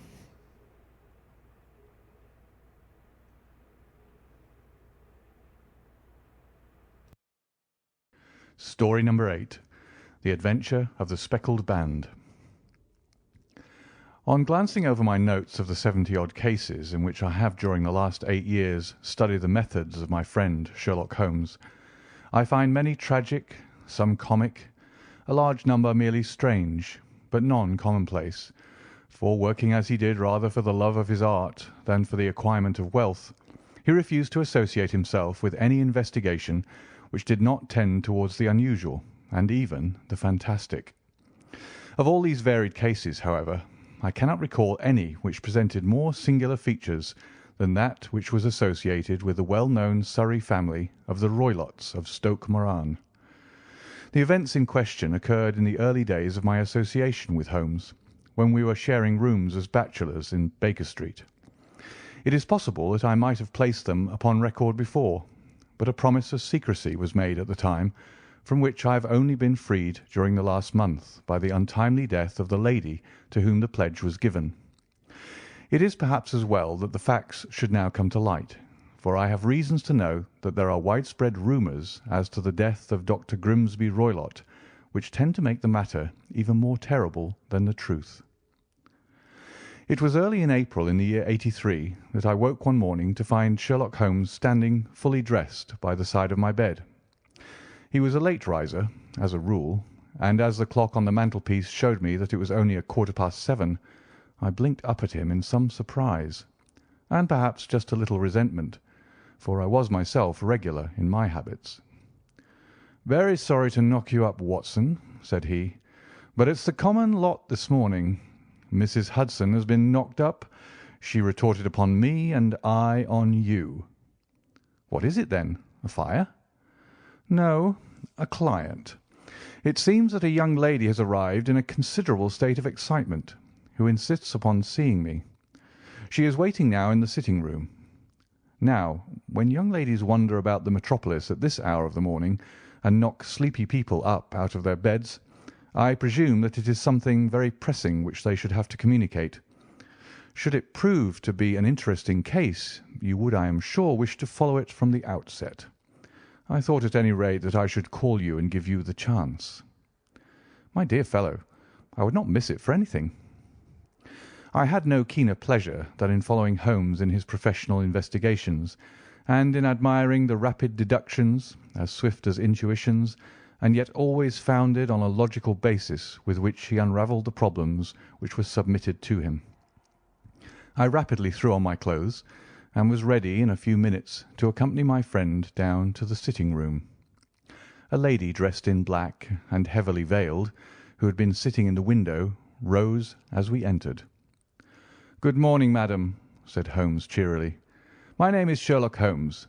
This is my intimate friend and associate, Dr. Watson, before whom you can speak as freely as before myself.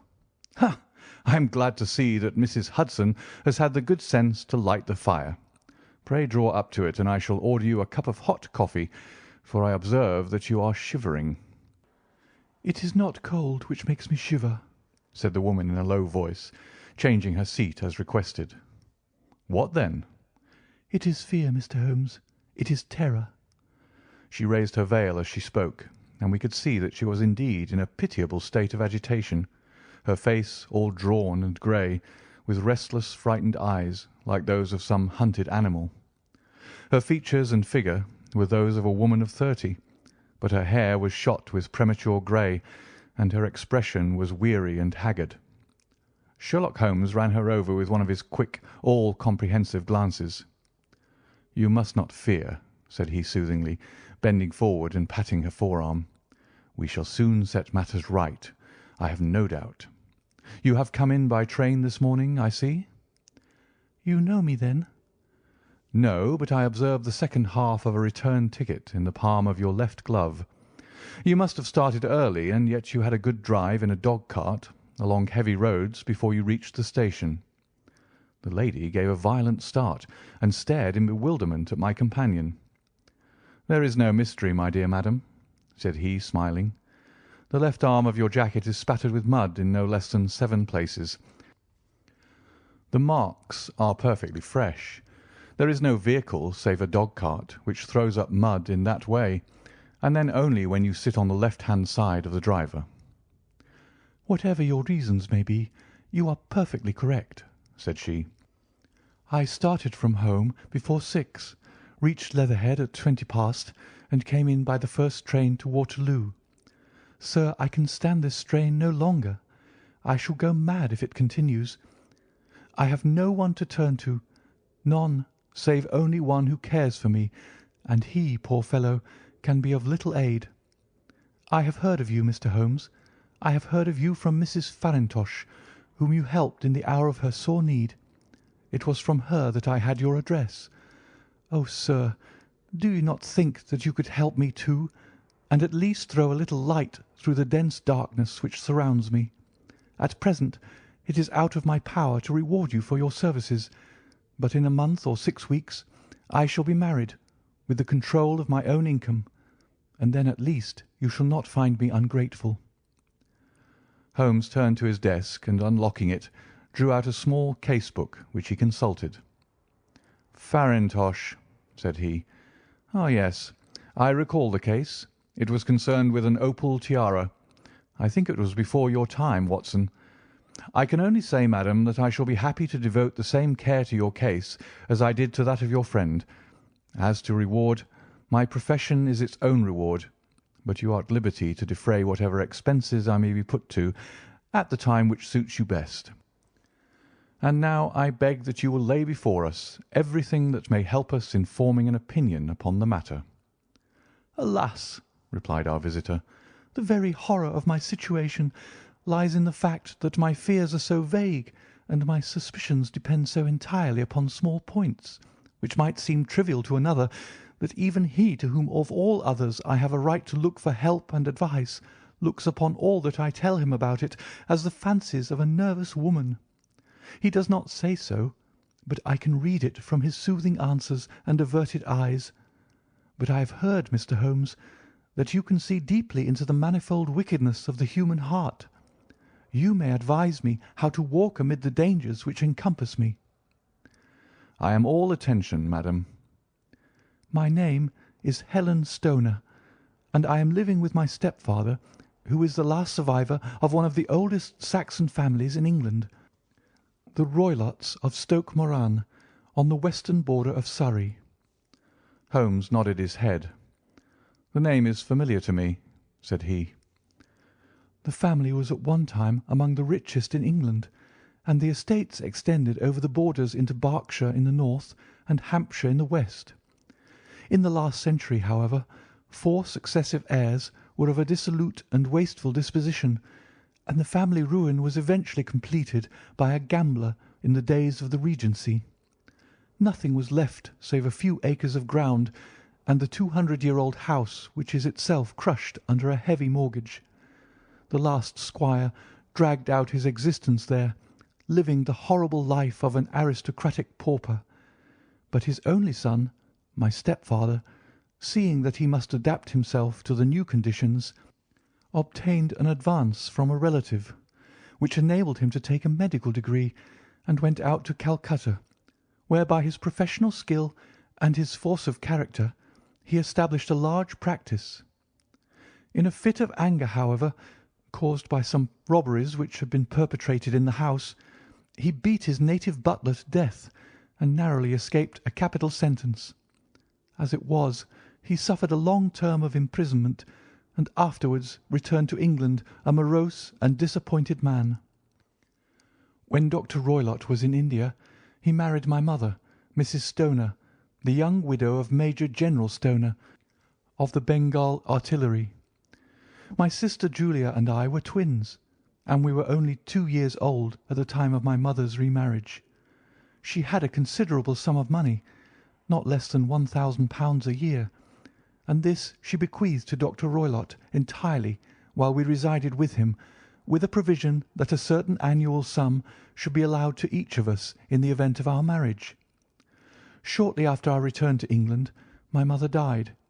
She was killed 8 years ago in a railway accident near Crewe. Dr. Roylott then abandoned his attempts to establish himself in practice in London, and took us to live with him in the old ancestral house at Stoke Moran. The money which my mother had left was enough for all our wants, and there seemed to be no obstacle to our happiness. But a terrible change came over our stepfather about this time. Instead of making friends and exchanging visits with our neighbours, who had at first been overjoyed to see a Roylott of Stoke Moran back in the old family seat, he shut himself up in his house and seldom came out, save to indulge in ferocious quarrels with whoever might cross his path. Violence of temper, approaching to mania, has been hereditary in the men of the family, and in my stepfather's case it had, I believe, been intensified by his long residence in the tropics. A series of disgraceful brawls took place, 2 of which ended in the police court, until at last he became the terror of the village, and the folks would fly at his approach, for he is a man of immense strength and absolutely uncontrollable in his anger. Last week he hurled the local blacksmith over a parapet into a stream, and it was only by paying over all the money which I could gather together that I was able to avert another public exposure. He had no friends at all save the wandering gipsies, and he would give these vagabonds leave to encamp upon the few acres of bramble-covered land which represent the family estate, and would accept in return the hospitality of their tents, wandering away with them sometimes for weeks on end. He has a passion also for Indian animals, which are sent over to him by a correspondent, and he has at this moment a cheetah and a baboon which wander freely over his grounds, and are feared by the villagers almost as much as their master. You can imagine from what I say that my poor sister Julia and I had no great pleasure in our lives. No servant would stay with us, and for a long time we did all the work of the house. She was but 30 at the time of her death, and yet her hair had already begun to whiten, even as mine has." "Your sister is dead, then?" "She died just 2 years ago, and it is of her death that I wish to speak to you. You can understand that, living the life which I have described, we were little likely to see anyone of our own age and position. We had, however, an aunt, my mother's maiden sister, Miss Honoria Westphale, who lives near Harrow, and we were occasionally allowed to pay short visits at this lady's house. Julia went there at Christmas 2 years ago, and met there a half-pay major of marines, to whom she became engaged. My stepfather learned of the engagement when my sister returned, and offered no objection to the marriage, but within a fortnight of the day which had been fixed for the wedding, the terrible event occurred which has deprived me of my only companion." Sherlock Holmes had been leaning back in his chair, with his eyes closed and his head sunk in a cushion, but he half opened his lids now and glanced across at his visitor. "Pray be precise as to details," said he. "It is easy for me to be so, for every event of that dreadful time is seared into my memory. The manor house is, as I have already said, very old, and only one wing is now inhabited. The bedrooms in this wing are on the ground floor, the sitting rooms being in the central block of the buildings. Of these bedrooms, the first is Dr. Roylott's, the second my sister's, and the third my own. There is no communication between them, but they all open out into the same corridor. Do I make myself plain?" "Perfectly so." "The windows of the 3 rooms open out upon the lawn. That fatal night Dr. Roylott had gone to his room early, though we knew that he had not retired to rest, for my sister was troubled by the smell of the strong Indian cigars which it was his custom to smoke. She left her room, therefore, and came into mine, where she sat for some time, chatting about her approaching wedding. At 11 o'clock she rose to leave me, but she paused at the door and looked back. "Tell me, Helen," said she, "have you ever heard anyone whistle in the dead of the night?" "Never," said I. "I suppose that you could not possibly whistle yourself in your sleep?" "Certainly not. But why?" "Because during the last few nights I have always, about 3 in the morning, heard a low, clear whistle. I am a light sleeper, and it has awakened me. I cannot tell where it came from, perhaps from the next room, perhaps from the lawn. I thought that I would just ask you whether you had heard it." "No, I have not. It must be those wretched gipsies in the plantation." "Very likely, and yet if it were on the lawn, I wonder that you did not hear it also." "Ah, but I sleep more heavily than you." "Well, it is of no great consequence at any rate." She smiled back at me, closed my door, and a few moments later I heard her key turn in the lock. "Indeed," said Holmes. "Was it your custom always to lock yourselves in at night?" "Always." "And why?" "I think that I mentioned to you that the doctor kept a cheetah and a baboon. We had no feeling of security unless our doors were locked." "Quite so. Pray proceed with your statement." "I could not sleep that night. A vague feeling of impending misfortune impressed me. My sister and I, you will recollect, were twins, and you know how subtle are the links which bind 2 souls which are so closely allied. It was a wild night. The wind was howling outside, and the rain was beating and splashing against the windows. Suddenly, amid all the hubbub of the gale, there burst forth the wild scream of a terrified woman. I knew that it was my sister's voice. I sprang from my bed, wrapped a shawl round me, and rushed into the corridor. As I opened my door, I seemed to hear a low whistle, such as my sister described, and a few moments later a clanging sound, as if a mass of metal had fallen. As I ran down the passage, my sister's door was unlocked and revolved slowly upon its hinges. I stared at it, horror-stricken, not knowing what was about to issue from it. By the light of the corridor lamp, I saw my sister appear at the opening, her face blanched with terror, her hands groping for help, her whole figure swaying to and fro like that of a drunkard.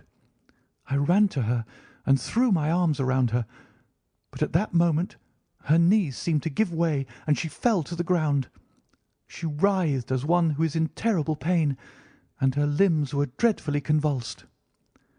At first I thought that she had not recognised me, but as I bent over her she suddenly shrieked out in a voice which I shall never forget, "Oh, my God, Helen!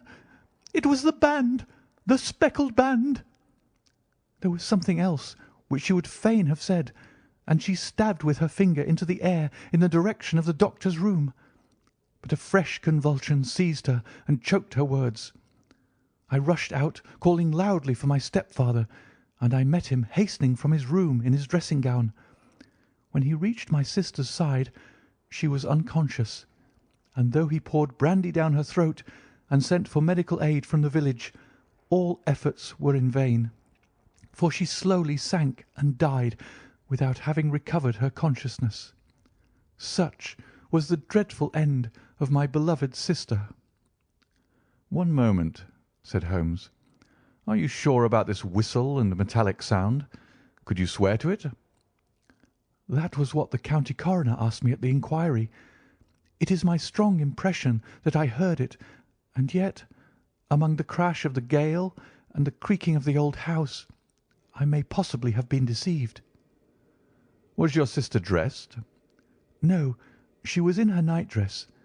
In her right hand was found the charred stump of a match, and in her left a matchbox. Showing that she had struck a light and looked about her when the alarm took place. That is important. And what conclusions did the coroner come to? He investigated the case with great care, for Dr. Roylott's conduct had long been notorious in the county, but he was unable to find any satisfactory cause of death. My evidence showed that the door had been fastened upon the inner side, and the windows were blocked by old-fashioned shutters with broad iron bars, which were secured every night. The walls were carefully sounded, and were shown to be quite solid all round, and the flooring was also thoroughly examined, with the same result. The chimney is wide, but is barred up by 4 large staples. It is certain, therefore, that my sister was quite alone when she met her end. Besides, there were no marks of any violence upon her. How about poison? The doctors examined her for it, but without success. What do you think that this unfortunate lady died of, then? It is my belief that she died of pure fear and nervous shock, though what it was that frightened her I cannot imagine. Were there gipsies in the plantation at the time? Yes, there are nearly always some there. Ah, and what did you gather from this allusion to a band, a speckled band? Sometimes I have thought that it was merely the wild talk of delirium, sometimes that it may have referred to some band of people, perhaps to these very gipsies in the plantation. I do not know whether the spotted handkerchiefs which so many of them wear over their heads might have suggested the strange adjective which she used.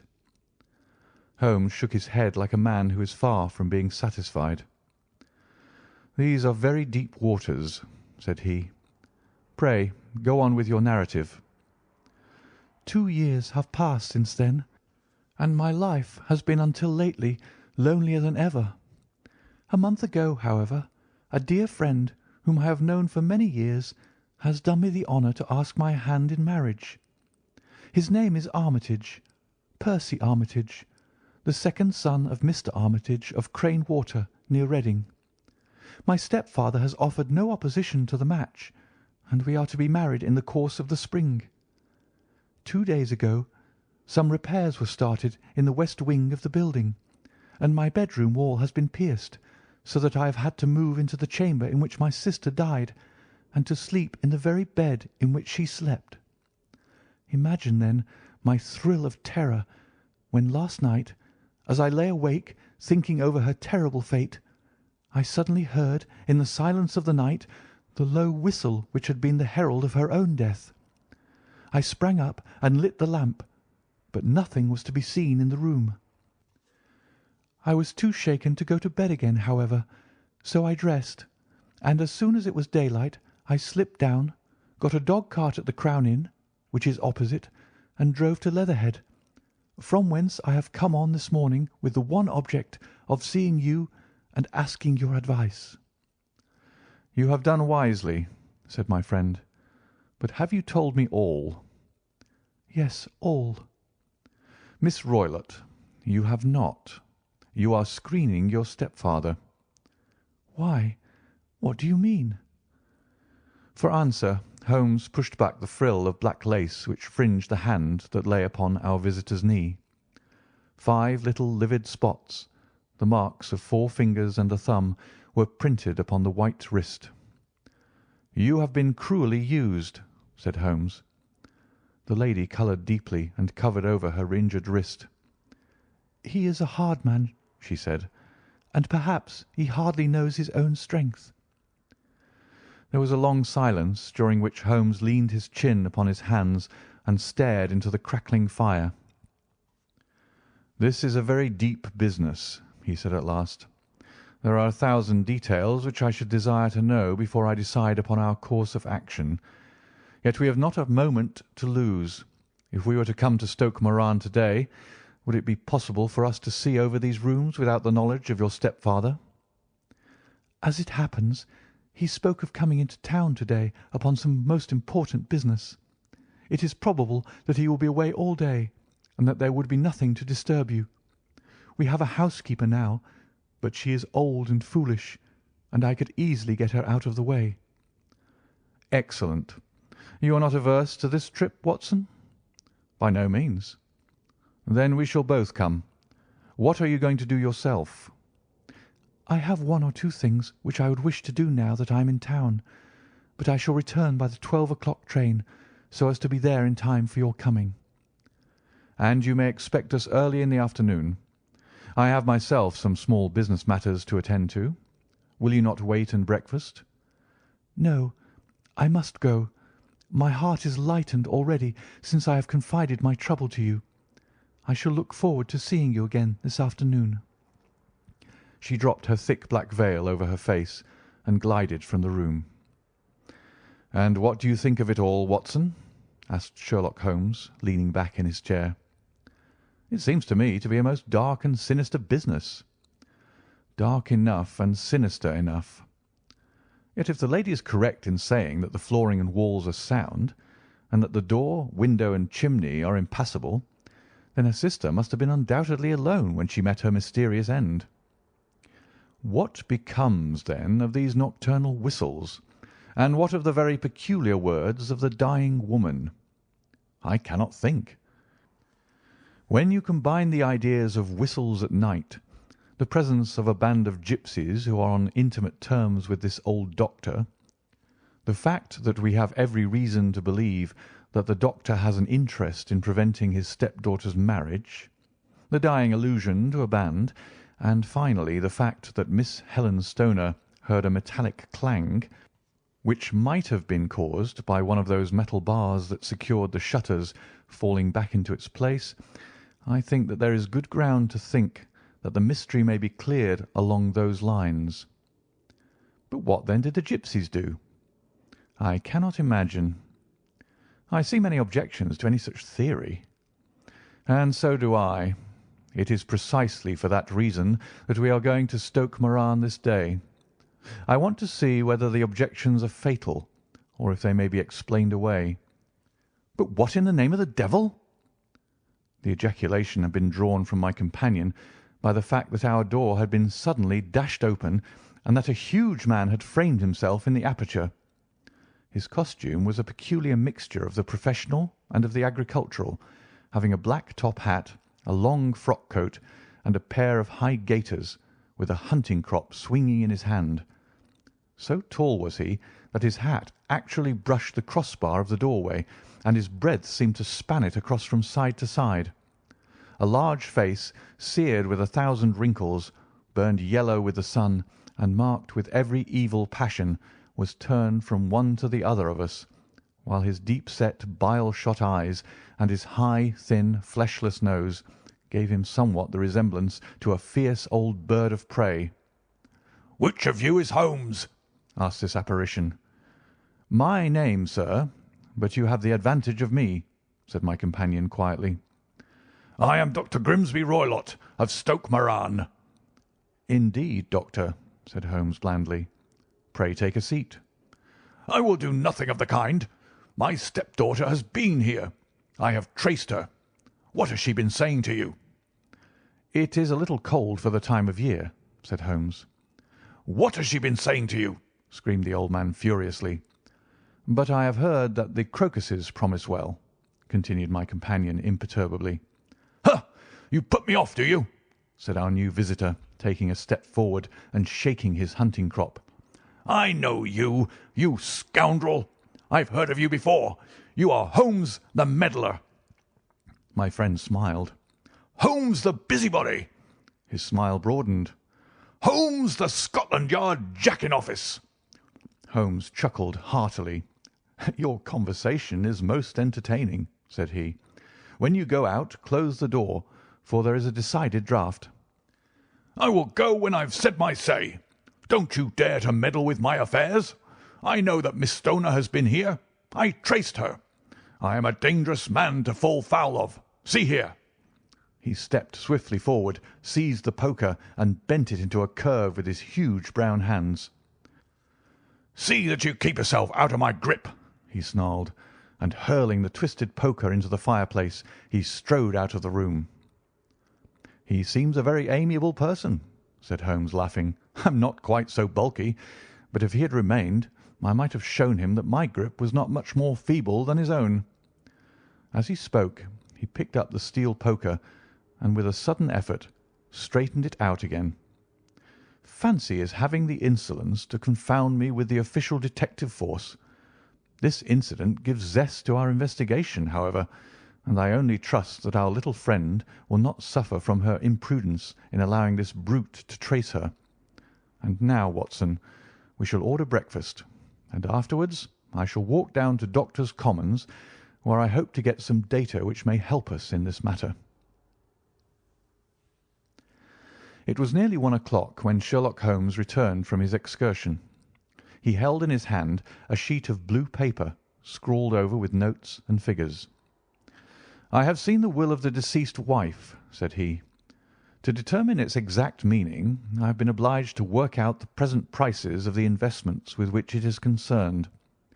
The total income, which at the time of the wife's death was little short of £1,100, is now, through the fall of agricultural prices, not more than £750. Each daughter can claim an income of £250 in case of marriage. It is evident, therefore, that if both girls had married, this beauty would have had a mere pittance, while even one of them would cripple him to a very serious extent. My morning's work has not been wasted, since it has proved that he has the very strongest motives for standing in the way of anything of the sort. And now, Watson, this is too serious for dawdling, especially as the old man is aware that we are interesting ourselves in his affairs. So, if you are ready, we shall call a cab and drive to Waterloo. I should be very much obliged if you would slip your revolver into your pocket. An Ely's No. 2 is in an excellent argument with gentlemen who can twist steel pokers into knots. That and a toothbrush are, I think, all that we need." At Waterloo we were fortunate in catching a train for Leatherhead, where we hired a trap at the station inn and drove for 4 or 5 miles through the lovely Surrey lanes. It was a perfect day, with a bright sun and a few fleecy clouds in the heavens. The trees and wayside hedges were just throwing out their first green shoots, and the air was full of a pleasant smell of the moist earth. To me, at least, there was a strange contrast between the sweet promise of the spring and this sinister quest upon which we were engaged. My companion sat in the front of the trap, his arms folded, his hat pulled down over his eyes, and his chin sunk upon his breast, buried in the deepest thought. Suddenly, however, he started, tapped me on the shoulder, and pointed over the meadows. "Look there," said he. A heavily timbered park stretched up in a gentle slope, thickening into a grove at the highest point. From amid the branches there jutted out the grey gables and high roof tree of a very old mansion. "Stoke Moran?" said he. "Yes, sir, that be the house of Dr. Grimsby Roylott," remarked the driver. "There is some building going on there," said Holmes. "That is where we are going." "There's the village," said the driver, pointing to a cluster of roofs some distance to the left. "But if you want to get to the house, you'll find it shorter to get over this stile, and so by the footpath over the fields. There it is, where the lady is walking." "And the lady, I fancy, is Miss Stoner," observed Holmes, shading his eyes. "Yes, I think we had better do as you suggest." We got off, paid our fare, and the trap rattled back on its way to Leatherhead. "I thought it as well," said Holmes as we climbed the stile, "that this fellow should think we had come here as architects, or on some definite business. It may stop his gossip. Good afternoon, Miss Stoner. You see that we had been as good as our word." Our client of the morning had hurried forward to meet us with a face which spoke her joy. "I have been waiting so eagerly for you," she cried, shaking hands with us warmly. "All has turned out splendidly. Dr. Roylott has gone to town, and it is unlikely that he will be back before evening." "We have had the pleasure of making the doctor's acquaintance," said Holmes, and in a few words he sketched out what had occurred. Miss Stoner turned white to the lips as she listened. "Good heavens!" she cried. "He has followed me, then?" "So it appears." "He is so cunning that I never know when I am safe from him. What will he say when he returns?" "He must guard himself, for he may find that there is someone more cunning than himself upon his track. You must lock yourself up from him to-night. If he is violent, we shall take you away to your aunt's at Harrow. Now, we must make the best use of our time, so kindly take us at once to the rooms which we are to examine." The building was of grey, lichen-blotched stone, with a high central portion and two curving wings, like the claws of a crab, thrown out on each side. In one of these wings the windows were broken and blocked with wooden boards, while the roof was partly caved in, a picture of ruin. The central portion was in little better repair, but the right-hand block was comparatively modern, and the blinds in the windows, with the blue smoke curling up from the chimneys, showed that this was where the family resided. Some scaffolding had been erected against the end wall, and the stonework had been broken into, but there were no signs of any workmen at the moment of our visit. Holmes walked slowly up and down the ill-trimmed lawn, and examined with deep attention the outsides of the windows. "This, I take it, belongs to the room in which you used to sleep, the centre one to your sister's, and the one next to the main building to Dr. Roylott's chamber." "Exactly so, but I am now sleeping in the middle one." "Pending the alterations, as I understand. By the way, there does not seem to be any very pressing need for repairs at that end wall." "There were none. I believe that it was an excuse to move me from my room." "Ah, that is suggestive. Now, on the other side of this narrow wing runs the corridor from which these three rooms open. There are windows in it, of course?" "Yes, but very small ones, too narrow for anyone to pass through." "As you both locked your doors at night, your rooms were unapproachable from that side. Now, would you have the kindness to go into your room and bar your shutters?" Miss Stoner did so, and Holmes, after a careful examination through the open window, endeavoured in every way to force the shutter open, but without success. There was no slit through which a knife could be passed to raise the bar. Then with his lens he tested the hinges, but they were of solid iron, built firmly into the massive masonry. "Hum," said he, scratching his chin in some perplexity. "My theory certainly presents some difficulties. No one could pass these shutters if they were bolted. Well, we shall see if the inside throws any light upon the matter." A small side door led into the whitewashed corridor from which the 3 bedrooms opened. Holmes refused to examine the 3rd chamber, so we passed at once to the 2nd, that in which Miss Stoner was now sleeping, and in which her sister had met with her fate. It was a homely little room, with a low ceiling and a gaping fireplace, after the fashion of old country houses.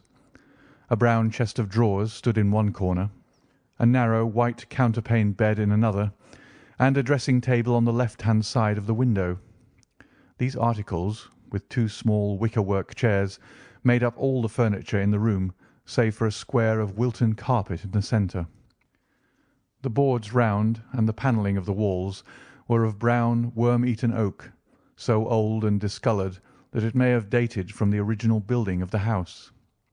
Holmes drew one of the chairs into a corner and sat silent, while his eyes travelled round and up and down, taking in every detail of the apartment.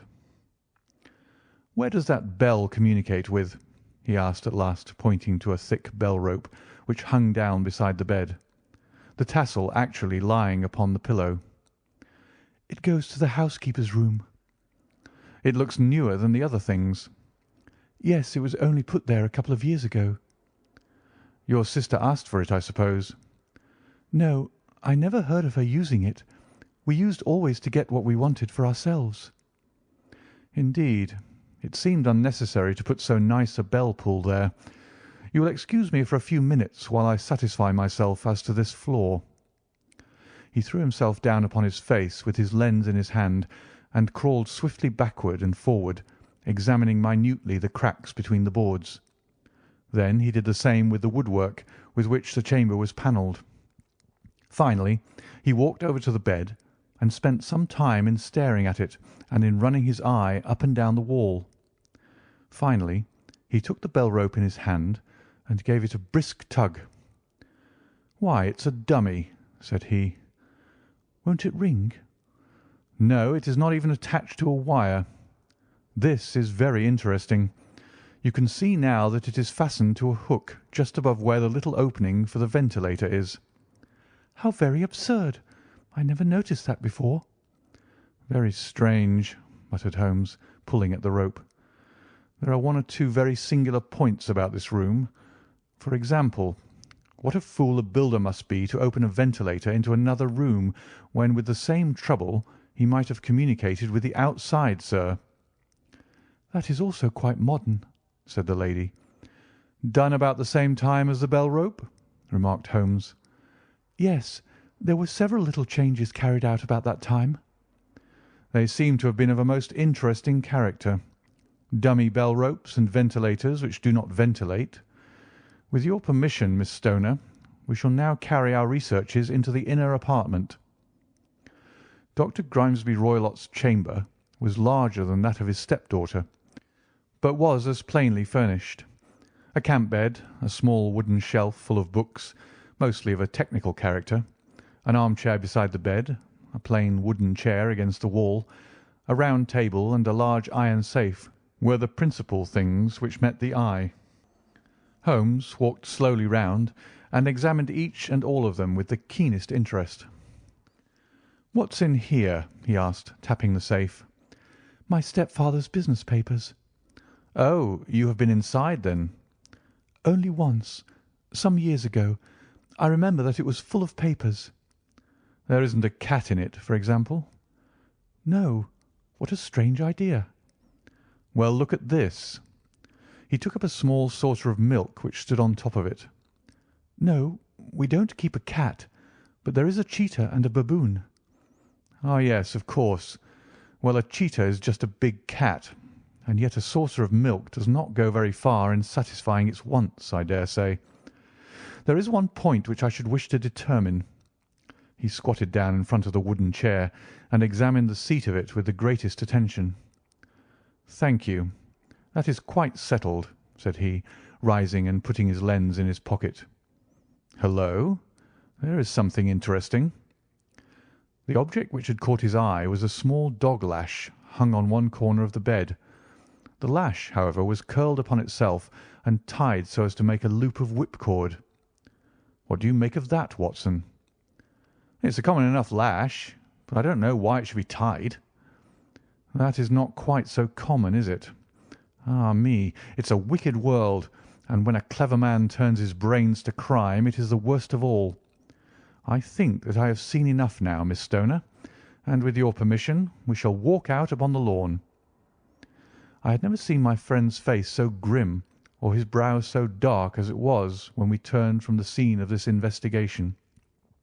We had walked several times up and down the lawn, neither Miss Stoner nor myself liking to break in upon his thoughts before he roused himself from his reverie. "It is very essential, Miss Stoner," said he, "that you should absolutely follow my advice in every respect." "I shall most certainly do so." "The matter is too serious for any hesitation. Your life may depend upon your compliance." "I assure you that I am in your hands." "In the first place, both my friend and I must spend the night in your room." Both Miss Stoner and I gazed at him in astonishment. "Yes, it must be so. Let me explain. I believe that this is the village inn over there." "Yes, that is the Crown." "Very good. Your windows will be visible from there." "Certainly." "You must confine yourself to your room on pretence of a headache when your stepfather comes back. Then when you hear him retire for the night, you must open the shutters of your window, undo the hasp, put your lamp there as a signal to us, and then withdraw quietly with everything which you are likely to want into the room which you used to occupy.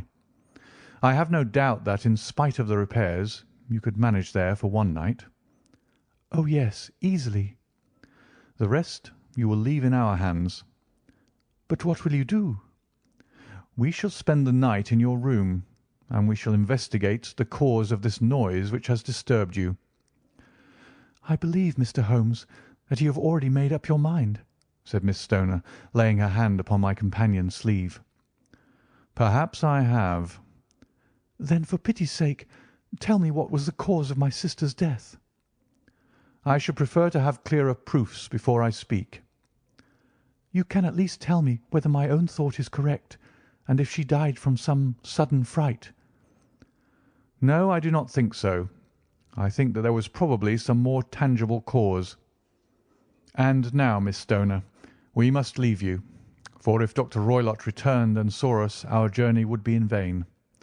Good-bye, and be brave, for if you will do what I have told you, you may rest assured that we shall soon drive away the dangers that threaten you." Sherlock Holmes and I had no difficulty in engaging a bedroom and sitting-room at the Crown Inn.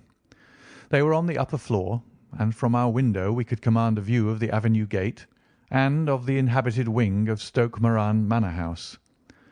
At dusk we saw Dr. Grimesby Roylott drive past, his huge form looming up beside the little figure of the lad who drove him. The boy had some slight difficulty in undoing the heavy iron gates, and we heard the hoarse roar of the doctor's voice and saw the fury with which he shook his clinched fists at him. The trap drove on, and a few minutes later we saw a sudden light spring up among the trees as the lamp was lit in one of the sitting-rooms. "Do you know, Watson," said Holmes as we sat together in the gathering darkness, "I have really some scruples as to taking you to-night. There is a distinct element of danger. Can I be of assistance? Your presence might be invaluable. Then I shall certainly come. It is very kind of you. You speak of danger. You've evidently seen more in these rooms than was visible to me." "No, but I fancy that I may have deduced a little more. I imagine that you saw all that I did." "I saw nothing remarkable save the bell-rope, and what purpose that could answer, I confess, is more than I imagine." "You saw the ventilator too?" "Yes, but I don't think that it's such a very unusual thing to have a small opening between two rooms. It was so small that a rat could hardly pass through." "I knew that we should find a ventilator before ever we came to Stoke Moran." "My dear Holmes." "Oh, yes, I did. You remember in her statement she said that her sister could smell Dr. Roylott's cigar. Now, of course, that suggested at once that there must be a communication between the two rooms. It could only be a small one, or it would have been remarked upon at the coroner's inquiry. I deduced a ventilator. But what harm can there be in that? Well, there is at least a curious coincidence of dates. A ventilator is made, a cord is hung, and a lady who sleeps in the bed dies. Does not that strike you? I cannot as yet see any connection. Did you observe anything very peculiar about that bed? No. It was clamped to the floor. Did you ever see a bed fastened like that before? I can't say that I have. The lady could not move her bed. It must always be in the same relative position to the ventilator and to the rope, or so we may call it, since it was clearly never meant for a bell pull. Holmes, I cried, I seem to see dimly what you are hinting at. We are only just in time to prevent some subtle and horrible crime. Subtle enough and horrible enough. When a doctor does go wrong, he is the first of criminals. He has nerve and he has knowledge. Palmer and Pritchard were among the heads of their profession. This man strikes even deeper, but I think, Watson, that we shall be able to strike deeper still. But we shall have horrors enough before the night is over. For goodness' sake, let us have a quiet pipe and turn our minds for a few hours to something more cheerful. About 9 o'clock the light among the trees was extinguished, and all was dark in the direction of the manor house. 2 hours passed slowly away, and then suddenly, just at the stroke of 11, a single bright light shone out right in front of us. "That is our signal," said Holmes, springing to his feet. "It comes from the middle window." As we passed out he exchanged a few words with the landlord, explaining that we were going on a late visit to an acquaintance, and that it was possible that we might spend the night there. A moment later we were out on the dark road, a chill wind blowing in our faces, and one yellow light twinkling in front of us through the gloom to guide us on our sombre errand. There was little difficulty in entering the grounds, for unrepaired breaches gaped in the old park wall. Making our way among the trees, we reached the lawn, crossed it, and were about to enter through the window when out from a clump of laurel bushes there darted what seemed to be a hideous and distorted child, who threw itself upon the grass with writhing limbs and then ran swiftly across the lawn into the darkness. "My God!" I whispered. "Did you see it?" Holmes was for the moment as startled as I. His hand closed like a vice upon my wrist in his agitation. Then he broke into a low laugh and put his lips to my ear. "It is a nice household," he murmured. "That is the baboon." I had forgotten the strange pets which the doctor affected. There was a cheetah, too. Perhaps we might find it upon our shoulders at any moment. I confess that I felt easier in my mind when, after following Holmes's example and slipping off my shoes, I found myself inside the bedroom. My companion noiselessly closed the shutters, moved the lamp onto the table, and cast his eyes round the room. All was as we have seen it in the daytime. Then creeping up to me and making a trumpet of his hand, he whispered into my ear again so gently that it was all that I could do to distinguish the words. "The least sound would be fatal to our plans." I nodded to show that I had heard. "We must sit without light. He would see it through the ventilator." I nodded again. "Do not go asleep. Your very life may depend upon it. Have your pistol ready in case we should need it. I will sit on the side of the bed, and you in that chair." I took out my revolver and laid it on the corner of the table. Holmes had brought up a long, thin cane, and this he placed upon the bed beside him. By it he laid the box of matches and the stump of a candle. Then he turned down the lamp, and we were left in darkness. How shall I ever forget that dreadful vigil? I could not hear a sound, not even the drawing of a breath, and yet I knew that my companion sat open-eyed within a few feet of me, in the same state of nervous tension in which I was myself. The shutters cut off the least ray of light, and we waited in absolute darkness. From outside came the occasional cry of a night bird, and once at our very window a long-drawn cat-like whine, which told us that the cheetah was indeed at liberty. Far away we could hear the deep tones of the parish clock, which boomed out every quarter of an hour. How long they seemed, those quarters! 12 struck, and 1, and 2, and 3, and still we sat waiting silently for whatever might befall. Suddenly there was the momentary gleam of a light up in the direction of the ventilator, which vanished immediately, but was succeeded by a strong smell of burning oil and heated metal. Someone in the next room had lit a dark lantern. I heard a gentle sound of movement, and then all was silent once more, though the smell grew stronger. For half an hour I sat with straining ears.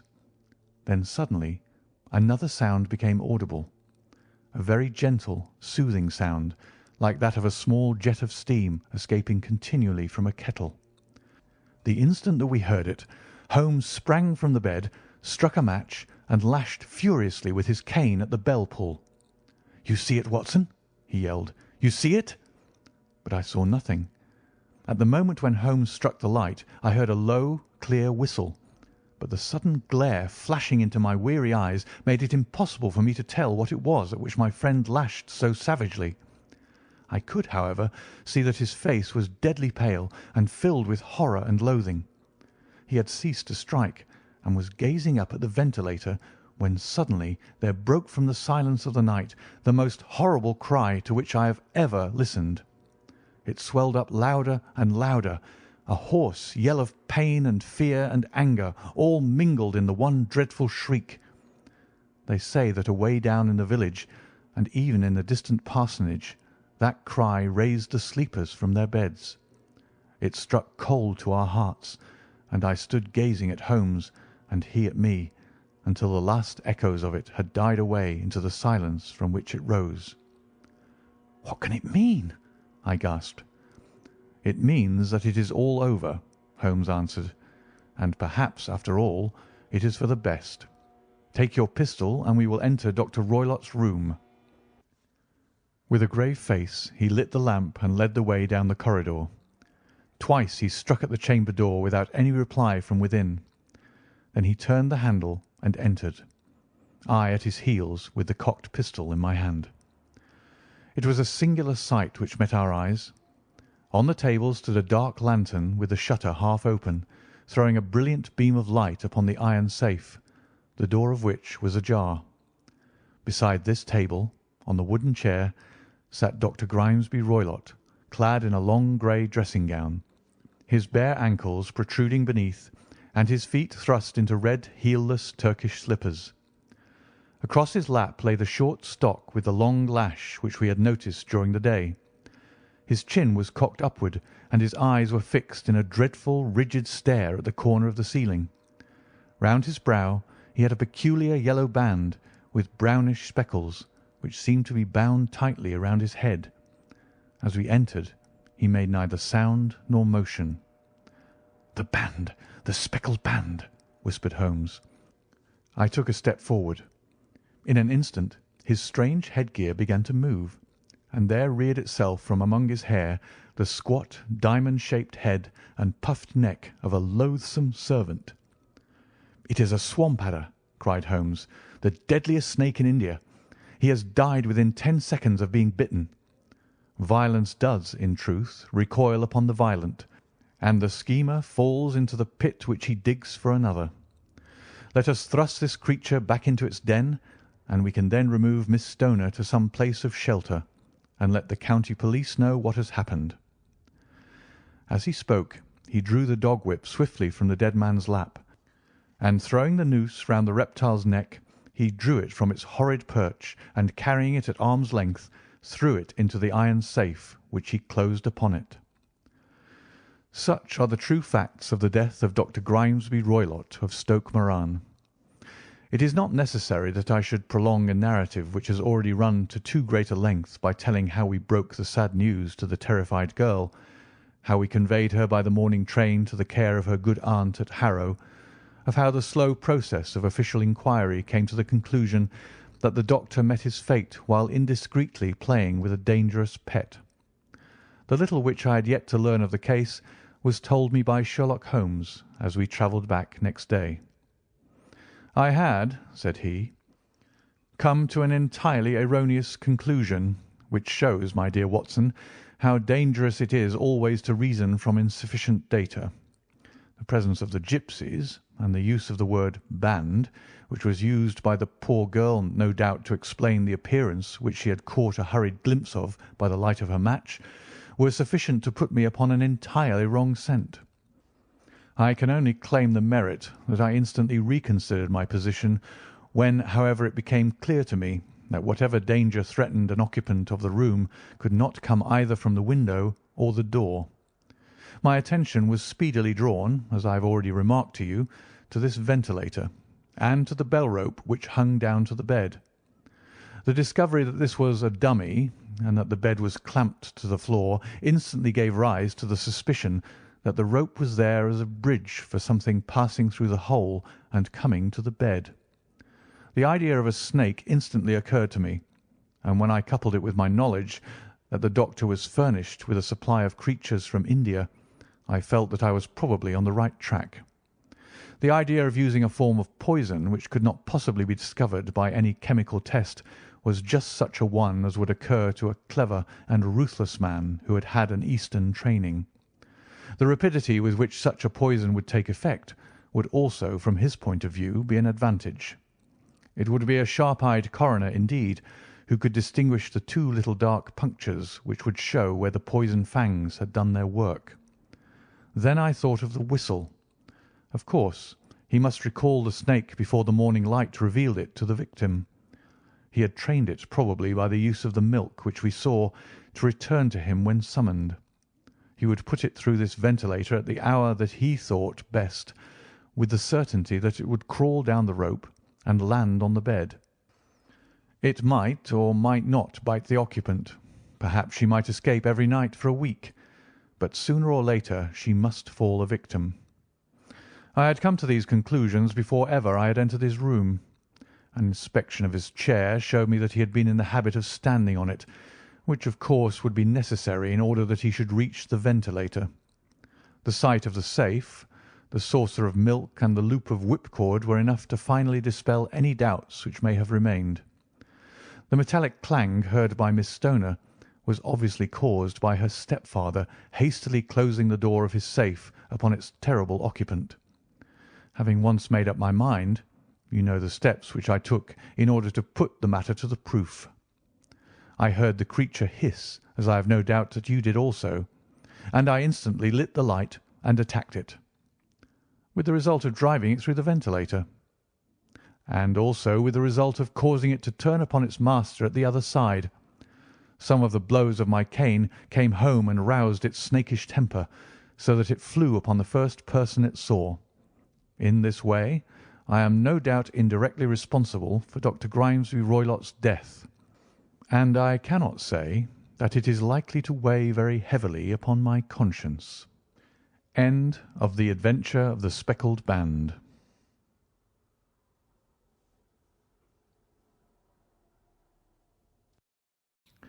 Story number 9. The Adventure of the Engineer's Thumb. Of all the problems which have been submitted to my friend Mr. Sherlock Holmes for solution during the years of our intimacy, there were only two which I was the means of introducing to his notice, that of Mr. Hatherley's thumb and that of Colonel Warburton's madness. Of these the latter may have afforded a finer field for an acute and original observer, but the other was so strange in its inception and so dramatic in its details that it may be the more worthy of being placed upon record, even if it gave my friend fewer openings for those deductive methods of reasoning by which he achieved such remarkable results. The story has, I believe, been told more than once in the newspapers, but, like all such narratives, its effect is much less striking when set forth en bloc in a single half-column of print than when the facts slowly evolve before your own eyes, and the mystery clears gradually away as each new discovery furnishes a step which leads on to the complete truth. At the time, the circumstances made a deep impression upon me, and the lapse of 2 years has hardly served to weaken the effect. It was in the summer of '89, not long after my marriage, that the events occurred which I am now about to summarise. I had returned to civil practice and had finally abandoned Holmes in his Baker Street rooms, although I continually visited him and occasionally even persuaded him to forego his Bohemian habits so far as to come and visit us. My practice had steadily increased, and as I happened to live at no very great distance from Paddington Station, I got a few patients from among the officials. One of these, whom I had cured of a painful and lingering disease, was never weary of advertising my virtues and of endeavouring to send me on every sufferer over whom he might have any influence. One morning, at a little before 7 o'clock, I was awakened by the maid tapping at the door to announce that 2 men had come from Paddington and were waiting in the consulting room. I dressed hurriedly, for I knew by experience that railway cases were seldom trivial, and hastened downstairs. As I descended, my old ally, the guard, came out of the room and closed the door tightly behind him. "I've got him here," he whispered, jerking his thumb over his shoulder. "He's all right."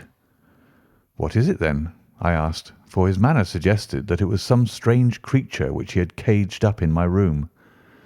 "It's a new patient," he whispered. "I thought I'd bring him round myself, then he couldn't slip away. There he is, all safe and sound. I must go now, Doctor. I have my duties, just the same as you." And off he went, this trusty tout, without even giving me time to thank him. I entered my consulting room and found a gentleman seated by the table. He was quietly dressed in a suit of heather tweed with a soft cloth cap which he had laid down upon my books. Round one of his hands he had a handkerchief wrapped which was mottled all over with bloodstains. He was young, not more than 25, I would say, with a strong masculine face, but he was exceedingly pale and gave me the impression of a man who was suffering from some strong agitation which it took all his strength of mind to control. "I'm sorry to knock you up so early, Doctor," said he, "but I've had a very serious accident during the night. I came in by train this morning, and on inquiring at Paddington as to where I might find a doctor, a worthy fellow very kindly escorted me here. I gave the maid a card, but I see that she's left it upon the side table." I took it up and glanced at it. "Mr. Victor Hatherley, hydraulic engineer, 16A Victoria Street, 3rd floor." That was the name, style, and abode of my morning visitor. "I regret that I have kept you waiting," said I, sitting down in my library chair. "You are fresh from a night journey, I understand, which is in itself a monotonous occupation." "Oh, my night could not be called monotonous," said he, and laughed. He laughed very heartily, with a high, ringing note, leaning back in his chair and shaking his sides. All my medical instincts rose up against that laugh. "Stop it!" I cried. "Pull yourself together." And I poured out some water from a carafe. It was useless, however. He was off in one of those hysterical outbursts which come upon a strong nature when some great crisis is over and gone. Presently he came to himself once more, very weary and pale-looking. "I have been making a fool of myself," he gasped. "Not at all. Drink this." I dashed some brandy into the water, and the colour began to come back to his bloodless cheeks. "That's better," said he. "And now, Doctor, perhaps you would kindly attend to my thumb, or rather to the place where my thumb used to be." He unwound the handkerchief and held out his hand. It gave even my hardened nerves a shudder to look at it. There were 4 protruding fingers, and a horrid red spongy surface where the thumb should have been. It had been hacked or torn right out from the roots. "Good heavens!" I cried. "This is a terrible injury. It must have bled considerably." "Yes, it did. I fainted when it was done, and I think that I must have been senseless for a long time. When I came to, I found that it was still bleeding, so I tied one end of my handkerchief very tightly around the wrist and braced it up with a twig." Excellent. You should have been a surgeon. It is a question of hydraulics, you see, and came within my own province. This has been done, said I, examining the wound, by a very heavy and sharp instrument. A thing like a cleaver, said he. An accident, I presume? By no means. What? A murderous attack? Very murderous indeed. You horrify me. I sponged the wound, cleaned it, dressed it, and finally covered it over with cotton wadding and carbolized bandages. He lay back without wincing, though he bit his lip from time to time. "How is that?" I asked when I had finished. Capital. Between your brandy and your bandage, I feel a new man. I was very weak, but I've had a good deal to go through. Perhaps you had better not speak of the matter. It is evidently trying to your nerves. Oh, no, not now. I shall have to tell my tale to the police. But between ourselves, if it were not for the convincing evidence of this wound of mine, I should be surprised if they believe my statement, for it is a very extraordinary one, and I have not much in the way of proof with which to back it up. And even if they believe me, the clues which I can give them are so vague that it is a question whether justice will be done." "Ha!" cried I. "If it is anything in the nature of a problem which you desire to see solved, I should strongly recommend you to come to my friend, Mr. Sherlock Holmes, before you go to the official police." "Oh, I have heard of that fellow," answered my visitor, "and I shall be very glad if he would take the matter up, though of course I must use the official police as well. Would you give me an introduction to him?" "I'll do better. I'll take you round to him myself." "I should be immensely obliged to you." "We'll call a cab and go together. We should just be in time to have a little breakfast with him. Do you feel equal to it?" "Yes. I shall not feel easy until I've told my story." "Then my servant will call a cab, and I shall be with you in an instant." I rushed upstairs, explained the matter shortly to my wife, and in 5 minutes was inside a hansom, driving with my new acquaintance to Baker Street. Sherlock Holmes was, as I expected, lounging about his sitting-room in his dressing-gown, reading the agony column of the Times, and smoking his before-breakfast pipe, which was composed of all the plugs and dottles left from his smokes of the day before, all carefully dried and collected on the corner of the mantelpiece. He received us in his quietly genial fashion, ordered fresh rashers and eggs, and joined us in a hearty meal. When it was concluded, he settled our new acquaintance upon the sofa, placed a pillow beneath his head, and laid a glass of brandy and water within his reach. "It is easy to see that your experience has been no common one, Mr. Hatherley," said he.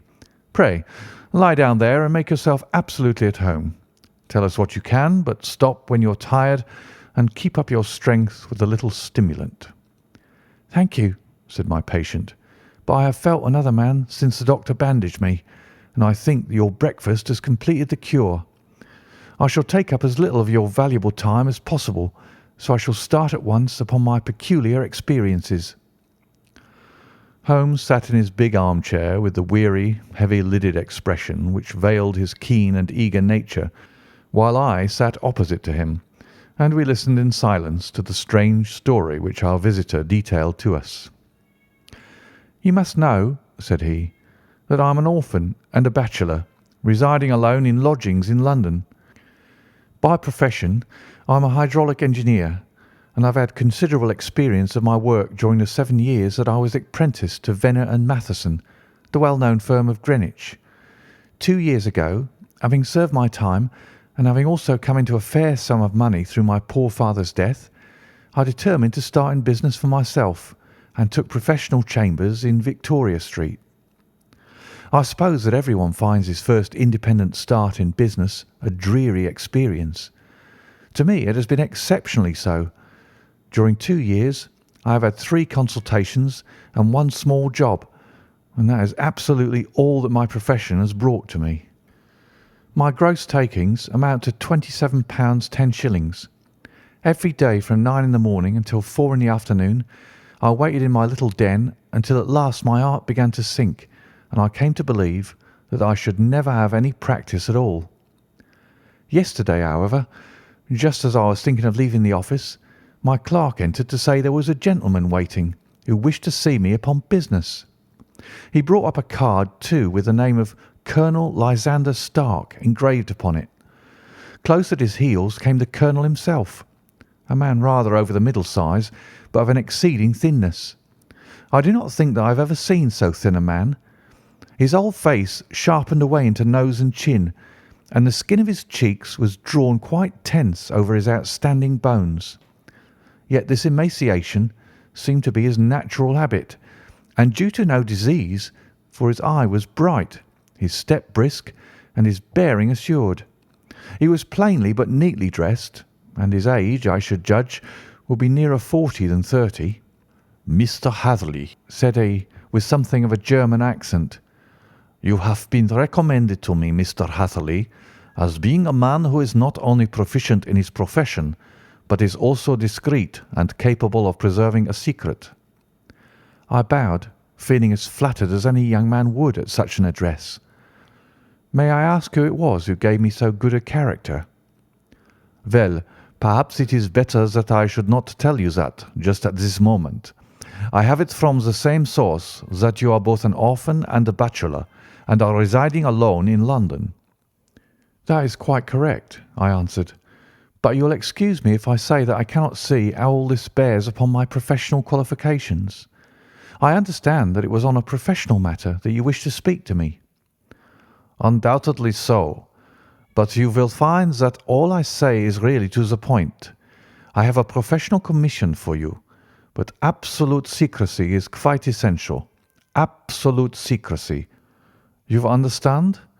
And of course we may expect that more from a man who is alone than from one who lives in the bosom of his family." "If I promise to keep a secret," said I, "you may absolutely depend upon my doing so." He looked very hard at me as I spoke, and it seemed to me that I had never seen so suspicious and questioning an eye. "Do you promise, then?" said he at last. "Yes, I promise."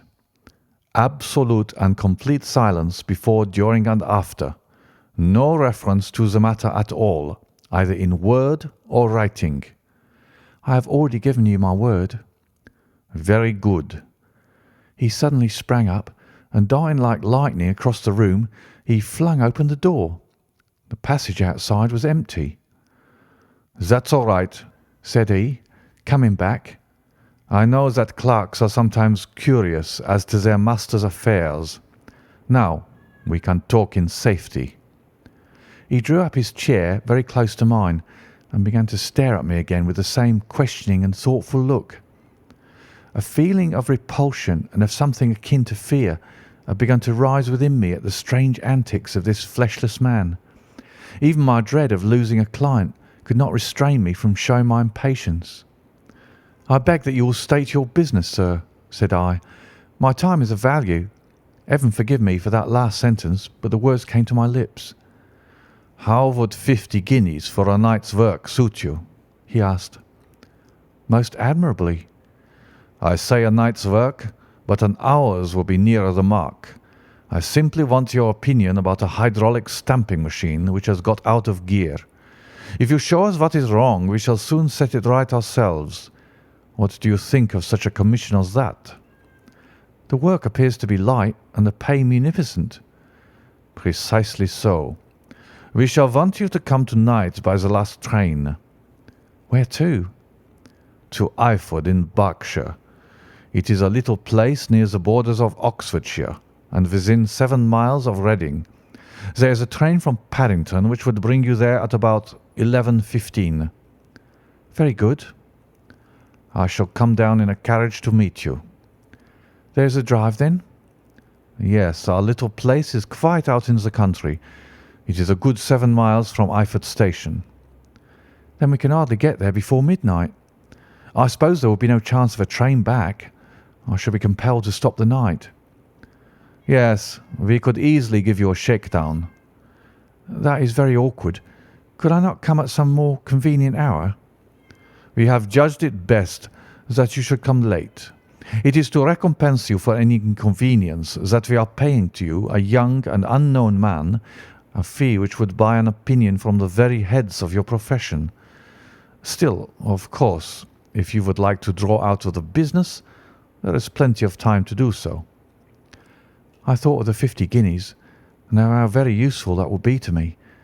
"Not at all," said I. "I shall be very happy to accommodate myself to your wishes.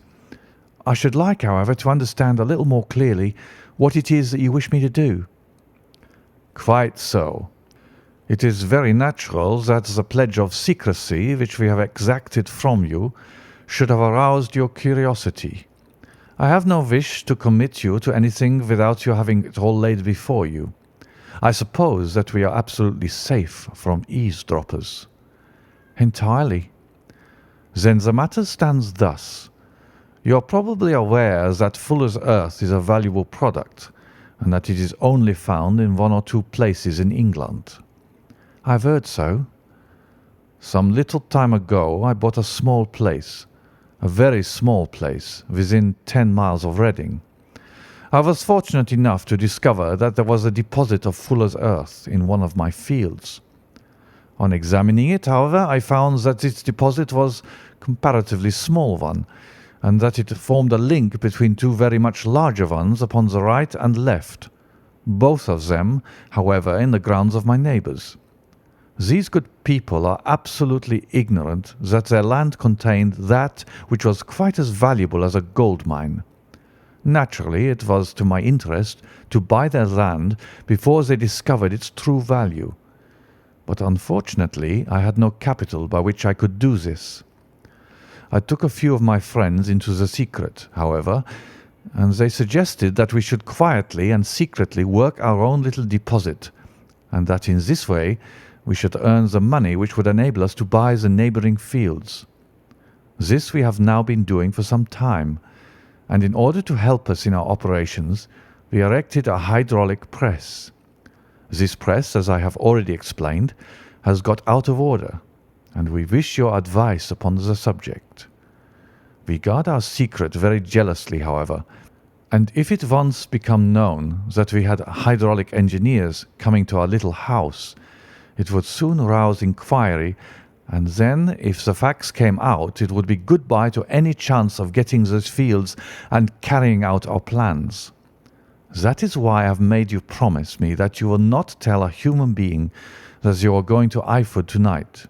I hope that I make it all plain." "I quite follow you," said I. "The only point which I could not quite understand was what use you could make of a hydraulic press in excavating Fuller's Earth, which, as I understand, is dug out like gravel from a pit." "Ah," said he carelessly, "we have our own process. We compress the earth into bricks so as to remove them without revealing what they are. But that is a mere detail. I have taken you fully into my confidence now, Mr. Hatherley, and I have shown you how I trust you." He rose as he spoke. "I shall expect you, then, at Eyford at 11:15. "I shall certainly be there." "And not a word to a soul." He looked at me with a last long, questioning gaze, and then, pressing my hand in a cold, dank grasp, he hurried from the room. Well, when I came to think it all over in cool blood, I was very much astonished, as you may both think, at this sudden commission which has been entrusted to me. On the other hand, of course, I was glad, for the fee was at least tenfold what I should have asked had I had set a price on my own services, and it was possible that this order might lead to other ones. On the other hand, the face and manner of my patron had made an unpleasant impression upon me, and I could not think that his explanation of the Fuller's Earth was sufficient to explain the necessity for my coming at midnight and his extreme anxiety lest I should tell anyone of my errand. However, I threw all fears to the winds, ate a hearty supper, drove to Paddington, and started off, having obeyed to the letter the injunction as to holding my tongue. At Reading I had to change not only my carriage but my station. However, I was in time for the last train to Eyford, and I reached the little dim-lit station after 11 o'clock. I was the only passenger who got out there, and there was no one upon the platform save a single sleepy porter with a lantern. As I passed out through the wicket gate, however, I found my acquaintance of the morning waiting in the shadow upon the other side. Without a word, he grasped my arm and hurried me into a carriage, the door of which was standing open. He drew up the windows on either side, tapped on the woodwork, and away we went as fast as the horse could go. "One horse?" interjected Holmes. "Yes, only one." "Did you observe the colour?" "Yes, I saw it by the side lights when I was stepping into the carriage. It was a chestnut."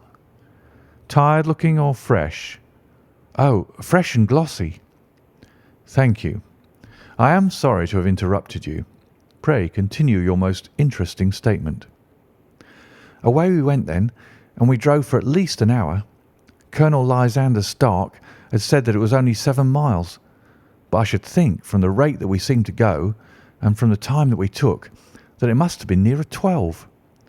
He sat at my side in silence all the time, and I was aware, more than once, when I glanced in his direction, that he was looking at me with great intensity. The country roads seemed to be not very good in that part of the world, for we lurched and jolted terribly. I tried to look out the window to see something of where we were, but they were made of frosted glass, and I could make out nothing save the occasional bright blur of a passing light.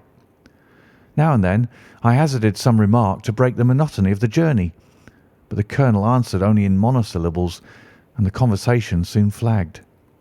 At last, however, the bumping of the road was exchanged for the crisp smoothness of a gravel drive, and the carriage came to a stand.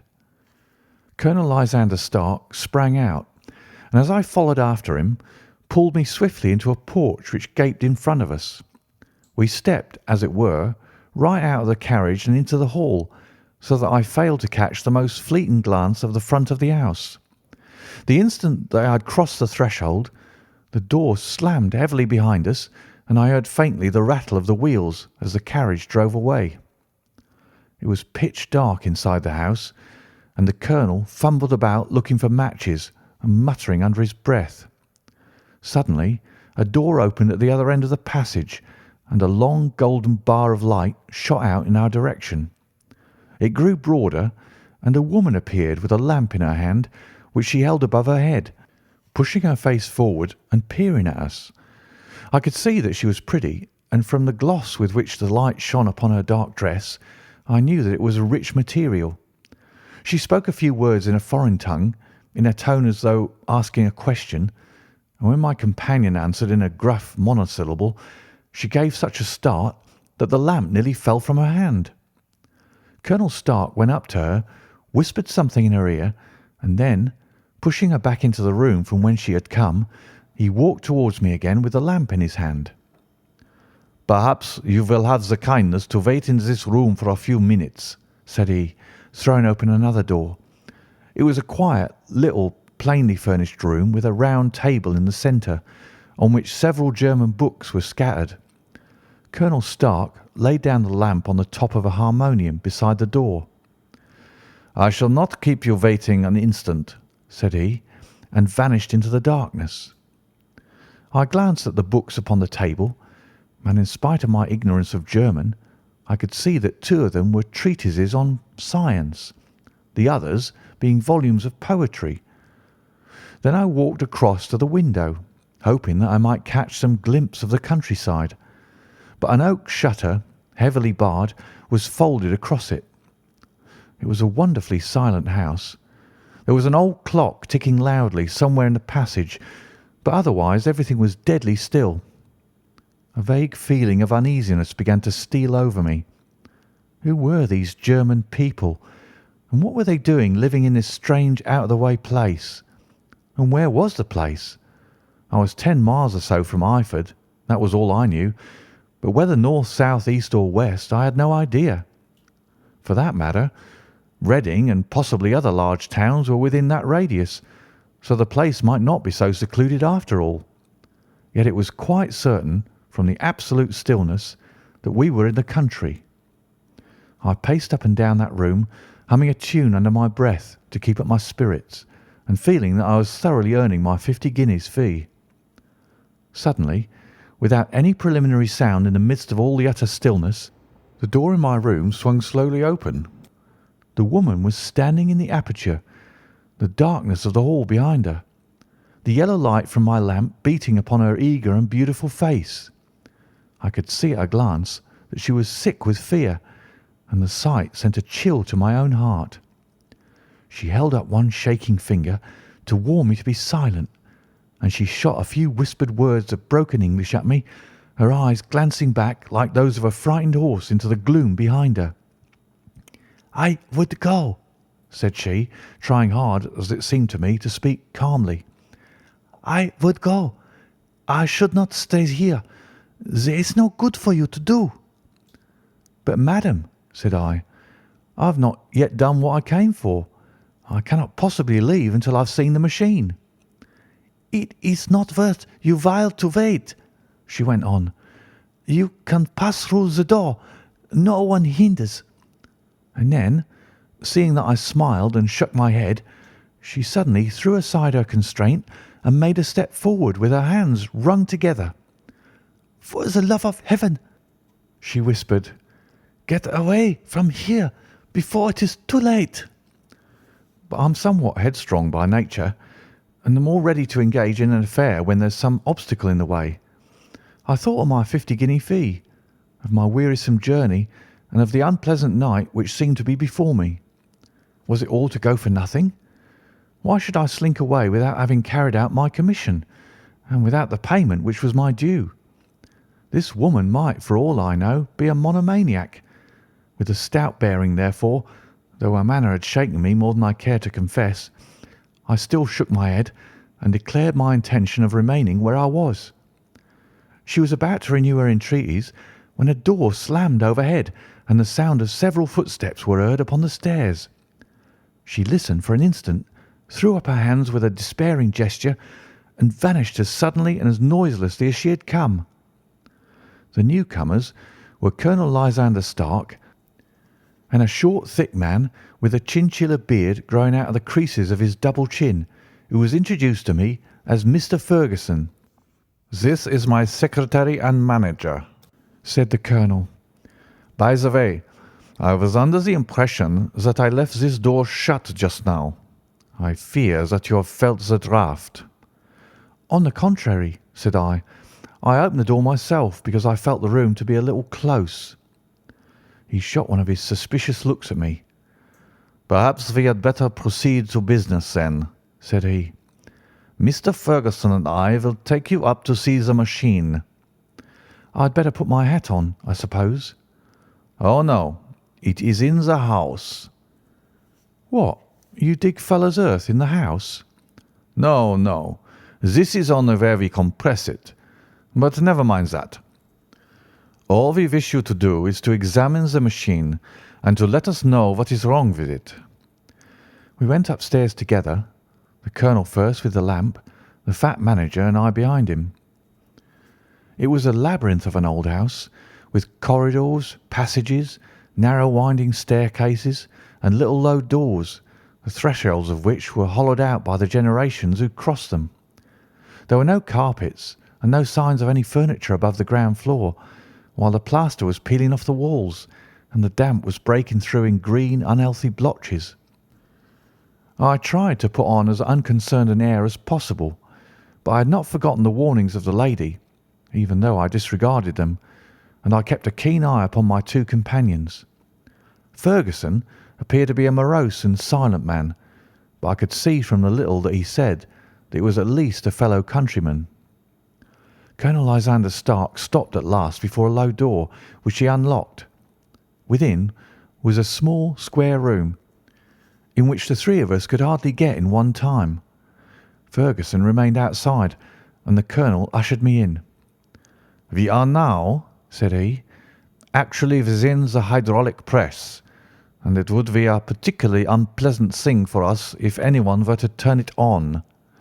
The ceiling of this small chamber is really the end of the descending piston, and it comes down with the force of many tons upon this metal floor. There are small lateral columns of water outside which receive the force, and which transmit and multiply it in the manner which is familiar to you.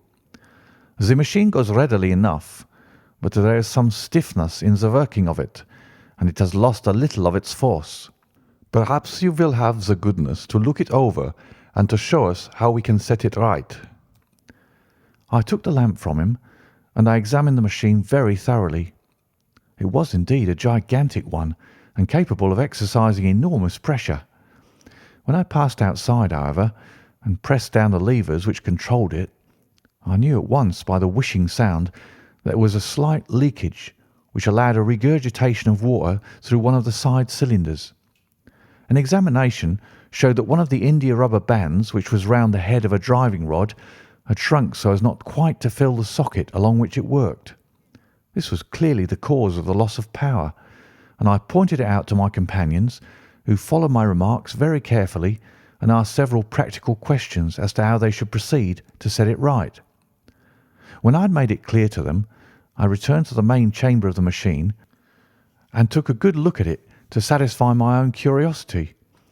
It was obvious at a glance that the story of the fuller's earth was the merest fabrication, for it would be absurd to suppose that so powerful an engine could be designed for so inadequate a purpose. The walls were of wood, but the floor consisted of a large iron trough, and when I came to examine it, I could see a crust of metallic deposit all over it. I had stooped and was scraping at this to see exactly what it was, when I heard a muttered exclamation in German and saw the cadaverous face of the colonel looking down at me. "What are you doing there?" he asked. I felt angry at having been tricked by so elaborate a story as that which he had told me. "I was admiring your fuller's earth," said I. "I think that I should be better able to advise you as to your machine if I knew what the exact purpose was for which it was used." The instant that I uttered the words, I regretted the rashness of my speech. His face set hard, and a baleful light sprang up in his grey eyes. "Very well," said he. "You shall know all about the machine." He took a step backward, slammed the little door, and turned the key in the lock. I rushed towards it and pulled at the handle, but it was quite secure and did not give in the least to my kicks and shoves. "Hello!" I yelled. "Hello, Colonel, let me out!" And then suddenly, in the silence, I heard a sound which sent my heart into my mouth. It was the clank of the levers and the swish of the leaking cylinder. He had set the engine at work. The lamp still stood upon the floor where I had placed it when examining the trough. By its light I saw that the black ceiling was coming down upon me, slowly, jerkily, but as none knew better than myself, with a force which must within a minute grind me to a shapeless pulp. I threw myself screaming against the door and dragged with my nails at the lock. I implored the colonel to let me out, but the remorseless clanking of the levers drowned my cries. The ceiling was only a foot or two above my head, and with my hand upraised I could feel its hard, rough surface. Then it flashed through my mind that the pain of my death would depend very much upon the position in which I met it. If I lay on my face, the weight would come upon my spine, and I shuddered to think of that dreadful snap. Easier the other way, perhaps, and yet had I the nerve to lie and look up at that deadly black shadow wavering down upon me? Already I was unable to stand erect, when my eye caught something which brought a gush of hope back to my heart. I have said that though the floor and ceiling were of iron, the walls were of wood. As I gave a last hurried glance around, I saw a thin line of yellow light between two of the boards, which broadened and broadened as a small panel was pushed backward. For an instant I could hardly believe that there was indeed a door which led away from death. The next instant I threw myself through and lay half fainting upon the other side. The panel had closed again behind me, but the crash of the lamp and a few moments afterwards the clang of the two slabs of metal told me how narrow had been my escape. I was recalled to myself by a frantic plucking at my wrist, and I found myself lying upon the stone floor of a narrow corridor, while a woman bent over me and tugged at me with her left hand, while she held a candle in her right. It was the same good friend whose warning I had so foolishly rejected. "Come, come!" she cried breathlessly. "They will be here in a moment. They will see that you are not here. Oh, do not waste so precious time, but come." This time, at least, I did not scorn her advice. I staggered to my feet and ran with her along the corridor and down a winding stair. The latter led to another broad passage, and just as we reached it we heard the sound of running feet and the shouting of two voices, one answering the other from the floor on which we were and from the one beneath. My guide stopped and looked about her like the one who is at her wit's end. Then she threw open a door which led into a bedroom, through the window of which the moon was shining brightly. "It is your only chance," said she. "It is high, but it may be that you can jump it." As she spoke, a light sprang into view at the further end of the passage, and I saw the lean figure of Colonel Lysander Stark rushing forward with a lantern in one hand and a weapon like a butcher's cleaver in the other. I rushed across the bedroom, flung open the window, and looked out. How quiet and sweet and wholesome the garden looked in the moonlight, and it could not be more than 30 feet down. I clambered out upon the sill, but I hesitated to jump until I should have heard what passed between my saviour and the ruffian who pursued me. If she were ill used, then at any risks I was determined to go back to her assistance. The thought had hardly flashed through my mind before he was at the door, pushing his way past her, but she threw her arms around him and tried to hold him back. "Fritz! Fritz!" she cried in English. "Remember your promise after the last time. You said it should not be again. He will be silent. Oh, he will be silent." "You are mad, Elise," he shouted, struggling to break away from her. "You will be the ruin of us. He has seen too much. Let me pass, I say." He dashed her to one side, and rushing to the window, cut at me with his heavy weapon. I had let myself go and was hanging by the hands to the sill when his blow fell. I was conscious of a dull pain, my grip loosened, and I fell into the garden below. I was shaken but not hurt by the fall, so I picked myself up and rushed off among the bushes as hard as I could run, for I understood that I was far from being out of danger yet. Suddenly, however, as I ran, a deadly dizziness and sickness came over me. I glanced down at my hand, which was throbbing painfully, and then for the first time saw that my thumb had been cut off and that the blood was pouring from my wound. I endeavoured to tie my handkerchief around it, but there came a sudden buzzing in my ears, and next moment I fell in a dead faint among the rose bushes. How long I remained unconscious I cannot tell. It must have been a very long time, for the moon had sunk and a bright morning was breaking when I came to myself. My clothes were all sodden with dew, and my coat sleeve was drenched with blood from my wounded thumb. The smarting of it recalled in an instant all the particulars of my night's adventure, and I sprang to my feet with the feeling that I might hardly yet be safe from my pursuers. But to my astonishment, when I came to look round me, neither house nor garden were to be seen. I had been lying in an angle of the hedge, close by the high road, and just a little lower down was a long building, which proved, upon my approaching it, to be the very station at which I had arrived upon the previous night. Were it not for the ugly wound upon my hand, all that had passed during those dreadful hours might have been an evil dream. Half dazed, I went into the station and asked about the morning train. There would be one to Reading in less than an hour. The same porter was on duty, I found, as had been there when I arrived. I inquired of him whether he had ever heard of Colonel Lysander Stark. The name was strange to him. Had he observed a carriage the night before waiting for me? No, he had not. Was there a police station anywhere near? There was one about 3 miles off. It was too far for me to go, weak and ill as I was. I determined to wait until I got back to town before telling my story to the police. It was a little past 6 when I arrived, so I went first to have my wound dressed, and then the doctor was kind enough to bring me along here. I put the case into your hands, and shall do exactly what you advise." We both sat in silence for some little time after listening to this extraordinary narrative. Then Sherlock Holmes pulled down from the shelf one of the ponderous commonplace books in which he placed his cuttings. "Here is an advertisement which will interest you," said he. "It appeared in all the papers about a year ago. Listen to this. Lost on the 9th inst. Mr. Jeremiah Hayling, aged 26, a hydraulic engineer, left his lodgings at 10 o'clock at night and has not been heard of since. Was dressed in, etc., etc. Ha! That represents the last time that the colonel needed to have his machine overhauled, I fancy." "Good heavens!" cried my patient. "Then that explains what the girl said." "Undoubtedly.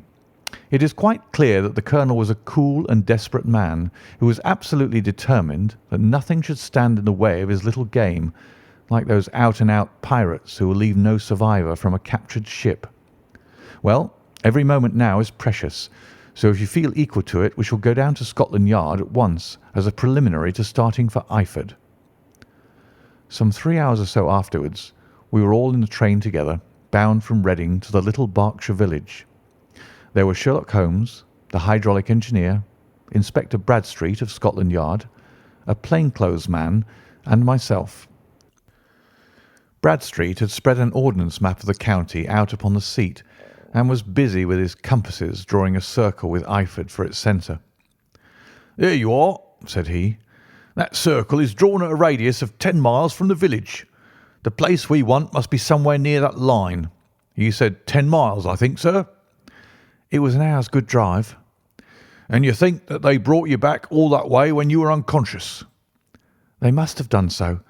I have a confused memory, too, of having been lifted and conveyed somewhere." "What I cannot understand," said I, "is why they should have spared you when they found you lying fainting in the garden.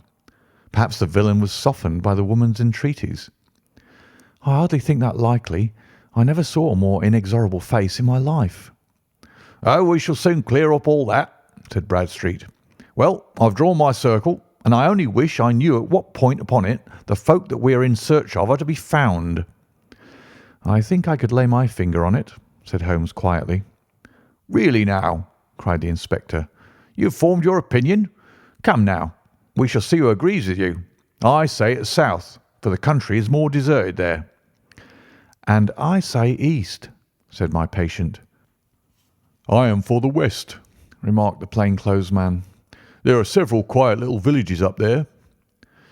"And I am for the north," said I, "because there are no hills there, and our friend says that he did not notice the carriage go up any." "Come," cried the inspector, laughing, "it's a very pretty diversity of opinion. We've boxed the compass among us. Who do you give your casting vote to?" "You are all wrong." "But we can't all be." "Oh, yes, you can. This is my point." He placed his finger in the centre of the circle. "This is where we shall find them." "But the 12-mile drive," gasped Hatherley. 6 out and 6 back. Nothing simpler. You say yourself that the horse was fresh and glossy when you got in. How could it be that if it had gone 12 miles over heavy roads?" "Indeed, it is a likely ruse enough," observed Bradstreet thoughtfully. "Of course, there can be no doubt as to the nature of this gang." "None at all," said Holmes. "They are coiners on a large scale and have used the machine to form the amalgam which has taken the place of silver." "We have known for some time that a clever gang was at work," said the inspector. "They've been turning out half-crowns by the thousand. We even traced them as far as Reading, but could get no farther, for they have covered their traces in a way that showed that they were very old hands. But now, thanks to this lucky chance, I think that we should have got them right enough." But the inspector was mistaken, for those criminals were not destined to fall into the hands of justice. As we rolled into Eyford station, we saw a gigantic column of smoke which steamed up from behind a small clump of trees in the neighbourhood and hung like an immense ostrich feather over the landscape. "A house on fire?" asked Bradstreet as the train steamed off again on its way. "Yes, sir," said the station master. "When did it break out?" "I hear that it was during the night, sir, but it's got worse, and the whole place is in a blaze." "Whose house is it?" "Dr. Beecher's." "Tell me," broke in the engineer, "is Dr. Beecher a German, very thin with a long sharp nose?" The station master laughed heartily, No, sir. Dr. Beecher is an Englishman, and there isn't a man in the parish who has a better lined waistcoat. But he has a gentleman staying with him, a patient, as I understand, who is a foreigner, and he looks as if a little good Berkshire beef would do him no harm." The station master had not finished his speech before we were all hastening in the direction of the fire. The road topped a low hill, and there was a great widespread whitewashed building in front of us, spouting fire at every chink and window, while in the garden in front 3 fire engines were vainly striving to keep the flames under. "That's it!" cried Hatherley in intense excitement. "There's the gravel drive, and there are the rose bushes where I lay. That second window is the one that I jumped from." "Well, at least," said Holmes, "you have had your revenge upon them.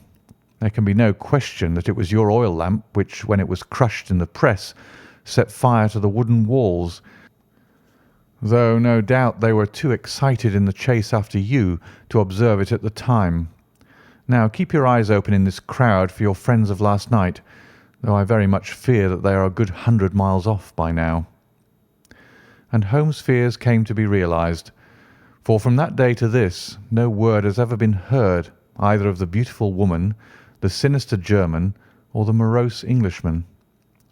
Early that morning a peasant had met a cart containing several people and some very bulky boxes driving rapidly in the direction of Reading, but there all traces of the fugitives disappeared, and even Holmes' ingenuity failed ever to discover the least clue as to their whereabouts. The firemen had been much perturbed at the strange arrangements which they had found within, and still more so by discovering a newly severed human thumb upon a window-sill of the second floor. About sunset, however, their efforts were at least successful, and they subdued the flames, but not before the roof had fallen in, and the whole place had been reduced to such absolute ruin that, save some twisted cylinders and iron piping, not a trace remained of the machinery which had cost our unfortunate acquaintance so dearly. Large masses of nickel and of tin were discovered stored in an outhouse, but no coins were to be found, which may have explained the presence of those bulky boxes which have been already referred to. How our hydraulic engineer had been conveyed from the garden to the spot where he recovered his senses might have remained for ever a mystery were it not for the soft mould which told us a very plain tale. He had evidently been carried down by 2 persons, one of whom had remarkably small feet and the other unusually large ones. On the whole, it was most probable that the silent Englishman, being less bold or less murderous than his companion, had assisted the woman to bear the unconscious man out of the way of danger. "Well," said our engineer ruefully as we took our seats to return once more to London, "it has been a pretty business for me. I've lost my thumb, and I've lost a 50-guinea fee. And what have I gained?" "Experience," said Holmes, laughing. "Indirectly it may be of value, you know. You have only to put it into words to gain the reputation of being excellent company for the remainder of your existence."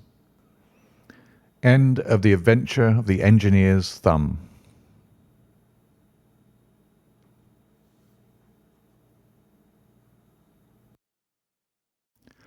Story 10. The Adventure of the Noble Bachelor.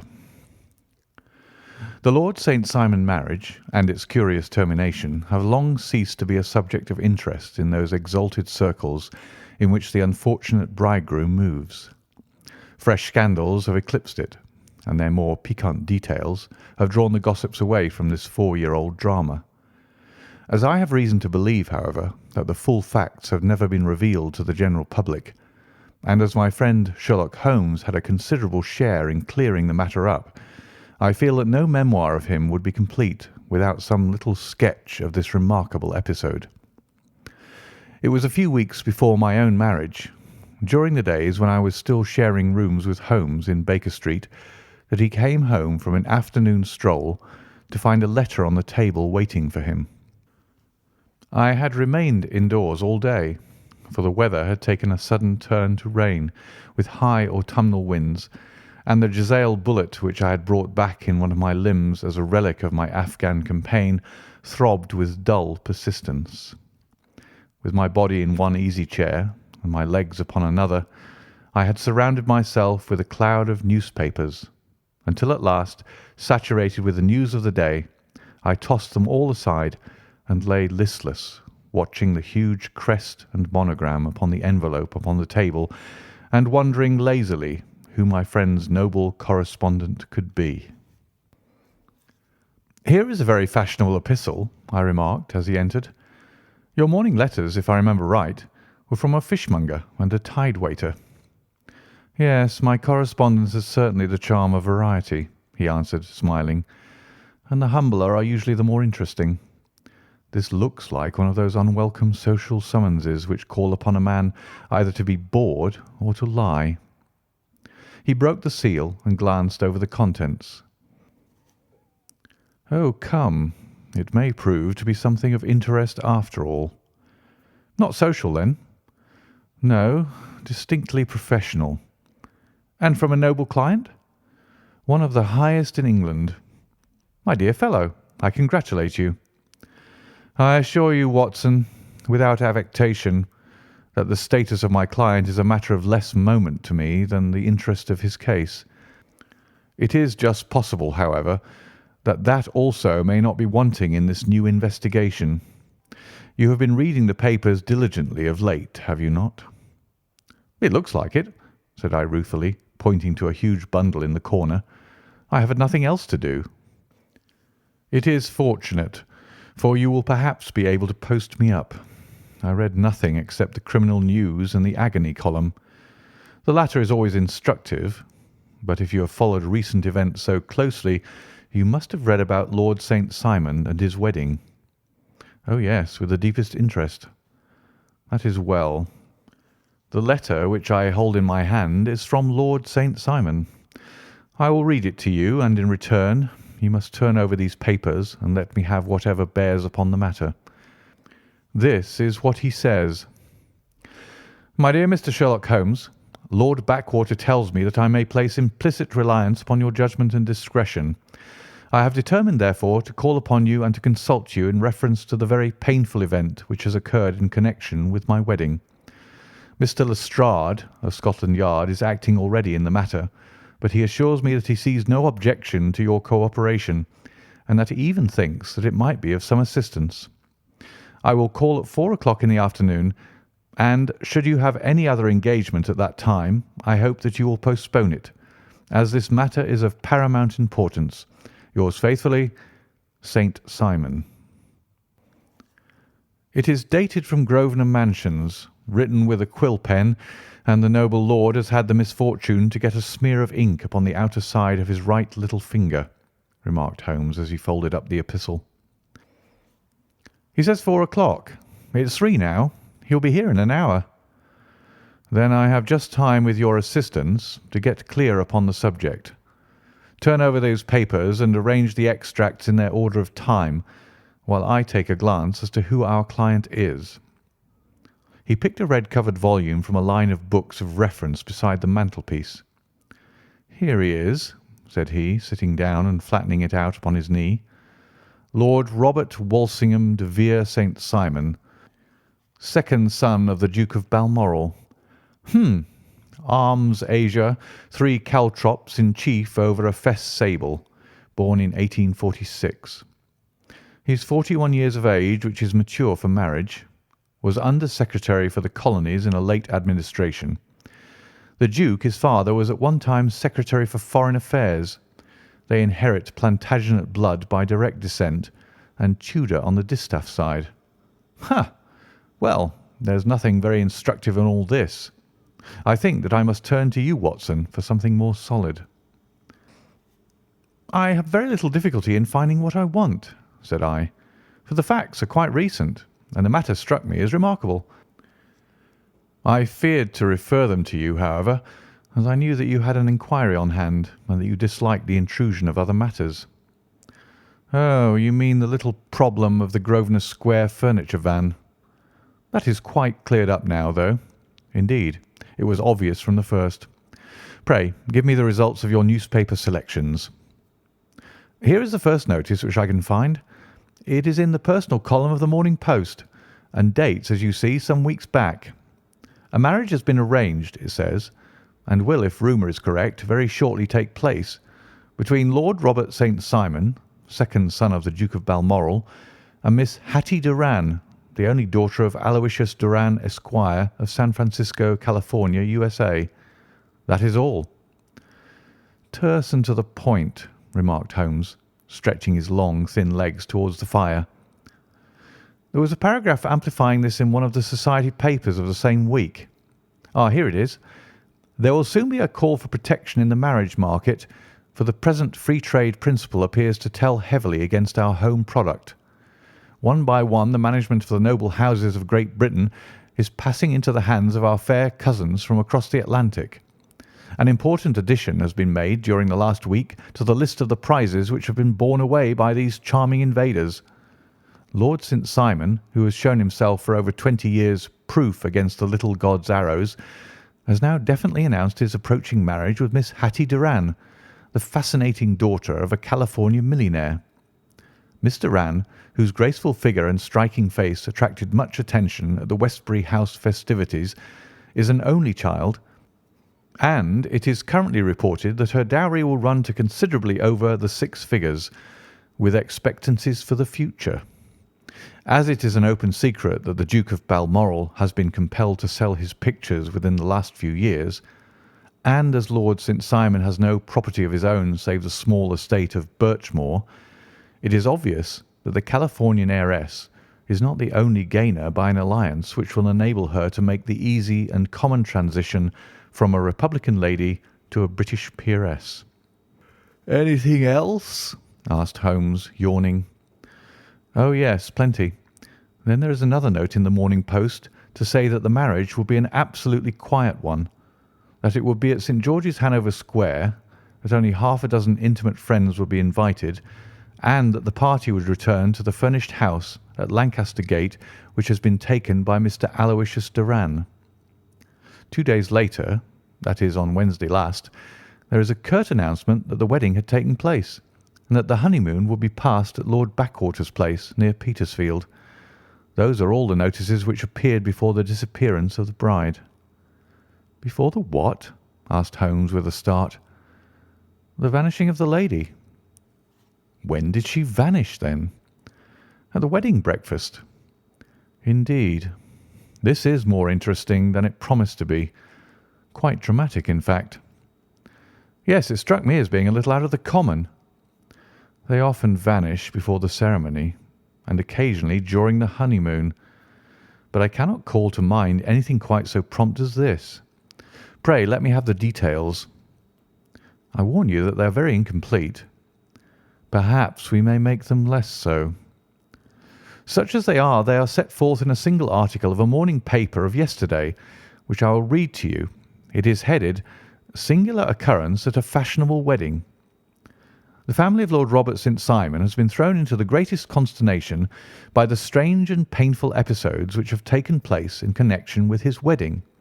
The ceremony, as shortly announced in the papers of yesterday, occurred on the previous morning, but it is only now that it has been possible to confirm the strange rumours which have been so persistently floating about.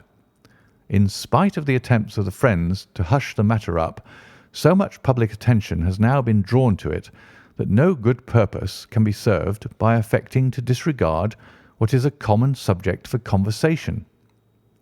The ceremony, which was performed at St. George's, Hanover Square, was a very quiet one, no one being present save the father of the bride, Mr. Aloysius Doran, the Duchess of Balmoral, Lord Backwater, Lord Eustace, and Lady Clara St. Simon, the younger brother and sister of the bridegroom, and Lady Alicia Whittington. The whole party proceeded afterwards to the house of Mr. Aloysius Doran at Lancaster Gate, where breakfast had been prepared. It appears that some little trouble was caused by a woman whose name has not been ascertained, who endeavoured to force her way into the house after the bridal party, alleging that she had some claim upon Lord St. Simon. It was only after a painful and prolonged scene that she was ejected by the butler and the footman. The bride, who had fortunately entered the house before this unpleasant interruption, had sat down to breakfast with the rest, when she complained of a sudden indisposition and retired to her room. Her prolonged absence having caused some comment, her father followed her, but learned from her maid that she had only come up to her chamber for an instant, caught up an ulster and bonnet, and hurried down to the passage. One of the footmen declared that he had seen a lady leave the house thus apparelled, but had refused to credit that it was his mistress, believing her to be with the company. On ascertaining that his daughter had disappeared, Mr. Aloysius Doran, in conjunction with the bridegroom, instantly put themselves in communication with the police, and very energetic inquiries are being made, which will probably result in a speedy clearing up of this very singular business. Up to a late hour last night, however, nothing had transpired as to the whereabouts of the missing lady. There are rumours of foul play in the matter, and it is said that the police have caused the arrest of the woman who had caused the original disturbance, in the belief that from jealousy or some other motive she may have been concerned in the strange disappearance of the bride. And that is all? Only one little item in another of the morning papers, but it is a suggestive one. And it is that Miss Flora Miller, the lady who had caused the disturbance, has actually been arrested. It appears that she was formerly a danseuse at the Allegro, and that she has known the bridegroom for some years. There are no further particulars, and the whole case is in your hands now, so far as it has been set forth in the public press. And an exceedingly interesting case it appears to be. I would not have missed it for worlds. But there is a ring at the bell, Watson, and as the clock makes it a few minutes after 4, I have no doubt that this will prove to be our noble client. Do not dream of going, Watson, for I very much prefer having a witness, if only as a check to my own memory. "Lord Robert St. Simon," announced our page boy, throwing open the door. A gentleman entered with a pleasant, cultured face, high-nosed and pale, with something perhaps of petulance about the mouth, and with the steady, well-opened eye of a man whose pleasant lot it had ever been to command and to be obeyed. His manner was brisk, and yet his general appearance gave an undue impression of age, for he had a slight forward stoop and a little bend of the knees as he walked. His hair, too, as he swept off his very curly-brimmed hat, was grizzled round the edges and thin upon the top. As to his dress, it was careful to the verge of foppishness, with high collar, black frock coat, white waistcoat, yellow gloves, patent leather shoes, and light-coloured gaiters. He advanced slowly into the room, turning his head from left to right, and swinging in his right hand the cord which held his golden eyeglasses. "Good day, Lord St. Simon," said Holmes, rising and bowing. "Pray take the basket chair. This is my friend and colleague, Dr. Watson. Draw up a little to the fire, and we will talk this matter over." "A most painful matter to me, as you can most readily imagine, Mr. Holmes. I have been cut to the quick. I understand that you have already managed several delicate cases of this sort, though I presume that they were hardly from the same class of society." "No, I am descending." "I beg pardon?" "My last client of the sort was a king." "Oh, really? I had no idea. And which king?" "The King of Scandinavia." "What? Had he lost his wife?" "You can understand," said Holmes suavely, "that I extend to the affairs of my other clients the same secrecy which I promised to you in yours." "Of course. Very right. Very right. I'm sure I beg pardon. As to my own case, I am ready to give you any information which may assist you in forming an opinion." "Thank you. I have already learned all that is in the public prints, nothing more. I presume that I may take it as correct, this article, for example, as to the disappearance of the bride." Lord St. Simon glanced over it. "Yes, it is correct, as far as it goes." "But it needs a great deal of supplementing before anyone could offer an opinion.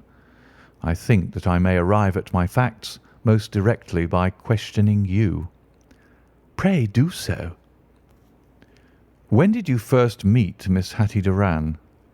"In San Francisco a year ago."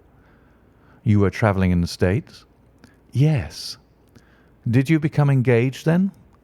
No. But you were on a friendly footing. I was amused by her society, and she could see that I was amused. Her father is very rich. He is said to be the richest man on the Pacific slope. And how did he make his money? In mining. He had nothing a few years ago. Then he struck gold, invested it, and came up by leaps and bounds. Now, what is your own impression as to the young lady's, your wife's character? The nobleman swung his glasses a little faster and stared down into the fire. You see, Mr. Holmes, said he, my wife was 20 before her father became a rich man. During that time she ran free in a mining camp and wandered through woods or mountains, so that her education has come from nature rather than from the schoolmaster. She is what we call in England a tomboy, with a strong nature, wild and free, unfettered by any sort of traditions. She is impetuous, volcanic, I was about to say. She is swift in making up her mind, and fearless in carrying out her resolutions. On the other hand, I would not have given her the name which I have the honour to bear, he gave a little stately cough, had I not thought her to be at bottom a noble woman. I believe that she is capable of heroic self-sacrifice, and that anything dishonourable would be repugnant to her. Have you her photograph? I brought this with me. He opened a locket and showed us the full face of a very lovely woman. It was not a photograph, but an ivory miniature, and the artist had brought out the full effect of the lustrous black hair, the large dark eyes, and the exquisite mouth. Holmes gazed long and earnestly at it. Then he closed the locket and handed it back to Lord St. Simon. The young lady came to London then, and you renewed your acquaintance? Yes. Her father brought her over for this last London season. I met her several times, became engaged to her, and have now married her. She brought, I understand, a considerable dowry. A fair dowry, not more than is usual in my family. And this, of course, remains to you, since the marriage is a fait accompli. I really have made no inquiries on the subject. Very naturally not. Did you see Miss Doran on the day before the wedding? Yes. Was she in good spirits? Never better. She kept talking of what we should do in our future lives. Indeed.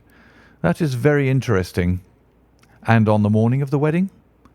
She was as bright as possible, at least until after the ceremony. And did you observe any change in her then?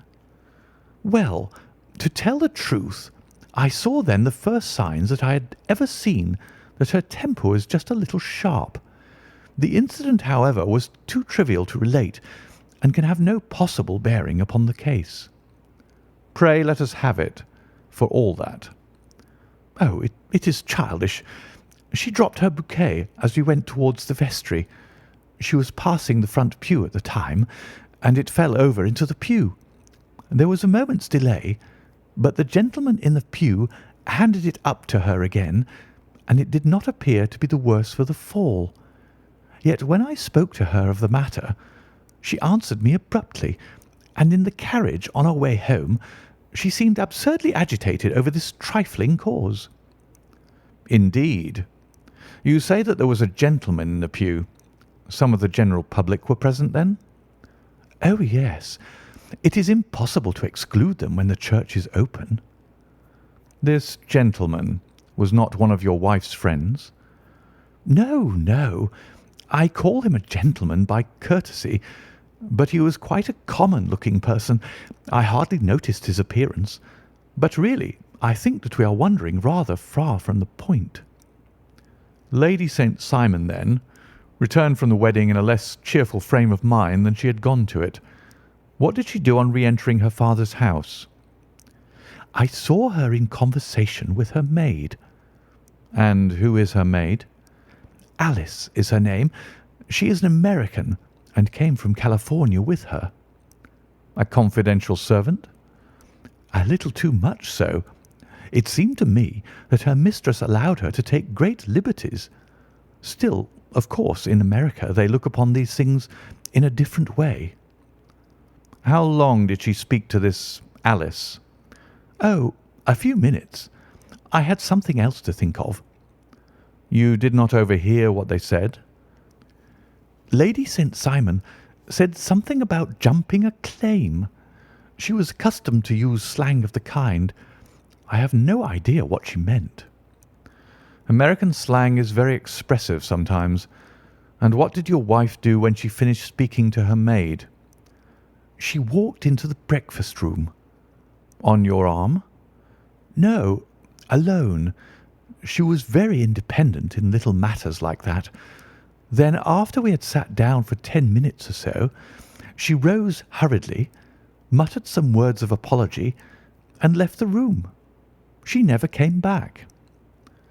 But this maid Alice, as I understand, deposes that she went to her room, covered her bride's dress with a long ulster, put on a bonnet, and went out. Quite so. And she was afterwards seen walking into Hyde Park in company with Flora Miller, a woman who is now in custody, and who had already made a disturbance at Mr. Doran's house that morning. Ah, yes. I should like a few particulars as to this young lady, and your relations to her. Lord St. Simon shrugged his shoulders and raised his eyebrows. We have been on a friendly footing for some years. I may say on a very friendly footing. She used to be at the Allegro. I have not treated her ungenerously, and she had no just cause of complaint against me. But you know what women are, Mr. Holmes. Flora was a dear little thing, but exceedingly hot-headed and devotedly attached to me. She wrote me dreadful letters when she heard that I was about to be married, and to tell the truth, the reason why I had the marriage celebrated so quietly was that I feared lest there might be a scandal in the church. She came to Mr. Doran's door just after we returned, and she endeavoured to push her way in, uttering very abusive expressions towards my wife, and even threatening her. But I had foreseen the possibility of something of the sort, and I had 2 police fellows there in private clothes, who soon pushed her out again. She was quiet when she saw that there was no good in making a row. Did your wife hear all this? No, thank goodness, she did not. And she was seen walking with this very woman afterwards? Yes. That is what Mr. Lestrade of Scotland Yard looks upon as so serious. It is thought that Flora decoyed my wife out and laid some terrible trap for her. Well, it is a possible supposition. You think so too? I did not say a probable one, but you do not yourself look upon this as likely. I do not think Flora would hurt a fly. Still, jealousy is a strange transformer of characters. Pray, what is your own theory as to what took place? Well, really, I came to seek a theory, not to propound one. I have given you all the facts. Since you ask me, however, I may say that it has occurred to me as possible that the excitement of this affair, the consciousness that she had made so immense a social stride, had the effect of causing some little nervous disturbance in my wife. In short, that she had become suddenly deranged. Well, really, when I consider that she has turned her back, I will not say upon me, but upon so much that many have aspired to without success. I can hardly explain it in any other fashion. Well, certainly that is also a conceivable hypothesis, said Holmes, smiling. And now, Lord St. Simon, I think that I have nearly all my data. May I ask whether you were seated at the breakfast table so that you could see out of the window? We could see the other side of the road and the park. Quite so. Then I do not think that I need to detain you longer. I shall communicate with you. Should you be fortunate enough to solve this problem, said our client, rising. I have solved it. Eh? What was that? I say that I have solved it. Where, then, is my wife?" "That is a detail which I shall speedily supply." Lord St. Simon shook his head. "I am afraid that it will take wiser heads than yours or mine," he remarked, and bowing in a stately, old-fashioned manner, he departed.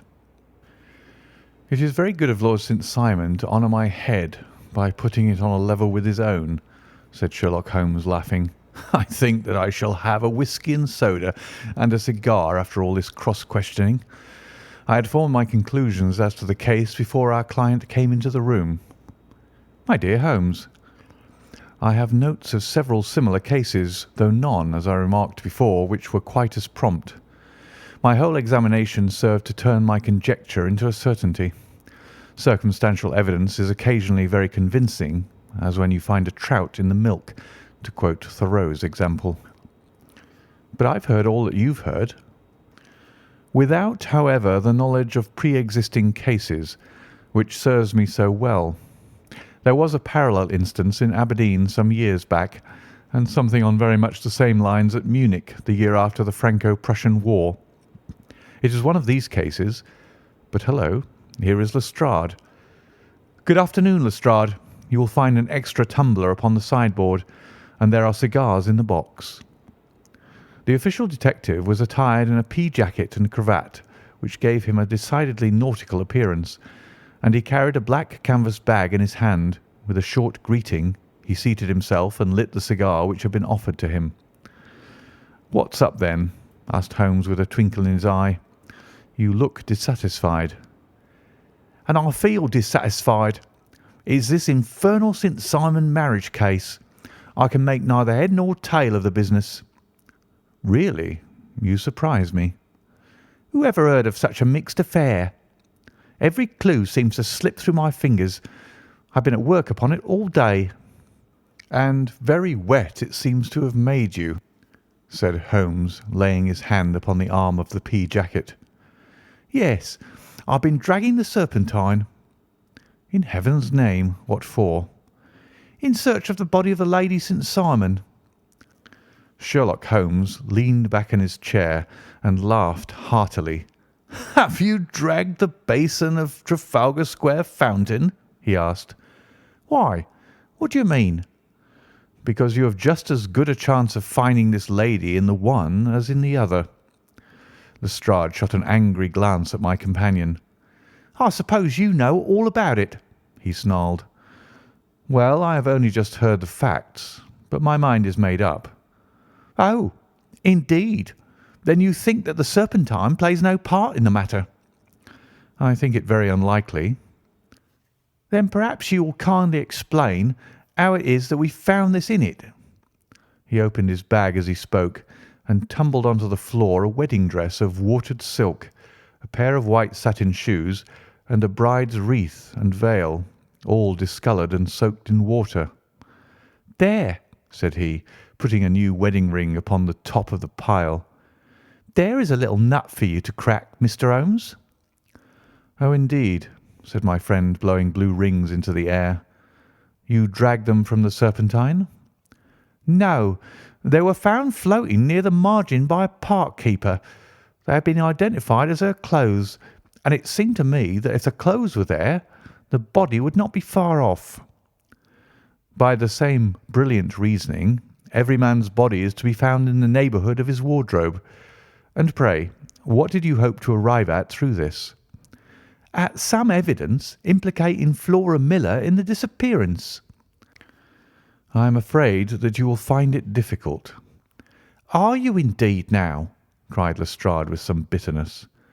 "I'm afraid, Holmes, that you are not very practical with your deductions and your inferences. You have made two blunders in as many minutes. This dress does implicate Miss Flora Miller." "And how?" "In the dress is a pocket. In the pocket is a card case. In the card case is a note. And here is the very note." He slapped it down upon the table in front of him. "Listen to this. You will see me when all is ready. Come at once. F.H.M." Now, My theory all along has been that Lady St. Simon was decoyed away by Flora Miller, and that she, with confederates no doubt, was responsible for her disappearance. Here, signed with her initials, is a very note which was no doubt quietly slipped into her hand at the door and which lured her within their reach." "Very good, Lestrade," said Holmes, laughing. "You really are very fine indeed. Let me see it." He took up the paper in a listless way, but his attention instantly became riveted, and he gave a little cry of satisfaction. "This is indeed important," said he. "Ha! You find it so?" "Extremely so. I congratulate you warmly." Lestrade rose in his triumph and bent his head to look. "Why," he shrieked, "you're looking at the wrong side." "On the contrary, this is the right side." "The right side? You're mad. Here is a note written in pencil over here." "And over here is what appears to be the fragment of a hotel bill, which interests me deeply." "There's nothing in it. I looked at it before," said Lestrade. "October 4th, rooms 8 shillings, breakfast 2 shillings 6pence, cocktail 1 shilling, lunch 2 shillings 6pence, glass sherry 8 pence. I see nothing in that." "Very likely not. It is most important all the same. As to the note, it is important also, or at least the initials are. So I congratulate you again." "I've wasted time enough," said Lestrade, rising. "I believe in hard work and not in sitting by the fire spinning fine theories. Good day, Mr. Holmes, and we shall see which gets to the bottom of the matter first." He gathered up the garments, thrust them into the bag, and made for the door. "Just one hint to you, Lestrade," drawled Holmes before his rival vanished. "I will tell you the true solution of the matter. Lady St. Simon is a myth. There is not, and there never has been, any such person." Lestrade looked sadly at my companion. Then he turned to me, tapped his forehead 3 times, shook his head solemnly, and hurried away. He had hardly shut the door behind him when Holmes rose to put on his overcoat. "There is something in what the fellow says about outdoor work," he remarked. "So I think, Watson, that I must leave you to your papers for a little." It was after 5 o'clock when Sherlock Holmes left me, but I had no time to be lonely, for within an hour there arrived a confectioner's man with a very large flat box. This he unpacked with the help of a youth whom he had brought with him, and presently, to my very great astonishment, a quite Epicurean little cold supper began to be laid out upon our humble lodging-house mahogany. There were a couple of brace of cold woodcock, a pheasant, a pâté de foie gras pie, with a group of ancient and cobwebby bottles. Having laid out all these luxuries, my 2 visitors vanished away like the genii of the Arabian Nights, with no explanation save that the things had been paid for and were ordered to this address. Just before 9 o'clock, Sherlock Holmes stepped briskly into the room. His features were gravely set, but there was a light in his eye which made me think that he had not been disappointed in his conclusions. "They have laid the supper, then?" he said, rubbing his hands. "You seem to expect company. They've laid for 5. "Yes, I fancy we may have some company dropping in," said he. "I am surprised that Lord St. Simon has not already arrived. Ha! I fancy that I hear his step now upon the stairs." It was indeed our visitor of the afternoon who came bustling in, dangling his glasses more vigorously than ever, and with a very perturbed expression upon his aristocratic features. "My messenger reached you, then?" asked Holmes.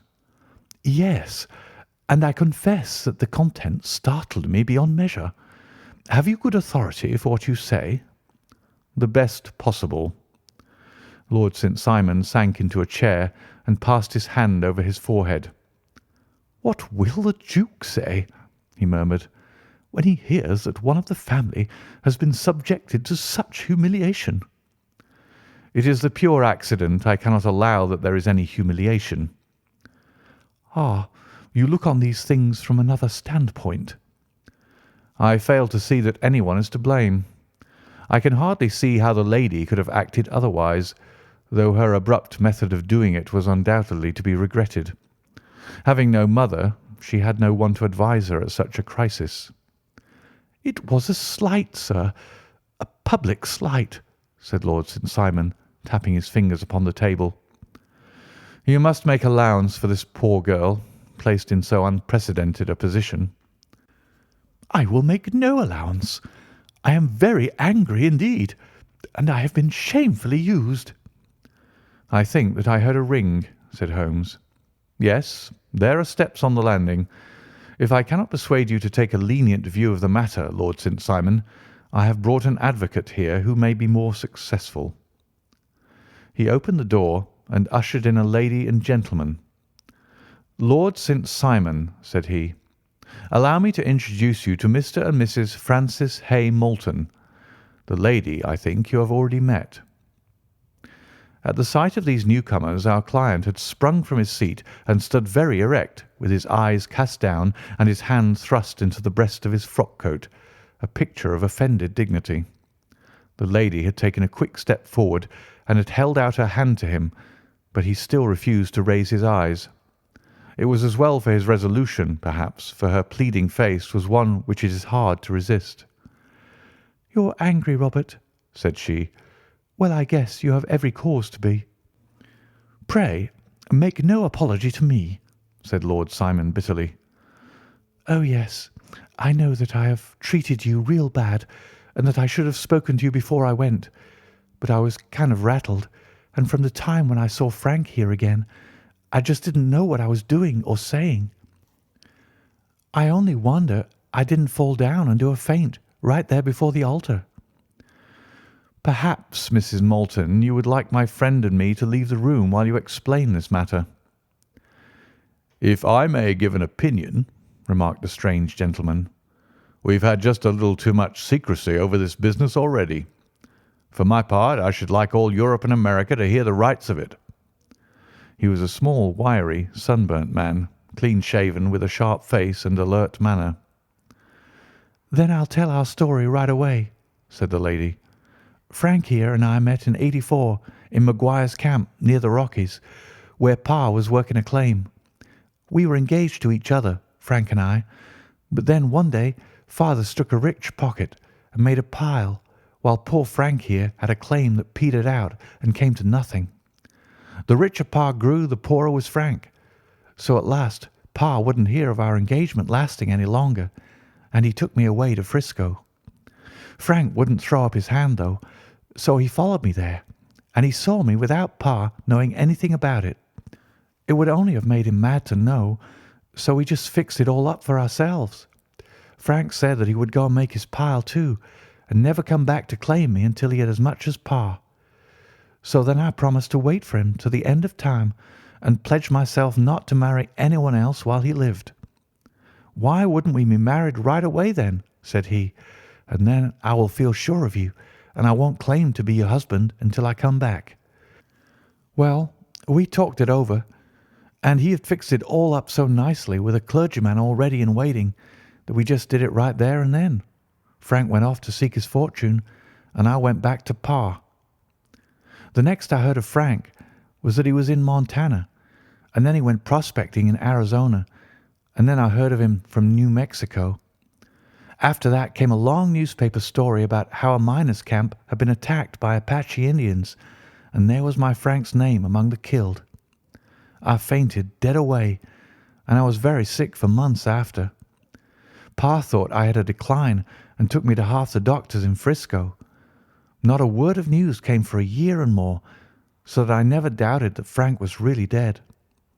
Then Lord St. Simon came to Frisco, and we came to London, and the marriage was arranged, and Pa was very pleased, but I felt all the time that no man on this earth would ever take the place in my heart that had been given to my poor Frank.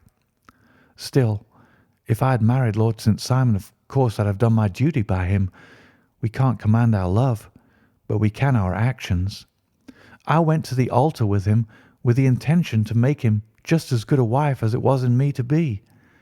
But you may imagine what I felt when, Just as I came to the altar rails, I glanced back and saw Frank standing and looking at me out of the first pew. I thought it was his ghost at first, but when I looked again, there he was still, with a kind of question in his eyes, as if to ask me whether I was glad or sorry to see him. I wonder I didn't drop.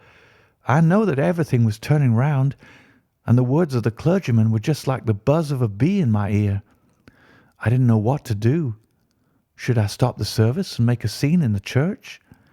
I glanced at him again, and he seemed to know what I was thinking, for he raised his finger to his lips to tell me to be still.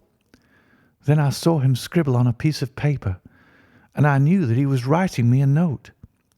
As I passed his pew on the way out, I dropped my bouquet over to him, and he slipped the note into my hand when he returned me the flowers. It was only a line asking me to join him when he made the sign to me to do so. Of course, I never doubted for a moment that my first duty was now to him, and I determined to do just whatever he might direct. When I got back, I told my maid, who had known him in California and had always been his friend. I ordered her to say nothing, but to get a few things packed and my ulster ready. I know I ought to have spoken to Lord St. Simon, but it was dreadful hard before his mother and all those great people. I just made up my mind to run away and explain afterwards. I hadn't been at the table 10 minutes before I saw Frank out of the window at the other side of the road. He beckoned to me and then began walking into the park. I slipped out, put on my things and followed him. Some woman came talking something or other about Lord St. Simon to me. Seemed to me from the little I heard as if he had had a little secret of his own before marriage also. But I managed to get away from her and soon overtook Frank. We got into a cab together and away we drove to some lodgings he had taken in Gordon Square. And that was my true wedding after those years of waiting. Frank had been a prisoner among the Apaches, had escaped, came on to Frisco, found that I had given him up for dead and had gone to England, followed me there, and had come upon me at last on the very morning of my second wedding. "I saw it in a paper," explained the American. "It gave the name and the church, but not where the lady lived." Then we had a talk as to what we should do, and Frank was all for openness. But I was so ashamed of it all that I felt as if I should like to vanish away and never see any of them again, just sending a line to Pa, perhaps, to show him that I was alive. It was awful to me to think of all those lords and ladies sitting round that breakfast table and waiting for me to come back. So Frank took my wedding clothes and things and made a bundle of them so that I should not be traced, and dropped them away somewhere where no one could find them. It is likely that we should have gone on to Paris tomorrow, only that this good gentleman, Mr. Holmes, came round to us this evening, though how he found us is more than I can think, and he showed us very clearly and kindly that I was wrong and that Frank was right, and that we should be putting ourselves in the wrong if we were so secret. Then he offered to give us a chance of talking to Lord St. Simon alone, and so we came right away round to his rooms at once. Now, Robert, you've heard it all, and I'm very sorry if I've given you pain, and I hope that you do not think very meanly of me." Lord St. Simon had by no means relaxed his rigid attitude, but had listened with a frowning brow and a compressed lip to this long narrative. "Excuse me," he said, "but it is not my custom to discuss my most intimate personal affairs in this public manner." "Then you won't forgive me? You won't shake hands before I go?" "Oh, certainly, if it would give you any pleasure." He put out his hand and coldly grasped that which she extended to him. "I had hoped," suggested Holmes, "that you would have joined us in a friendly supper." "I think that there you ask a little too much," responded his lordship. "I may be forced to acquiesce in these recent developments, but I can hardly be expected to make merry over them. I think that with your permission, I will now wish you all a very good night." He included us all in a sweeping bow and stalked out of the room. "Then I trust that you will at least honour me with your company," said Sherlock Holmes. It is always a joy to meet an American, Mr. Moulton, for I am one of those who believe that the folly of a monarch and the blundering of a minister in far gone years will not prevent our children from being some day citizens of the same world-wide country under a flag which shall be a quartering of the Union Jack with the stars and stripes. "The case has been an interesting one," remarked Holmes when our visitors had left us, "because it serves to show very clearly how simple the explanation may be of an affair which at first sight seems to be almost inexplicable. Nothing could be more natural than the sequence of events as narrated by this lady, and nothing stranger than the result when viewed, for instance, by Mr. Lestrade of Scotland Yard." "You are not yourself at fault at all, then?" "From the first, two facts were very obvious to me. The one, that the lady had been quite willing to undergo the wedding ceremony. The other, that she had repented of it within a few minutes of returning home. Obviously something had occurred during the morning, then, to cause her to change her mind. What could that something be? She could not have spoken to anyone when she was out, for she had been in the company of the bridegroom. Had she seen someone, then? If she had, it must be someone from America, because she had spent so short a time in this country that she could hardly have allowed anyone to acquire so deep an influence over her that the mere sight of him would induce her to change her plans so completely. You see, we have already arrived, by a process of exclusion, at the idea that she might have seen an American. Then, who could this American be, and why should he possess so much influence over her? It might be a lover, it might be a husband. Her young womanhood had, I knew, been spent in rough scenes and under strange conditions. So far I had got before I ever heard Lord St. Simon's narrative. When he told us of a man in a pew, of the change in the bride's manner, of so transparent a device for obtaining a note as the dropping of a bouquet, of her resort to her confidential maid, and of a very significant allusion to claim jumping, which in miners' parlance means taking possession of that which another person has a prior claim to, the whole situation became absolutely clear. She had gone off with a man, and the man was either a lover or was a previous husband, the chances being in the favour of the latter. And how in the world did you find them? It might have been difficult, but friend Lestrade held information in his hands, the value of which he did not himself know. The initials were, of course, of the highest importance, but more valuable still was it to know that within a week he had settled his bill at one of the most select London hotels. How did you deduce the select? By the select prices. 8 shillings for a bed and 8 pence for a glass of sherry pointed to one of the most expensive hotels. There are not many in London which charge at that rate.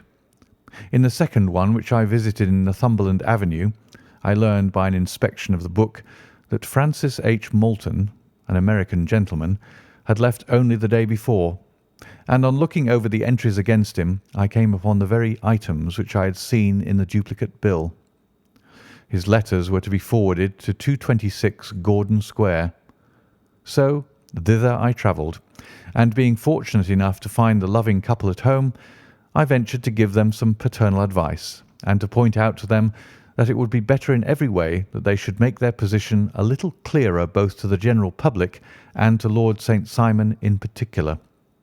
I invited them to meet him here, and, as you see, I made him keep the appointment. But with no very good result, I remarked. His conduct was certainly not very gracious.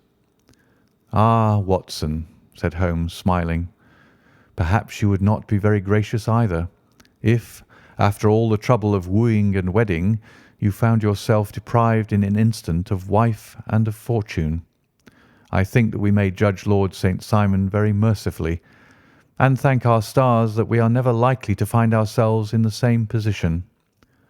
Draw your chair up and hand me my violin, for the only problem we still have to solve is how to while away these bleak autumnal evenings." End of The Adventure of the Noble Bachelor.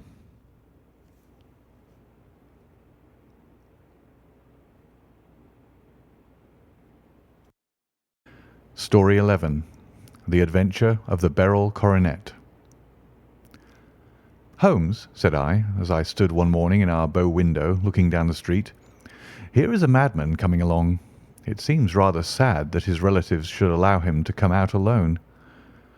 My friend rose lazily from his armchair and stood with his hands in the pockets of his dressing gown, looking over my shoulder.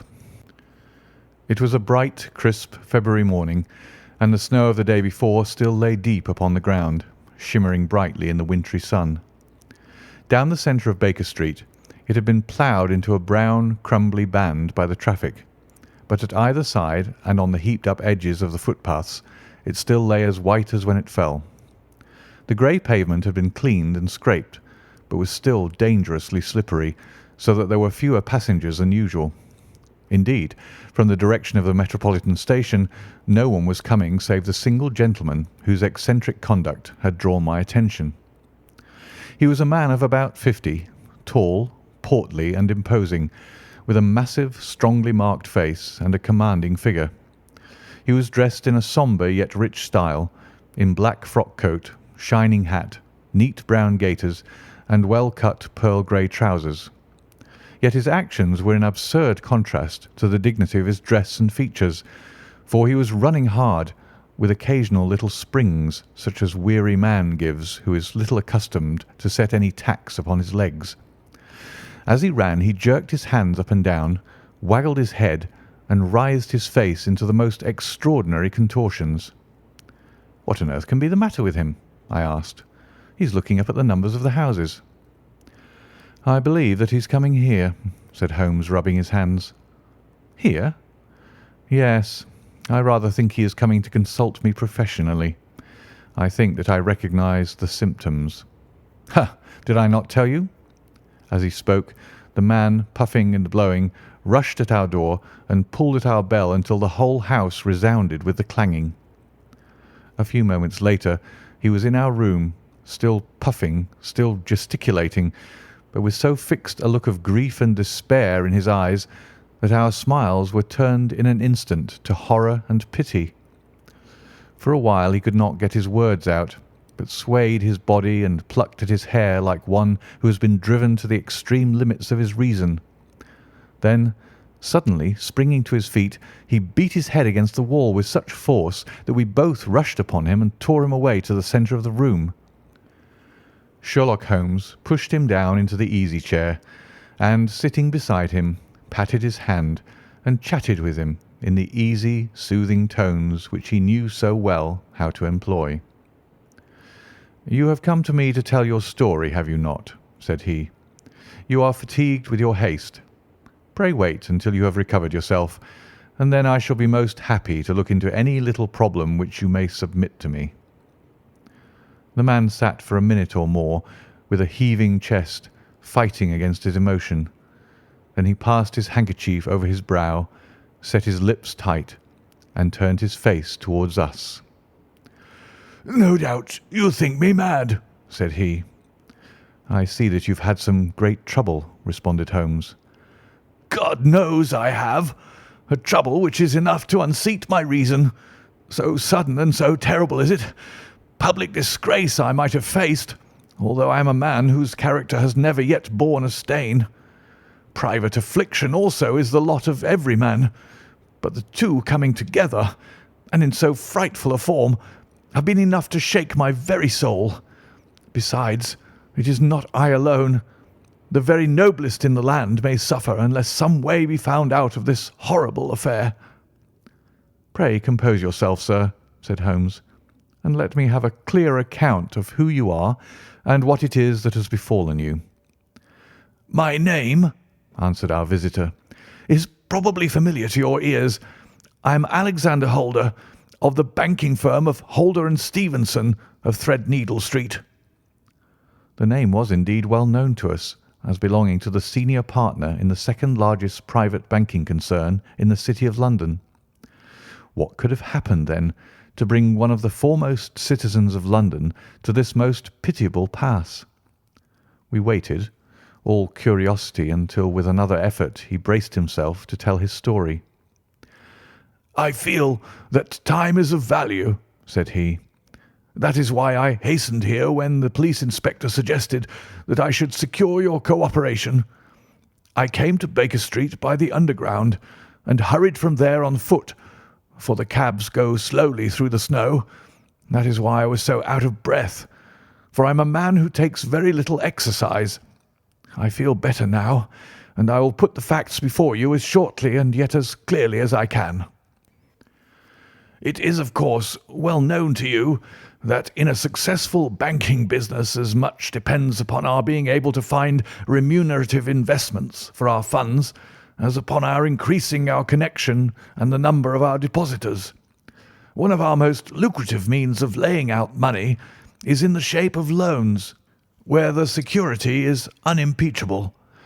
We have done a good deal in this direction during the last few years, and there are many noble families to whom we have advanced large sums upon the security of their pictures, libraries, or plate. Yesterday morning I was seated in my office at the bank when a card was brought in to me by one of the clerks. I started when I saw the name, for it was that of none other than— well, perhaps even to you I had better say no more than that it was a name which is a household word all over the earth, one of the highest, noblest, most exalted names in England. I was overwhelmed by the honour and attempted, when he entered, to say so, but he plunged at once into business with the air of a man who wishes to hurry quickly through a disagreeable task. "Mr. Holder," said he, "I have been informed that you are in the habit of advancing money." "The firm does so when the security is good," I answered. "It is absolutely essential to me," said he, "that I should have £50,000 at once. I could, of course, borrow so trifling a sum 10 times over from my friends, but I much prefer to make it a matter of business and to carry out that business myself. In my position you can readily understand that it is unwise to place oneself under obligations."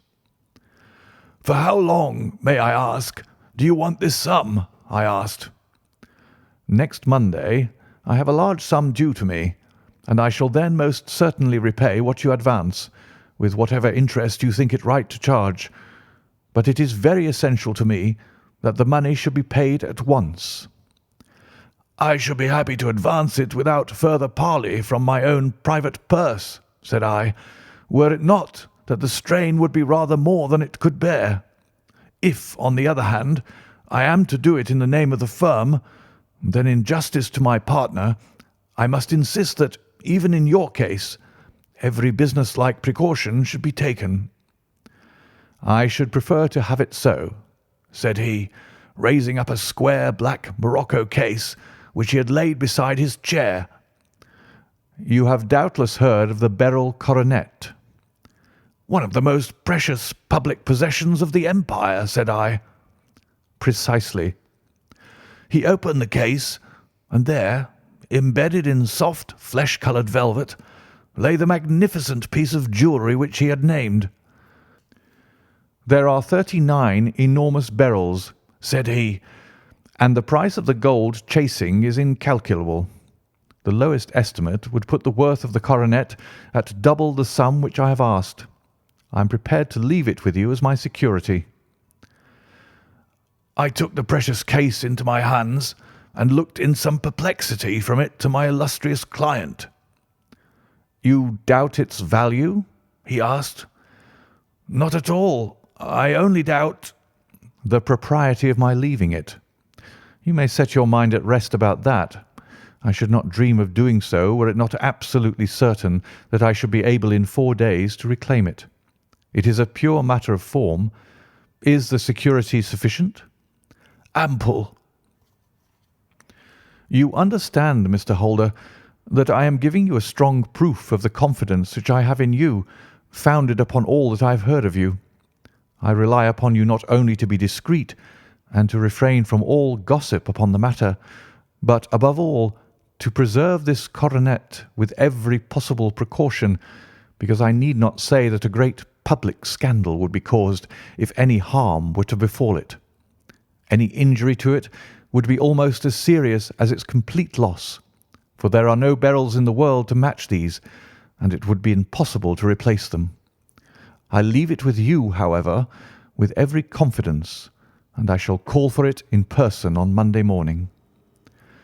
Seeing that my client was anxious to leave, I said no more, but calling for my cashier, I ordered him to pay over 50 £1,000 notes. When I was alone once more, however, with the precious case lying upon the table in front of me, I could not but think with some misgivings of the immense responsibility which it entailed upon me. There could be no doubt that, as it was a national possession, a horrible scandal would ensue if any misfortune should occur to it. I already regretted having ever consented to take charge of it. However, it was too late to alter the matter now, so I locked it up in my private safe and turned once more to my work. When evening came, I felt that it would be an imprudence to leave so precious a thing in the office behind me. Bankers' safes have been forced before now, and why should not mine be? If so, how terrible would be the position in which I should find myself. I determined, therefore, that for the next few days I would always carry the case backward and forward with me, so that it might never be really out of my reach. With this intention, I called a cab and drove out to my house at Streatham, carrying the jewel with me. I did not breathe freely until I had taken it upstairs and locked it in the bureau of my dressing-room. And now a word as to my household, Mr. Holmes, for I wish you to thoroughly understand the situation. My groom and my page sleep out of the house and may be set aside altogether. I have 3 maidservants who have been with me a number of years and whose absolute reliability is quite above suspicion. Another, Lucy Parr, the second waiting maid, has only been in my service a few months. She came with an excellent character, however, and has always given me satisfaction. She is a very pretty girl and has attracted admirers who have occasionally hung about the place.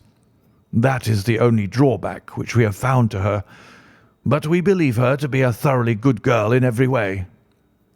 So much for the servants. My family itself is so small that it will not take me long to describe it. I am a widower and have an only son, Arthur. He has been a disappointment to me, Mr. Holmes, a grievous disappointment.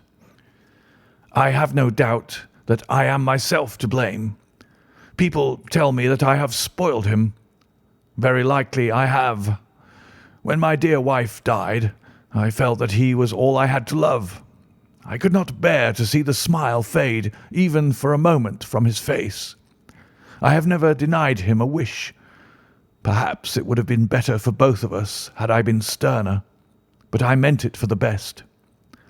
It was naturally my intention that he should succeed me in my business, but he was not of a business turn. He was wild, wayward, and to speak the truth, I could not trust him in the handling of large sums of money.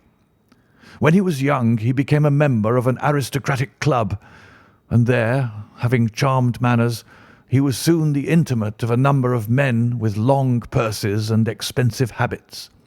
He learned to play heavily at cards and to squander money on the turf, until he had again and again to come to me and implore me to give him an advance upon his allowance, that he might settle his debts of honour.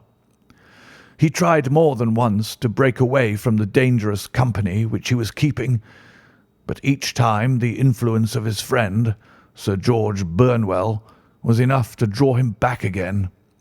And indeed, I could not wonder that such a man as Sir George Burnwell should gain an influence over him, for he has frequently brought him to my house, and I have found myself that I could hardly resist the fascination of his manner. He is older than Arthur, a man of the world to his fingertips, one who had been everywhere, seen everything, a brilliant talker, and a man of great personal beauty. Yet when I think of him in cold blood, far away from the glamour of his presence, I am convinced from his cynical speech and the look which I have caught in his eyes that he is one who should be deeply distrusted. So I think, and so too thinks my little Mary, who has a woman's quick insight into character. And now there is only she to be described. She is my niece, but when my brother died 5 years ago and left her alone in the world, I adopted her and have looked upon her ever since as my daughter. She is a sunbeam in my house, sweet, loving, beautiful, a wonderful manager and housekeeper, yet as tender and quiet and gentle as a woman could be. She is my right hand. I do not know what I could do without her. In only one matter has she ever gone against my wishes. Twice my boy has asked her to marry him, for he loves her devotedly, but each time she has refused him. I think that if anyone could have drawn him into the right path, it would have been she, and that his marriage might have changed his whole life. But now, alas, it is too late, forever too late. Now, Mr. Holmes, you know the people who live under my roof, and I shall continue with my miserable story. When we were taking coffee in the drawing-room that night after dinner, I told Arthur and Mary my experience, and of the precious treasure which we had under our roof, suppressing only the name of my client.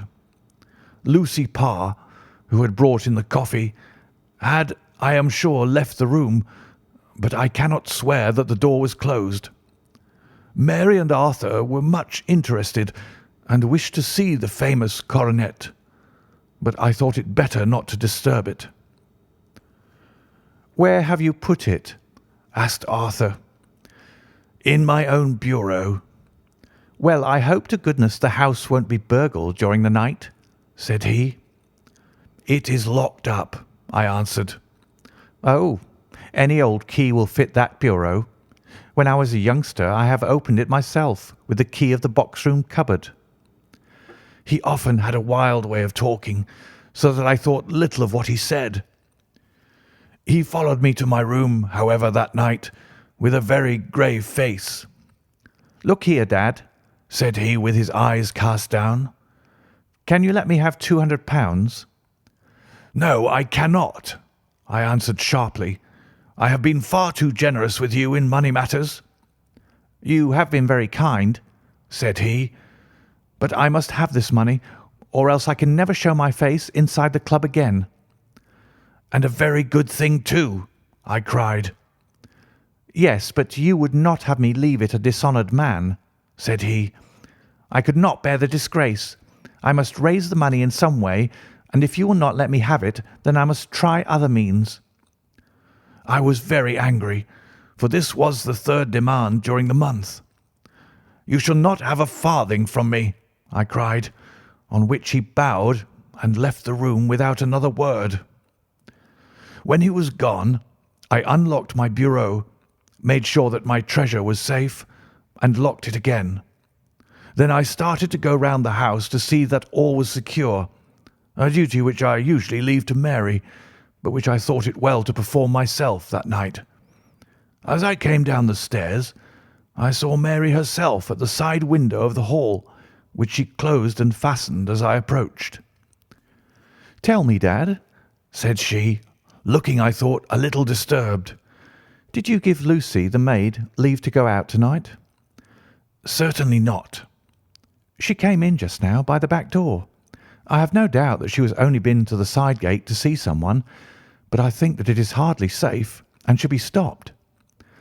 "You must speak to her in the morning, or I will if you prefer it. Are you sure that everything is fastened?" "Quite sure, Dad." "Then good night." I kissed her and went up to my bedroom again, where I was soon asleep. I am endeavouring to tell you everything, Mr. Holmes, which may have any bearing upon the case, but I beg that you will question me upon any point which I do not make clear. "On the contrary, your statement is singularly lucid." I come to a part of my story now in which I should wish to be particularly so. I am not a very heavy sleeper, and the anxiety in my mind tended, no doubt, to make me even less so than usual. About 2 in the morning, then, I was awakened by some sound in the house. It had ceased ere I was wide awake, but it had left an impression behind it as though a window had gently closed somewhere. I lay listening with all my ears. Suddenly, to my horror, there was a distinct sound of footsteps moving softly in the next room. I slipped out of bed, all palpitating with fear, and peeped round the corner of my dressing-room door. "Arthur!" I screamed. "You villain! You thief! How dare you touch that coronet?" The gas was half up as I had left it, and my unhappy boy, dressed only in his shirt and trousers, was standing beside the light, holding the coronet in his hands. He appeared to be wrenching at it or bending it with all his strength. At my cry he dropped it from his grasp and turned as pale as death. I snatched it up and examined it. One of the gold corners, with 3 of the Beryls in it, was missing. "You blackguard!" I shouted, beside myself with rage. "You have destroyed it! You have dishonoured me for ever! Where are the jewels which you have stolen?" "Stolen?" he cried. "Yes, thief!" I roared, shaking him by the shoulder. "There are none missing. There cannot be any missing," said he. "There are 3 missing, and you know where they are. Must I call you a liar as well as a thief? Did I not see you trying to tear off another piece?" "You have called me names enough," said he. "I will not stand it any longer. I shall not say another word about the business, since you have chosen to insult me. I will leave your house in the morning and make my own way in the world." "You shall leave it in the hands of the police," I cried, half mad with grief and rage. "I shall have this matter probed to the bottom." "You shall learn nothing from me," said he with a passion such as I should not have thought it was in his nature. "If you choose to call the police, let the police find what they can." By this time the whole house was astir, for I had raised my voice in my anger. Mary was the first to rush into my room, and at the sight of the coronet and of Arthur's face, she read the whole story and, with a scream, fell down senseless on the ground. I sent the housemaid for the police and put the investigation into their hands at once. When the inspector and the constable entered the house, Arthur, who had stood sullenly with his arms folded, asked me whether it was my intention to charge him with theft. I answered that it had ceased to be a private matter, but had become a public one, since the ruined coronet was national property. I was determined that the law should have its way in everything. "At least," said he, "you will not have me arrested at once. It would be to your advantage as well as mine if I might leave the house for 5 minutes." "That you might get away, or perhaps that you may conceal what you have stolen?" said I, and then, realizing the dreadful position in which I was placed, I implored him to remember that not only my honour, but that of one who was far greater than I was at stake, and that he threatened to raise a scandal which would convulse the nation. He might avert it all if he would but tell me what he had done with the 3 missing stones. "You may as well face the matter," said I. "You have been caught in the act, and no confession could make your guilt more heinous. If you but make such reparation as is in your power, by telling us where the Beryls are, all shall be forgiven and forgotten." "Keep your forgiveness for those who ask for it," he answered, turning away from me with a sneer. I saw that he was too hardened for any words of mine to influence him. There was but one way for it. I called in the inspector and gave him into custody. A search was made at once, not only of his person, but of his room and of every portion of the house where he could possibly have concealed the gems. But no trace of them could be found, nor would the wretched boy open his mouth for all our persuasions and our threats. This morning he was removed to a cell, and I, after going through all the police formalities, have hurried round to you to implore you to use your skill in unravelling the matter. The police have openly confessed that they can at present make nothing of it. You may go to any expense which you think necessary. I have already offered a reward of £1,000. My God, what shall I do? I have lost my honour, my gems, and my son in one night. Oh, what shall I do?" He put a hand on either side of his head and rocked himself to and fro, droning to himself like a child whose grief has got beyond words. Sherlock Holmes sat silent for some few minutes, with his brows knitted and his eyes fixed upon the fire. "Do you receive much company?" he asked. "None, save my partner with his family and an occasional friend of Arthur's. Sir George Burnwell has been several times lately. No one else, I think." "Do you go out much in society?" "Arthur does. Mary and I stay at home. We neither of us care for it." "That is unusual in a young girl." "She is of a quiet nature. Besides, she is not so very young. She is 24. "This matter, from what you say, seems to have been a shock to her also." "Terrible. She is even more affected than I." "You have neither of you any doubt as to your son's guilt?" "How can we have when I saw him with my own eyes, with the coronet in his hands?" "I hardly consider that a conclusive proof. Was the remainder of the coronet at all injured?" "Yes, it was twisted." "Do you not think, then, that he might have been trying to straighten it?" "God bless you. You are doing what you can for him and for me, but it is too heavy a task. What was he doing there at all? If his purpose were innocent, why did he not say so?" "Precisely. And if it were guilty, why did he not invent a lie? His silence appears to me to cut both ways. There are several singular points about the case. What did the police think of the noise which awoke you from your sleep?" "They considered that it might be caused by Arthur's closing his bedroom door." "A likely story. As if a man bent on felony would slam his door so as to wake a household. What did they say, then, of the disappearance of those gems?" "They are still sounding the planking and probing the furniture in the hope of finding them." "Have they thought of looking outside the house?" "Yes, they have shown extraordinary energy. The whole garden has already been minutely examined."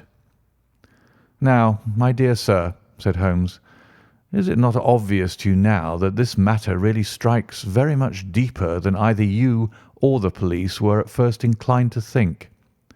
It appeared to you to be a simple case. To me, it seems exceedingly complex. Consider what is involved by your theory.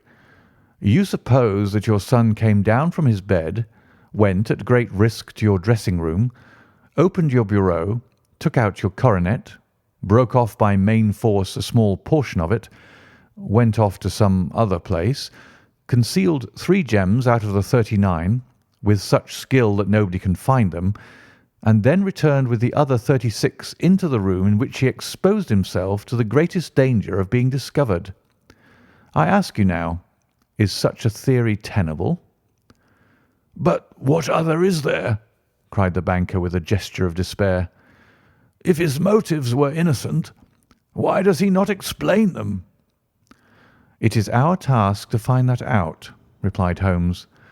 "So now, if you please, Mr. Holder, we will set off for Streatham together, and devote an hour to glancing a little more closely into details." My friend insisted upon my accompanying them in their expedition, which I was eager enough to do, for my curiosity and sympathy were deeply stirred by the story to which we had listened. I confess that the guilt of the banker's son appeared to me to be as obvious as it did to his unhappy father, but still I had such faith in Holmes's judgment that I felt that there must be some grounds for hope as long as he was dissatisfied with the accepted explanation. He hardly spoke a word the whole way out to the southern suburb, but sat with his chin upon his breast and his hat drawn over his eyes, sunk in the deepest thought. Our client appeared to have taken fresh heart at the little glimpse of hope which had been presented to him, and he even broke into a desultory chat with me over his business affairs. A short railway journey and a shorter walk brought us to Fairbank, the modest residence of the great financier. Fairbank was a good-sized square house of white stone, standing back a little from the road. A double carriage sweep with a snow-clad lawn stretched down in front to two large iron gates which closed the entrance. On the right side was a small wooden thicket which led into a narrow path between two neat hedges stretching from the road to the kitchen door and forming the tradesman's entrance. On the left ran a lane which led to the stables and was not itself within the grounds at all, being a public, though little used, thoroughfare. Holmes left us standing at the door and walked slowly all round the house, across the front, down the tradesman's path, and so round by the garden behind into the stable lane. So long was he that Mr. Holder and I went into the dining-room and waited by the fire until he should return. We were sitting there in silence when the door opened, and a young lady came in. She was rather above the middle height, slim, with dark hair and eyes, which seemed the darker against the absolute pallor of her skin. I do not think that I have ever seen such deadly paleness in a woman's face. Her lips, too, were bloodless, but her eyes were flushed with crying. As she swept silently into the room, she impressed me with a greater sense of grief than the banker had done in the morning, and it was the more striking in her as she was evidently a woman of strong character, with immense capacity for self-restraint. Disregarding my presence, she went straight to her uncle and passed her hand over his head with a sweet womanly caress. "You have given orders that Arthur should be liberated, have you not, Dad?" she asked. No, no, my girl. The matter must be probed to the bottom. "But I am sure that he is innocent." "You know what woman's instincts are.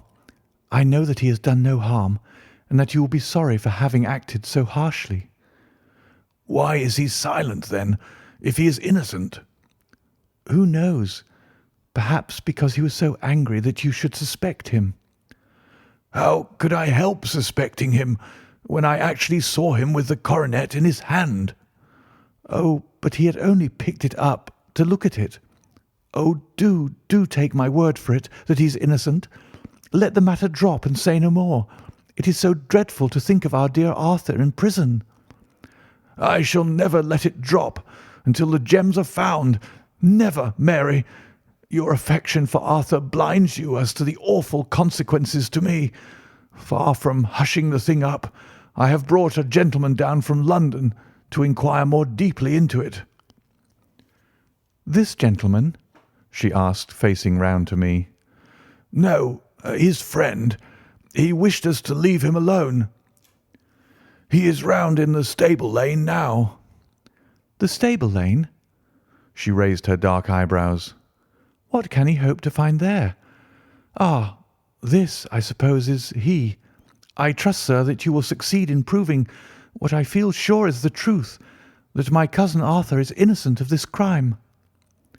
"I fully share your opinion, and I trust with you that we may prove it," returned Holmes, going back to the mat to knock the snow from his shoes. "I believe I have the honour of addressing Miss Mary Holder. Might I ask you a question or two?" "Pray do, sir, if it may help to clear this horrible affair up." "You heard nothing yourself last night?" "Nothing, until my uncle here began to speak loudly. I heard that, and I came down." "You shut up the windows and doors the night before. Did you fasten all the windows?" "Yes." "Were they all fastened this morning?" "Yes." "You have a maid who has a sweetheart. I think that you remarked to your uncle last night that she had been out to see him." "Yes, and she was the girl who waited in the drawing-room and who may have heard uncle's remarks about the coronet." "I see. You infer that she may have gone out to tell her sweetheart, and that the two may have planned the robbery." "But what is the good of all these vague theories?" cried the banker impatiently.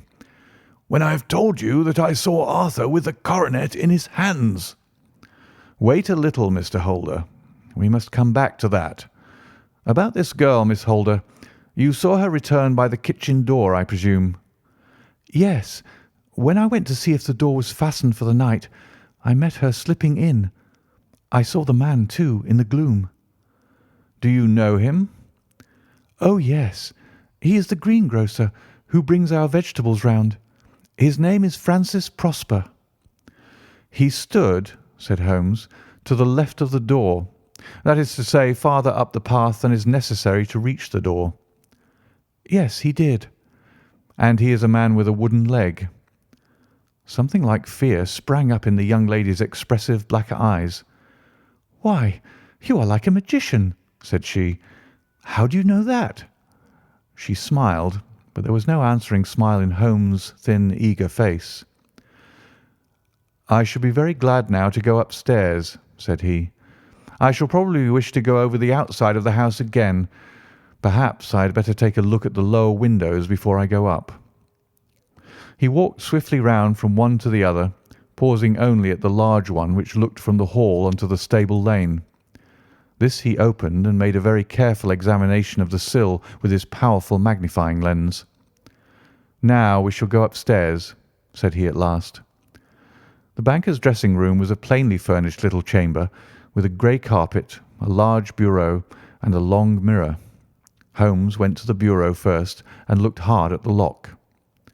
"Which key was used to open it?" he asked. "That which my son himself indicated. That of the cupboard of the lumber room." "Have you it here?" "That is it on the dressing table." Sherlock Holmes took it up and opened the bureau. "It is a noiseless lock," said he.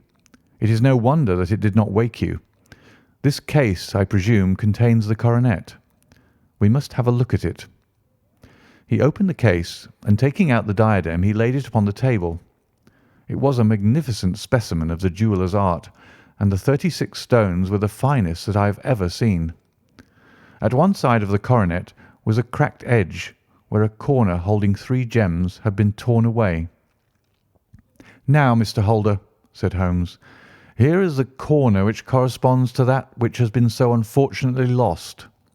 Might I beg that you will break it off?" The banker recoiled in horror. "I should not dream of trying," said he. "Then I will." Holmes suddenly bent his strength upon it, but without result. "I feel it give a little," said he, "but though I am exceptionally strong in the fingers, it would take me all my time to break it. An ordinary man could not do it. Now, what do you think would happen if I did break it, Mr. Holder? There would be a noise like a pistol shot. Do you tell me that all this happened within a few yards of your bed, and that you heard nothing of it?" "I do not know what to think. It is all dark to me." "But perhaps it may grow lighter as we go. What do you think, Miss Holder?" "I confess that I still share my uncle's perplexity." "Your son had no shoes or slippers on when you saw him?" "He had nothing on save only his trousers and shirt." "Thank you. We have certainly been favoured with extraordinary luck during this inquiry, and it will be entirely our own fault if we do not succeed in clearing the matter up. With your permission, Mr. Holder, I shall now continue my investigations outside." He went alone at his own request, for he explained that any unnecessary footmarks might make his task more difficult. For an hour or more he was at work, returning at last with his feet heavy with snow and his features as inscrutable as ever. "I think that I have seen now all that there is to see, Mr. Holder," said he. "I can serve you best by returning to my rooms." "But the gems, Mr. Holmes, where are they?" "I cannot tell." The banker wrung his hands. "I shall never see them again," he cried. "And my son, you give me hopes." "My opinion is in no way altered." "Then, for God's sake, what was this dark business which was acted in my house last night?" "If you can call upon me at my Baker Street rooms to-morrow morning between 9 and 10, I shall be happy to do what I can to make it clearer." I understand that you give me carte blanche to act for you, provided only that I get back the gems, and that you place no limit on the sum I may draw." "I would give my fortune to have them back." "Very good. I shall look into the matter between this and then. Good-bye. It is just possible that I may have to come over here again before evening." It was obvious to me that my companion's mind was now made up about the case, although what his conclusions were was more than I could even dimly imagine. Several times during our homeward journey I endeavoured to sound him upon the point, but he always glided away to some other topic, until at last I gave it over in despair. It was not yet 3 when we found ourselves in our rooms once more. He hurried to his chamber, and was down again in a few minutes, dressed as a common loafer. With his collar turned up, his shiny, seedy coat, his red cravat, and his worn boots, he was a perfect sample of the class. "I think that this should do," said he, glancing into the glass above the fireplace. "I only wish you could come with me, Watson, but I fear that it won't do. I may be on the trail in this matter, or I may be following a will-o'-the-wisp, but I shall soon know which it is. I hope that I may be back in a few hours." He cut a slice of beef from the joint upon the sideboard, sandwiched it between 2 rounds of bread, and thrusting his rude meal into his pocket, he started off upon his expedition. I had just finished my tea when he returned, evidently in excellent spirits, swinging an old elastic-sided boot in his hand. He chucked it down into a corner and helped himself to a cup of tea. "I only looked in as I passed," said he. "I am going right on." "Where to?" "Oh, to the other side of the West End. It may be some time before I get back. Don't wait up for me in case I should be late."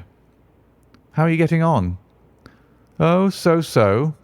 Nothing to complain of. I've been out to Streatham since I saw you last, but I did not call at the house. It is a very sweet little problem, and I would not have missed it for a good deal. However, I must not sit gossiping here, but must get these disreputable clothes off and return to my highly respectable self." I could see by his manner that he had strong reasons for satisfaction than his words alone would imply. His eyes twinkled, and there was even a touch of colour upon his sallow cheeks. He hastened upstairs, and a few minutes later I heard the slam of the hall door, which told me that he was off once more upon his congenial hunt. I waited until midnight, but there was no sign of his return, so I retired to my room. It was no uncommon thing for him to be away for days and nights on end when he was hot upon a scent, so that his lateness caused me no surprise.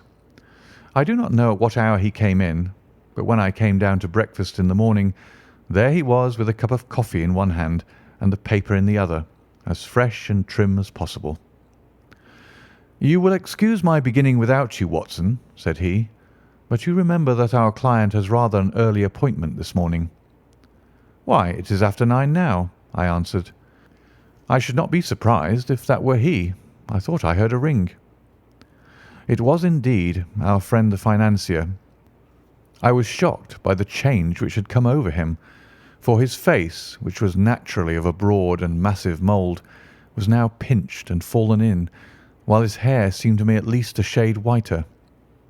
He entered with a weariness and lethargy which was even more painful than his violence of the morning before, and he dropped heavily into the armchair which I pushed forward for him. "I do not know what I have done to be so severely tried," said he. "Only 2 days ago I was a happy and prosperous man, without a care in the world. Now I am left to a lonely and dishonoured age. One sorrow comes close upon the heels of another. My niece Mary has deserted me." "Deserted you?" "Yes. Her bed this morning had not been slept in. Her room was empty, and a note for me lay upon the hall table. I had said to her last night, in sorrow and not in anger, that if she had married my boy, all might have been well with him. Perhaps it was thoughtless of me to say so. It is to that remark that she refers in this note. My dearest uncle, I feel that I have brought trouble upon you, and that if I had acted differently this terrible misfortune might never have occurred. I cannot, with this thought in my mind, ever again be happy under your roof, and I feel that I must leave you forever. Do not worry about my future, for that is provided for, and above all, do not search for me, for it will be fruitless labour and an ill service to me. In life or in death, I am ever your loving Mary. What could she mean by that note, Mr. Holmes? Do you think it points to suicide? No, no, nothing of the kind. It is perhaps the best possible solution. I trust, Mr. Holder, that you are nearing the end of your troubles. Ha! You say so. You have heard something, Mr. Holmes? You have learned something? Where are the gems? You would not think £1,000 apiece an excessive sum for them? I would pay 10. That would be unnecessary. The 1,000 will cover the matter, and there is a little reward, I fancy. Have you your cheque-book? Here is a pen. Better make it out for £4,000. With a dazed face, the banker made out the required cheque. Holmes walked over to his desk, took out a little triangular piece of gold with 3 gems in it, and threw it down upon the table. With a shriek of joy, our client clutched it up. "You have it!" he gasped. "I am saved! I am saved!" The reaction of joy was as passionate as his grief had been, and he hugged his recovered gems to his bosom. "There is one other thing you owe, Mr. Holder," said Sherlock Holmes rather sternly. "Oh?" He caught up a pen. "Name the sum, and I will pay it." "No, the debt is not to me. You owe a very humble apology to that noble lad, your son, who has carried himself in this matter as I should be proud to see my own son do, should I ever chance to have one." "Then it was not Arthur who took them?" "I told you yesterday, and I repeat today, that it was not." "You are sure of it? Then let us hurry to him at once, to let him know that the truth is known." "He knows it already. When I had cleared it all up, I had an interview with him, and finding that he would not tell me the story, I told it to him, on which he had to confess that I was right, and to add the very few details which were not yet quite clear to me. Your news of this morning, however, may open his lips." "For heaven's sake, tell me then, what is this extraordinary mystery?" "I will do so, and I will show you the steps by which I reached it. And let me say to you first, that which it is hardest for me to say and for you to hear. There has been an understanding between Sir George Burnwell and your niece Mary. They have now fled together." "My Mary? Impossible!" "It is unfortunately more than possible. It is certain. Neither you nor your son knew the true character of this man when you admitted him into your family circle. He is one of the most dangerous men in England, a ruined gambler, an absolutely desperate villain, a man without heart or conscience. Your niece knew nothing of such men. When he breathed his vows to her, as he had done to 100 before her, she flattered herself that she alone had touched his heart. The devil knows best what he said, but at least she became his tool, and was in the habit of seeing him nearly every evening." "I cannot, and I will not believe it," cried the banker with an ashen face. "I will tell you then what occurred in your house last night. Your niece, when you had, as she thought, gone to your room, slipped down and talked to her lover through the window which leads into the stable lane. His footmarks had pressed right through the snow, so long had he stood there. She told him of the coronet. His wicked lust for gold kindled at the news, and he bent her to his will. I have no doubt that she loved you, but there are women in whom the love of a lover extinguishes all other loves, and I think that she must have been one. She had hardly listened to his instructions when she saw you coming downstairs, on which she closed the window rapidly and told you about one of the servants' escapade with her wooden-legged lover, which was all perfectly true. Your boy Arthur went to bed after his interview with you, but he slept badly on account of his uneasiness about his club debts. In the middle of the night he heard a soft tread pass his door, so he rose and, looking out, was surprised to see his cousin walking very stealthily along the passage until she disappeared into your dressing-room. Petrified with astonishment, the lad slipped on some clothes and waited there in the dark to see what would come of this strange affair.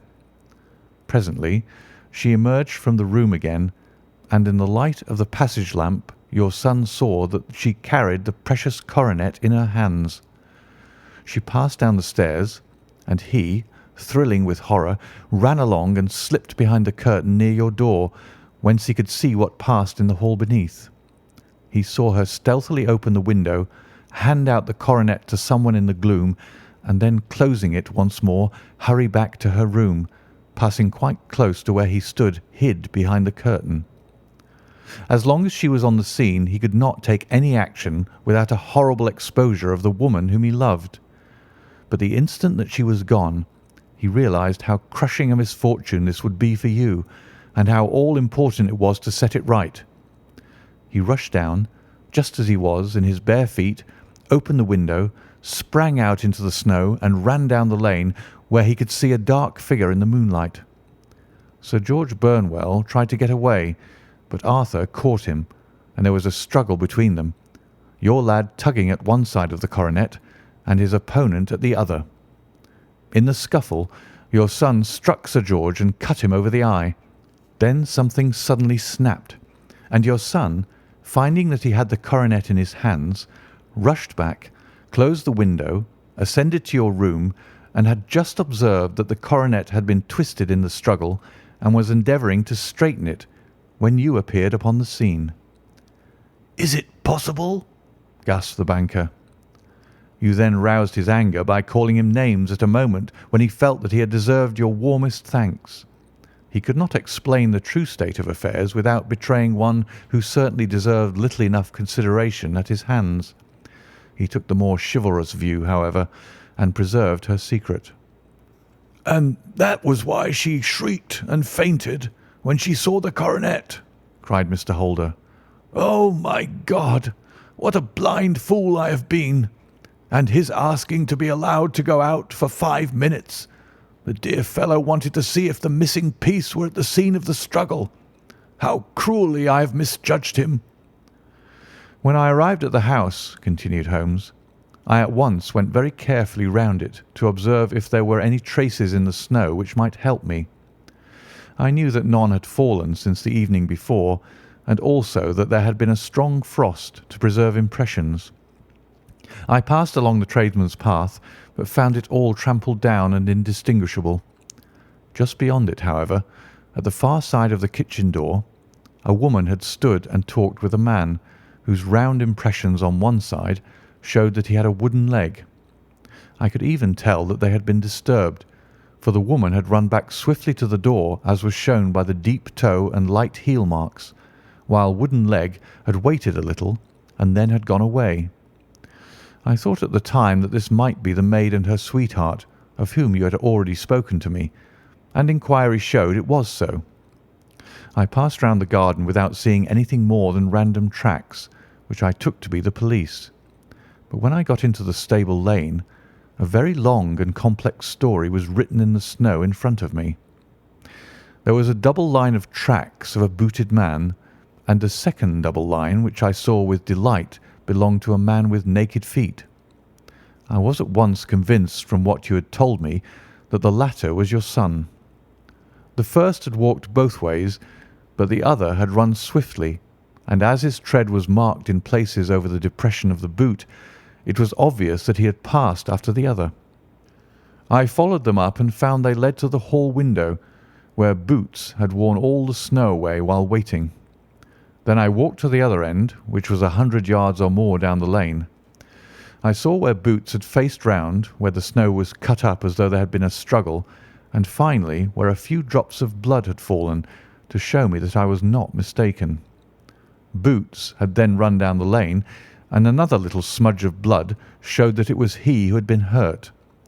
When he came to the high road at the other end, I found that the pavement had been cleared, so there was an end to that clue. On entering the house, however, I examined, as you remember, the sill and framework of the hall window with my lens, and I could at once see that someone had passed out. I could distinguish the outline of an instep where the wet foot had been placed in coming in. I was then beginning to be able to form an opinion as to what had occurred. A man had waited outside the window. Someone had brought the gems. The deed had been overseen by your son. He had pursued the thief, had struggled with him. They had each tugged at the coronet, their united strength causing injuries which neither alone could have effected. He had returned with the prize, but had left a fragment in the grasp of his opponent. So far I was clear. The question now was, who was the man and who was it brought him the coronet? It is an old maxim of mine that when you have excluded the impossible, whatever remains, however improbable, must be the truth. Now I knew that it was not you who had brought it down, so there only remained your niece and the maids. But if it were the maids, why should your son allow himself to be accused in their place? There could be no possible reason. As he loved his cousin, however, there was an excellent explanation why he should retain her secret, the more so as the secret was a disgraceful one. When I remembered that you had seen her at that window and how she had fainted on seeing the coronet again, my conjecture became a certainty.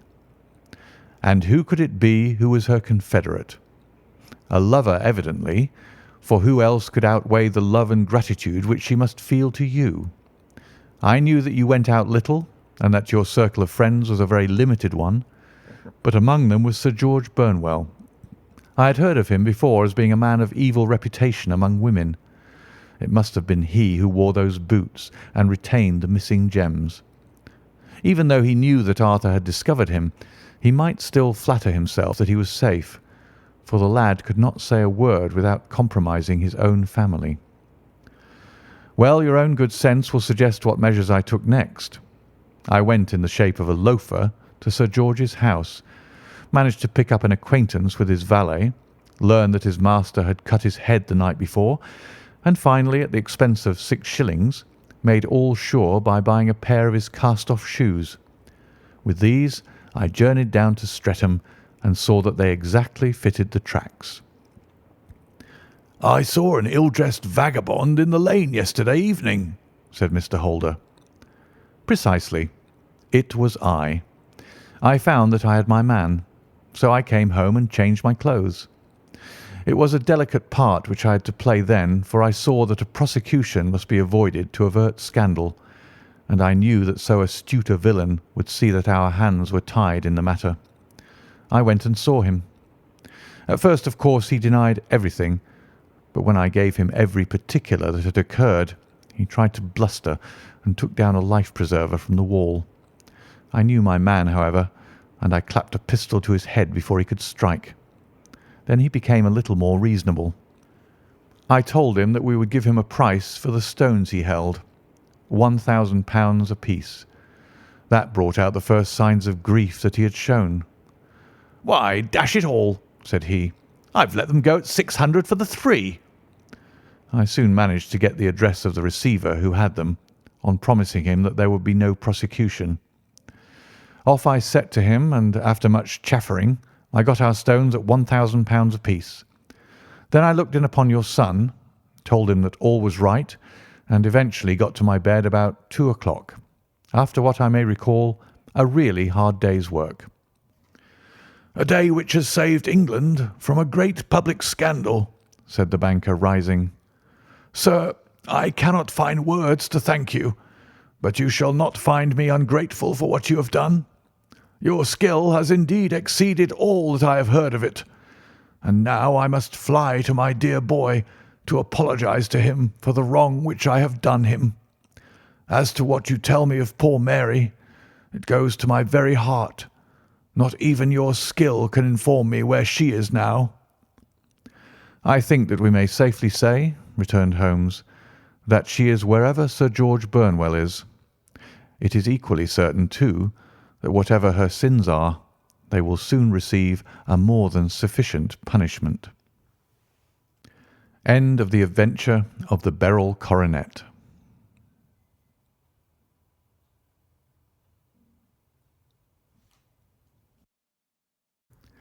Story number 12. The Adventure of the Copper Beeches. To the man who loves art for its own sake, remarked Sherlock Holmes, tossing aside the advertisement sheet of the Daily Telegraph, it is frequently in its least important and lowliest manifestations that the keenest pleasure is to be derived. It is pleasant to me to observe, Watson, that you have so far grasped this truth that in these little records of our cases which you have been good enough to draw up, and I am bound to say, occasionally to embellish, you have given prominence not so much to the many causes célèbres and sensational trials in which I have figured, but rather to those incidents which may have been trivial in themselves, but which have given room for those faculties of deduction and of logical synthesis which I have made my special province. And yet, said I, smiling, I cannot quite hold myself absolved from the charge of sensationalism which has been urged against my records. You have erred, perhaps, he observed, taking up a glowing cinder with the tongs and lighting with it the long cherry-wood pipe which was wont to replace his clay when he was in a disputatious rather than a meditative mood. You have erred, perhaps, in attempting to put colour and life into each of your statements, instead of confining yourself to the task of placing upon record that severe reasoning from cause to effect, which is really the only notable feature about the thing.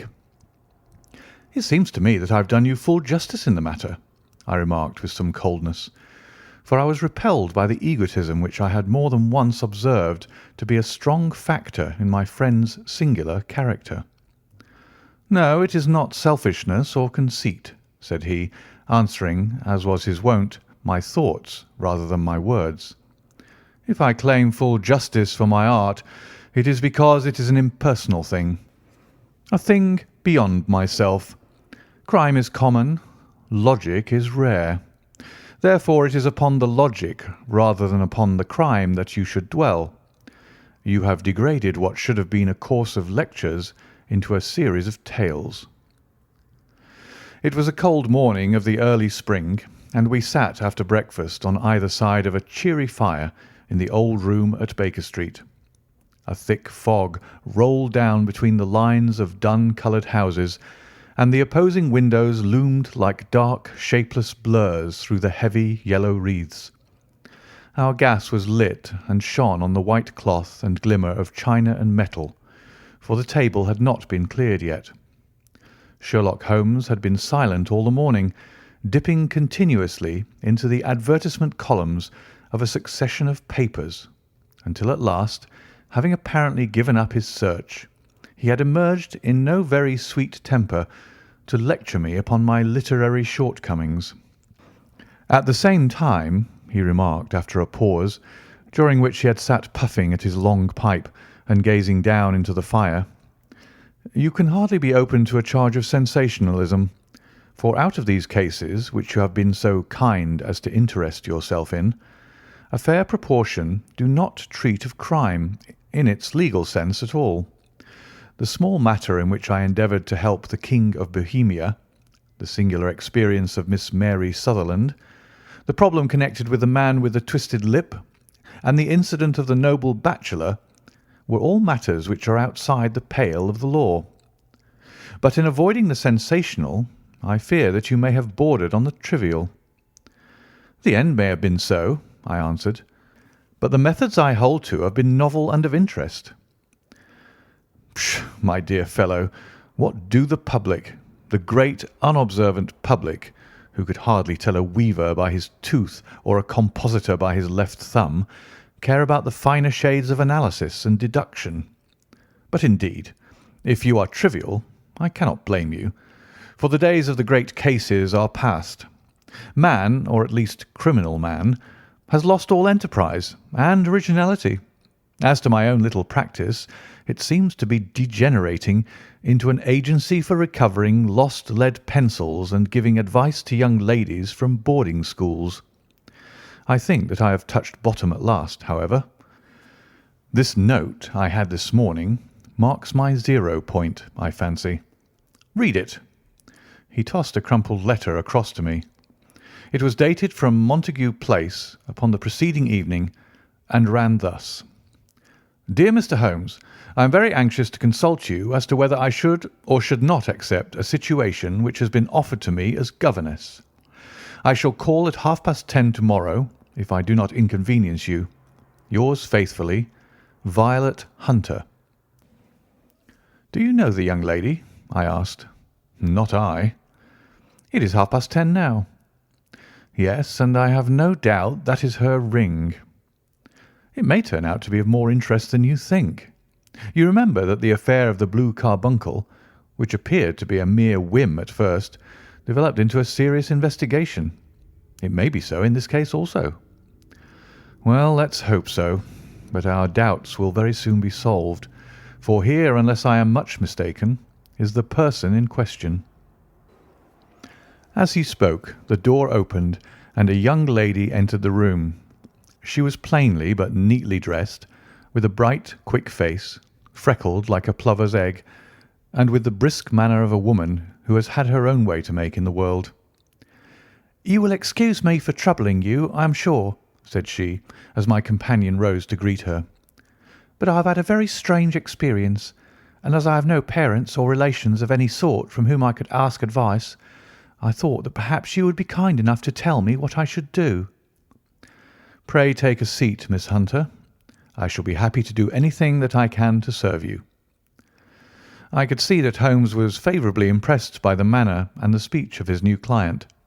He looked her over in his searching fashion, and then composed himself, with his lids drooping and his finger-tips together, to listen to her story. "I have been a governess for 5 years," said she, "in the family of Colonel Spence Munro, but 2 months ago the Colonel received an appointment at Halifax, in Nova Scotia, and took his children over to America with him, so that I found myself without a situation. I advertised and I answered advertisements, but without success. At last the little money which I had saved began to run short, and I was at my wits' end as to what I should do. There is a well-known agency for governesses in the West End called Westaway's, and there I used to call about once a week, in order to see whether anything had turned up which might suit me. Westaway was the name of the founder of the business, but it is really managed by Miss Stoper. She sits in her own little office, and the ladies who are seeking employment wait in an anteroom, and are then shown in one by one, when she consults her ledgers and sees whether she has anything which would suit them. Well, when I called last week, I was shown into the little office as usual, but I found that Miss Stoper was not alone.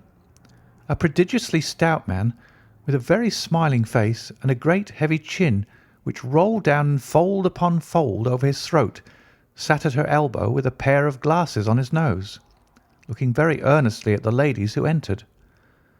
As I came in, he gave quite a jump in his chair and turned quickly to Miss Stoper. "That will do," said he. "I could not ask for anything better. Capital! Capital!" He seemed quite enthusiastic, and rubbed his hands together in the most genial fashion. He was such a comfortable-looking man that it was quite a pleasure to look at him. "You are looking for a situation, miss?" he asked. "Yes, sir." "As governess?" "Yes, sir." "And what salary do you wish?" "I had £4 a month in my last place with Colonel Spence Munro." "Oh, tut, tut! Sweating, rank sweating!" he cried, throwing his fat hands out into the air like a man who is in a boiling passion. "How could anyone offer so pitiful a sum to a lady with such attractions and accomplishments?" "My accomplishments, sir, may be less than you imagine," said I. "A little French, a little German, music and drawing." "Tut, tut!" he cried. "This is all quite beside the question. The point is, have you or have you not the bearing and deportment of a lady? There it is in a nutshell. If you have not, you are not fitted for the rearing of a child who may some day play a considerable part in the history of the country.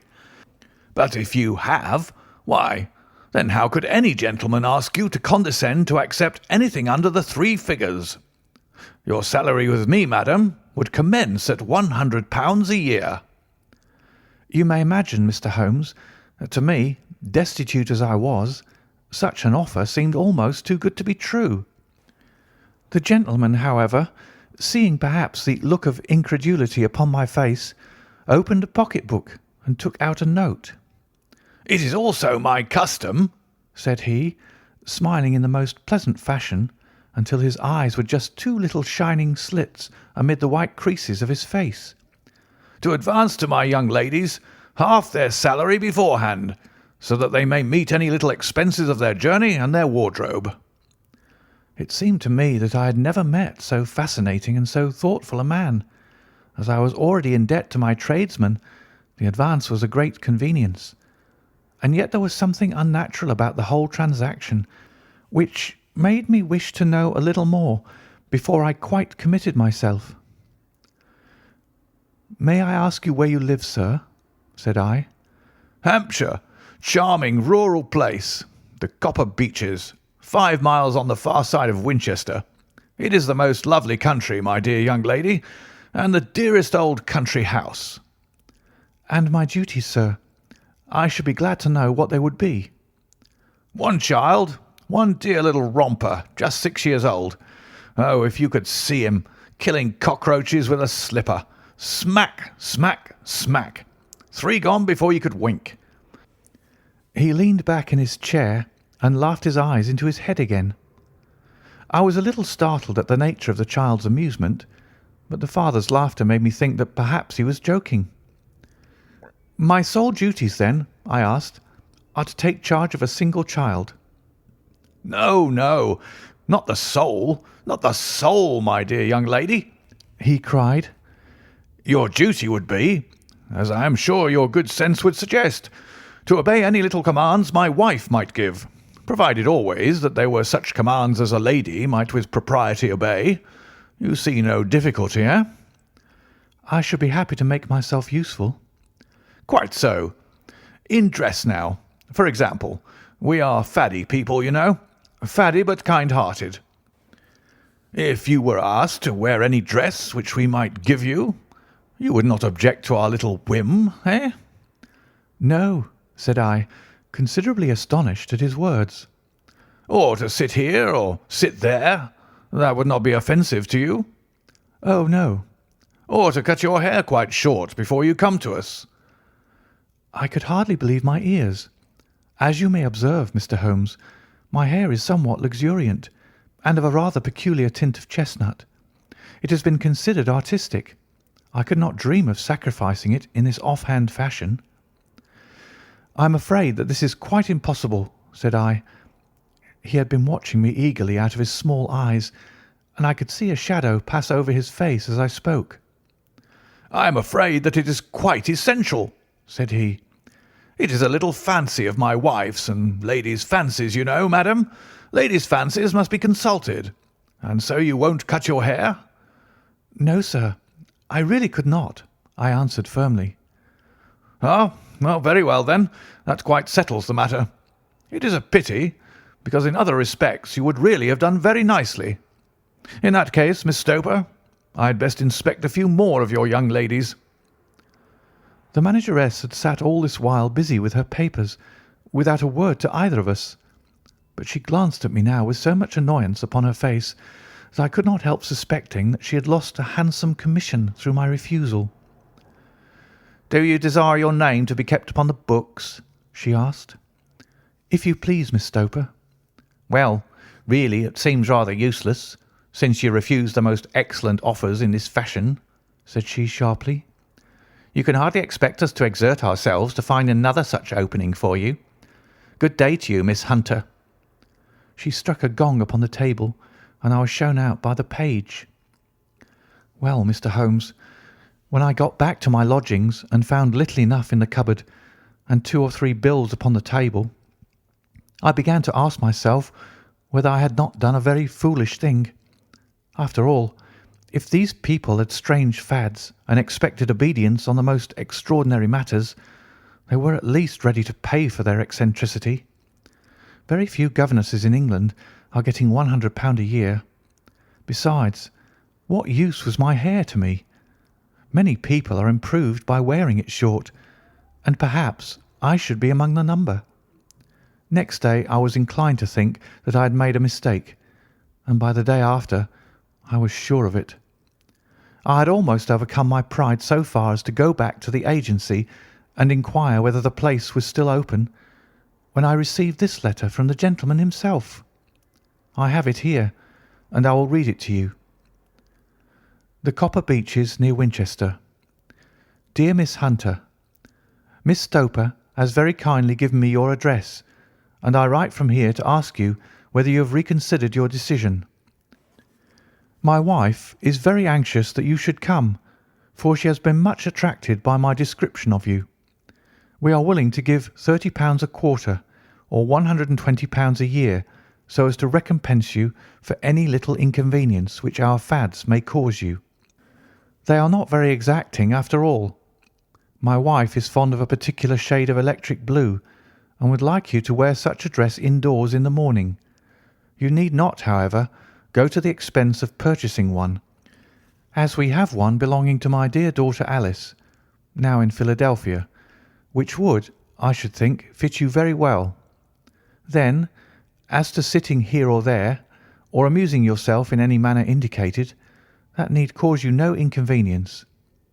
As regards your hair, it is no doubt a pity, especially as I could not help remarking its beauty during our short interview, but I am afraid that I must remain firm upon this point, and I only hope that the increased salary may recompense you for the loss. Your duties, as far as the child is concerned, are very light. Now do try to come, and I shall meet you with the dog-cart at Winchester. Let me know your train. Yours faithfully, Jeffro Rucastle. That is the letter which I have just received, Mr. Holmes, and my mind is made up that I will accept it. I thought, however, that before taking the final step, I should like to submit the whole matter to your consideration. Well, Miss Hunter, if your mind is made up, that settles the question, said Holmes, smiling. But you would not advise me to refuse? I confess that it is not the situation which I should like to see a sister of mine apply for. What is the meaning of it all, Mr. Holmes? I have no data. I cannot tell. Perhaps you have yourself formed some opinion. Well, there seems to me to be only one possible solution. Mr. Rucastle seemed to be a very kind, good-natured man. Is it not possible that his wife is a lunatic, that he desires to keep the matter quiet for fear she should be taken to an asylum, and that he humours her fancies in every way in order to prevent an outbreak? That is a possible solution. In fact, as matters stand, it is the most probable one. But in any case it does not seem to be a nice household for a young lady. But the money, Mr. Holmes, the money.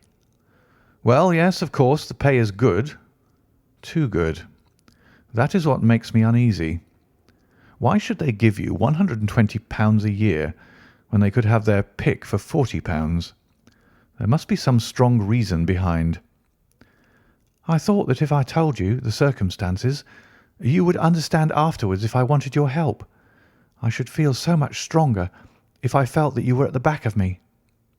Oh, you may carry that feeling away with you. I assure you that your little problem promises to be the most interesting which has come my way for some months. There is something distinctly novel about some of the features. If you should find yourself in doubt or in danger— Danger? What danger do you foresee? Holmes shook his head gravely. It would cease to be a danger if we could define it, said he. But at any time, day or night, a telegram would bring me down to your help. That is enough. She rose briskly from her chair, with the anxiety all swept from her face. I shall go down to Hampshire quite easy in my mind now. I shall write to Mr. Rucastle at once, sacrifice my poor hair tonight, and start for Winchester tomorrow. With a few grateful words to Holmes, she bade us both good night and bustled off upon her way. At least, said I, as we heard her quick, firm steps descending the stairs, she seems to be a young lady who's very well able to take care of herself. And she would need to be, said Holmes gravely. I am much mistaken if we do not hear from her before many days are past. It was not very long before my friend's prediction was fulfilled. A fortnight went by, during which I frequently found my thoughts turning in her direction, and wondering what strange side alley of human experience this lonely woman had strayed into. The unusual salary, the curious conditions, the light duties, all pointed to something abnormal, though whether a fad or a plot, or whether the man were a philanthropist or a villain, it was quite beyond my powers to determine. As to Holmes, I observed that he sat frequently for half an hour on end, with knitted brows and an abstracted air. But he swept the matter away with a wave of his hand when I mentioned it. "Data! Data! Data!" he cried impatiently. "I can't make bricks without clay." And yet he would always wind up by muttering that no sister of his should ever have accepted such a situation. The telegram which we eventually received came late one night, just as I was thinking of turning in, and Holmes was settling down to one of those all-night chemical researches which he frequently indulged in, when I would leave him stooping over a retort and a test tube at night, and find him in the same position when I came down to breakfast in the morning. He opened the yellow envelope, and then, glancing at the message, threw it across to me. "Just look up the trains in Bradshaw," said he, and turned back to his chemical studies. The summons was a brief and urgent one. "Please be at the Black Swan Hotel at Winchester at midday tomorrow," it said. "Do come. I am at my wit's end. Hunter." "Will you come up with me?" asked Holmes, glancing up. "I should wish to." "Just look it up, then." "There's a train at 9:30, said I, glancing over my Bradshaw. "It is due at Winchester at 11:30. "That will do very nicely. Then perhaps I had better postpone my analysis of the acetones, as we may need to be at our best in the morning." By 11 o'clock the next day we were well upon our way to the old English capital. Holmes had been buried in the morning papers all the way down, but after we had passed the Hampshire border he threw them down and began to admire the scenery. It was an ideal spring day, a light blue sky, flecked with little fleecy white clouds drifting across from west to east. The sun was shining very brightly, and yet there was an exhilarating nip in the air which set an edge to a man's energy. All over the countryside, away to the rolling hills around Aldershot, the little red and grey roofs of the farmsteadings peeped out from amid the light green of the new foliage. "Are they not fresh and beautiful?" I cried with all the enthusiasm of a man fresh from the fogs of Baker Street. But Holmes shook his head gravely. "Do you know, Watson," said he, "that it is one of the curses of a mind with a turn like mine that I must look at everything with reference to my own special subject. You look at these scattered houses, and you are impressed by their beauty. I look at them, and the only thought which comes to me is a feeling of their isolation and of the impunity with which crime may be committed there." "Good heavens!" I cried. "Who would associate crime with these dear old homesteads?" "They always fill me with a certain horror.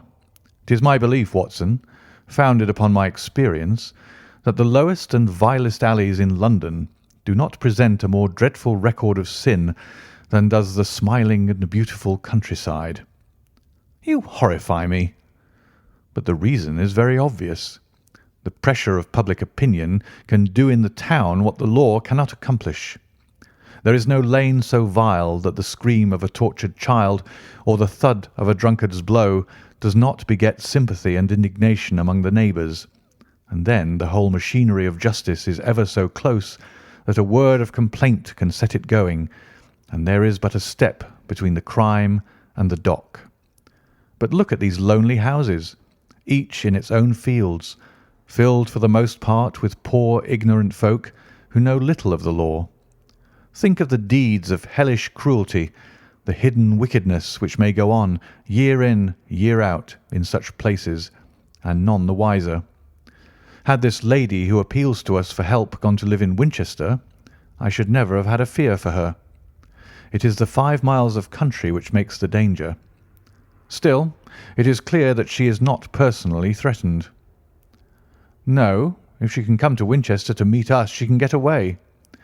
"Quite so. She has her freedom. What can be the matter, then? Can you suggest no explanation?" "I have devised 7 separate explanations, each of which would cover the facts as far as we know them.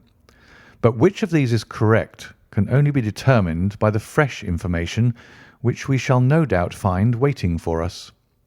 Well, there is the tower of the cathedral, and we shall soon learn all that Miss Hunter has to tell." The Black Swan is an inn of repute in the High Street, at no distance from the station, and there we found the young lady waiting for us. She had engaged a sitting-room, and our lunch awaited us upon the table. "I am so delighted that you have come," she said earnestly. "It is so very kind of you both. But indeed, I do not know what I should do. Your advice will be altogether invaluable to me." "Pray tell us what has happened to you." "I will do so, and I must be quick, for I have promised Mr. Rucastle to be back before 3. I got his leave to come into town this morning, though he little knew for what purpose." "Let us have everything in its due order." Holmes thrust his long, thin legs out towards the fire and composed himself to listen. "In the first place, I may say that I have met, on the whole, with no actual ill treatment from Mr. and Mrs. Rucastle. It is only fair to them to say that, but I cannot understand them, and I am not easy in my mind about them." "What can you not understand?" "Their reasons for their conduct. But you shall have it all just as it occurred. When I came down, Mr. Rucastle met me here and drove me in his dog-cart to the Copper Beeches. It is, as he said, beautifully situated, but it is not beautiful in itself, for it is a large square block of a house, whitewashed, but all stained and streaked with damp and bad weather. There are grounds round it, woods on 3 sides, and on the 4th a field which slopes down to the Southampton High Road, which curves past about 100 yards from the front door. This ground in front belongs to the house, but the woods all round are part of Lord Southerton's preserves. A clump of copper beeches immediately in front of the hall door has given its name to the place.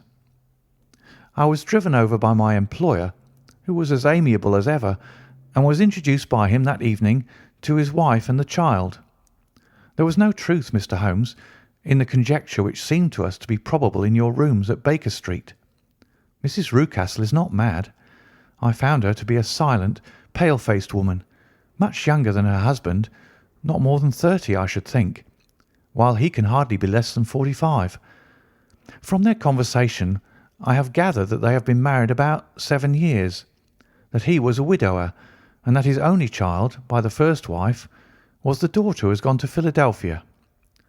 Mr. Rucastle told me in private that the reason why she had left them was that she had an unreasoning aversion to her stepmother. As the daughter could not have been less than 20, I can quite imagine that her position must have been uncomfortable with her father's young wife. Mrs. Rucastle seemed to me to be colourless in mind as well as in feature.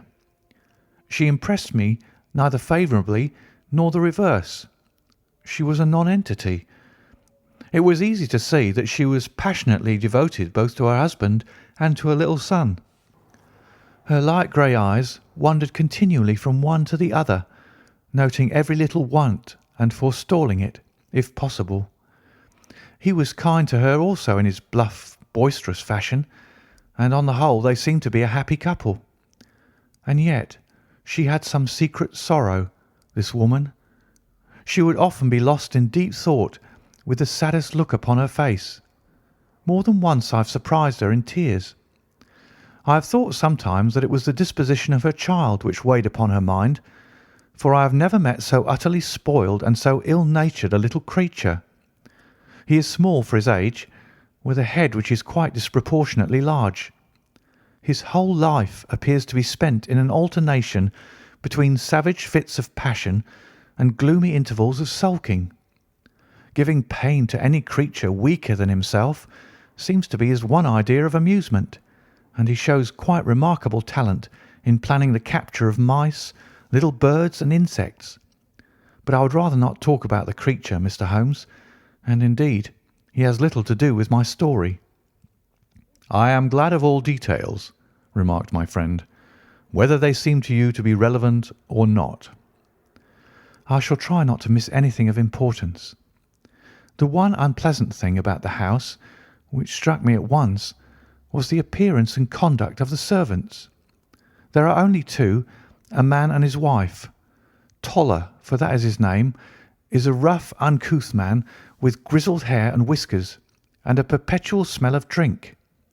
Twice since I have been with them he has been quite drunk, and yet Mr. Rucastle seemed to take no notice of it.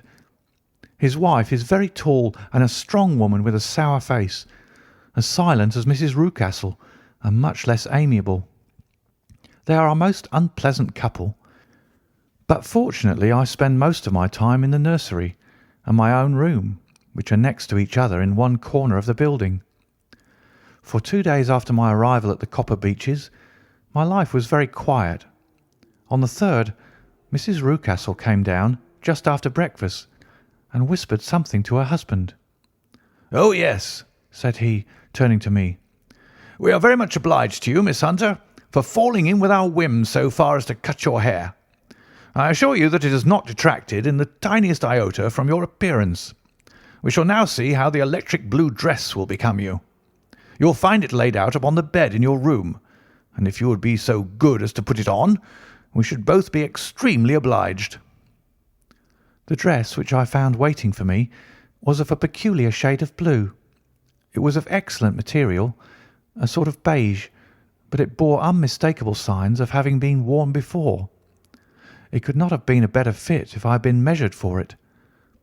Both Mr. and Mrs. Rucastle expressed a delight at the look of it, which seemed quite exaggerated in its vehemence.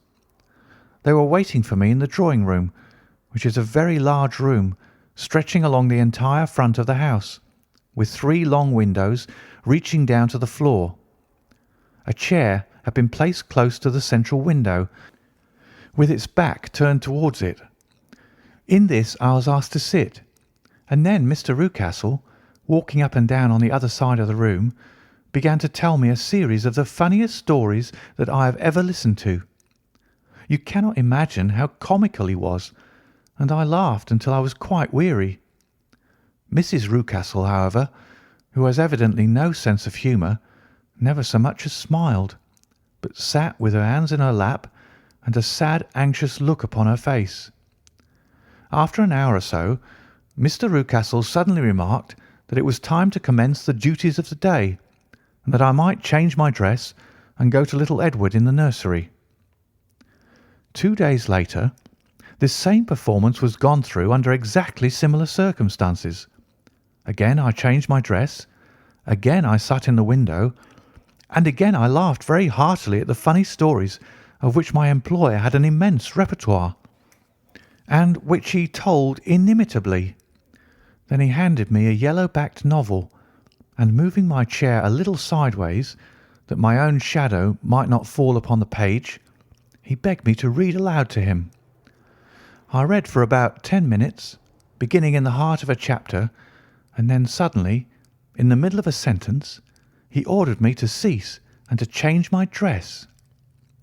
You can easily imagine, Mr. Holmes, how curious I became as to what the meaning of this extraordinary performance could possibly be. They were always very careful, I observed, to turn my face away from the window, so that I became consumed with the desire to see what was going on behind my back. At first it seemed to be impossible, but I soon devised a means. My hand mirror had been broken, so a happy thought seized me, and I concealed a piece of the glass in my handkerchief. On the next occasion, in the midst of my laughter, I put my handkerchief up to my eyes and was able to, with a little management, to see all that there was behind me. I confess that I was disappointed. There was nothing. At least, that was my first impression.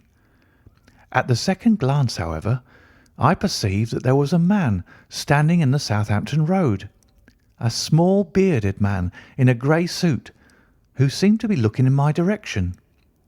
The road is an important highway, and there are usually people there. This man, however, was leaning against the railings which bordered our field, and was looking earnestly up.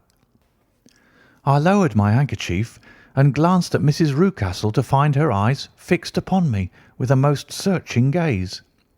She said nothing, but I am convinced that she had divined that I had a mirror in my hand and had seen what was behind me. She rose at once. "Jeffro," said she, "there is an impertinent fellow upon the road there who stares up at Miss Hunter." "No friend of yours, Miss Hunter?" he asked. "No, I know no one in these parts." "Dear me, how very impertinent! Kindly turn round and motion to him to go away." "Surely it would be better to take no notice." "No, no, we should have him loitering here always. Kindly turn round and wave him away like that." I did as I was told, and at the same instant Mrs. Rucastle drew down the blind. That was a week ago, and from that time I have not sat again in the window, nor have I worn the blue dress, nor seen the man in the road. "Pray continue," said Holmes. "Your narrative promises to be a most interesting one." "You will find it rather disconnected, I fear, and there may prove to be a little relation between the different incidents of which I speak.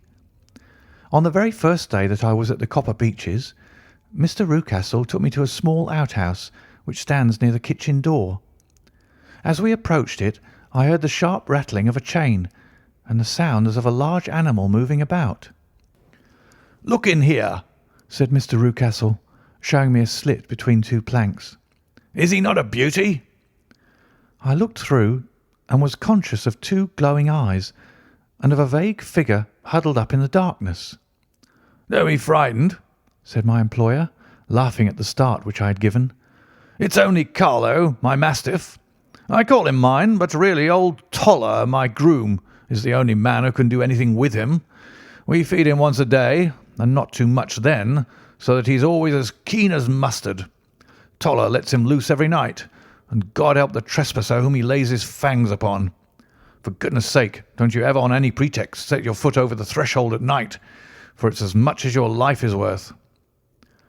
The warning was no idle one, for 2 nights later I happened to look out of my bedroom window about 2 o'clock in the morning.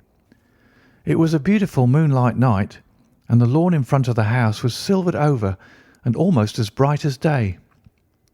I was standing, wrapped in the peaceful beauty of the scene, when I was aware that something was moving under the shadow of the Copper Beeches. As it emerged into the moonshine, I saw what it was. It was a giant dog, as large as a calf, tawny tinted with hanging jowl, black muzzle, and huge projecting bones. It walked slowly across the lawn and vanished into the shadow upon the other side. That dreadful sentinel sent a chill to my heart which I do not think that any burglar could have done. And now I have a very strange experience to tell you. I had, as you know, cut off my hair in London, and I had placed it in a great coil at the bottom of my trunk.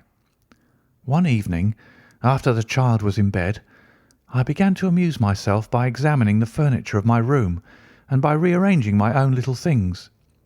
There was an old chest of drawers in the room, the 2 upper ones empty and open, the lower one locked. I had filled the first 2 with my linen, and as I had still much to pack away, I was naturally annoyed at not having the use of the 3rd drawer. It struck me that it might have been fastened by a mere oversight, so I took out my bunch of keys and tried to open it. The very first key fitted to perfection, and I drew the drawer open. There was only one thing in it, but I am sure that you would never guess what it was. It was my coil of hair. I took it up and examined it. It was of the same peculiar tint and the same thickness. But then the impossibility of the thing obtruded itself upon me. How could my hair have been locked in the drawer? With trembling hands I undid my trunk, turned out the contents, and drew from the bottom my own hair. I laid the 2 tresses together, and I assure you that they were identical. Was it not extraordinary? Puzzle as I would, I could make nothing at all of what it meant. I returned the strange hair to the drawer, and I said nothing of the matter to the Rucastles, as I felt that I had put myself in the wrong by opening a drawer which they had locked. I am naturally observant, as you may have remarked, Mr. Holmes, and I soon had a pretty good plan of the whole house in my head. There was one wing, however, which appeared not to be inhabited at all. A door which faced that which led into the quarters of the Tollers opened into this suite, but it was invariably locked. One day, however, as I ascended the stair, I met Mr. Rucastle coming out through this door, his keys in his hand, and a look on his face which made him a very different person to the round, jovial man to whom I was accustomed. His cheeks were red, his brow was all crinkled with anger, and the veins stood out at his temples with passion. He locked the door and hurried past me without a word or a look. This aroused my curiosity, so when I went out for a walk in the grounds with my charge, I strolled round to the side from which I could see the windows of this part of the house. There were 4 of them in a row, 3 of which were simply dirty, while the 4th was shuttered up. They were evidently all deserted. As I strolled up and down, glancing at them occasionally, Mr. Rucastle came out to me, looking as merry and jovial as ever. "Ah," said he, "you must not think me rude if I pass you without a word, my dear young lady. I was preoccupied with business matters." I assured him that I was not offended. "By the way," said I, "you seem to have quite a suite of spare rooms up there, and one of them has the shutters up." He looked surprised and, as it seemed to me, a little startled at my remark. "Photography is one of my hobbies," said he. "I have made my dark room up there. But, dear me, what an observant young lady we have come upon. Who would have believed it? Who would have ever believed it?" He spoke in a jesting tone, but there was no jest in his eyes as he looked at me. I read suspicion there and annoyance, but no jest. Well, Mr. Holmes, from the moment that I understood that there was something about that suite of rooms which I was not to know, I was all on fire to go over them. It was not mere curiosity, though I have my share of that. It was more a feeling of duty, a feeling that some good might come from my penetrating to this place. They talk of woman's instinct. Perhaps it was woman's instinct which gave me that feeling. At any rate, it was there, and I was keenly on the lookout for any chance to pass the forbidden door. It was only yesterday that the chance came.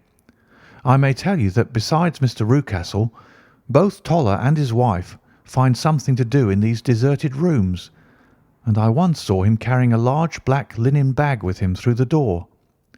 Recently he has been drinking hard, and yesterday evening he was very drunk, and when I came upstairs there was the key in the door. I have no doubt at all that he had left it there. Mr. and Mrs. Rucastle were both downstairs, and the child was with them, so that I had an admirable opportunity.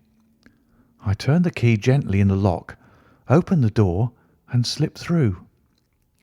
There was a little passage in front of me, unpapered and uncarpeted, which turned at a right angle at the farther end. Round this corner were 3 doors in a line, the first and third of which were open. They each led into an empty room, dusty and cheerless, with 2 windows in the one and one in the other, so thick with dirt that the evening light glimmered dimly through them. The centre door was closed, and across the outside of it had been fastened one of the broad bars of an iron bed, padlocked at one end to a ring in the wall, and fastened at the other with stout cord. The door itself was locked as well, and the key was not there. This barricaded door corresponded clearly with the shuttered window outside, and yet I could see by the glimmer from beneath it that the room was not in darkness. Evidently there was a skylight which let in light from above. As I stood in the passage, gazing at the sinister door and wondering what secret it might veil, I suddenly heard the sound of steps within the room and saw a shadow pass backward and forward against the little slit of dim light which shone out from under the door. A mad, unreasoning terror rose up in me at the sight, Mr. Holmes. My overstrung nerves failed me suddenly, and I turned and ran as though some dreadful hand were behind me, clutching at the skirt of my dress. I rushed down the passage, through the door, and straight into the arms of Mr. Rucastle, who was waiting outside. "So," said he, smiling, "it was you, then. I thought that it must be when I saw the door open." "Oh, I'm so frightened," I panted. My dear young lady, my dear young lady. And what has frightened you, my dear young lady?" But his voice was just a little too coaxing. He overdid it. I was keenly on my guard against him. "I was foolish enough to go into the empty wing," I answered, "but it is so lonely and eerie in this dim light that I was frightened and ran out again. Oh, it is so dreadfully still in there." "Only that?" said he, looking at me keenly. "Why, what did you think?" I asked. "Why, do you think that I locked the door?" "I am sure that I do not know." "It is to keep people out who have no business there, do you see?" He was still smiling in that most amiable manner. "I am sure if I had known—" "Well, then, you know now. And if you ever put your foot over that threshold again—" Here in an instant the smile hardened into a grin of rage, and he glared down at me with the face of a demon.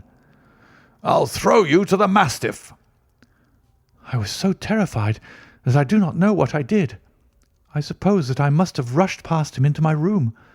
I remember nothing until I found myself lying on my bed, trembling all over. Then I thought of you, Mr. Holmes. I could not live there longer without some advice.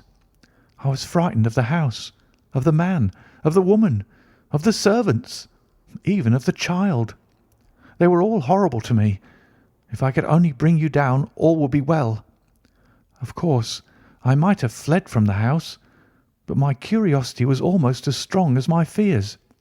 My mind was soon made up. I would send you a wire. I put on my hat and cloak, went down to the office, which is about half a mile from the house, and then returned, feeling very much easier. A horrible doubt came into my mind as I approached the door, lest the dog might be loose. But I remembered that Toller had drunk himself into a state of insensibility that evening, and I knew that he was the only one in the household who had any influence with the savage creature, or who would venture to set him free. I slipped in safety, and lay awake half the night in my joy at the thought of seeing you.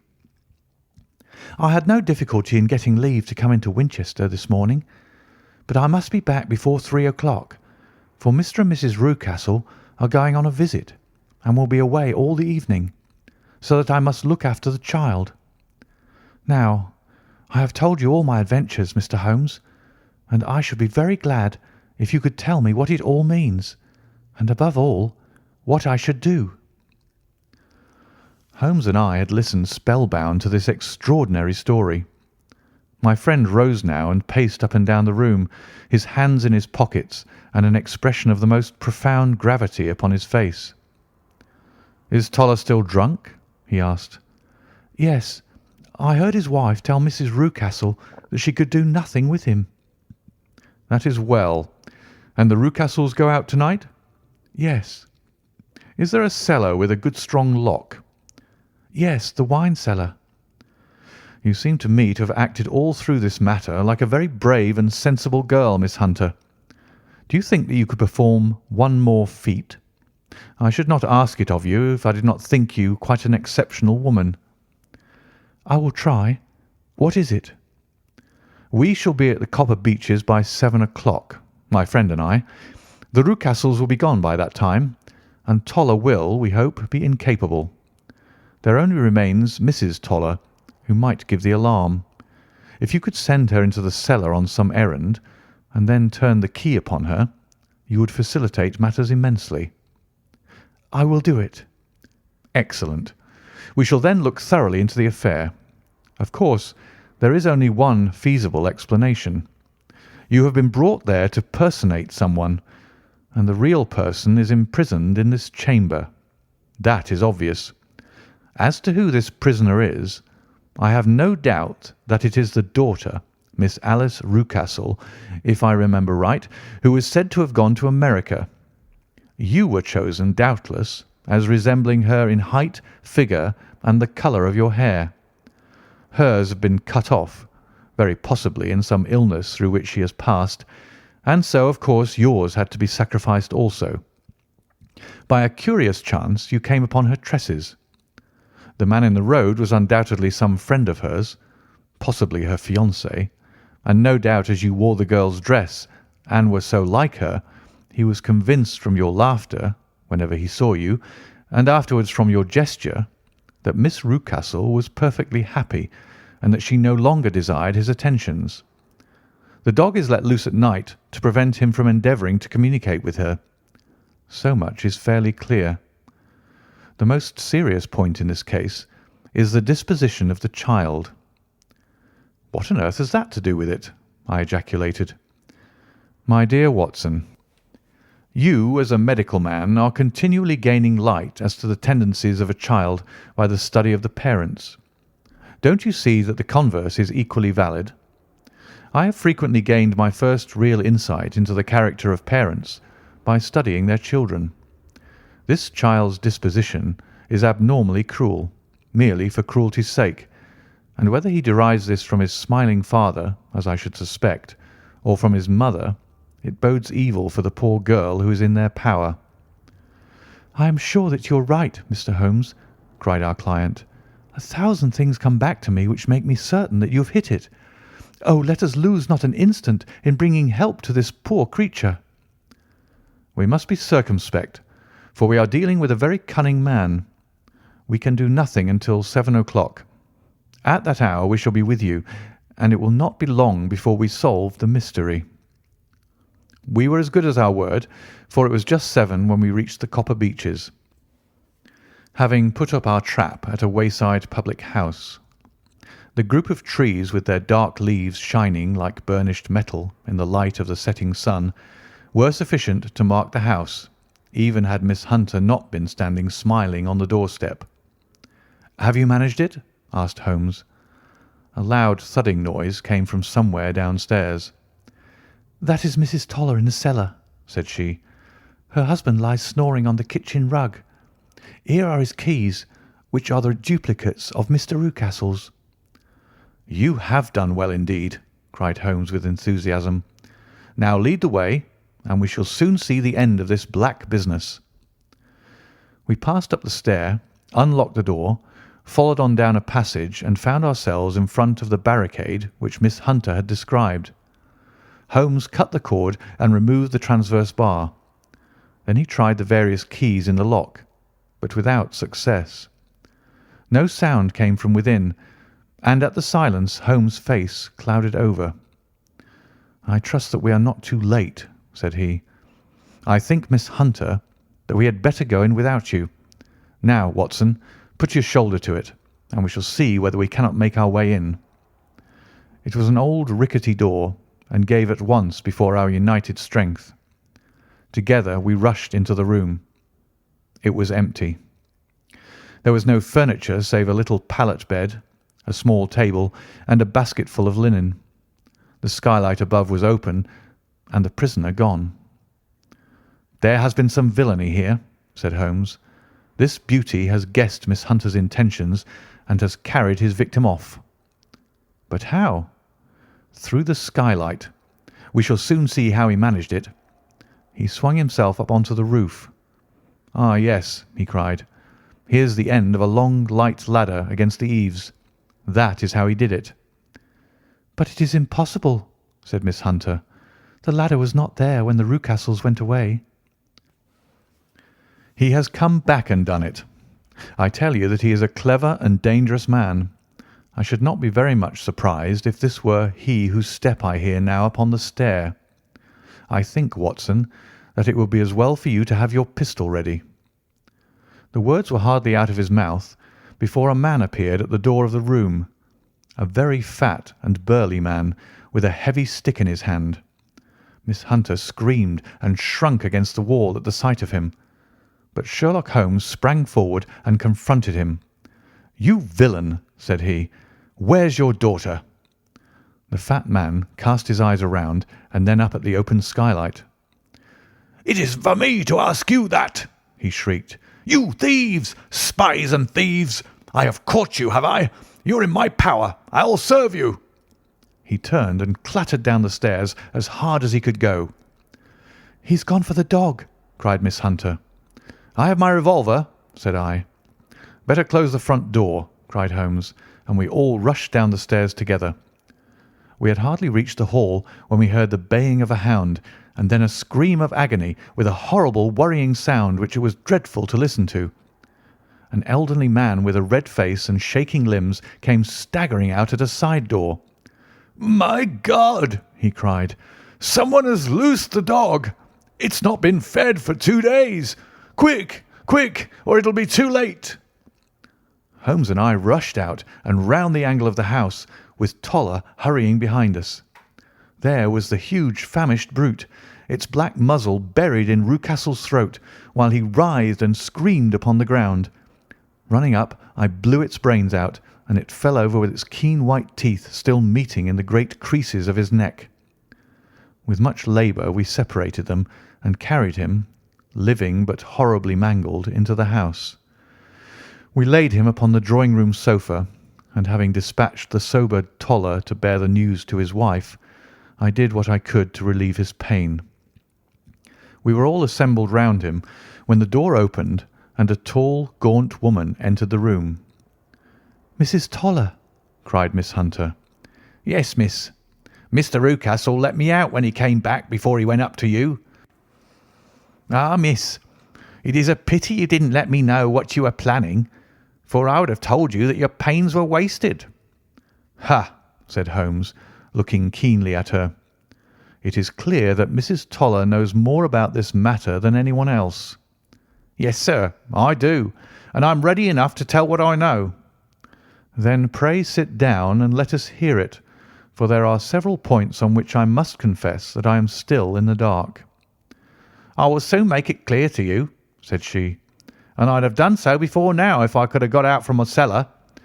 If there's police court business over this, you'll remember that I was the one that stood your friend, and that I was Miss Alice's friend too. She was never happy at home, Miss Alice wasn't, from the time that her father married again.